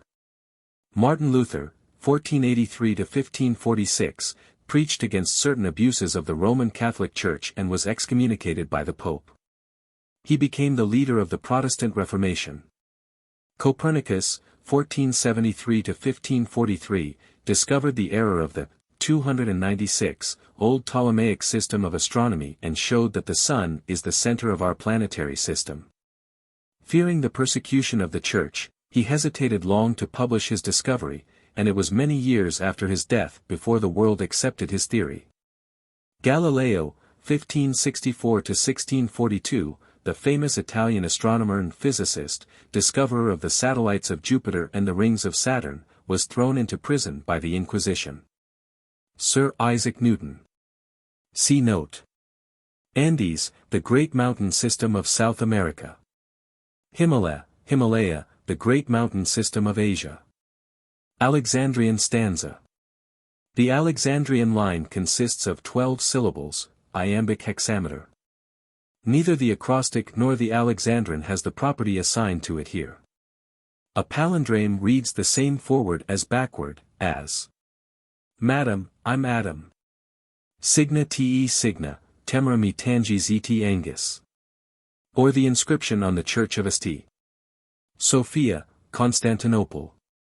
Nu psi omicron nu omicron mu alpha tau alpha mu nu alpha nu psi iota nu. The reference is to sailing vessels, of course. Scorn eyes, scorn observers. Chatham, William Pitt, Earl of Chatham, 1708-1778, this distinguished statesman and orator.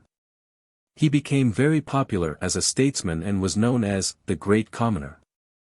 Adams.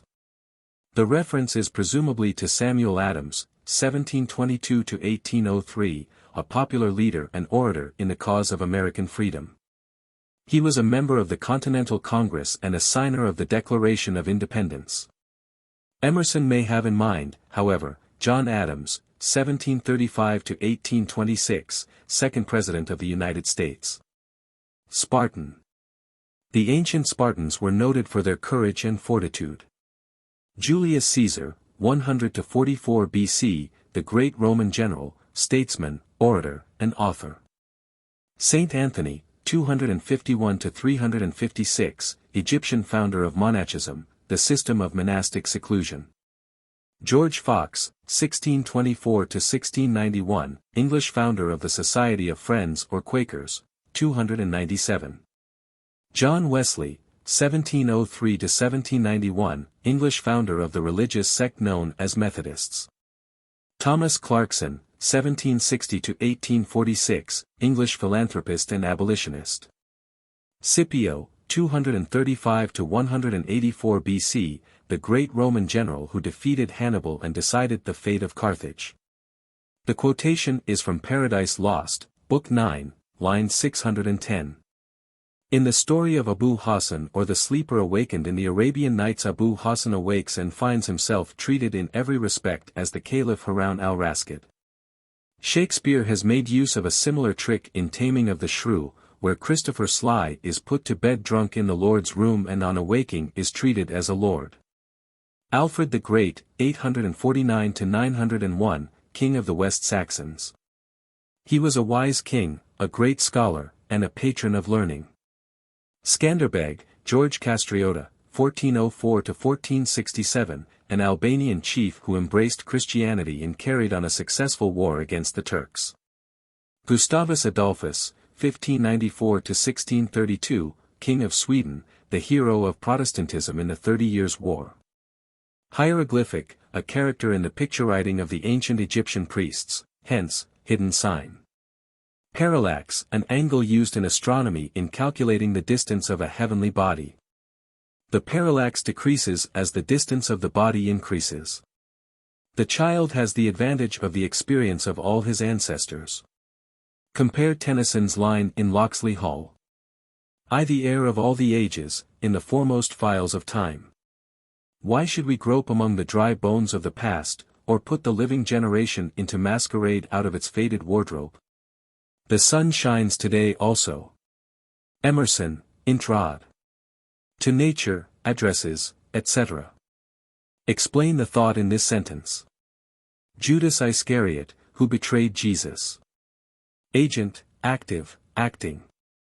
An allusion to the Mohammedan custom of removing the shoes before entering a mosque.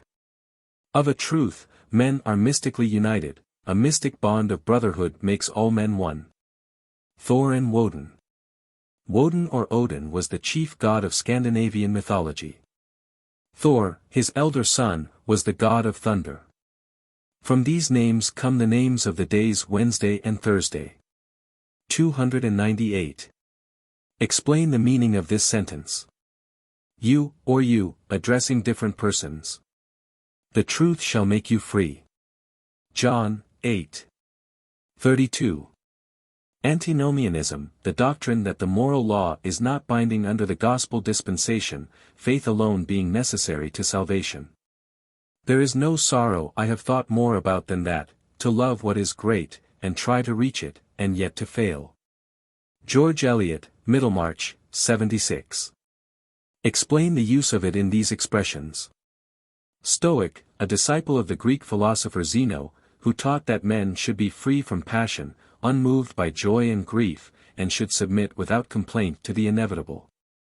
Word made flesh, see John, I, 14. Healing to the nations, see Revelation, 22. 2. In what prayers do men allow themselves to indulge? Prayer is the soul's sincere desire. Uttered or unexpressed. The motion of a hidden fire. That trembles in the breast. Montgomery, what is prayer? Carattac, Caractacus, is a historical character in Fletcher's, 1576 to 1625, tragedy of Bonduca, Boadicea. Zoroaster, a Persian philosopher, founder of the ancient Persian religion. He flourished long before the Christian era. Speak thou with us, and we will hear, but let not God speak with us, lest we die. Exodus, XX. 19. Compare also the parallel passage in Deuteronomy, v. 25-27. John Locke. See note. Lavoisier, 1743-1794, celebrated French chemical philosopher, discoverer of the composition of water. James Hutton, 1726-1797, great Scotch geologist, author of The Theory of the Earth. Jeremy Bentham, 1748-1832, English philosopher, jurist, and legislative reformer. Fourier, 1772-1837, French socialist, founder of the system of Fourierism. Calvinism, the doctrines of John Calvin, 1509-1564. French theologian and Protestant reformer. A cardinal doctrine of Calvinism is predestination. 299. Quakerism, the doctrines of the Quakers or Friends, a society founded by George Fox, 1624-1691. Emanuel Swedenborg, 1688-1772, Swedish theosophist, founder of the New Jerusalem Church. He is taken by Emerson in his Representative Men as the type of the mystic, and is often mentioned in his other works. Though we travel the world over to find the beautiful, we must carry it with us, or we find it not. Emerson, Art. Thebes, a celebrated ruined city of Upper Egypt. Palmyra, a ruined city of Asia situated in an oasis of the Syrian desert, supposed to be the Tadmor built by Solomon in the wilderness, 2. Chr. 8. 4. Vain, very vain, my weary search to find that bliss which only centers in the mind. Still to ourselves in every place consigned. Our own felicity we make or find. Goldsmith, and Johnson. The Traveller, 423-32. He that has light within his own clear breast may sit center, and enjoy bright day. But he that hides a dark soul, and foul thoughts, benighted walks under the midday sun, himself in his own dungeon. Milton, Comus, 381-5. Compare also Paradise Lost, I, 255-7. Vatican, the Palace of the Pope in Rome, with its celebrated library, museum, and art gallery. Doric, the oldest, strongest, and simplest of the three styles of Grecian architecture. Gothic, a pointed style of architecture, prevalent in Western Europe in the latter part of the Middle Ages. Never imitate. Emerson insists on this doctrine.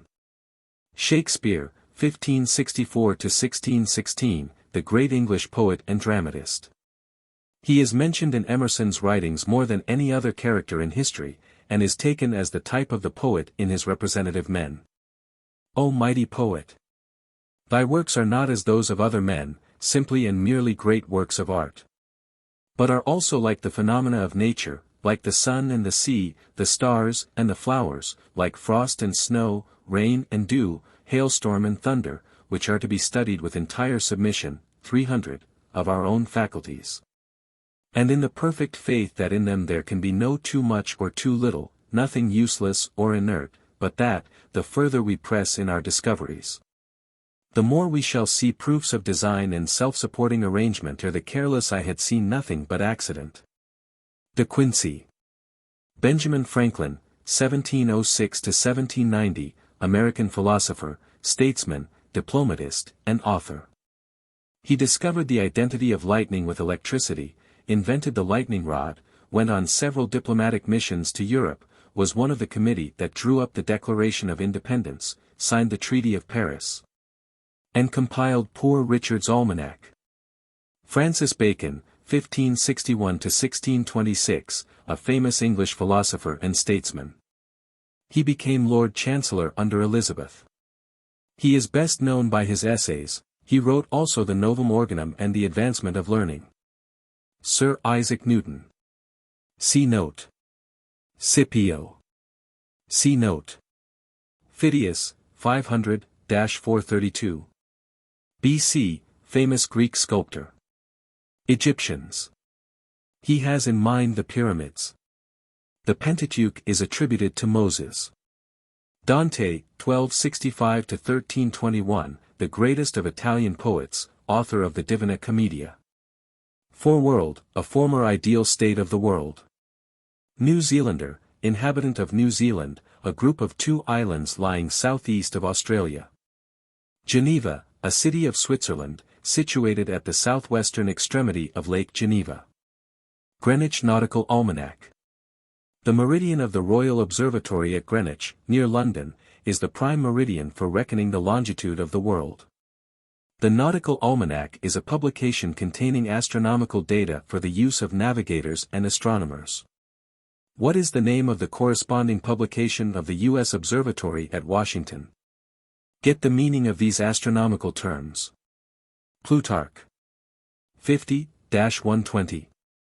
A.D., Greek philosopher and biographer, author of Parallel Lives, a series of Greek and Roman biographies. Next after Shakespeare and Plato he is the author most frequently mentioned by Emerson. Read the essay of Emerson on Plutarch. Phocion, 402–317 BC, Athenian statesman and general. See note. 301. Anaxagoras, 500–426 BC, Greek philosopher of distinction. Diogenes, 400–323. Greek cynic philosopher who affected great contempt for riches and honors and the comforts of civilized life, and is said to have taken up his residence in a tub. Henry Hudson, 1611, English navigator and explorer, discoverer of the bay and river which bear his name. Bering or Bering, 1680–1741, Danish navigator, discoverer of Bering Strait. Sir William Edward Parry, 1790–1855, English navigator and Arctic explorer. Sir John Franklin, 1786–1846, celebrated English navigator and Arctic explorer, lost in the Arctic seas. Christopher Columbus, 1445. 1506, Genoese navigator and discoverer of America. His ship, the Santa Maria, appears small and insignificant in comparison with the modern ocean ship. Napoleon Bonaparte, 1769–1821, Emperor of France, one of the greatest military geniuses the world has ever seen. He was defeated in the Battle of Waterloo by the Duke of Wellington, and died in exile on the Isle of St. Helena. Emerson takes him as a type of the man of the world in his representative men. I call Napoleon the agent or attorney of the middle class of modern society. He was the agitator, the destroyer of prescription, the internal improver, the liberal, the radical, the inventor of means, the opener of doors and markets, the subverter of monopoly and abuse. He had the virtues of the masses of his constituents, he had also their vices. I am sorry that the brilliant picture has its reverse. Comte de Las Cases, not Casas, 1766–1842, author of Memorial de Saint Helene. Ali, Arabian caliph, surnamed the Lion of God, cousin and son-in-law of Muhammad. He was assassinated about 661. The county of Essex in England has several namesakes in America. Fortune. In Roman mythology Fortune, the goddess of fortune or chance, is represented as standing on a ball or wheel. Nec metuis dubio fortunae stantis in orb. Newman, et exosi verba superba dii. Ovid, Tristia, v. 8. 302. Friendship. Most of Emerson's essays were first delivered as lectures, in practically the form in which they afterwards appeared in print. The form and style, it is true, were always carefully revised before publication. This Emerson called giving his thoughts the Greek dress. His essay on friendship, published in the first series of essays in 1841 was not, so far as we know, delivered as a lecture. Parts of it, however, were taken from lectures which Emerson delivered on society, the heart, and private life. In connection with his essay on friendship, the student should read the 2 other notable addresses on the same subject, one the speech by Cicero, the famous Roman orator, and the other the essay by Lord Bacon, the great English author. Relum. Is this a common word? Define it. Pass my gate.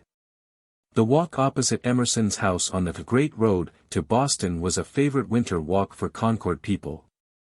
Along it passed the philosophic Alcott and the imaginative Hawthorne, as well as famous townsmen and school children. My friends have come to me, etc. Compare with Emerson's views here expressed the noble passage in his essay on the Oversoul, every friend whom not thy fantastic will but the great and tender heart in thee craveth, shall lock thee in his embrace. And this because the heart in thee is the heart of all.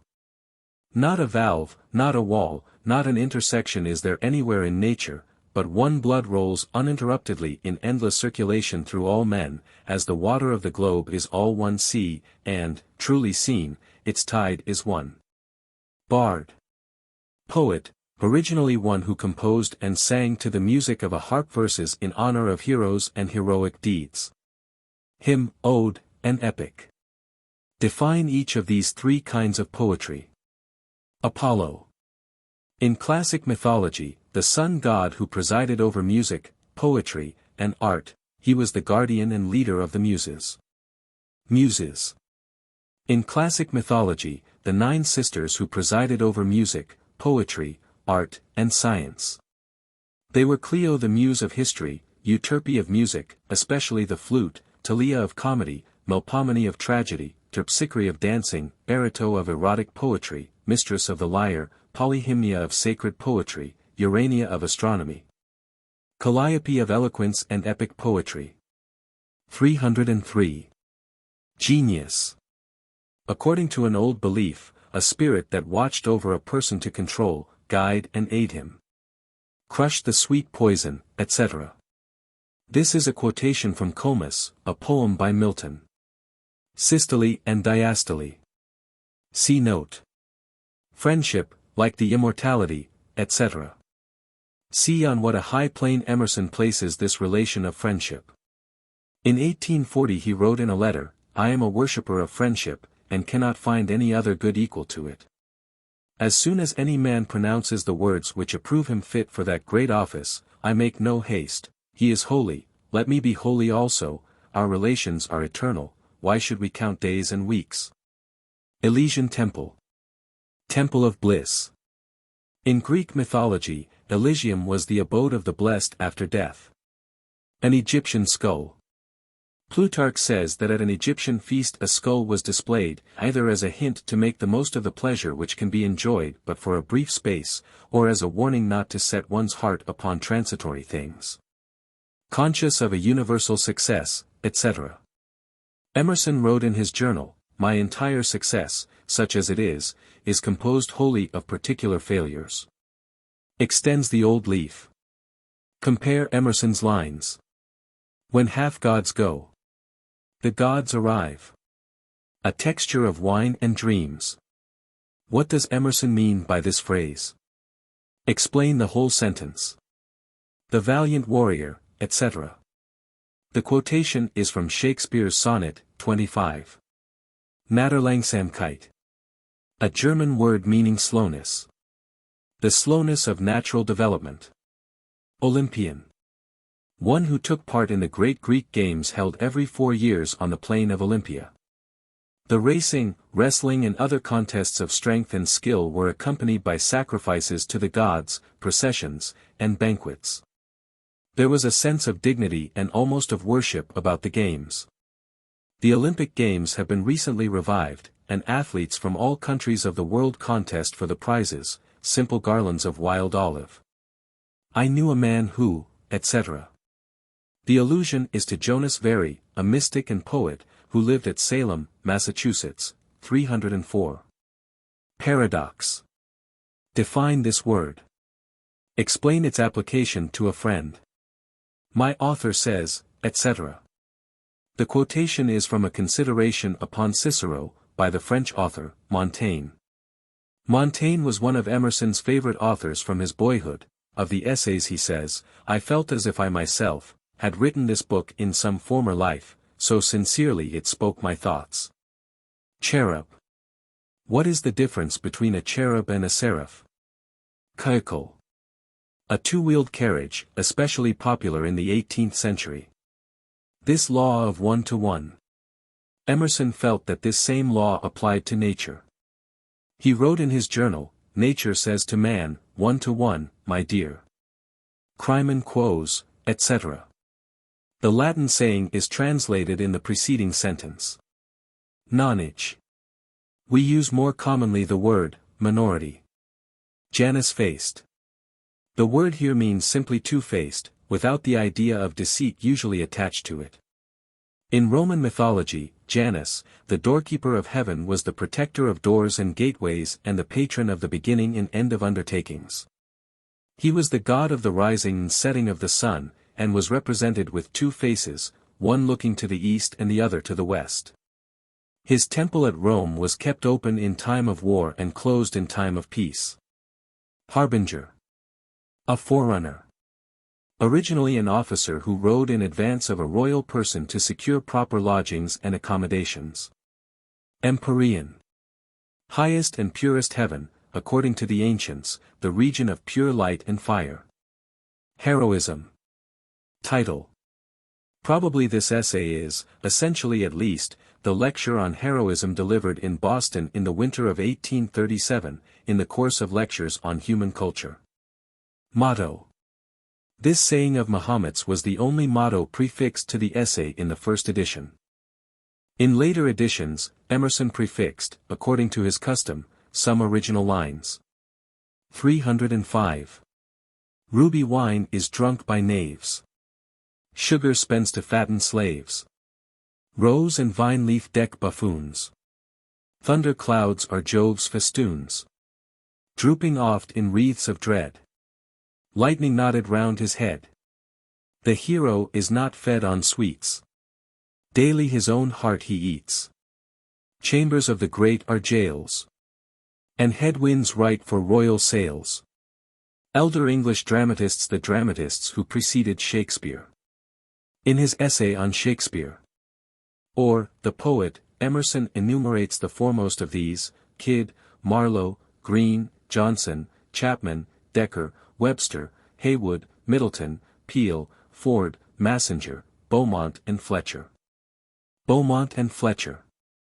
Francis Beaumont and John Fletcher were two dramatists of the Elizabethan age. They wrote together and their styles were so similar that critics are unable to identify the share of each in their numerous plays. Rodrigo, Pedro, or Valerio. Favorite names for heroes among the dramatists. Rodrigo Diaz de Bivar, known usually by the title of the Cid, was the national hero of Spain, famous for his exploits against the Moors. Don Pedro was the Prince of Aragon in Shakespeare's play, Much Ado About Nothing. Bonduca, Sophocles, the Mad Lover, and Double Marriage. The first, third and fourth are names of plays by Beaumont and Fletcher. In the case of the second, Emerson, by a lapse of memory, gives the name of one of the chief characters instead of the name of the play, The Triumph of Honor, in a piece called Four Plays in One.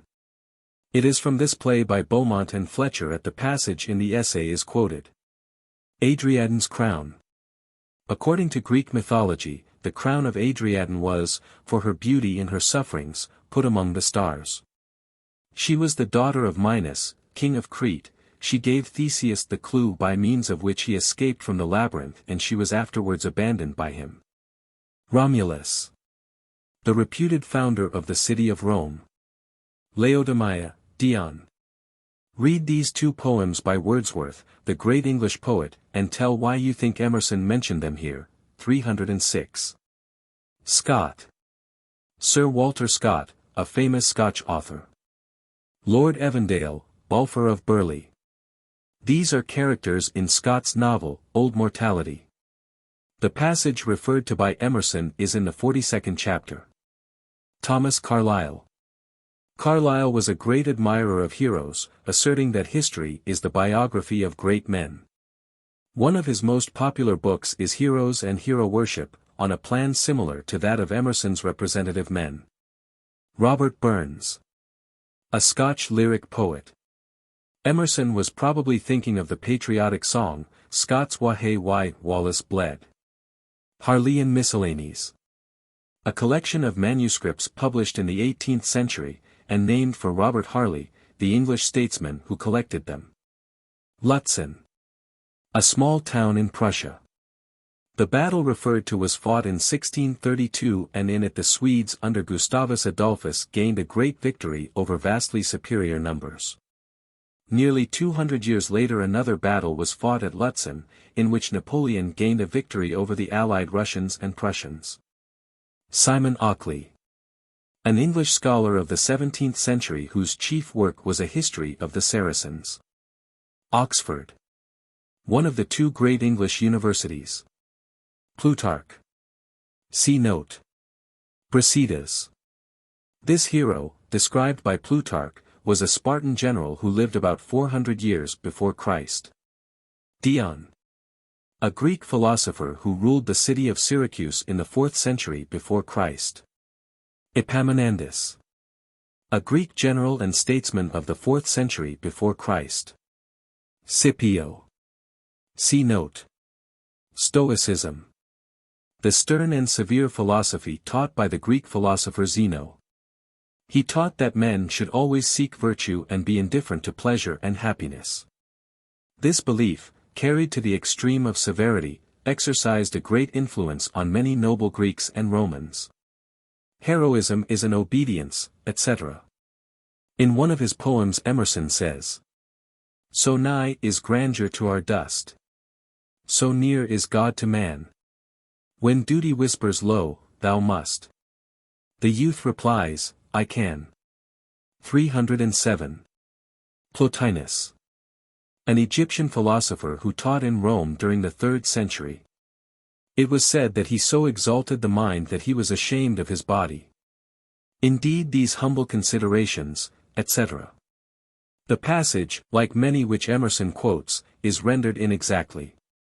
The prince says to Poins, "Indeed these humble considerations make me out of love with my greatness.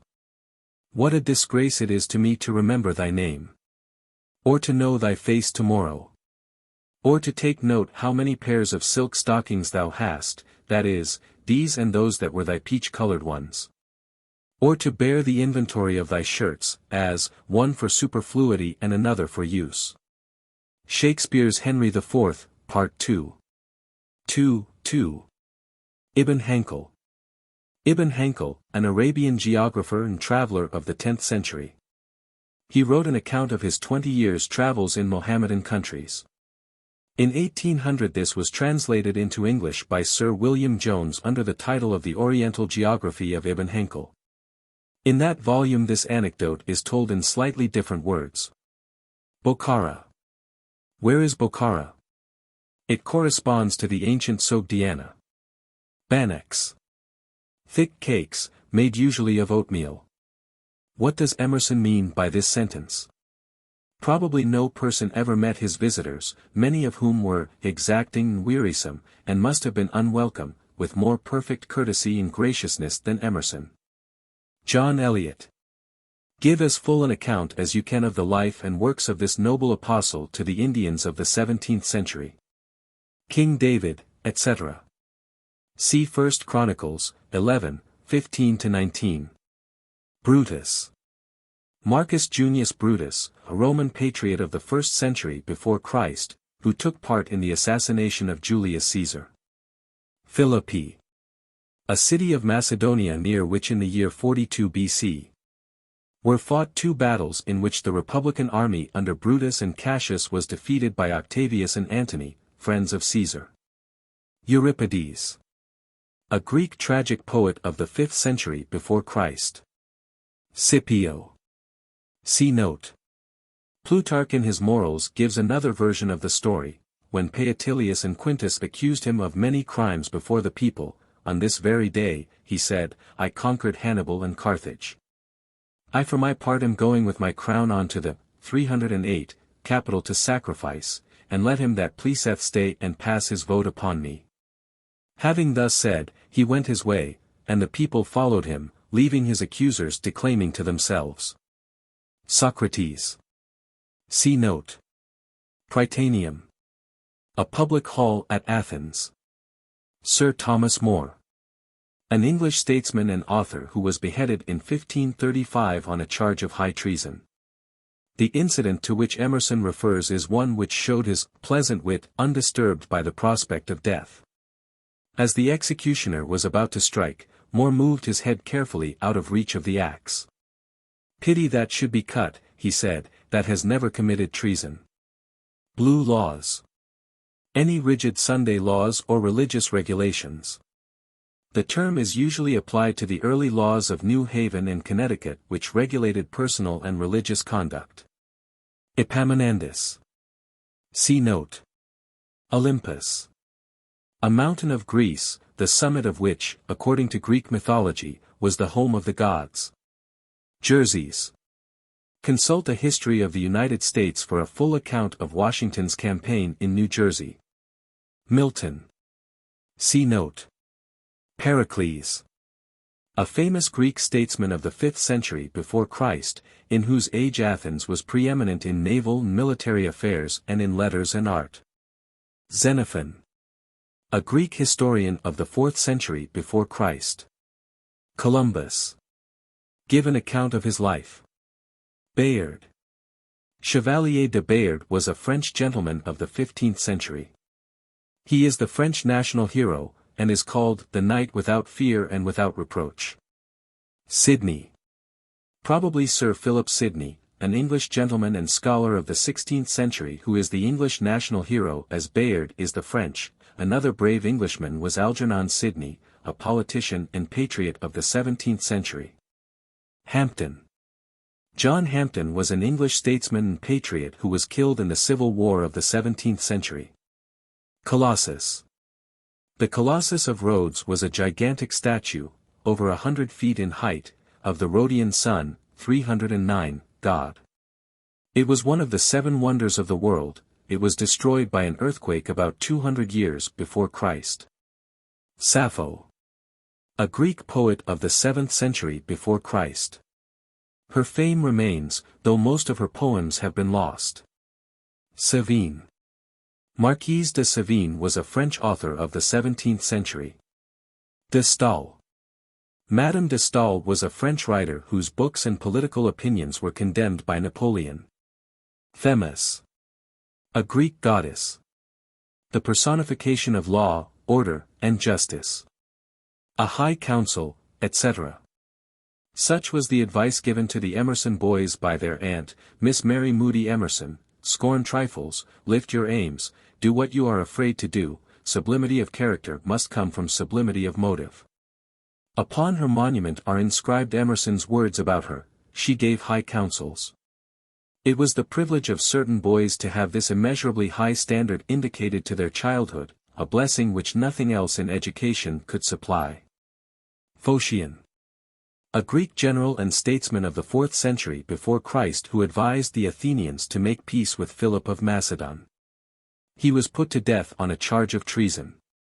Lovejoy. Rev. Elijah Lovejoy, a Presbyterian clergyman of Maine who published a periodical against slavery. In 1837 an Illinois mob demanded his printing press, which he refused to give up. The building containing it was set on fire, and when Lovejoy came out he was shot. Let them rave, etc. These lines are misquoted, being evidently given from memory, from Tennyson's dirge. In the poem occur these lines. Let them rave. Thou wilt never raise thine head from the green that folds thy grave. Let them rave. Manners. The essay on manners is from the second series of essays, published in 1844, 3 years after the first series. The essays in this volume, like those in the first, 310, were, for the most part, made up of Emerson's lectures, rearranged and corrected. The lecture on manners had been delivered in the winter of 1841. He had given another lecture on the same subject about 4 years before, and several years later he treated of the same subject in his essay on behavior in the conduct of life. You will find it interesting to read behavior in connection with this essay. Fiji Islanders. Since this essay was written, the people of the Fiji, or Fiji, Islands have become Christianized, and, to a large extent, civilized. Gournou. This description is found in a narrative of the operations and recent discoveries within the pyramids, by Belzoni, an Italian traveler and explorer. Borgu. A province of Africa. Tibuz, Bornuz. Tribes of Central Africa, mentioned in Heron's historical researches. Honors himself with architecture. Architecture was a subject in which Emerson was deeply interested. Read his poem, The Problem. Chivalry. Chivalry may be considered as embodying the Middle Age conception of the ideal life of the knights. The word is often used to express the ideal qualifications of a knight, as courtesy, generosity, valor, and dexterity in arms. Fully to understand the order of knighthood and the ideals of chivalry, you must read the history of Europe in the Middle Ages. Sir Philip Sidney. See note. Sir Walter Scott. 1771 to 1832. His historical novels dealing with the Middle Ages have some fine pictures of the chivalrous characters in which he delighted. Masonic sign. A sign of secret brotherhood, like the sign given by one Mason to another. Correlative abstract. Corresponding abstract name. Sir Philip Sidney, himself the ideal gentleman, used the word gentlemanliness. He said, gentlemanliness is high erected thoughts seated in a heart of courtesy. Gentilesse. Gentle birth and breeding. Emerson was very fond of the passage on gentilesse in Chaucer's Wife of Bath's Tale. Feudal ages.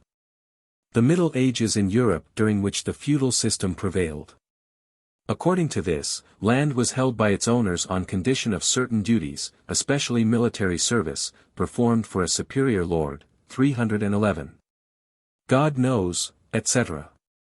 Why is this particularly true of a republic such as the United States? The incomparable advantage of animal spirits. Why does Emerson regard this as of such importance?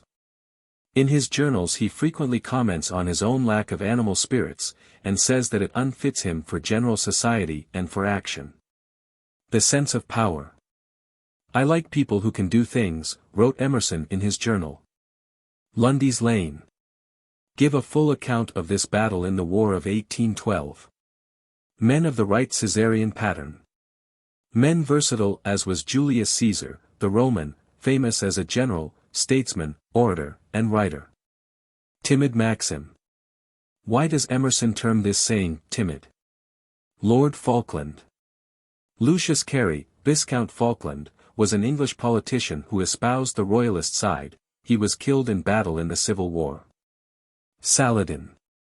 A famous sultan of Egypt and Syria who lived in the 12th century.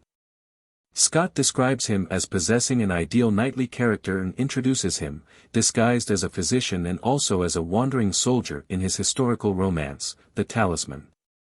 Sapor. A Persian monarch of the 4th century who defeated the Romans in battle. The Cid. See Rodrigo, in Heroism. Julius Caesar. See note on Caesarian. Scipio. See note. Alexander. Alexander, king of Macedon, surnamed the Great. In the 4th century before Christ he made himself master of the known world. Pericles. See note on Heroism. Diogenes. See note. Socrates. See note.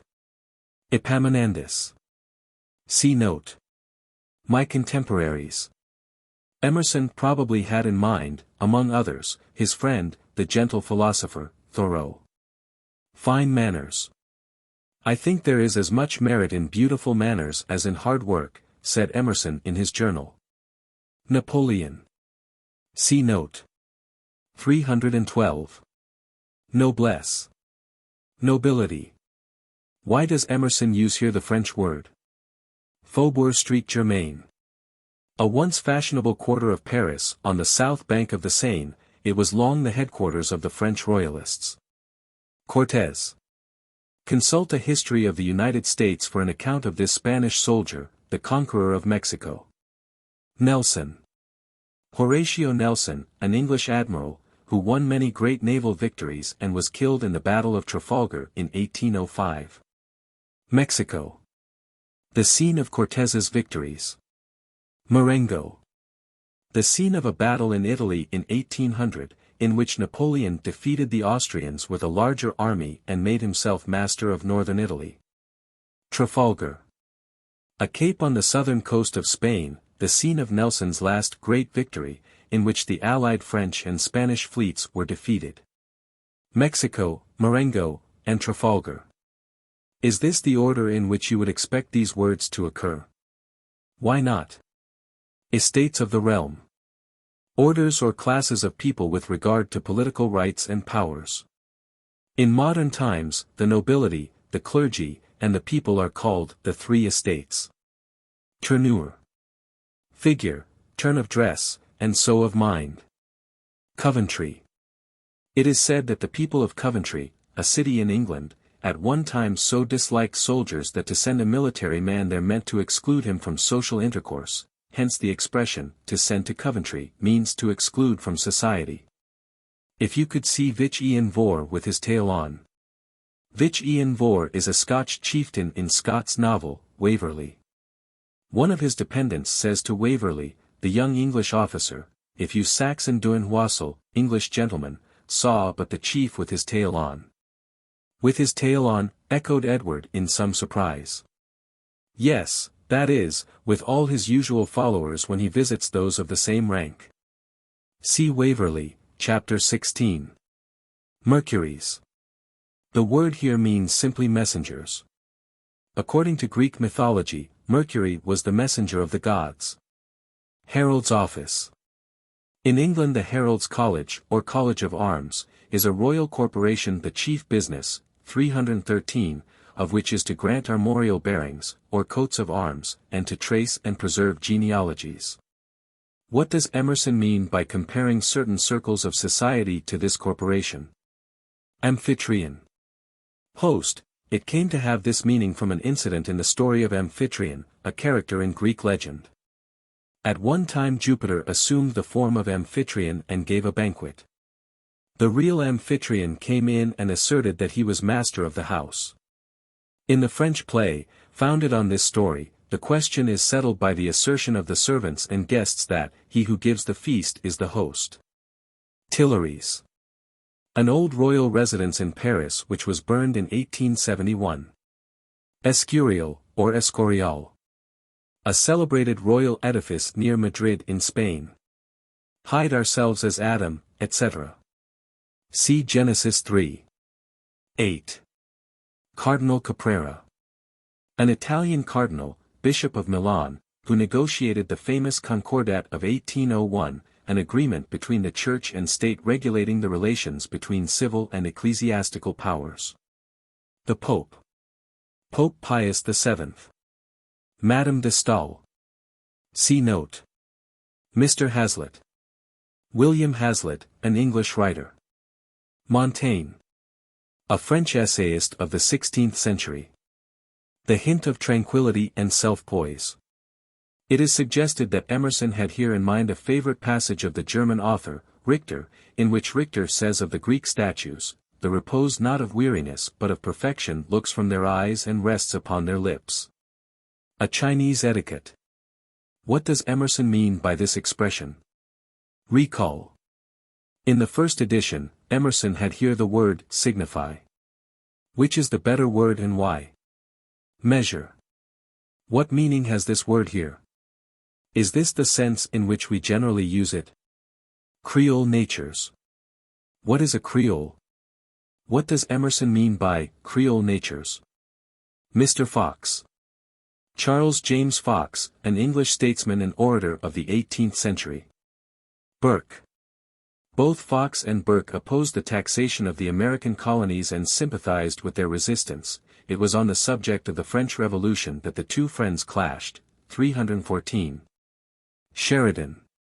Richard Brinsley Sheridan, an Irish dramatist, member of the famous literary club to which both Fox and Burke belonged. Circe. According to Greek legend, Circe was a beautiful enchantress. Men who partook of the draught she offered, were turned to swine. Captain Sims. The only real personage of this group. He asserted that there was an opening to the interior of the earth which was stocked with plants and animals. Clerisy. What word would we be more apt to use here? St. Michael's, Square. St. Michael's was an order instituted by Louis XI. Of France. Cologne water.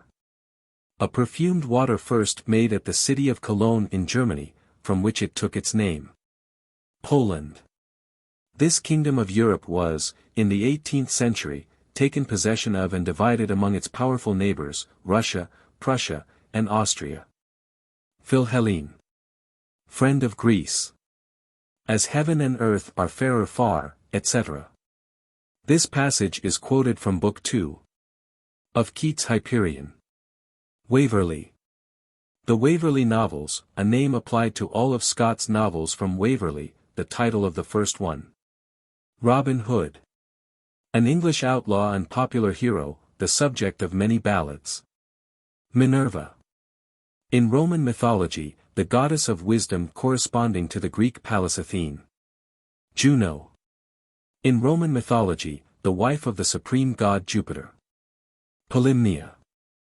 In Greek mythology, one of the 9 muses who presided over sacred poetry. The name is more usually written Polyhemia. Delphic Sibyl. In ancient mythology, the Sibyls were certain women who possessed the power of prophecy. One of these who made her abode at Delphi in Greece was called the Delphian, or Delphic, Sibyl. Hafiz, a Persian poet of the 14th century. Firdusi. A Persian poet of the 10th century. She was an elemental force, etc. Of this passage Oliver Wendell Holmes said that Emerson speaks of woman in language that seems to pant for rhythm and rhyme. Byzantine. An ornate style of architecture developed in the 4th and 5th centuries, marked especially by its use of gold and color. 315. Golden Book. In a book, called the Golden Book, were recorded the names of all the children of Venetian noblemen. Skyras. A province of Persia famous especially for its roses, wine, and nightingales, and described by the poets as a place of ideal beauty. Osman. The name given by Emerson in his journal and essays to his ideal man, one subject to the same conditions as himself. Quran. The sacred book of the Mohammedans. Jove. Jupiter, the supreme god of Roman mythology. Silenus. In Greek mythology, the leader of the satyrs. This fable, which Emerson credits to tradition, was original. Her owl. The owl was the bird sacred to Minerva, the goddess of wisdom. Gifts. This essay was first printed in the periodical called The Dial. It was a part of Emerson's philosophic faith that there is no such thing as giving, everything that belongs to a man or that he ought to have, will come to him. But in the ordinarily accepted sense of the word, Emerson was a gracious giver and receiver. In his family the old New England custom of New Year's presents was kept up to his last days. His presents were accompanied with verses to be read before the gift was opened. Into Chancery. The phrase, in Chancery, means in litigation, as an estate, in a court of equity. Cocker. Spoil, indulge, a word now little used. Fruits are acceptable gifts. Emerson took especial pleasure in the beauty of fruits and the thought of how they had been evolved from useless, insipid seed cases. To let the petitioner, etc. We can hardly imagine Emerson's asking a gift or favor. He often quoted the words of Landor, an English writer, "The highest price you can pay for a thing is to ask for it." Furies. In Roman mythology, 3 goddesses who sought out and punished evildoers. A man's biography, etc. Emerson wrote in his journal, "Long ago I wrote of gifts and neglected a capital." 316, example.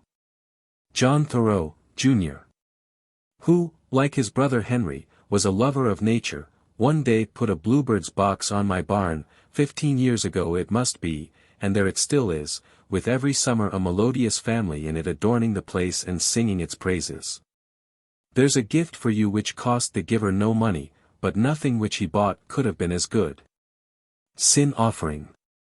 Under the Hebrew law, a sacrifice or offering for sin. See Leviticus 23. 19. Explain what Emerson means here by the word blackmail. What is blackmail? How may Christmas gifts, for instance, become a species of blackmail? Brother, if Jove, etc. In the Greek legend, Epimetheus gives this advice to his brother Prometheus. The lines are taken from a translation of Works and Days, by the Greek poet, Hesiod. Timons.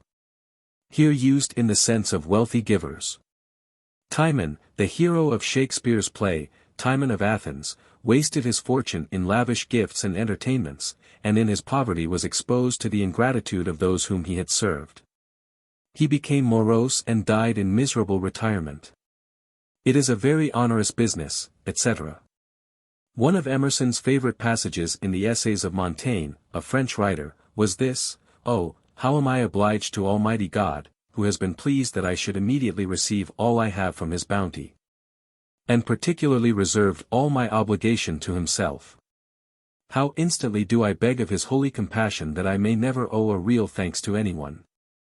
O happy liberty in which I have thus far lived! May it continue with me to the last. I endeavor to have no need of any one." When Emerson, in his old age, had his house injured by fire, his friends contributed funds to repair it and to send him to England. The gift was proffered graciously and accepted gratefully. Buddhist. A follower of Buddha, a Hindu religious teacher of the 5th century before Christ. Nature. Nature. Emerson's first published volume was a little book of essays, entitled Nature, which appeared in 1836. In the years which followed, he thought more deeply on the 317 subject and, according to his custom, made notes about it and entries in his journals. In the winter of 1843 he delivered a lecture on relation to nature, and it is probable that this essay is built up from that. The plan of it, however, had been long in his mind. In 1840 he wrote in his journal, "I think I must do these eyes of mine the justice to write a new chapter on nature. This delight we all take in every show of night or day or field or forest or sea or city, down to the lowest particulars, is not without sequel, though we be as yet only wishers and gazers, not at all knowing what we want. We are predominated here as elsewhere by an upper wisdom, and resemble those great discoverers who are haunted for years, sometimes from infancy, with a passion for the fact, or class of facts in which the secret lies which they are destined to unlock, and they let it not go until the blessing is won.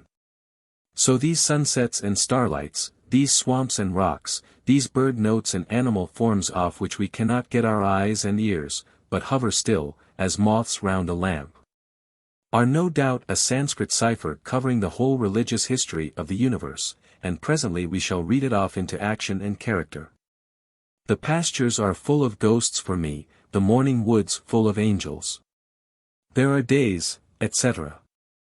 The passage in Emerson's journal is hardly less beautiful.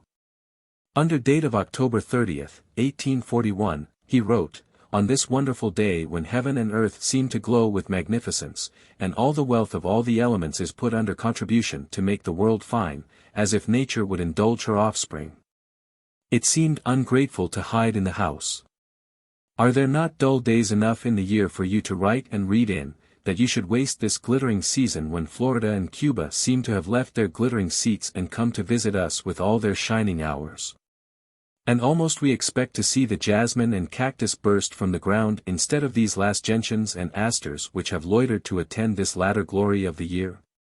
All insects are out, all birds come forth, the very cattle that lie on the ground seem to have great thoughts, and Egypt and India look from their eyes. Halcyons. Halcyon days, ones of peace and tranquility. Anciently, days of calm weather in midwinter, when the halcyon, or kingfisher, was supposed to brood. It was fabled that this bird laid its eggs in a nest that floated on, 318, the sea, and that it charmed the winds and waves to make them calm while it brooded. Indian summer. Calm, dry, hazy weather which comes in the autumn in America. The Century Dictionary says it was called Indian summer because the season was most marked in the sections of the upper eastern Mississippi Valley inhabited by Indians about the time the term became current. Gabriel. One of the 7 archangels. The Hebrew name means, God is my strong one. Uriel. Another of the 7 archangels, the name means, light of God. Converts all trees to wind harps. Compare with this passage the lines in Emerson's poem, Woodnotes. And the countless leaves of the pines are strings, tuned to the lay the wood god sings. The Village. Concord, Massachusetts. Emerson's home the greater part of the time from 1832 till his death. I go with my friend, etc. With Henry Thoreau, the lover of nature. Our little river. The Concord River. Novitiate and probation. Explain the meaning of these words, in the Roman Catholic Church. What does Emerson mean by them here?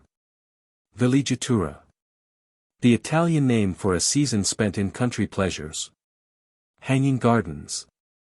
The Hanging Gardens of Babylon were one of the 7 wonders of the world. Versailles.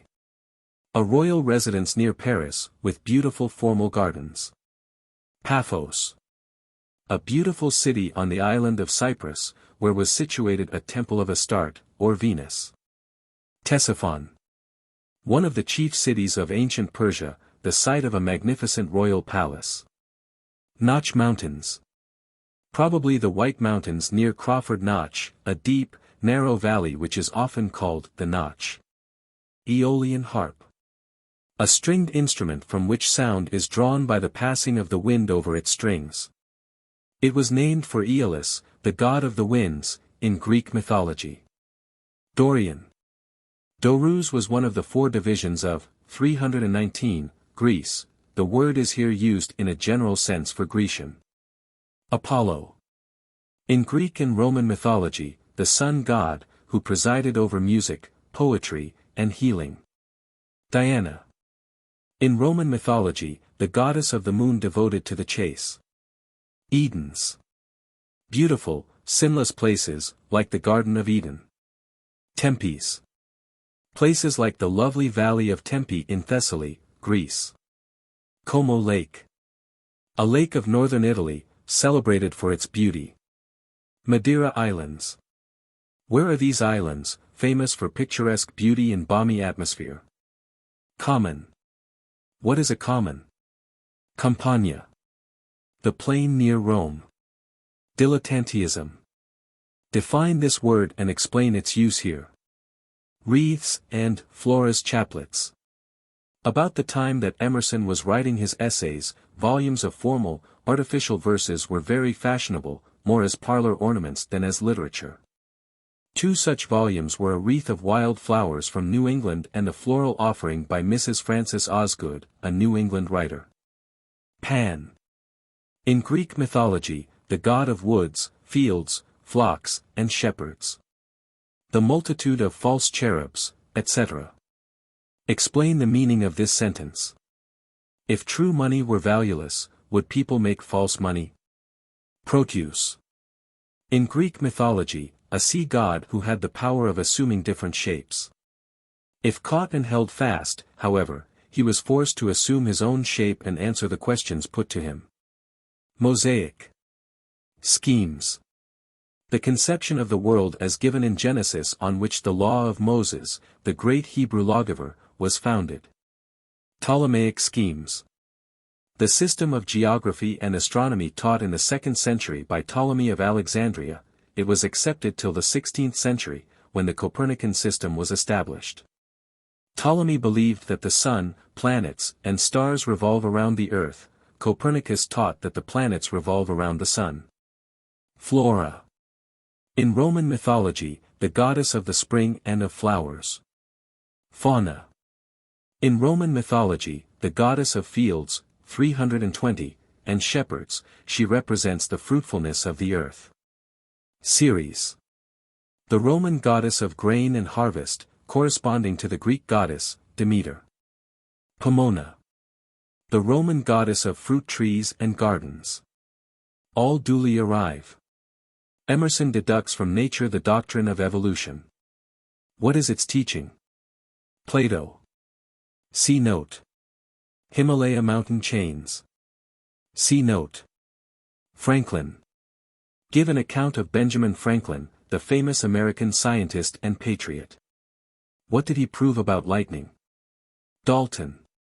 John Dalton was an English chemist who, about the beginning of the 19th century, perfected the atomic theory, that is, the theory that all chemical combinations take place in certain ways between the atoms, or ultimate particles, of bodies. Davy. See note. Black. Joseph Black, a Scotch chemist who made valuable discoveries about latent heat and carbon dioxide, or carbonic acid gas. The astronomers said, etc. Beginning with this passage, several pages of this essay was published in 1844, under the title of Tantalus, in the next to the last number of the Dial, which Emerson edited. Centrifugal, centripetal. Define these words. Stoics. See Stoicism. Luther. See note. Jacob Behmen. A German mystic of the 16th century, his name is usually written Bohm. George Fox. See note. James Naylor. An English religious enthusiast of the 17th century. He was first a Puritan and later a Quaker. Ope Rose. Laborious. Outskirt and far-off reflection, etc. Compare with this passage Emerson's poem, The Forerunners. O.E. dipus. In Greek mythology, the king of Thebes who solved the riddle of the Sphinx, a fabled monster. Prunella. A widely scattered plant, called self-heal, because a decoction of its leaves and stems was, and to some extent is, valued as an application to wounds. An editor comments on the fact that during the last years of 321 Emerson's life, the little blue self-heal crept into the grass before his study window. Shakespeare, or the poet. Shakespeare. Or the Poet is one of 7 essays on great men in various walks of life, published in 1850 under the title of Representative Men.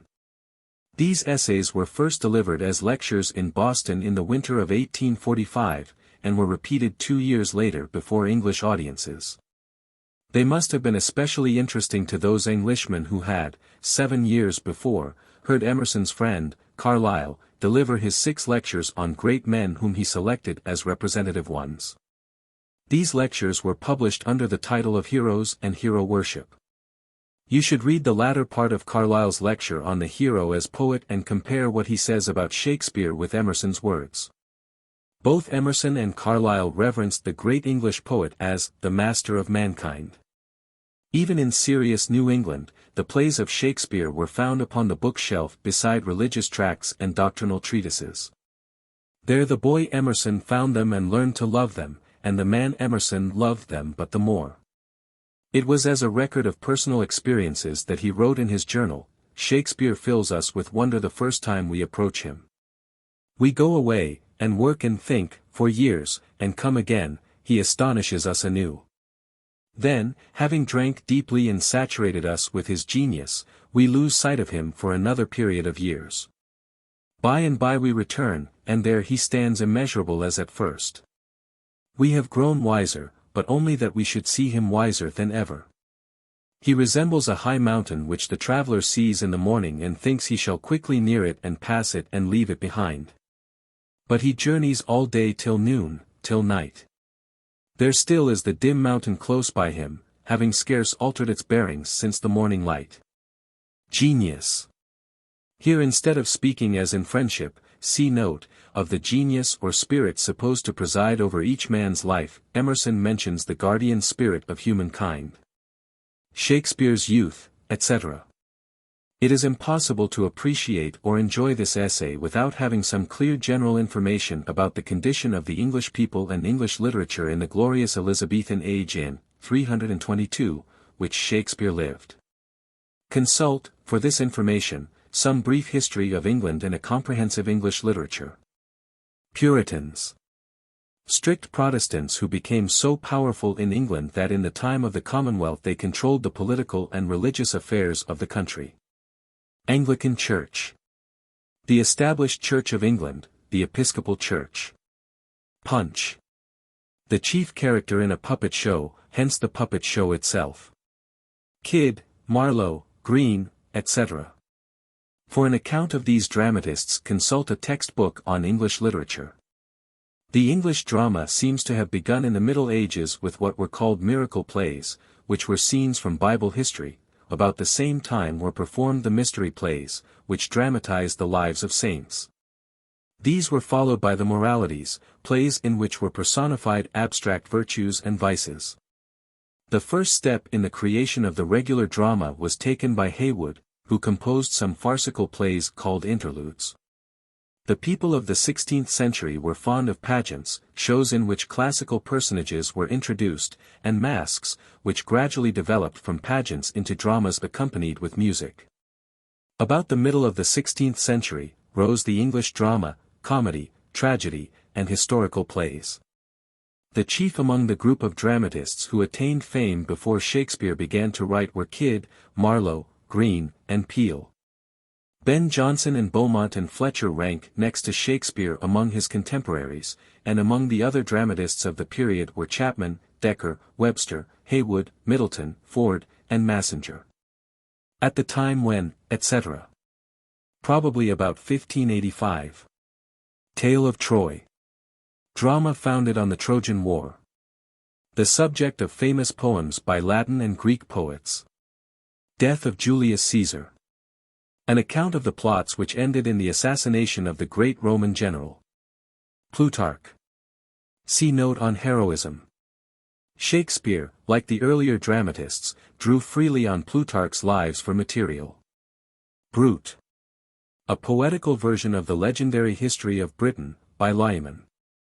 Its hero is Brutus, a mythical king of Britain. Arthur. A British king of the 6th century, 323, around whose life and deeds so many legends have grown up that some historians say he, too, was a myth. He is the center of the great cycle of romances told in prose in Malory's Morte d'Arthur and in poetry in Tennyson's Idylls of the King. The Royal Henries. Among the dramas popular in Shakespeare's day which he retouched or rewrote are the historical plays. Henry IV, first and second parts, Henry V, Henry VI, first, second, and third parts, and Henry VIII. Italian tales. Italian literature was very popular in Shakespeare's day, and authors drew freely from it for material, especially from the Decameron, a famous collection of 100 tales, by Boccaccio, a poet of the 14th century. Spanish voyages. In the 16th century, Spain was still a power upon the high seas, and the tales of her conquests and treasures in the New World were like tales of romance. Prestige. Can you give an English equivalent for this French word? Which no single genius, etc. In the same way, some critics assure us, the poems credited to the Greek poet, Homer, were built up by a number of poets. Malone. An Irish critic and scholar of the 18th century, best known by his edition of Shakespeare's plays. Wolsey's soliloquy. See Shakespeare's Henry VIII.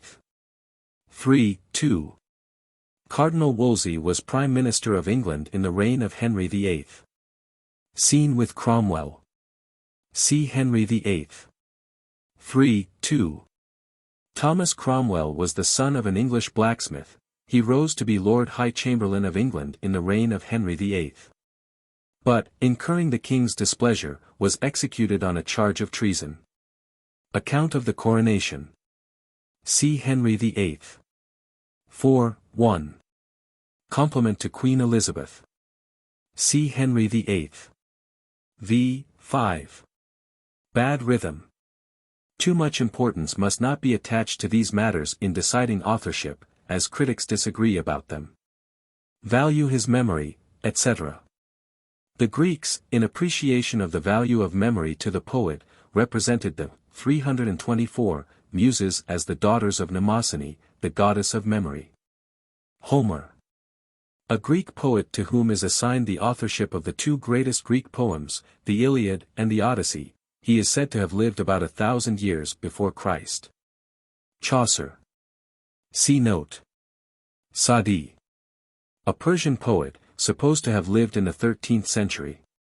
His best-known poems are his odes, presenting Thebes, etc. This quotation is from Milton's poem Illinois Penseroso. Milton here names the three most popular subjects of Greek tragedy, the story of Dipus, the ill-fated king of Thebes who slew his father. The tale of the descendants of Pelops, king of Pisa, who seemed born to woe. Agamemnon was one of his grandsons. The third subject was the tale of Troy and the heroes of the Trojan War, called divine, because the Greeks represented even the gods as taking part in the contest. Pope, see note. Dryden. See note. Chaucer is a huge borrower. Taine, the French critic, says on this subject, Chaucer was capable of seeking out in the old common forest of the Middle Ages, stories and legends, to replant them in his own soil and make them send out new shoots. He has the right and power of copying and translating because by dint of retouching he impresses, his original work. He recreates what he imitates. Lydgate. John Lydgate was an English poet who lived a generation later than Chaucer. In his Troy book and other poems he probably borrowed from the sources used by Chaucer. He called himself Chaucer's disciple. Caxton. William Caxton, the English author, more famous as the first English printer, was not born until after Chaucer's death. The work from which Emerson supposes the poet to have borrowed Caxton's translation of Recule de Histoires de Troy, the first printed English book, appeared about 1474. Guido di Colonna. A Sicilian poet and historian of the 13th century. Chaucer in his House of Fame placed in his vision, on a pillar higher than the rest, Homer and Livy, Dares the Phrygian, Guido Colonna, Geoffrey of Monmouth, and the other historians of the War of Troy. Dares Phrygius. A Latin account of the fall of, 325, Troy, written about the 5th century, which pretends to be a translation of a lost work on the fall of Troy by Dares, a Trojan priest mentioned in Homer's Iliad. Ovid. A Roman poet who lived about the time of Christ, whose best-known work is the Metamorphoses, founded on classical legends. Statius. A Roman poet of the 1st century after Christ. Petrarch. An Italian poet of the 14th century. Boccaccio. An Italian novelist and poet of the 14th century. See note on Italian tales. It is supposed that the plan of the Decameron suggested the similar but far superior plan of Chaucer's Canterbury Tales. Provençal poets. The poets of Provence, a province of the southeastern part of France. In the Middle Ages it was celebrated for its lyric poets, called troubadours. Romaunt of the Rose, etc. Chaucer's Romaunt of the Rose, written during the period of French influence, is an incomplete and abbreviated translation of a French poem of the 13th century, Roman de la Rose. The first part of which was written by William of Loris and the latter by John of Mung, or Jean de Mung. Troilus and Cresside, etc. Chaucer ascribes the Italian poem which he followed in his Troilus and Cresside to an unknown Lollius of Urbino. The source of the poem, however, is Il Filostrato, by Boccaccio, the Italian poet already mentioned. Chaucer's poem is far more than a translation, more than half is entirely original, and it is a powerful poem, showing profound knowledge of the Italian poets, whose influence with him superseded the French poets. The Cock and the Fox. The Nun's Priest's Tale in the Canterbury Tales was an original treatment of the Roman de Renart, of Marie of France, a French poet of the 12th century. House of Fame, etc. The plan of the House of Fame, written during the period of Chaucer's Italian influence, shows the influence of Dante. The general idea of the poem is from Ovid, the Roman poet. Gower. John Gower was an English poet, Chaucer's contemporary and friend. The two poets went to the same sources for poetic materials, but Chaucer made no such use of Gower's works as we would infer from this passage. Emerson relied on his memory for facts, and hence made, 326, mistakes, as here in the instances of Lydgate, Caxton, and Gower. Westminster, Washington. What legislative body assembles at Westminster Palace, London? What at Washington? Sir Robert Peel. An English statesman who died in 1850, not long after Representative Men was published. Webster. Daniel Webster, an American statesman and orator who was living when this essay was written. Locke. John Locke. See note. Rousseau. Jean-Jacques Rousseau, a French philosopher of the 18th century. Homer. See note. Men. Men, or man, was in Sanskrit one of 14 legendary beings. The one referred to by Emerson, Man Vivasvata, was supposed to be the author of the Laws of Man, a collection made about the 2nd century. Sadi or Sati. See note. Milton. Of this great English poet and prose writer of the 17th century, Emerson says, "No man can be named whose mind still acts on the cultivated intellect of England and America with an energy comparable to that of Milton." As a poet, Shakespeare undoubtedly transcends and far surpasses him in his popularity with foreign nations, but Shakespeare is a voice merely, who and what he was that sang, that sings, we know not. Delphi.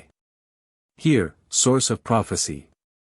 Delphi was a city in Greece, where was the oracle of Apollo, the most famous of the oracles of antiquity. Our English Bible. The version made in the reign of King James I, by 47 learned divines, is a monument of noble English. Liturgy. An appointed form of worship used in a Christian church, here, specifically, the service of the Episcopal Church. Emerson's mother had been brought up in that church, and though she attended her husband's church, she always loved and read her Episcopal prayer book. Grotius.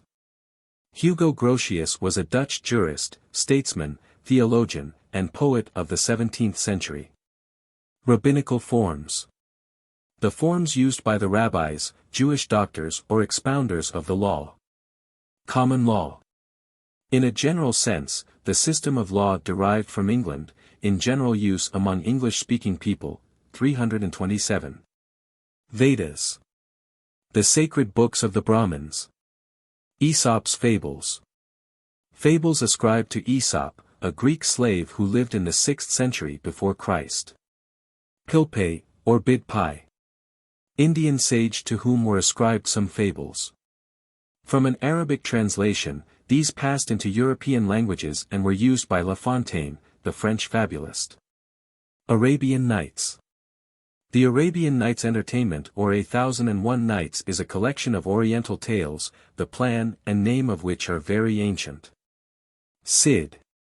The Romances of the Cid, the story of the Spanish national hero, mentioned in note on Heroism 139:5, was written about the 13th century by an unknown author.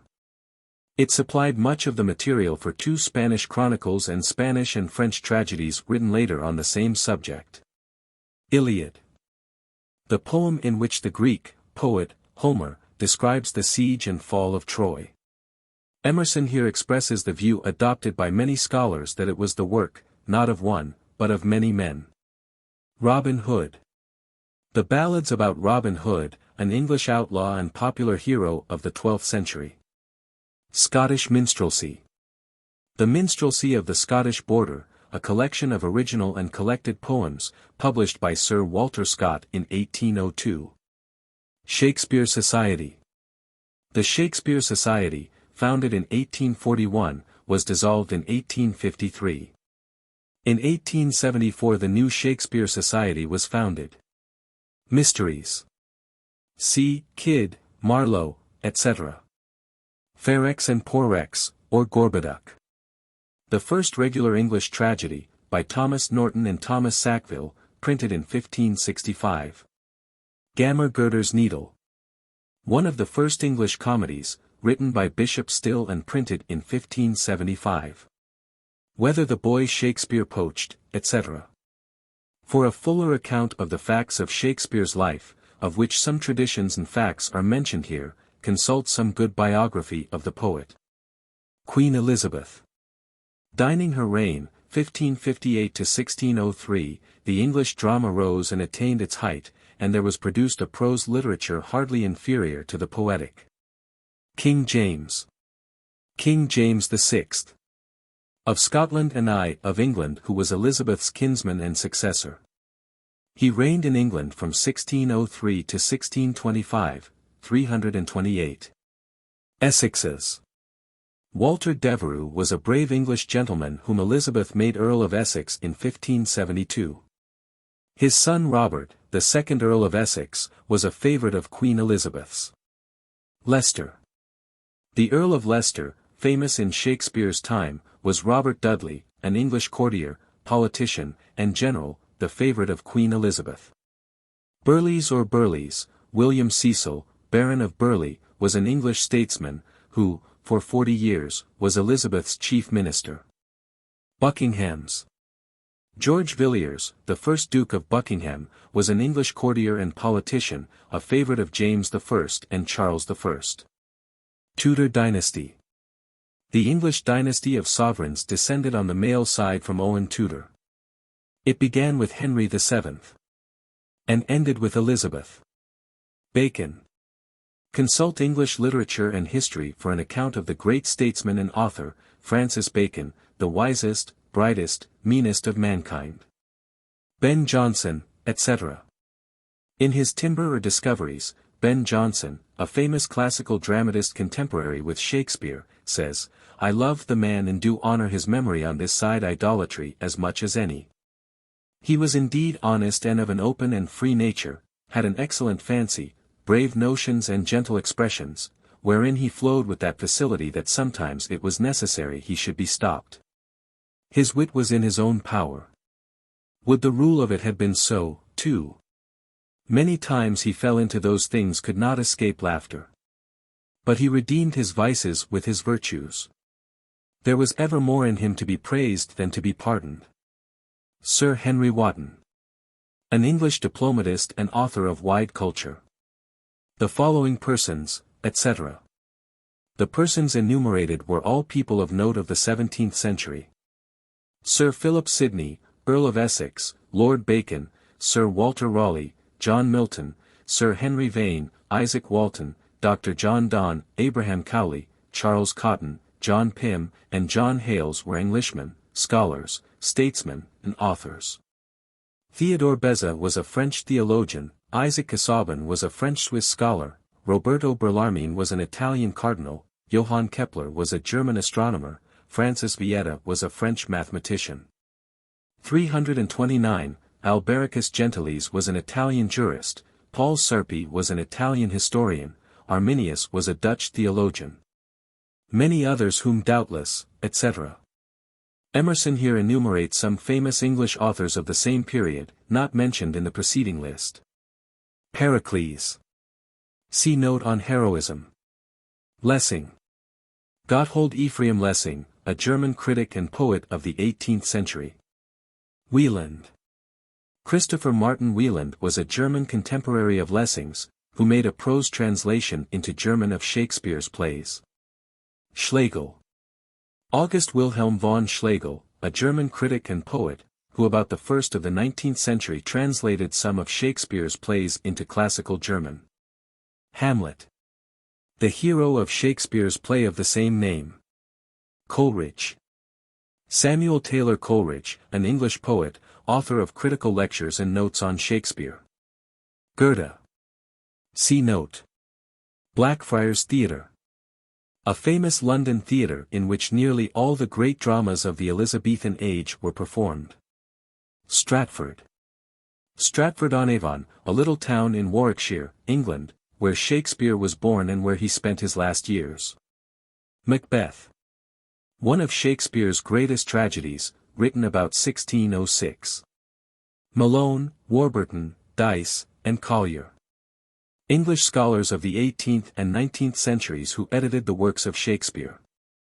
Covent Garden, Drury Lane, The Park, and Tremont, the leading London theatres in the 18th and 19th centuries. Betterton, Garrick, Kemble, Keane, and Macready, famous British actors of the Shakespearean parts. The Hamlet of a famed performer, etc. Macready. Emerson said to a friend, "I see you are one of the happy mortals who are capable of being carried away by an actor of Shakespeare. Now, whenever I visit the theatre to witness the performance of one of his dramas, I am carried away by the poet. What may this mean, etc." Hamlet, I-4. Midsummer Night's Dream. One of Shakespeare's plays, 330. The Forest of Arden. In which is laid, the scene of Shakespeare's play, As You Like It. The nimble air of Scone Castle. It was of the air of Inverness, not of Scone, that the air nimbly and sweetly recommends itself unto our gentle senses. Macbeth, I-6. Portia's Villa. See the moonlight scene, Merchant of Venice, v. 1. The Antres Vast, etc. See Othello, I-3. Antres is an old word, meaning caves, caverns. Cyclopean architecture. In Greek mythology, the Cyclops were a race of giants. The term Cyclopean is applied here to the architecture of Egypt and India, because of the majestic size of the buildings, and the immense size of the stones used, as if it would require giants to perform such works.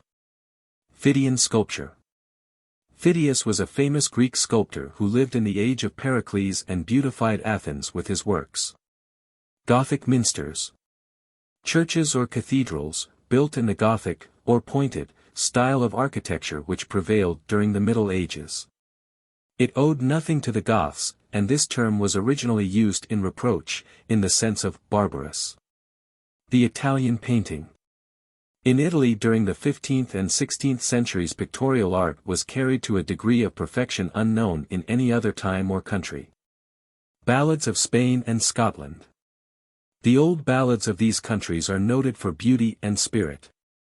Tripod. Define this word, and explain its appropriateness here. Aubrey. John Aubrey, an English antiquarian of the 17th century. Rowe. Nicholas Rowe, an English author of the 17th century, who wrote a biography of Shakespeare. Timon. See note on gifts. Warwick.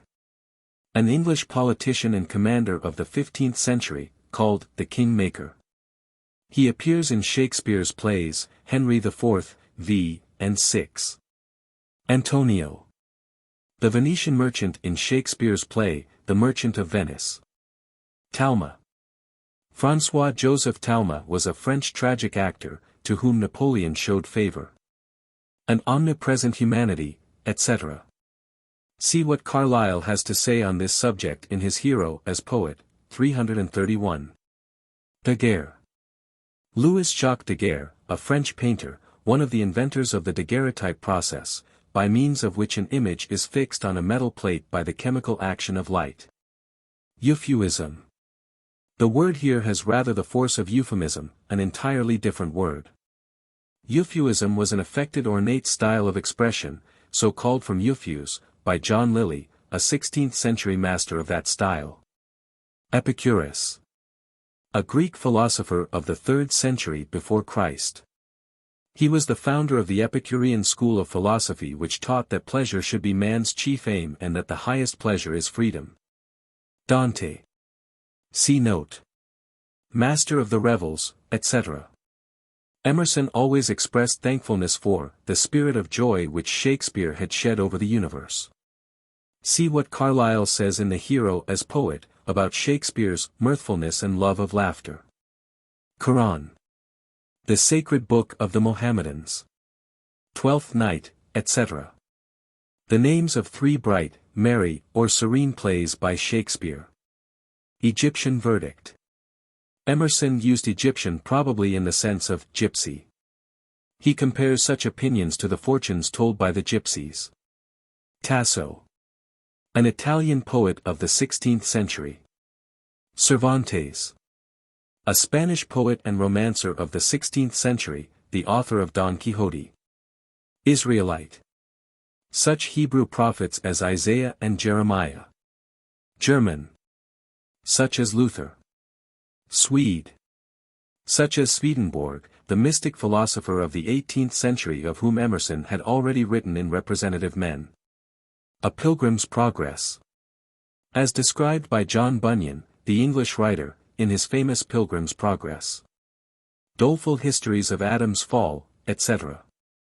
The Subject of Paradise Lost, the great poem by John Milton.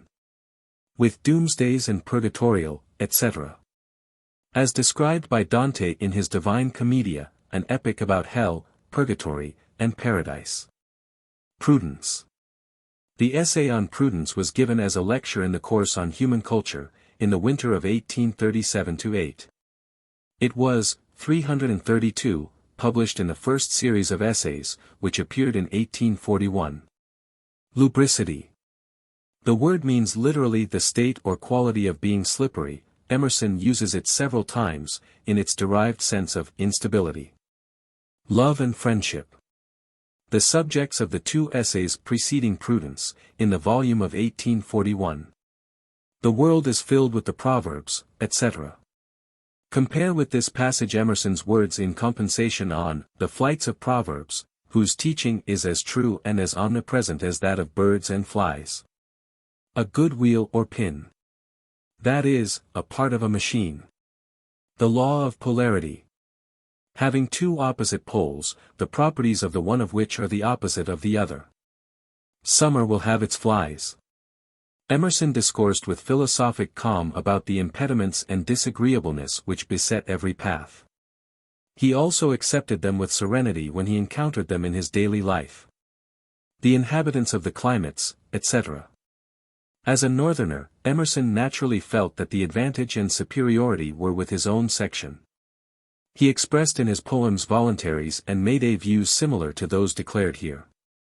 Peninsular Campaign. Emerson here refers to the military operations carried on from 1808 to 1814 in Portugal, Spain, and southern France against the French, by the British, Spanish, and Portuguese forces commanded by Wellington. What was the Peninsular Campaign in American history? Dr. Johnson is reported to have said, etc. Dr. Samuel Johnson was an eminent English scholar of the 18th century. In this, as in many other instances, Emerson quotes from his memory instead of from the book. The words of Dr. Johnson, as reported by his biographer Boswell, are, "Accustom your children constantly to this. If a thing happened at one window, and they, when relating it, say it happened at another, do not let it pass, but instantly check them, you do not know where deviation from truth will end." Rifle. A local name in England and New England for an instrument, on the order of a whetstone, used for sharpening scythes. It is made of wood, covered with fine sand or emery. Last Grand Duke of Weimar. Saxe-Weimar-Eisenach is a Grand Duchy of Germany. The Grand Duke referred to was Charles Augustus, who died in 1828. He was, 333, the friend and patron of the great German authors, Goethe, Schiller, Herder, and Wieland. The Raphael in the Dresden Gallery. The Sistine Madonna, the most famous picture of the great Italian artist, Raphael. Call a spade a spade. Plutarch, the Greek historian, said, "These Macedonians, call a spade a spade." Parts. A favorite 18th century term for abilities, talents. We have found out, etc. Emerson always insisted that morals and intellect should be united. He urged that power and insight are lessened by shortcomings in morals. Goethe's Tasso. A play by the German poet Goethe, founded on the belief that the imprisonment of Tasso was due to his aspiration to the hand of Leonora d'Este, sister of the Duke of Ferrara. Tasso was a famous Italian poet of the 17th century. Richard III. An English king, the last of the Plantagenet line, the hero, or villain, of Shakespeare's historical play, Richard III. Bifold. Give a simpler word that means the same. Caesar. Why is Caesar the great Roman ruler, given as a type of greatness? Job. Why is Job, the hero of the Old Testament book of the same name, given as a type of misery? Poor Richard. Poor Richard's Almanac, published, 1732-1757, by Benjamin Franklin was a collection of maxims inculcating prudence and thrift. These were given as the sayings of Poor Richard. State Street, A Street in Boston, Massachusetts, noted as a financial center. Stick in a tree between whiles, etc. Jock, when ye hae nathing else to do, ye may be I sticking in a tree. It will be growing, Jock, when ye're sleeping. Scott's Heart of Midlothian. It is said that these were the words of a dying Scotchman to his son. Minor virtues. Emerson suggests that punctuality and regard for a promise are two of these. Can you name others? The Latin proverb says, etc. This is quoted from Tacitus, the famous Roman historian. If he set out to contend, etc. In contention, Emerson holds, the best men would lose their characteristic virtues, 334, the fearless apostle Paul, his devotion to truth, the gentle disciple John, his loving charity. Though your views are in straight antagonism, and this was Emerson's own method, and by it he won a courteous hearing from those to whom his views were most objectionable. Consuetudes. Give a simpler word that has the same meaning. Begin where we will, etc. Explain what Emerson means by this expression. Circles. This essay first appeared in the first series of essays, published in 1841. Unlike most of the other essays in the volume, no earlier form of it exists, and it was probably not delivered first as a lecture. Dr. Richard Garnett says in his Life of Emerson, the object of this fine essay quaintly entitled Circles is to reconcile this rigidity of unalterable law with the fact of human progress. Compensation illustrates one property of a circle, which always returns to the point where it began, but it is no less true that around every circle another can be drawn. Emerson followed his own counsel, he always keeps a reserve of power. His theory of circles reappears without the least verbal indebtedness to himself in the splendid essay on love. Saint Augustine. A celebrated father of the Latin Church, who flourished in the 4th century. His most famous work is his Confessions, an autobiographical volume of religious meditations. Another dawn risen on mid-noon. Another morn has risen on mid-noon. Milton, Paradise Lost, Book V. Greek sculpture.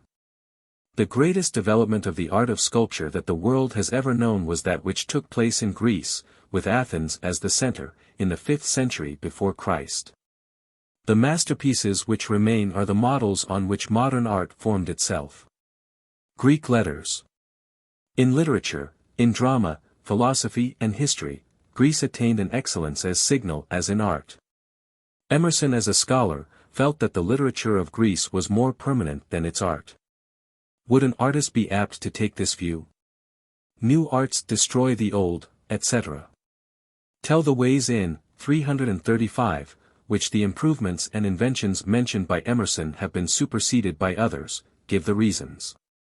Mention other similar cases of more recent date. The life of man is a self-evolving circle, etc. Throw a stone into the stream, and the circles that propagate themselves are the beautiful type of all influence. Emerson, in Nature. The heart refuses to be imprisoned. It is a superstition current in many countries that an evil spirit cannot escape from a circle drawn round it. Crass. Gross, coarse. The continual effort to raise himself above himself, etc. Unless above himself he can erect himself, how poor a thing is man. Samuel Daniel. If he were high enough, etc. Have I a lover who is noble and free? I would he were nobler than to love me. Emerson, The Sphinx. Aristotle and Plato. Plato was a famous Greek philosopher who flourished in the 4th century before Christ. He was the disciple of Socrates, the teacher of Aristotle, and the founder of the academic school of philosophy. His exposition of idealism was founded on the teachings of Socrates. Aristotle, another famous Greek philosopher, was for 20 years the pupil of Plato. He founded the peripatetic school of philosophy, and his writing dealt with all the then-known branches of science. Berkeley. George Berkeley was a British clergyman of the 18th century. He was the author of works on philosophy which are marked by extreme subjective idealism. Termini. Boundaries or marks to indicate boundaries. In Roman mythology, Terminus was the god who presided over boundaries or landmarks. He is represented with a human head, but without feet or arms, to indicate that he never moved from his place. Pentecost. One of 3 great Jewish festivals. On the day of Pentecost, the Holy Spirit descended upon the infant Christian Church, with the gift of tongues. See Acts 2. 1-20, 336. Hodiernal. Belonging to our present day. Punic. Of Carthage, a famous ancient city, and state of northern Africa. Carthage was the rival of Rome, but was, after long warfare, overcome in the 2nd century before Christ. In like manner, etc. Emerson always urged that in order to get the best from all, one must pass from affairs to thought, society to solitude, books to nature. See thou bring not to field or stone the fancies found in books. Leave author's eyes, and fetch your own. To brave the landscape's look. Emerson, Waldensamkit. Petrarch. See note. Ariosto. A famous Italian author of the 16th century, who wrote comedies, satires, and a metrical romance, Orlando Furioso. Then shall also the sun, etc. See 1 Corinthians 15. 28. Does Emerson quote the passage verbatim? These manifold tenacious qualities, etc. It is remarked of Emerson that the idea of the symbolism of nature which he received from Plato, was the source of much of his pleasure in Swedenborg, the Swedish mystic philosopher. Emerson says in his volume on nature, the noblest ministry of nature is to stand as an apparition of God. Forgive his crimes, etc. This is quoted from Night Thoughts by the English didactic poet, Edward Young. Pyrrhonism. A doctrine held by a follower of Pyrrho, a Greek philosopher of the 3rd century before Christ, who founded the skeptical school. He taught that it is impossible to attain truth, and that men should be indifferent to all external circumstances. I own I am gladdened, etc. Emerson always held fast to the consoling thought that there was no evil without good, none out of which good did not or could not come. Sempiternal. Everlasting, eternal. Oliver Cromwell. An Englishman of the middle classes who became the military and civil leader of the English Revolution of the 17th century. He refused the title of king, but as Lord Protector of the English Commonwealth, he exercised royal power.